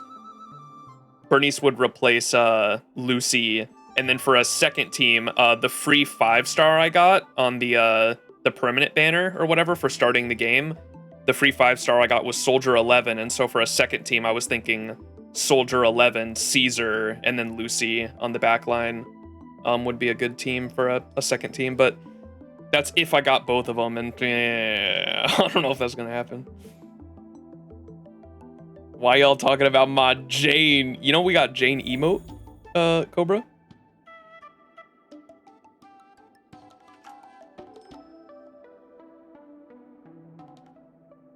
Right, I use Jane, Seth, Caesar right now, and fuck, how do you say it? Chingy? Nicole on the other side. What's the Jane ass emote? Someone do that one. Assa.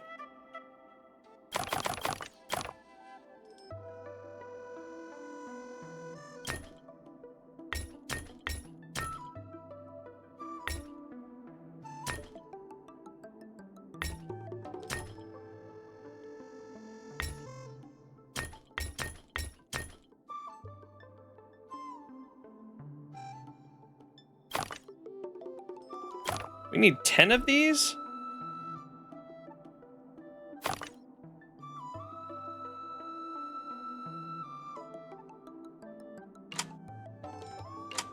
Alright, I already fucked up. Hang on.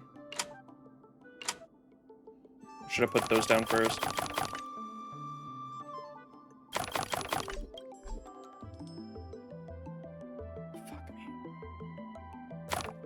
Fuck me running, brother. Yeah! Mid Yabi.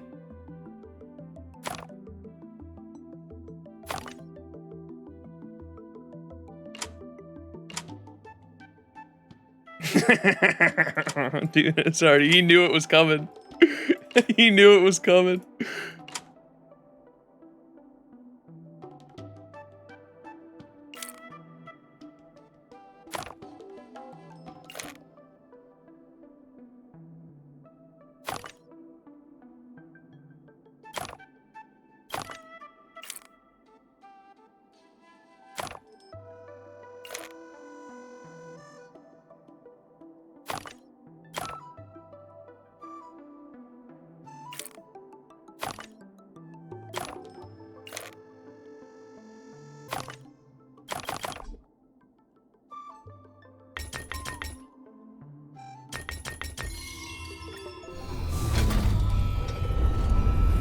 Still waiting to start when Miyabi drops, which I'm guessing is the patch after the lighter and the other woman.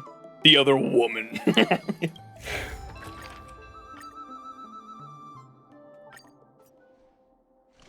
Mid-Yabi.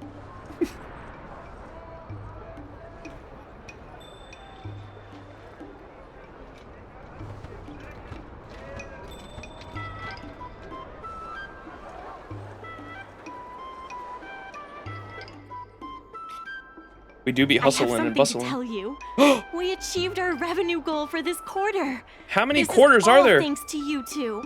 Not to mention the merchants of Aurum Alley. Damn, time truly is wibbly wobbly inside the XianZhou Luofu. We've gone through 3 quarters in a single stream. The Merchant Guild promises that the funds will be used for in order to reward you and regardless of the IPC's wish, there are more urgent issues that need to be taken care of first. Oh my fucking god. Grr.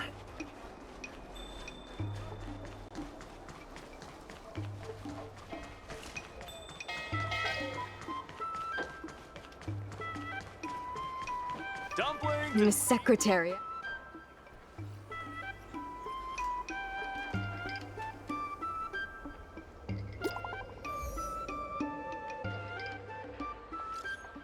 Before the bidding begins, there's something the president wants to tell us. Why does it feel like a BBEG situation? A what? What the fuck does that mean? What a long trip. I'm going home. I'm going home to get married? When the battle is over, I'm going back to my homeland to get married. Stay alive. Stay alive. Oldies Depot. See you there, okay? What? Big bad endgame? Big bad evil guy? Why are they saying stay alive? This has to be a reference I don't get. I'll take my sweet time. Are teams super important in ZZZ? Can you just be good enough at action games to roll over it? To clear content, yes, but the thing is about ZZZ, to like 3-star or like S tier, you want to get S tier ranks for the maximum rewards, and to do that, you need to clear in a certain amount of time. Like the end game is like literally speed running, unfortunately. So if you wanna S rank and get max rewards in end game content, you have to have like good teams to be able to speed run and like kill the boss as fast as possible. Yeah, it's timed.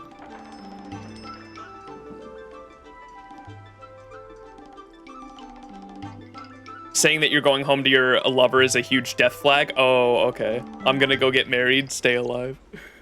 Dumplings and steamed buns. The buns are huge. You know they're dying. It's like a movie trope.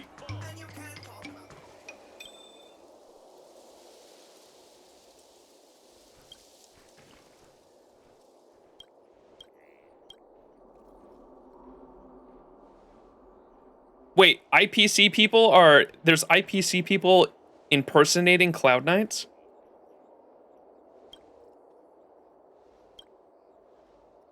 May I see your credentials? No.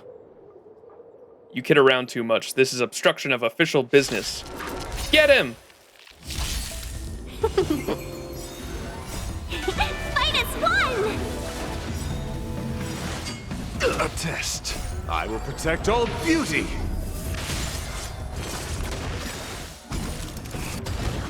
I will protect all beauty.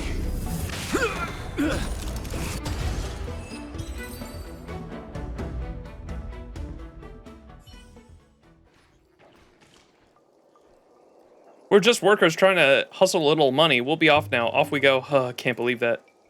Clear out of the way and don't come back. We don't talk kindly to you folk in Aurum Alley. IPC gamesmanship, it really wears me out. Max, thank you so much. My tea lovers are all settled now. Wait, so it was or it wasn't IPC, guys? I got confused. Yo, boss, do.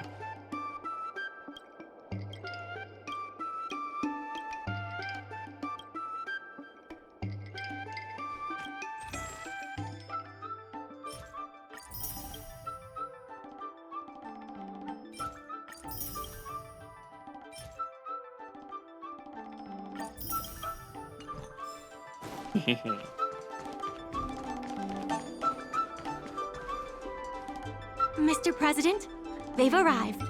You'll forgive me for not shaking hands. No worries. You don't have any hands to shake. My point exactly. Oh. I must admit I didn't expect much when Ming-Shi first brought you to me.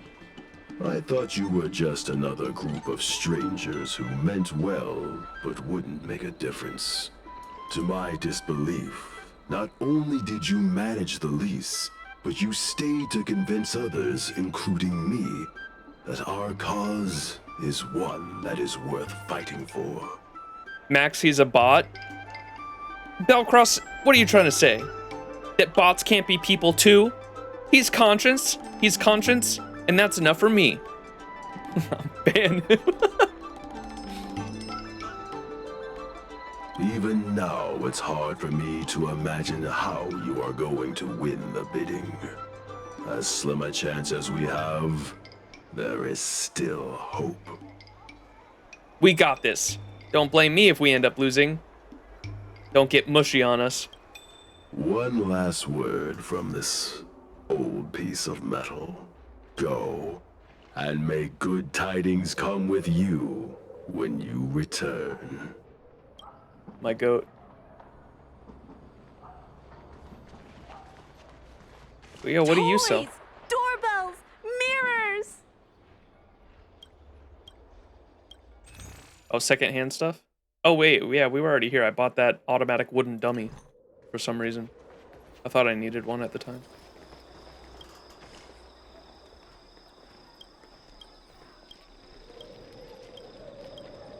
Whoa, what was that last part? Fuck. What do you say?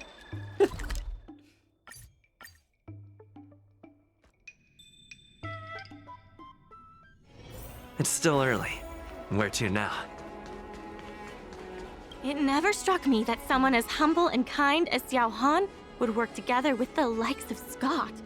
Before I met Xiao Han, I always imagined everyone at the IPC would be like Scott, overbearing and dodgy. Now I understand. The IPC has many faces. Palace of Astrum is up ahead. Ready? A many-faced monster, just like that kid in the moles. What is the kid in the moles name? Something of the many faces? I'm ready. Let's do this. Before we place our bid, let's go over our key points again. Julian, yeah, Julian of many faces. Julian of 1,000 faces. All right, here's our talking points. The guild's bidding deposit. This is the most tangible achievement of our alley revival project. It demonstrates that the alley still has plenty of life in it. Having enough funding to back up our bid is key to competing with the IPC. It's so weird to see a universe like that, despite having already had an AI rebellion. That was the XianZhou, right? Because one of the XianZhou ships had like a full-on robot rebellion, didn't it? And they still continued to use AI and not immediately get rid of it, like the Warhammer 40K. It also happened in Dune. That was like the backstory behind Dune, behind it being futuristic, but they don't have like a lot of futuristic technology, and that's specifically because they had AI at one point that almost like wiped out all of humanity. The Dune backstory is fucking crazy too.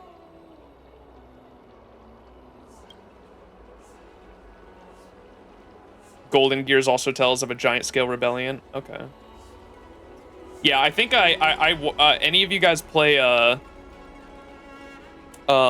Detroit Become Human? I played Detroit Become Human once, and I was like, if we ever get to the point where we play God and we like literally create consciousness from technology, like that shit's a human. You gotta look at that thing as a human and give it full human rights, or else the bad things are gonna happen, bro. You gotta give that shit human rights. They kind of signed a treaty. Okay. The AI came to a truce. Just watched Jesse Cox play through that. Yeah, Detroit Become Human is a banger game, man. Holy shit. That's one of the... There's a lot of games out there that have, like, choices you can make in the game that lead to different outcomes. That is the greatest version of that, like, style of genre of game. Like, the choice-making games that kind of, like, feel like you're watching a TV show. Life is Strange is one of them as well. I'm, like, a big Life is Strange fan, but the... Yeah, a lot of them aren't that great because they only have like 2 endings for the most part, or like Life is Strange 2 had 4 endings, I guess, depending on choices you made along the way. But Detroit Become Human has like 16 different endings, all with different variations. Visual novel moment, yeah, visual novels have a crazy amount of different endings too. Undertale also exists. I own Undertale and I've never played it. We got to play that at some point for sure because I've heard how good it is. 28 stab wounds is the first thing that comes to mind from Detroit Become Human. 28 stab wounds. Dude, what's his name? Connor, right? Connor had so many good quotes in that game that are just fucking silly. The funny skeleton guy, yeah.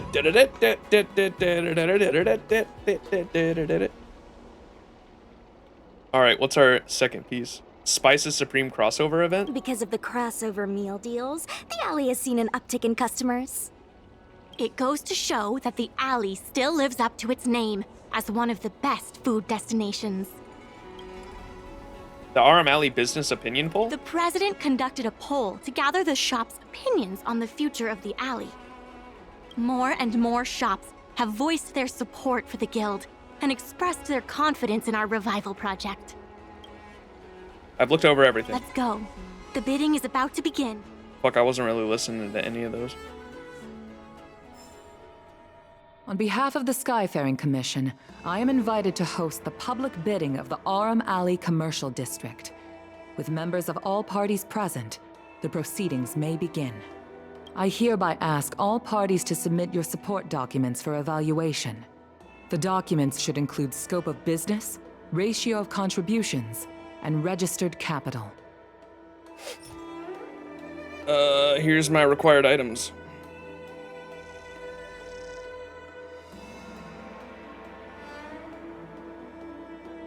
Fuck the IPC. All my homies hate the IPC.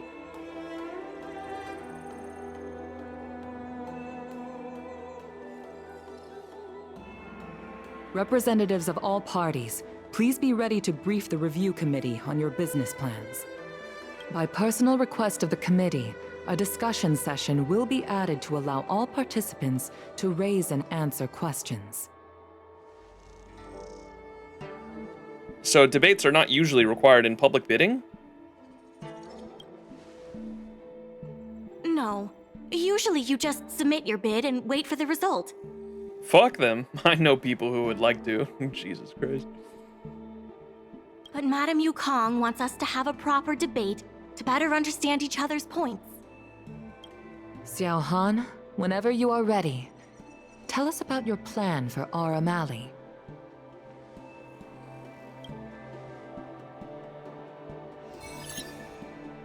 Members of Aurum Alley Merchant Guild, I hope you're all keeping well. And if we're not? No need to be quite so aggressive. Members of Aurum Alley Merchant Guild, by utilizing the dock, the guild managed to repay outstanding rents and also raised sufficient funding to stand at the bidding. That just goes to show how vital the dock is. We did much more than simply utilize the dock. But you don't deny that the dock was vital to your operations, correct? Your partnership with the shop owners and the increase in cargo handling capacity. None of it would have been possible without the dock. Dude, this is so fucking stupid. Yeah. It's actually Actually, debate Lord gameplay. Wrong. None of it would have been possible without winning the hearts of local businesses. Well said, Sushang. I think you understand my point. By utilizing the dock, the IPC seeks to unleash the full potential of the dock, taking full advantage of its role as a logistics center, thus transforming Aurum Alley into one of the most advanced commercial ports in the galaxy. Doc, we talking about the two-timer? Ain't nah, bro. No, my boy cannot play this fucking game. How are interastral cargo ships supposed to dock? There isn't enough room. To address this, most of the shops will need to be relocated. The IPC will redesign the layout of the whole area to make sure ships can move in and out smoothly. We expect at least the same trading volume as Cloudford. Rest assured, all the shops that need relocating will receive generous compensation from the IPC. The package we've prepared will make everyone happy. Classic IPC. The IPC seeks to unleash the full potential of the dock, taking full advantage of its role as a logistics center, thus transforming Aurum Alley into one of the most advanced commercial ports in the galaxy. And that, honorable ladies and gentlemen, is the rejuvenation that everyone has been hoping for. No? How can you be sure that everyone's vision aligns with yours? Well, you'd also disrupt all the locals. I was using a figure of speech, but our vision of rejuvenation will benefit the majority. Shouldn't you gather people's opinions first? Do we have any proof? And that, honorable ladies and gentlemen, is the rejuvenation that everyone has been hoping for. Survey conducted to gauge the shop owners' intentions. More and more shops have voiced their support for the guild and expressed their confidence to the revival project. Bam! Objection! The shops think otherwise. According to the poll we conducted earlier with business owners, most of them have already partnered with the Merchant Guild and wish to preserve their current business model. Artistry Hardware is among the shops that registered this answer. Father has never been the shrewdest when it comes to business matters. I'm afraid his opinions don't constitute the most valuable insights. They even have the sound effects, dude. That's so funny. What's that game called? Wait, doing that continue conversation thing gives you hints? Yeah. Sure, that's why I've been doing it every time. Ace Attorney, yeah. This is the Fortnite. Yeah. It's the Fortnite sound effects. They full on got the Ace Attorney sound effects. I don't think I've heard that before. In agreeing with your approach, those shops may risk missing the bigger picture and opportunities for future growth. So you think they don't know what's best for themselves? You think too highly of yourself, IPC goon. Ming-Shi, please share with us what the guild has in mind. As Xiao Han mentioned, the IPC sees the dock as the most valuable asset the alley has to offer. But for us, the local shops are what makes the alley special. The guild serves the sole purpose of helping local businesses. We will help the alley reclaim the title of the best night market on the Luofu. Best night market on the Luofu? With the IPC's funding pouring in, hundreds of commercial centers will sprout. Why would people come to Aurum Alley when they have so many other options? Nobody cares about that title anymore. Say what you want, but we care. What makes you so determined to hold on to this idea of a food street? Why can't the revival of the alley take on other forms? Because people want it to retain its food street. We have proof of that. Do we have any proof? Best night market on the Luofu? Literally the one we just used again, I think. Take a look at this. You can't just present something irrelevant and expect me to respond. I can't say what this well, that was the best night opinions. market on the Luofu? With the IPC's funding pouring in, hundreds of commercial centers will sprout. I guess how successful we've been. Take a look at this. Nope. I admit. With the crossover event, was it? This best night market on the Luofu? With the IP. When people think of Aurum Alley, they think about its food. The two notions can't be separated. We organized a crossover between the Merchant Guild and Spices Supreme. By sending out coupons and gifts, we attracted twice as many customers as we normally would. This shows that food is still a big reason why people visit the alley. Building on an existing strength is much easier than starting out from scratch. The alley's identity as a food street is what makes it so competitive. The revival you envision involves throwing pots of money into building a port while forcing away most local businesses. Wouldn't that erase the very identity of the alley? This truly is the gentrification event. That's crazy. Our approach protects the people who made the alley what it is today. This whole event is just fuck the IPC. I'm down for that. If you go back to my original stream, I have a clip of that on my my YouTube. I have a YouTube channel for VODs and I have a YouTube channel for clips. If you're hearing this now and you're on YouTube, go check it out. You click on my channel and right at the top there, it should have all of my channels. I've got 4 channels total I run, but one of my channels is my clips channel. And on my clips channel, I have the, my reaction to hearing IPC for the first time. When you get the light cone at the very beginning of the game, March is like, the Interastral Peace Corporation made these. And I'm like, wait a second. I hear that name and I'm like, Interastral Peace Corporation? So they're the bad guys, right? Like, it's such an obvious, like, it's a name that sounds like so obviously like it's not what it is. You hear Interastral Peace Corporation, like, no way that's a good thing.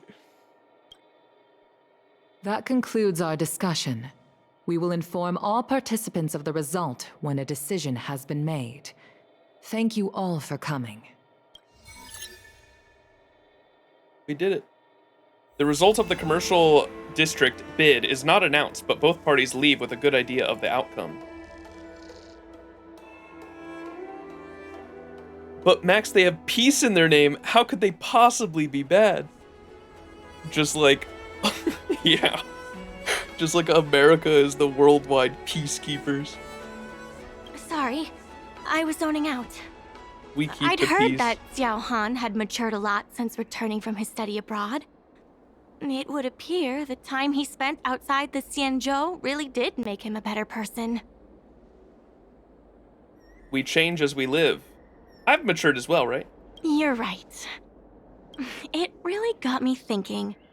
Even though it seems like we're doing the right thing, will we still think so 10 years from now? No. We keep the pieces. Sorry. You don't have to listen to me daydreaming. I'll head back to the dock for now. We keep the pisses? Do you think the guild won the bid? We better have. Of course, we're the protagonists. Surely the IPC will win. Is it too late to blow up the IPC? Not the brightest idea. What? I bet Kafka, my mom, would agree. Anyway, no point in standing around here worrying. I'm heading back to the alley. Talk to you soon.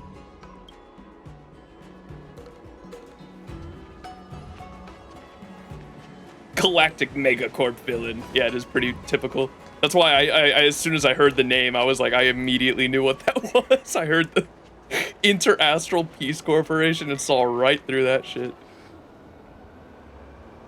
All right, find out about the Merchant Guild's recent happenings. Okay, we're gonna find out about the outcome now, I assume.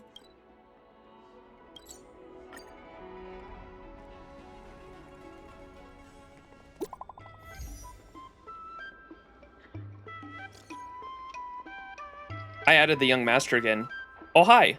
The builds resulted a while back. I received news from the Skyfaring Commission. We got it. Wow.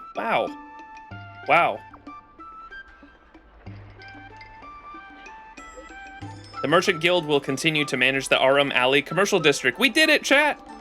You could have said that all before adding me to the group. We lost to you. We won! Thank you, Madam Yukong, quickly! Say thank you to Madam Yukong, quickly. This is the result from the Skyfaring Commission's evaluation panel. I was not involved. Yippee! Wait, bro's still in the chat. Sob. Don't be sad, young master. One more thing, Exalting Sanctum branch of the IPC will join the guild as a retailer. The IPC counts?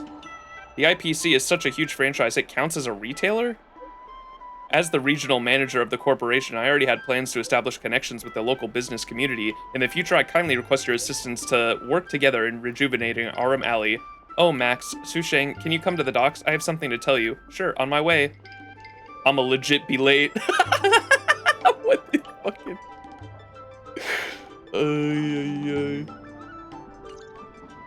You like the background music playing?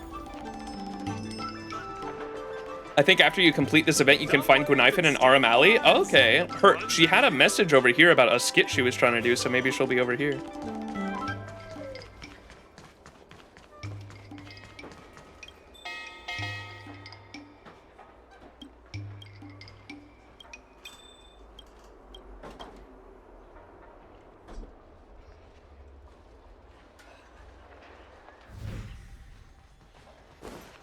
Go, D-Ting, go.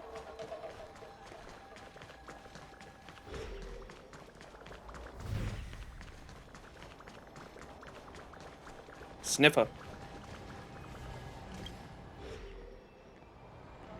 A lunchbox is left here alone. Its casing is as cold as the hearts of the customers who haven't received the food they ordered. Pick up the lunchbox. After checking it carefully, you are certain that it is missing takeout food from the Spices Supreme. Although I haven't figured out who did this yet, I should inform Yinkui right away. Tell her about the meal box you found.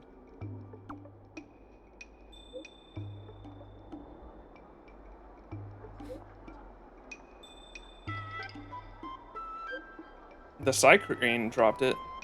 There were no thieves.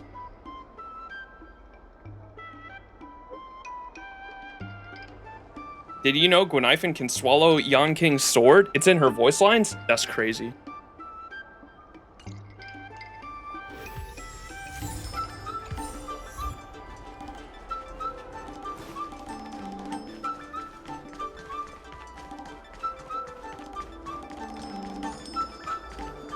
Tourist?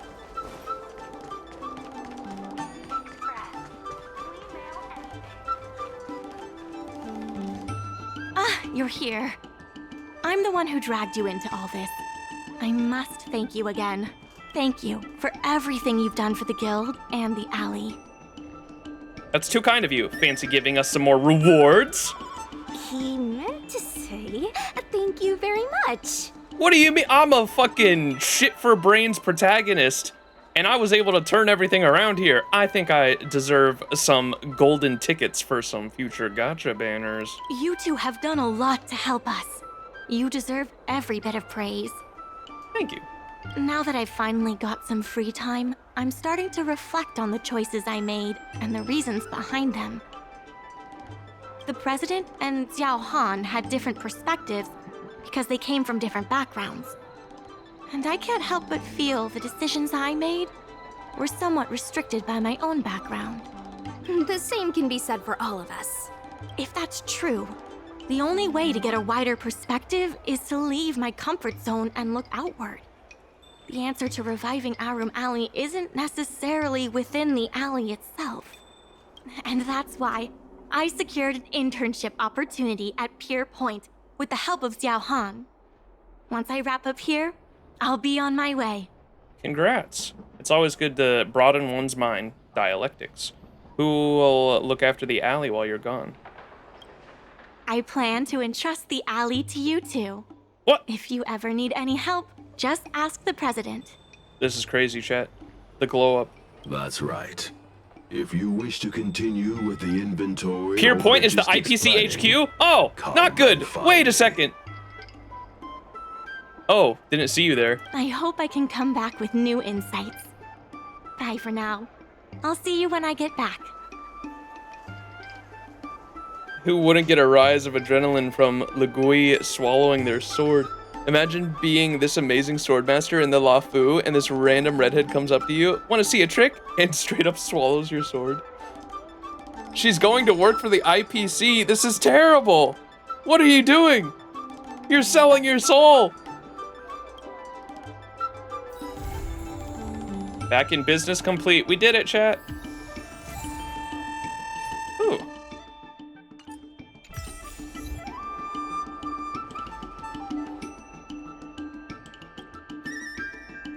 So much has changed, yet this alley remains the same. Heh, please don't mind this old man's sentimental remarks. How can I help you? I heard from the secretary that you're good at budgeting. Is that true? I love his VA.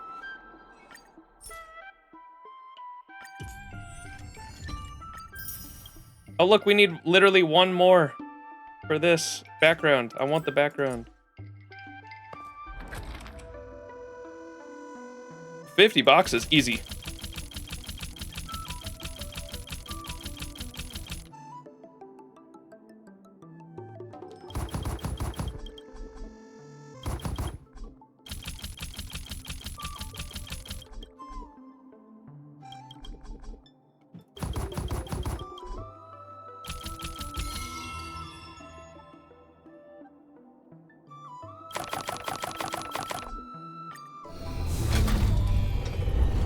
Now time for the world quest? No, fuck no.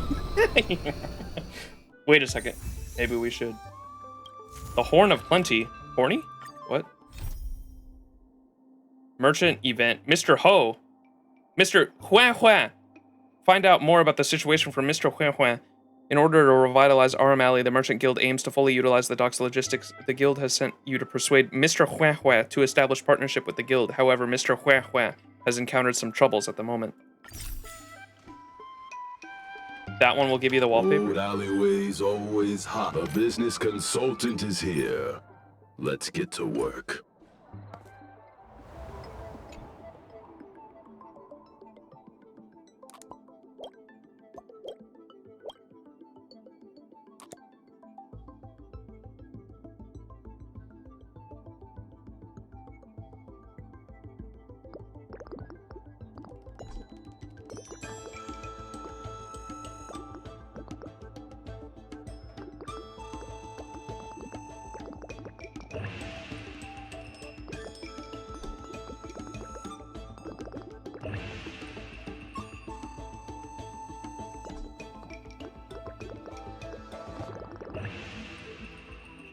Not enough.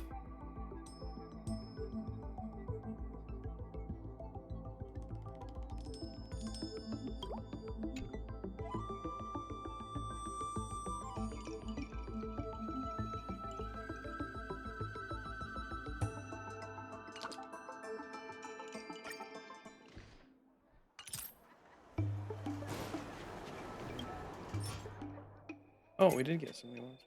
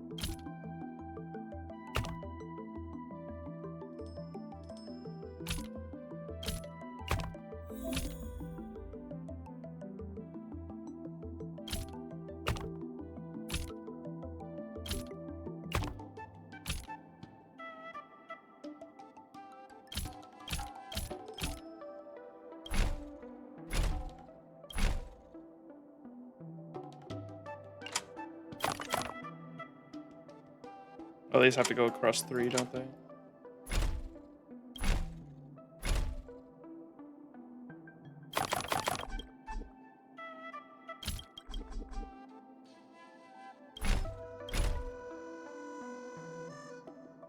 This is the same problem as last time.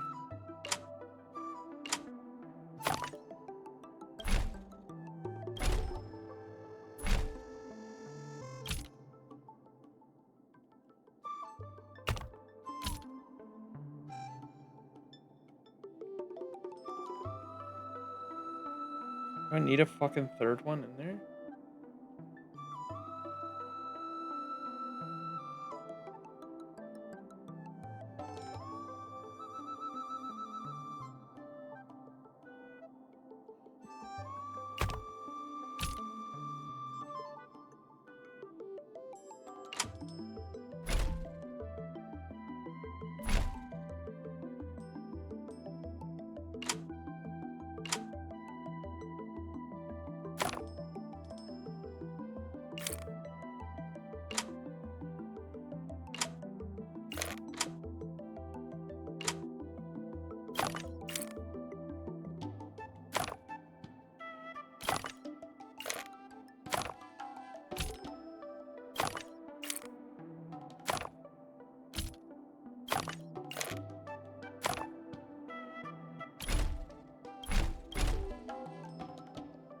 Ain't no way, bro.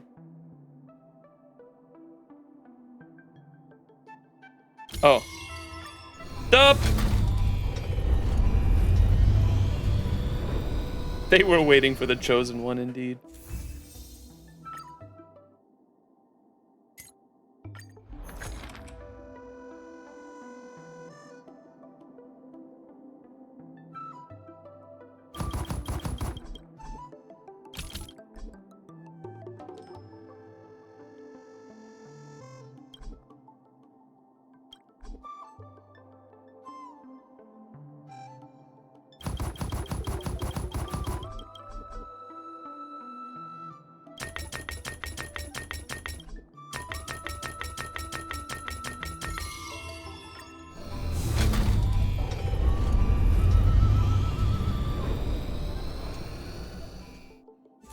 Why no VOD? Is it bugged?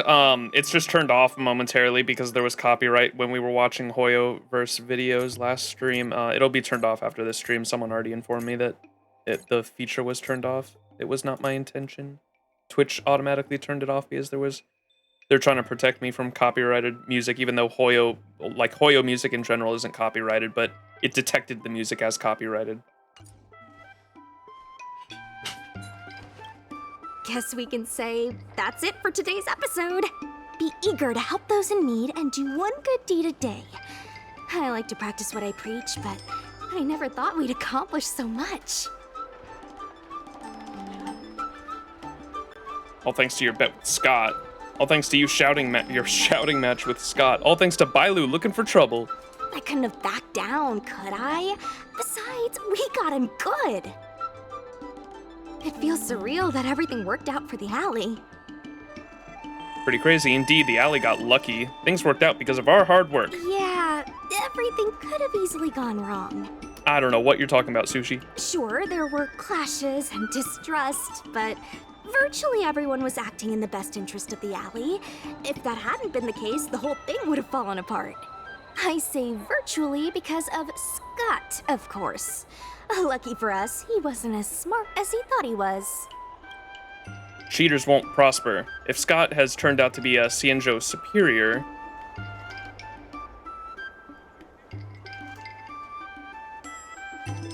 that would have been bad. Cheater won't prosper. Exactly. Madame Yukong would never allow malicious competition. If we hadn't taught Scott a lesson, the Skyfaring Commission would have done so anyway. Taking all that into account, did we get lucky? Or was Aurum Alley always destined to pull through? Not sure, but I don't think it matters. It was all thanks to my literary mind. I may not be as well read as you, but my mom taught me a thing or two. I guess the love and care for the alley brought everyone together. And that's why, despite all the difficulties, things turned out for the best. Well said, Sushi. I've never heard so many wise words from you before. Better start getting used to it. Monologues aside, there's still plenty of work to do to get the alley back on track. The doc still needs your help. Let me know if you run into trouble again. I'll be there. Talk to you later. TTYL. Wait. All is changed in the most important part of an Arumaton is its head. Same as humans. Let's go, chat. Background.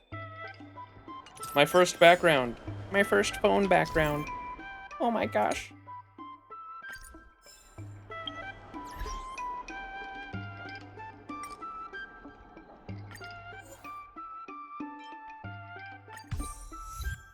It's just a picture.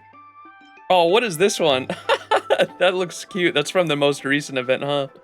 That's super cute. Yan King and Luca.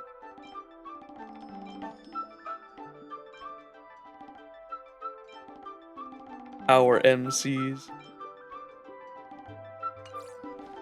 Yo, that's cool. Let Aurum Alley thrive once more. Complete the mission. Back to business. Horn of Plenty. Earn 1 million Merchant Guild's funds for the Aurum Alley. Sought gourmet afar. Wrought flavor ajar. Deeting search. It's just a picture. Change your phone wallpaper for the first time.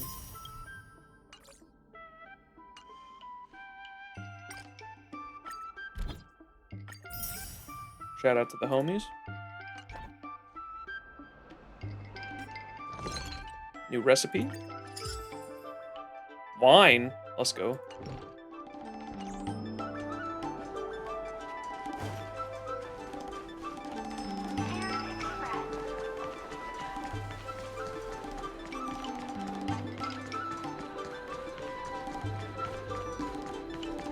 Hi! Interested in fitness martial arts? Mr. Hua Smuggler. Friend, I saw you at the docks before. You rep a guild and have connections throughout the business world. You know, I'm something of a businessman myself. Wait a second. Can I get you in on this Aurum Alley dock hustle? So where's your store? Ha, my friend. Have an open mind. Wherever I go, there you shall find my store. But, things I sell in this store of mine, they're kinda shady, my friend, if you know what I'm saying. I came here just to talk with you first about whether this could happen. I know what you mean. You're a black market dealer. You're done for. I'm reporting you to the authorities. Huh, what are you saying? I prefer to think of myself as a special arms wholesaler. The authorities are cracking down everywhere in the Luofu. It's a real pain, but you know, I have a customer who urgently needs some of my medicine, my friend. Can you help me out with the dockside logistics here? What medicine? Is it legal per XianZhou law? My friend, don't worry, anything not explicitly prohibited is technically legal. All this good stuff lies right in the not explicitly prohibited area. We're not taking on shady gigs. Legit business only, please. My friend, you don't sound like you trust me when you say that. I support your Aurum Alley Merchant Guild, you see. I don't have a storefront of my own. I mosey about on my way, but the IPC won't come and negotiate any deals with me, let alone mention any money. Besides, there's no place for someone like me once the IPC swallows up this place. I can draw up a formal treaty with the guild, but you see, it requires a process of building trust. What about this? You help me deliver a package, and if it gets through, you come back to me, and then we can talk about working together. How's that? I won't be your pawn. No, they may not call me good guy Mr. Huan, but I'm absolutely a traitor who keeps his word. Take the modded side crane with you and send it to a very high location. I'll put a marker on your navigator so the client can collect. But friend, I trust you. You must never, ever open the goods, and never talk about the client either. Don't forget that. Mr. Huan's confidential merchandise, the goods that Mr. Huan entrusted you to transport. The box is tightly wrapped, and you can't see what's inside. Top secret, lookings for free, but don't touch.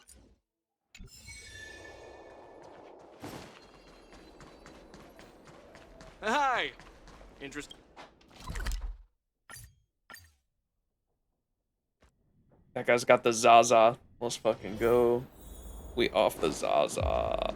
Sheesh.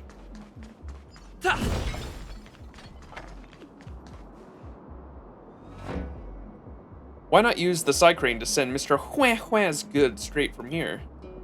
Hey, is that Mr. Hua's goods you got over there? Thanks for bringing it all the way. Put the goods over here then. Mr. Hua never mentioned anything about a collection. A Cloud Knight wants Mr. Hua's goods? No way, I insist on sending via Cycrane. Do you even understand the words I am saying to you? Hand it over. I don't want to trouble you, so just put the goods down. Turn around and walk away, otherwise don't blame me if I start playing hardball. Do as he says and put down Mr. Hua's goods. Take a closer look at this Cloud Knight before you. What are you looking at? Never seen a Cloud Knight before? Oh, this guy's an IPC goon. Wait a second, you're no Cloud Knight! I hate cunning couriers like you.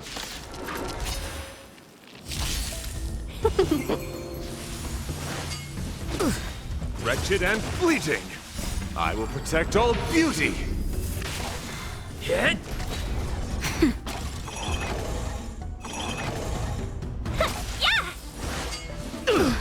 The beauty is eternal. That. Lance. Forward. Nap time. Wretched and fleeting.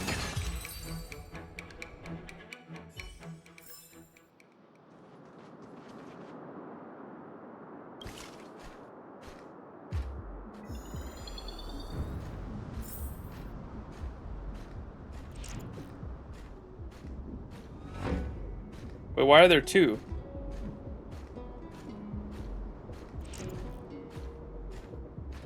Why are there two, chat? What the hell? You're basically done with the Aurum Alley, aside from the stuff you can do off stream if there is some. Is this not part of it? This black market shit?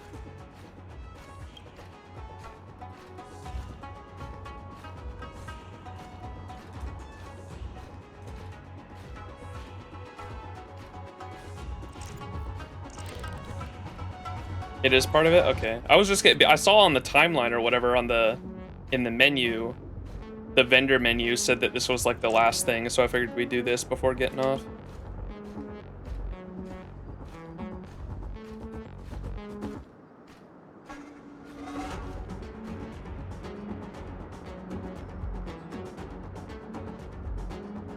Time to go back to Mr. Hua.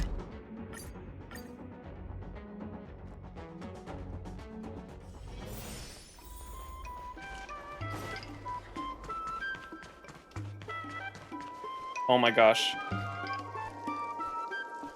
Dude, they're gossiping. What the fuck? What did you say? I mean, I delivered quite a few packages, but that was the first time I ever came across a package with such an awful stench. I thought to myself, could that stench be rotten meat? Sounds horrible, right? So I just... Oh, did they update your olfactory system? That's so inevitable. Inviable. Unlike me, I'm still using an old one that only recognizes 300 smells. Stench of rotten meat. Can't you just tell us exactly what was in that package? Hey, enough chattering. It's time to get back to work. You're slacking off again. Hey, watch your language. Who are you accusing of slacking off, huh? Slacking off? No, you must be thinking of the wrong Cycrane. What do you mean? Don't talk nonsense. We're all diligent Cycranes here, and what's wrong with a little bit of chit-chat? Besides, I was just retelling a bizarre story that happened to me at work. You see, I was entrusted by a mysterious person. Come on, mate. Can you just skip the preamble and tell us what happened next? As I said, I'm on vacation. I've been working for such a long time, and now I'm glad I can finally go out for a stroll. Anyway, I'm not slacking off. Call out slackers if you must, but don't falsely accuse an honest, hard-working Cycrane. That's right, carry out your investigation carefully, or you'll find the wrong Cycrane.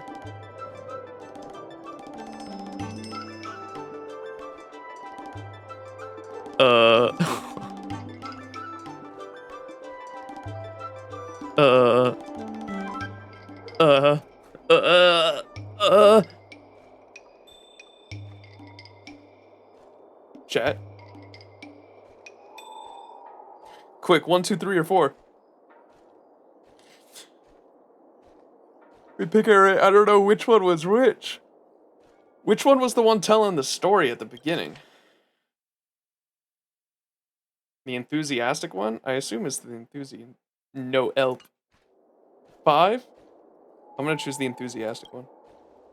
Hey, you. Oh, you finally caught me. You're sharp, I'll give you that. Oh! Fine, I guess it'll be back to work I go. Let's go! Dub. Can I get a dub in chat? What the? Coup? What are you doing? You're in the wrong game. You're supposed to be in Fate.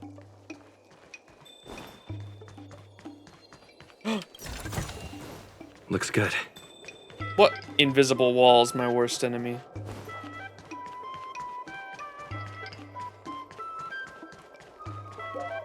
Mr. Hua Hua. Max, you're back. I heard from the client that you delivered the goods as requested. Any problems along the way? Easy peasy, there was a Cloud Knight who wanted to grab the goods. Hi friend, you even fought off the Cloud Knights just to help me smuggle some goods. You really are reliable. Don't worry, the person wasn't a real Cloud Knight, so the Seed of Divine Foresight won't be looking for you.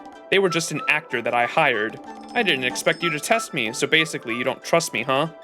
In this line of business, the most important thing is being cautious. Relax, my friend, you passed the test, and won my trust. I will do as I say.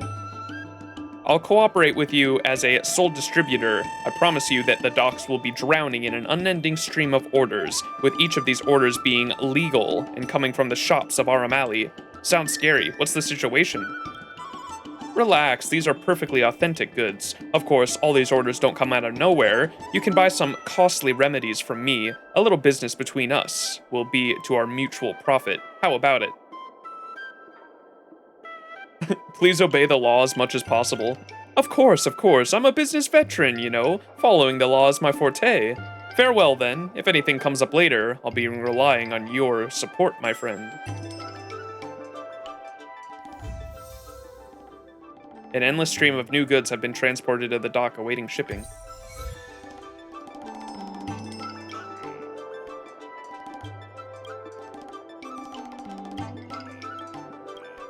What does he sell, chat? Oh. 80,000, holy shit.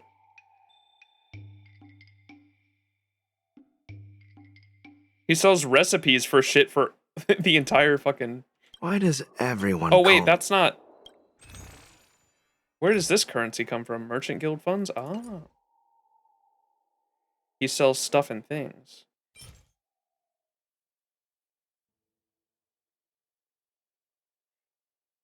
Back scratcher?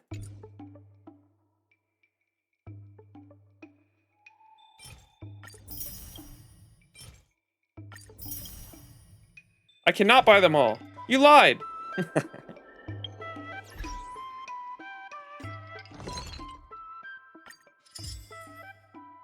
What is this? Upon use of the next battle, automatically enter auto battle that cannot be turned off. If an ally successfully enters auto battle, the damage dealt to all allies is increased by 45%.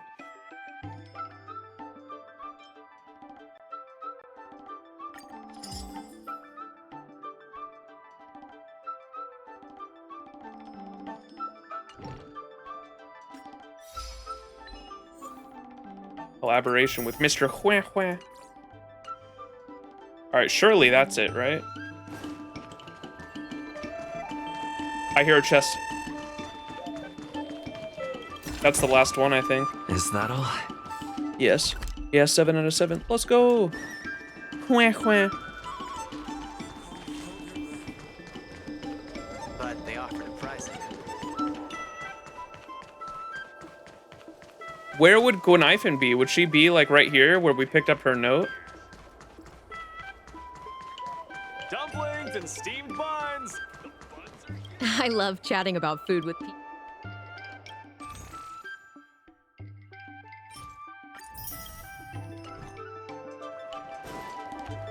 Entrance area by the docks? Wait, those are two opposite areas, guys.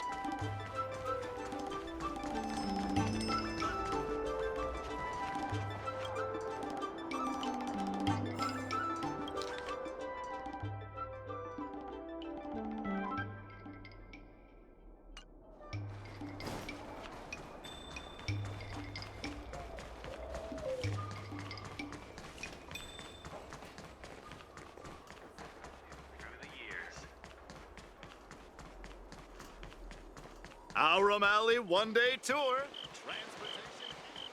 I don't think she's here. We're not done. Good lord, man. In and out, maybe? Oh, true.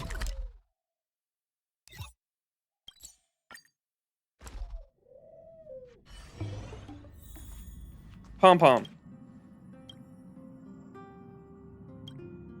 Alright, I'm gonna head out.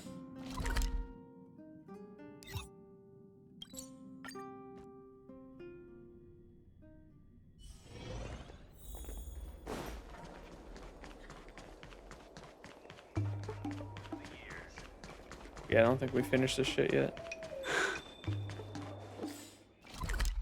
Oh, we have to do all the Cycrane markers? Fuck.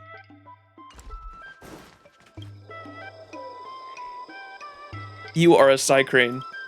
Not just any Cycrane, but the one who's in the employee of the Heron Express. Hello there, kind-hearted pedestrian. Have you seen my partner? He's one of the Heron Express testers. I nipped out a delivery package, but when I got back, he was gone. What does your partner look like? You're a Cycrane. You can send him your coordinates. I wish I could, but my positioning system has failed. I was meant to return to the base after delivery, but seeing as we only just got here and so much of the map data was empty, I just couldn't confirm my own location. Next up, we should head over to Dew's tea house to pick up the delivery, and then... Mister, can you show me the way? Go straight and turn right. What's up, Fly High? Dumplings and steamed buns. The buns are huge. Just a few and you'll be full. Huge buns.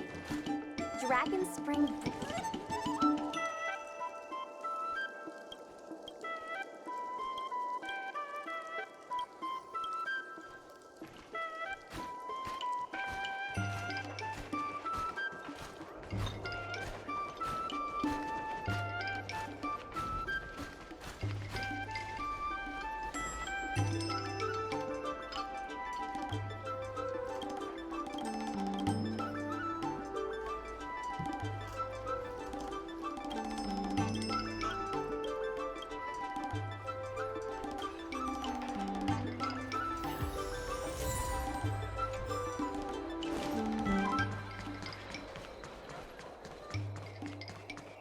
Let me try interacting with the vendor too, and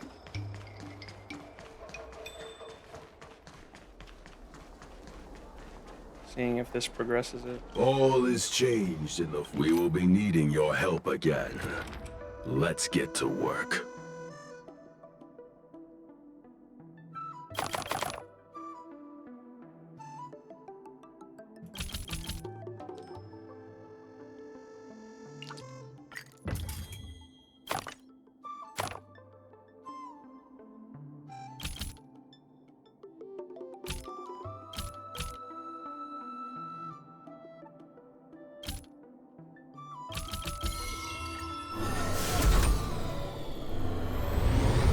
He sounds like he's about to say, I am Optimus Prime.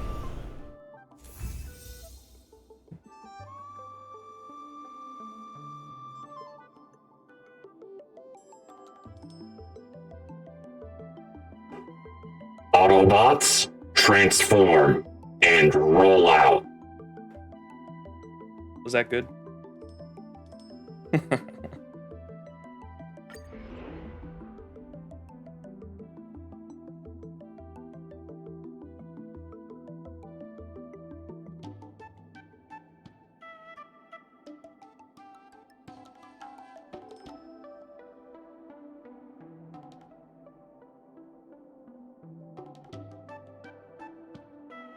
I am going to turn into a truck now.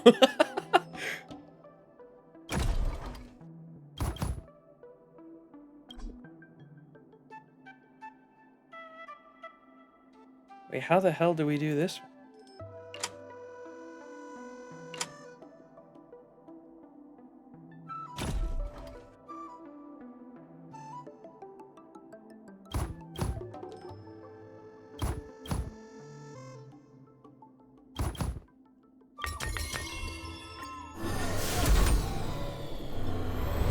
This is just an endless game mode to get currency to buy stuff from Mr. Hua Hua? Okay.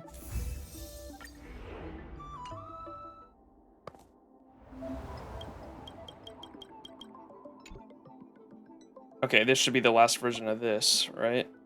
Oh my god, never mind. There's more birds to talk to, I think.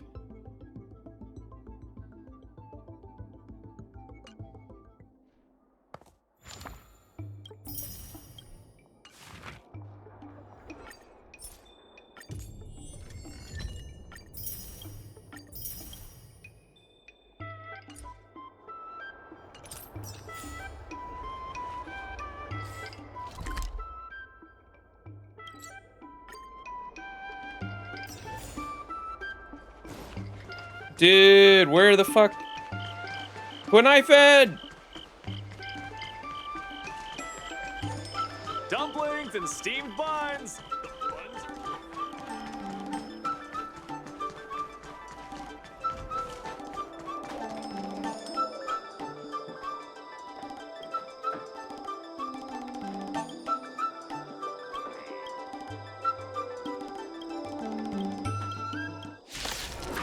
Wait, you say he's gonna execute me? Hey, yo. I will protect all beauty. Wretched and fleeting. Hit. Nap time. -1! I will protect all beauty. The beauty is eternal.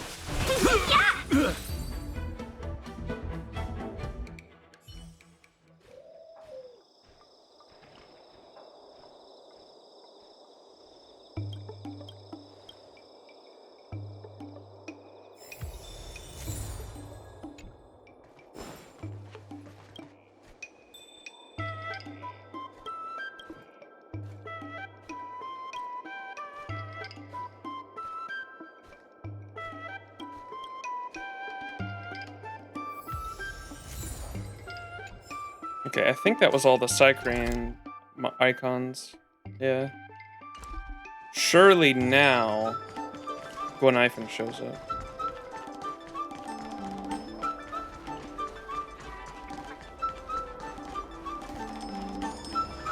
All is changed and the business consultant is here. Let's get to work.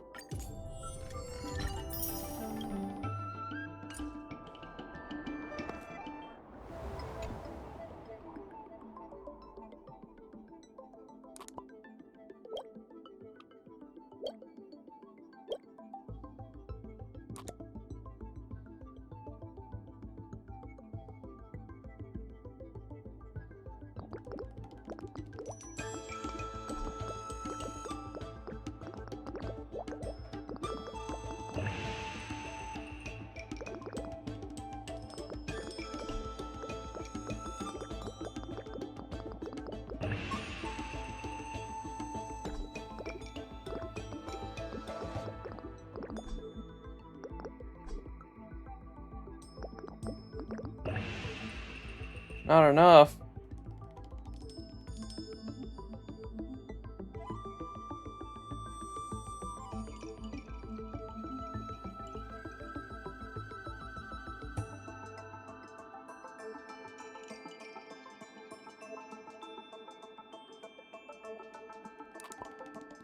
Press high level on the top real quick.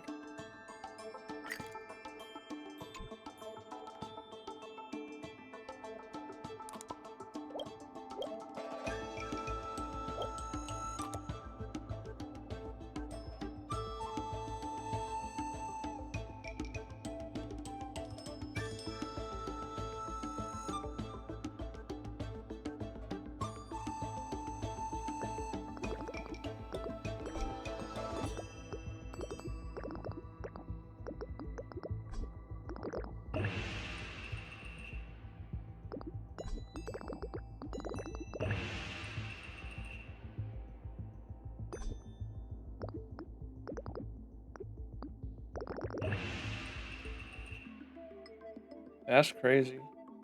You're definitely gonna have to skip some, I just don't know which ones. This one's probably fine. Maybe this one. The yellow one. We don't go for these bottom ones and just go like that, maybe? Oh, that's even less than before.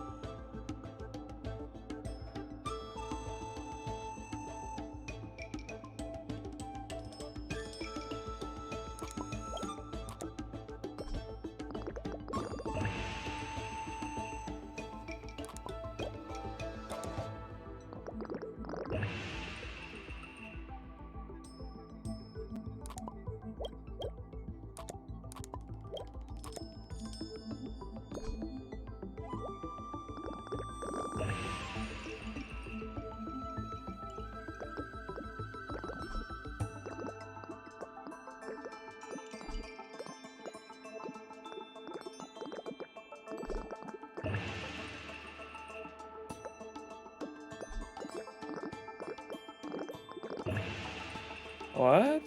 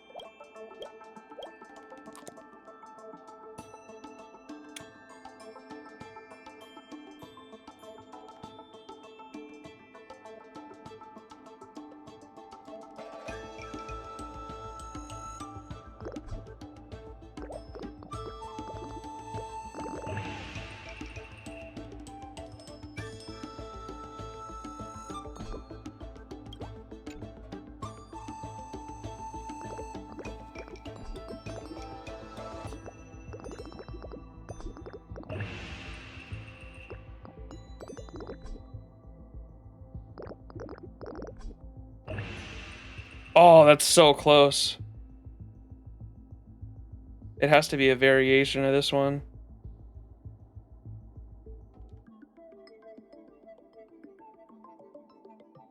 What if we...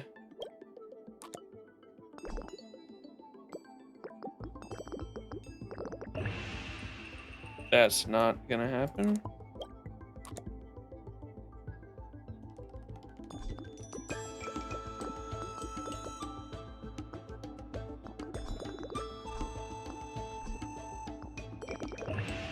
That's so close. That's the closest I've gotten.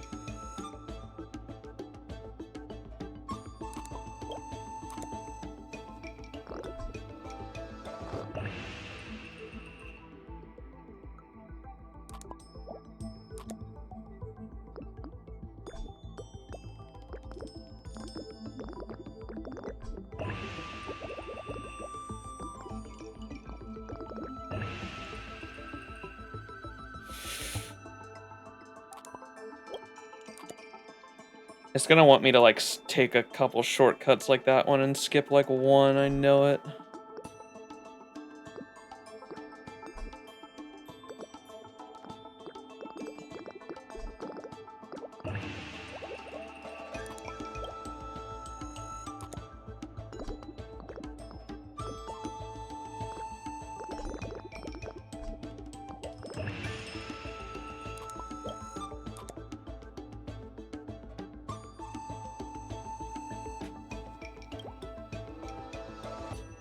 Yeah, I understand some of them give way more.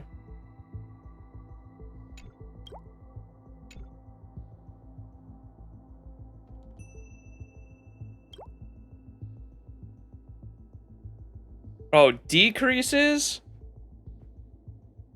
And then, wait.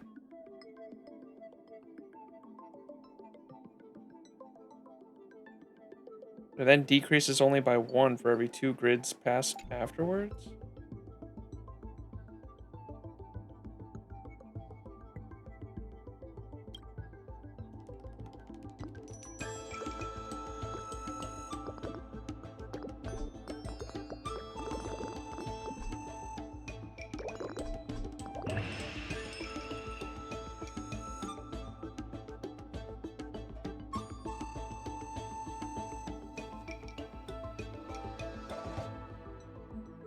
That don't make no sense. What does it say? If passed through here, the route's score decreases by 5 and then decreases only by 1 for every 2 grids passed afterwards?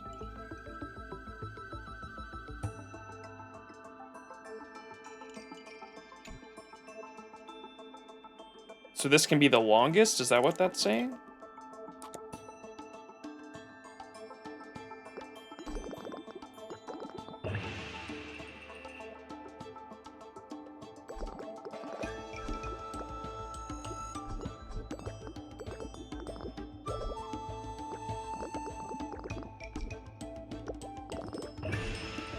Oh. Maybe we skip that corner one? Or take a couple shortcuts?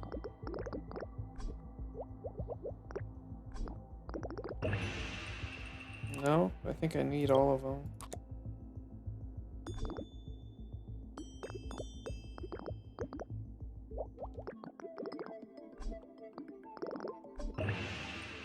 Yeah, I need all of them.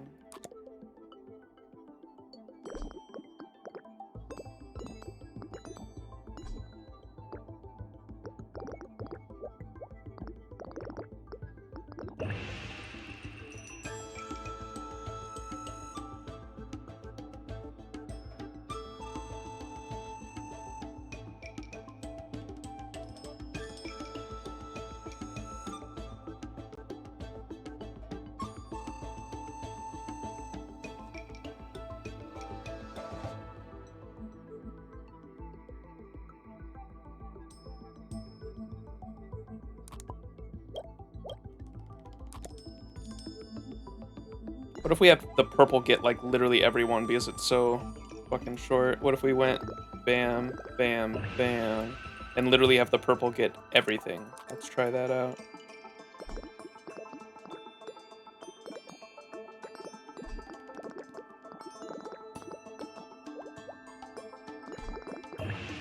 Oh my god, there we go.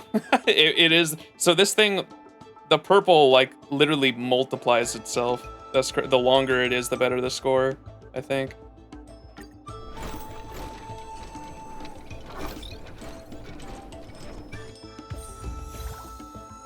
That was a tricky one. I digged it, though. Yeah, whoever in chat said, try reading the buffs. That was definitely it. Dude, me and reading gameplay mechanics could not be me. Could not be me. Like, literally the second... Anytime I'm having trouble with a game, someone just say, try reading the gameplay mechanics, and I'll probably get it. Reading the card, explaining the card. Yeah, fucking Christ. I just hate reading gameplay mechanics. I think that's why I'm such a big fan of Dark Souls, like, specifically, too, because Dark Souls is, like... You read the Dark Souls, the only reading you do in Dark Souls is the lore on the fucking weapons. Like, everything in, like, reading dumbass fucking 3-word notes left by other players. Up, dog. Fortnite. Don't give up, skeleton. Fuck. I love Dark Souls. Like, the rest of the game is just you figure this shit out by playing the fucking game. That's, like, my favorite type of game. If I have to do reading, ugh. Ugh. Reading gameplay mechanics? Ugh. Why has this still got an exclamation point? Oh, I just have to click off of it. Alright, so I'm sure this is the same shit here. I'll try to figure this shit out.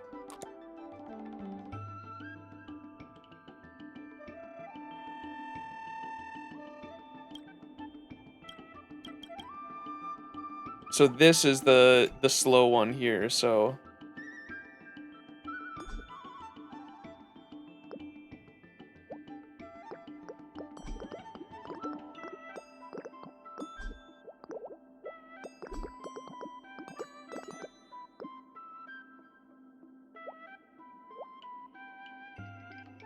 Ooh, I don't know if I can do that.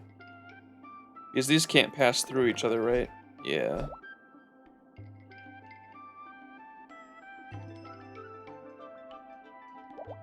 Unless I want to be really fucking silly and go.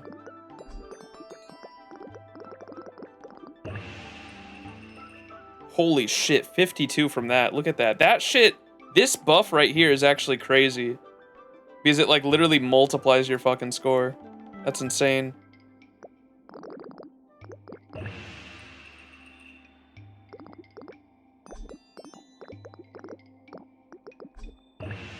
Oh, so close. What am I missing? It's like one misstep. Ain't no way we're at 87.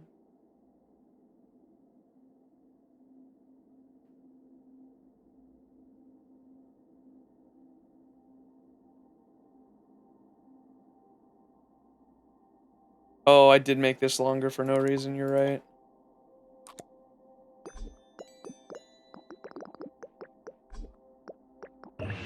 There we go.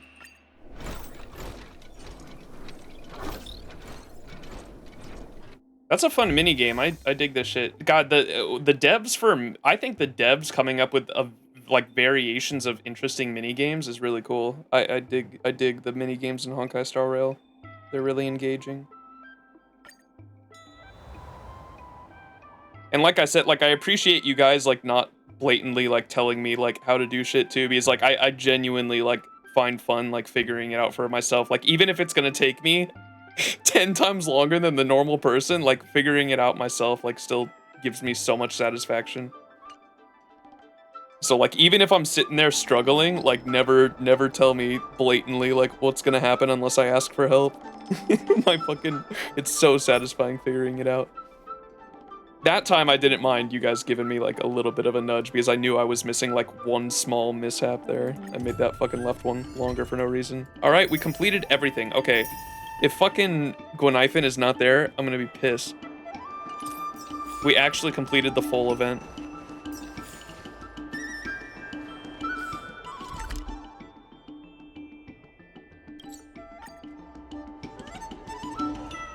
TP out first? Yeah.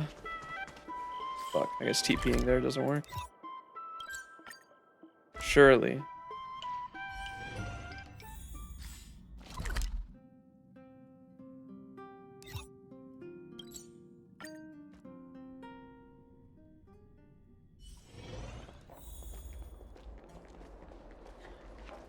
Bruh. Where does she stand normally? You have to buy all of Mr. No way, you gotta buy his whole stock. Are we sure she's here?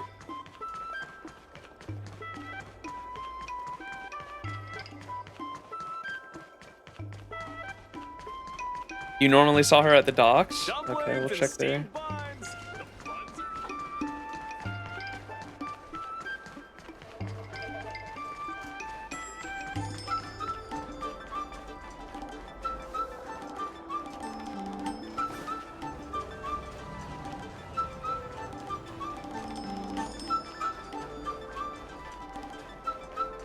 No, bro. Oh, man. I was going through all that specifically to be able to meet Gwenithan. She definitely spawns here after one event. Okay.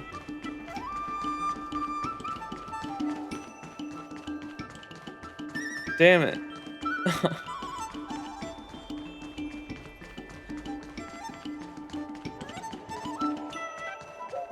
Hey, you. I've got all...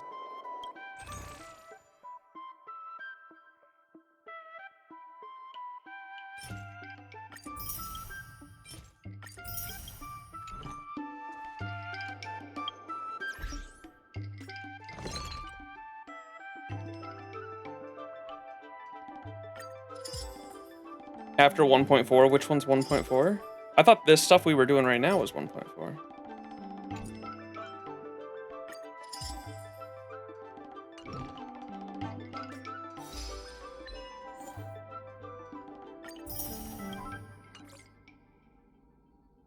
Oh, this was 1.3. Is the Eurilo stuff 1.4 then?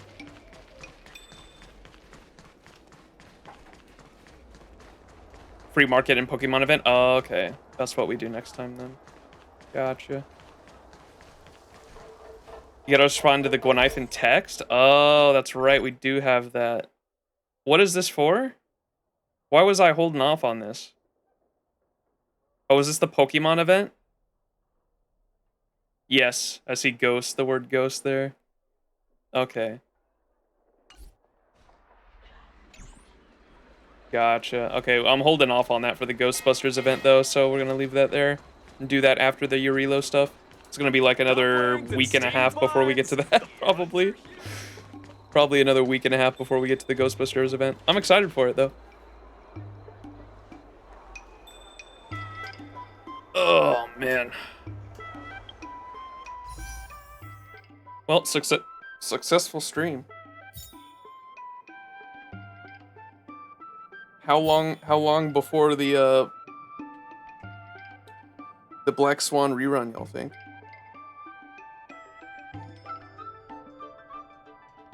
Ugh. My back. 1 year. I'll take it. You could be lucky, that's true. Anywhere between 6 to 12 months. One roll is all you need, you're right.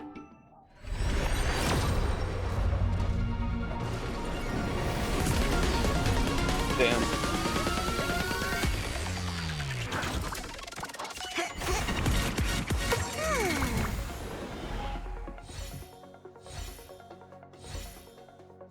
Give me back sweat. Back sweat. No, you're not back sweat.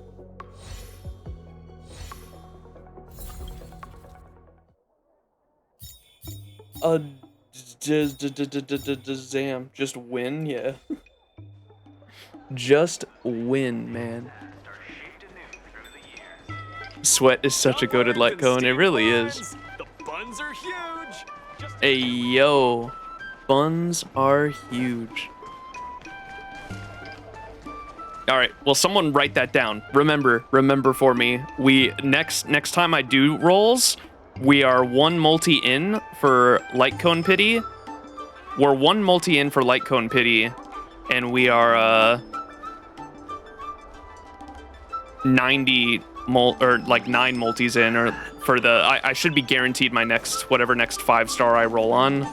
I should be guaranteed that character because we got a welt spook. There is history. Don't need to memorize.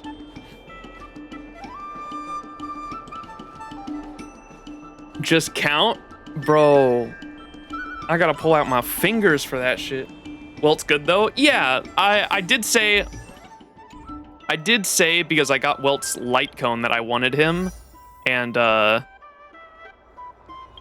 did say I wanted him, and then also I was trying to decide what. Now I actually have Welt now I actually have a second. Dude, I was literally, right before we pulled him, I think I was complaining.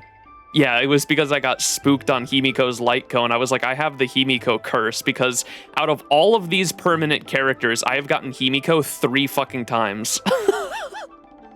Out of all of these characters, I have gotten Himiko to E2, and I didn't have any other characters. And literally right after that, I accidentally did a multi on the actual Kafka banner instead of the Kafka light cone banner. And in that one multi, in that one mistake multi, we got fucking Welt. Holy moly. Man is an erudition magnet. And so, now I have these two. I've got Welt and Himiko, and I was trying to decide what I wanted see, I'm at 158 out of 300. Why is that off? Why don't we do two singles right now to make that 160? I don't know why that's off.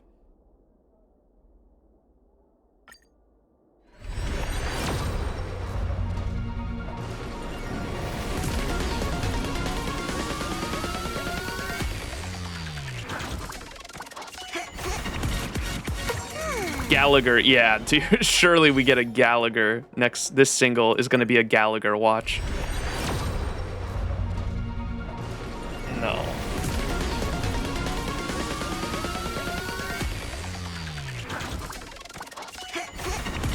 Gallagher, right here. Oh, Gonifin, let's go, I didn't have her. I'll take it.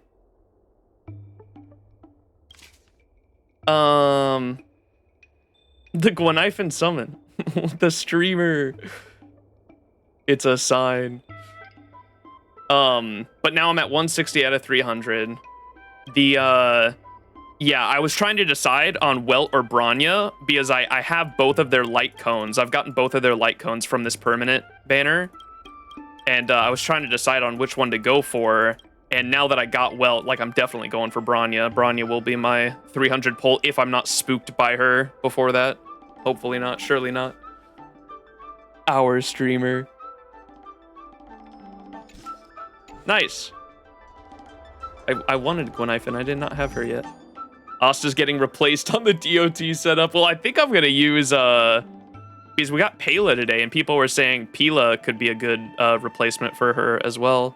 So I might do that with the back sweat light cone. I know Gwenaifen is like a 4-star Kafka, but for fire. Like, she detonates her own DOTs, but for fire, right?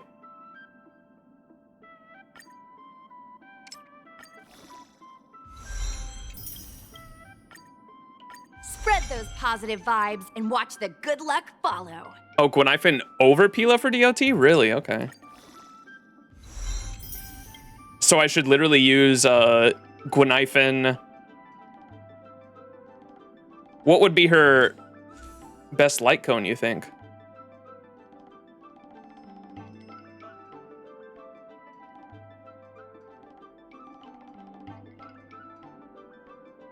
Sampo and Luca both detonate their own DOT as well. Sampo needs E4 though.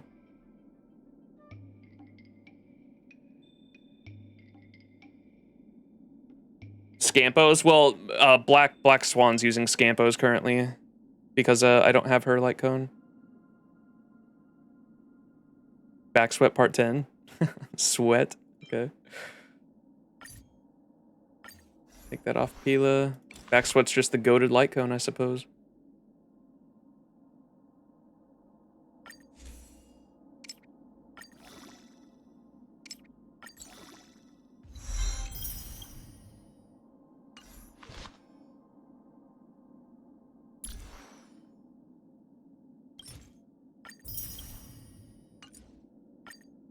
Spread those positive vibes and watch the good luck follow.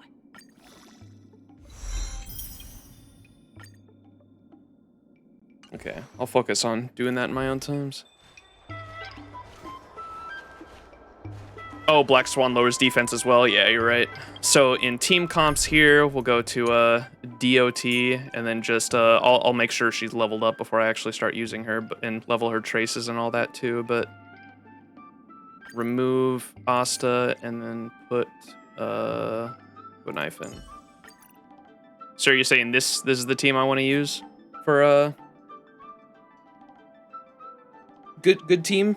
For I mainly, because I don't have their relics yet, I don't have the DOT, or I can't farm the DOT relics yet, and so I've mainly been using I only really use this team in Simulated Universe on the Nihility path because it's so fucking strong. It's so fun. It's addicting.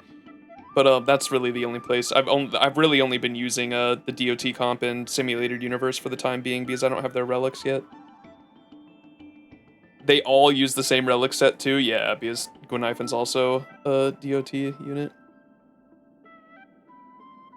The Gwenaifen text gets you that relic set? Yeah, I know. We're saving it. I'm trying to do the content in the order of which it was released so I understand the story and context of everything a little better, because we didn't do that for the Ruan Mei, and we kind of rushed and did because I thought, like, the area, I didn't realize we, like, went back to areas. Like, I thought it was all, like, a one timeline. Like, all the Herta space station was, like, one self-contained story, and then all the Eurilo 6 stuff was all one self-contained story, but it's not like that. You actually, like, go backwards.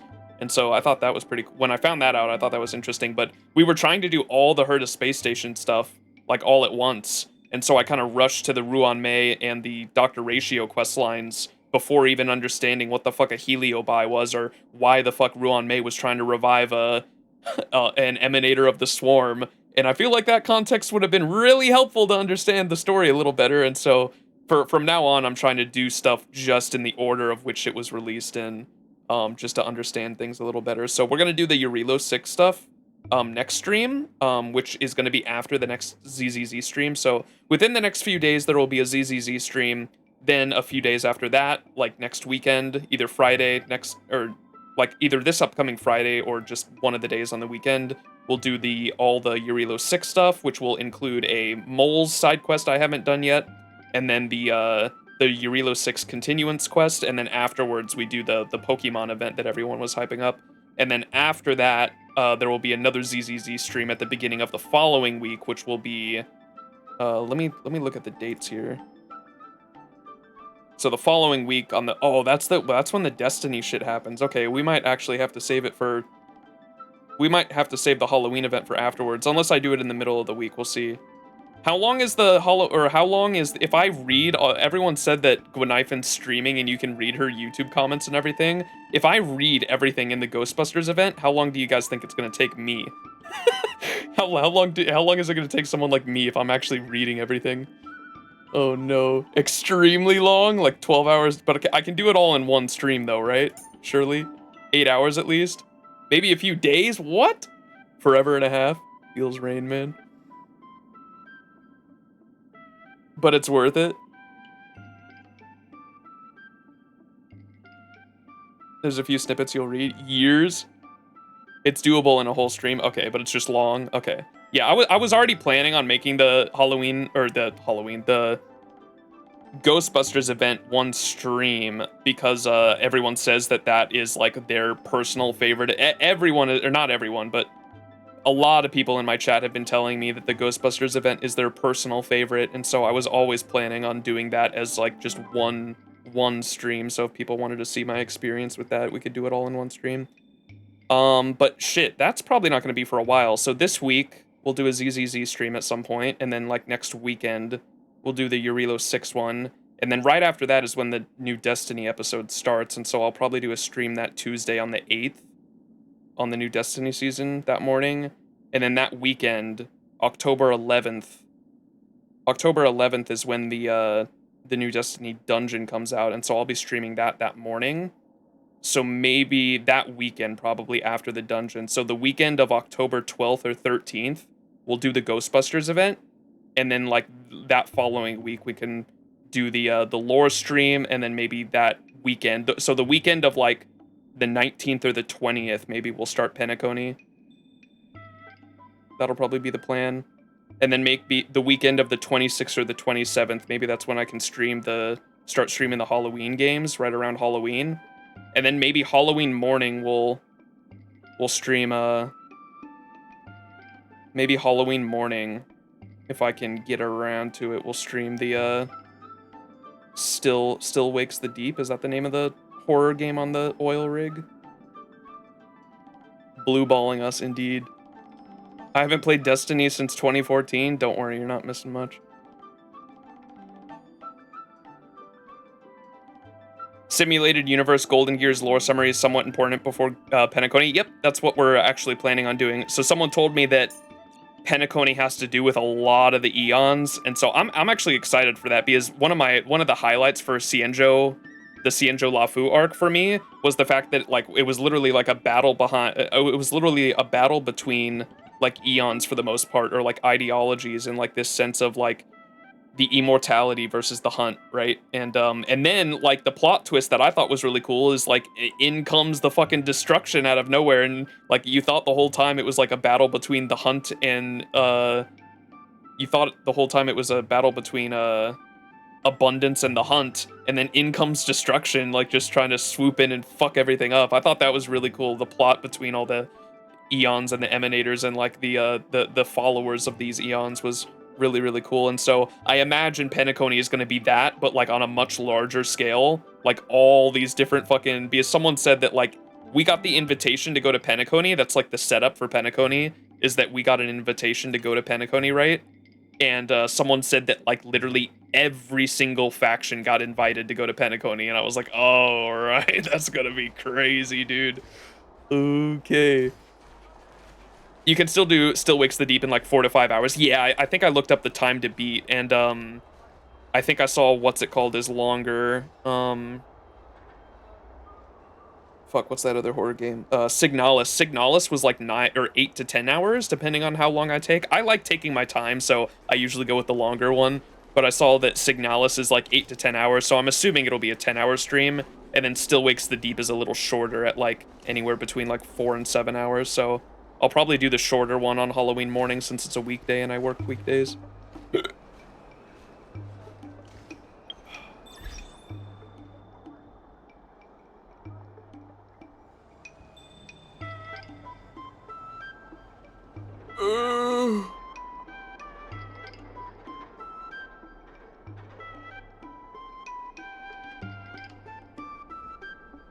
All right, are we good? I think we're good. That's the plan for the next couple weeks, though. They basically just gave you all my plan for the full month of October. Yeah, so we'll start Penacony like mid or like towards the end of October probably, and then Penacony's gonna go for the rest of the year probably if I, depending on if I can actually get my Twitch partnership, because as soon as I get my Twitch partnership, I'll probably, or knock on wood, if I get it, if I get my Twitch partnership, I'll probably go back to streaming, just like doing one big long stream a week. Aurum Alley one-day tour, transportation and meals. All right, fun stream though. I like that event though. The Aurum Alley event was really fun.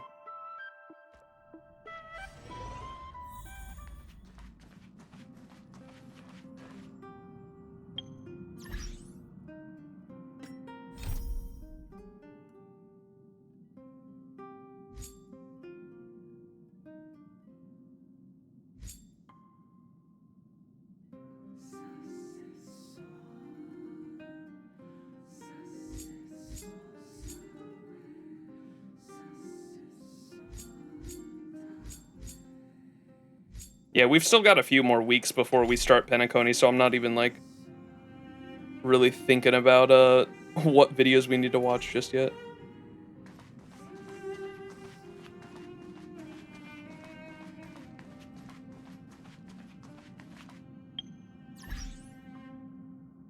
Still cannot get over the fact that no one shows up on the Express for you, Max. I know, because of that fucking continuance quest. Some people were saying I can just start it and then not continue it, but I like having like all the content in like one VOD for people, because like if I start the quest and then don't, like whenever we do get around to that, I'm gonna have to like explain like what the fuck happened, and that's gonna be so long from now that I'm probably not even gonna remember what the fucking dialogue was myself, so I'm just leaving it for now.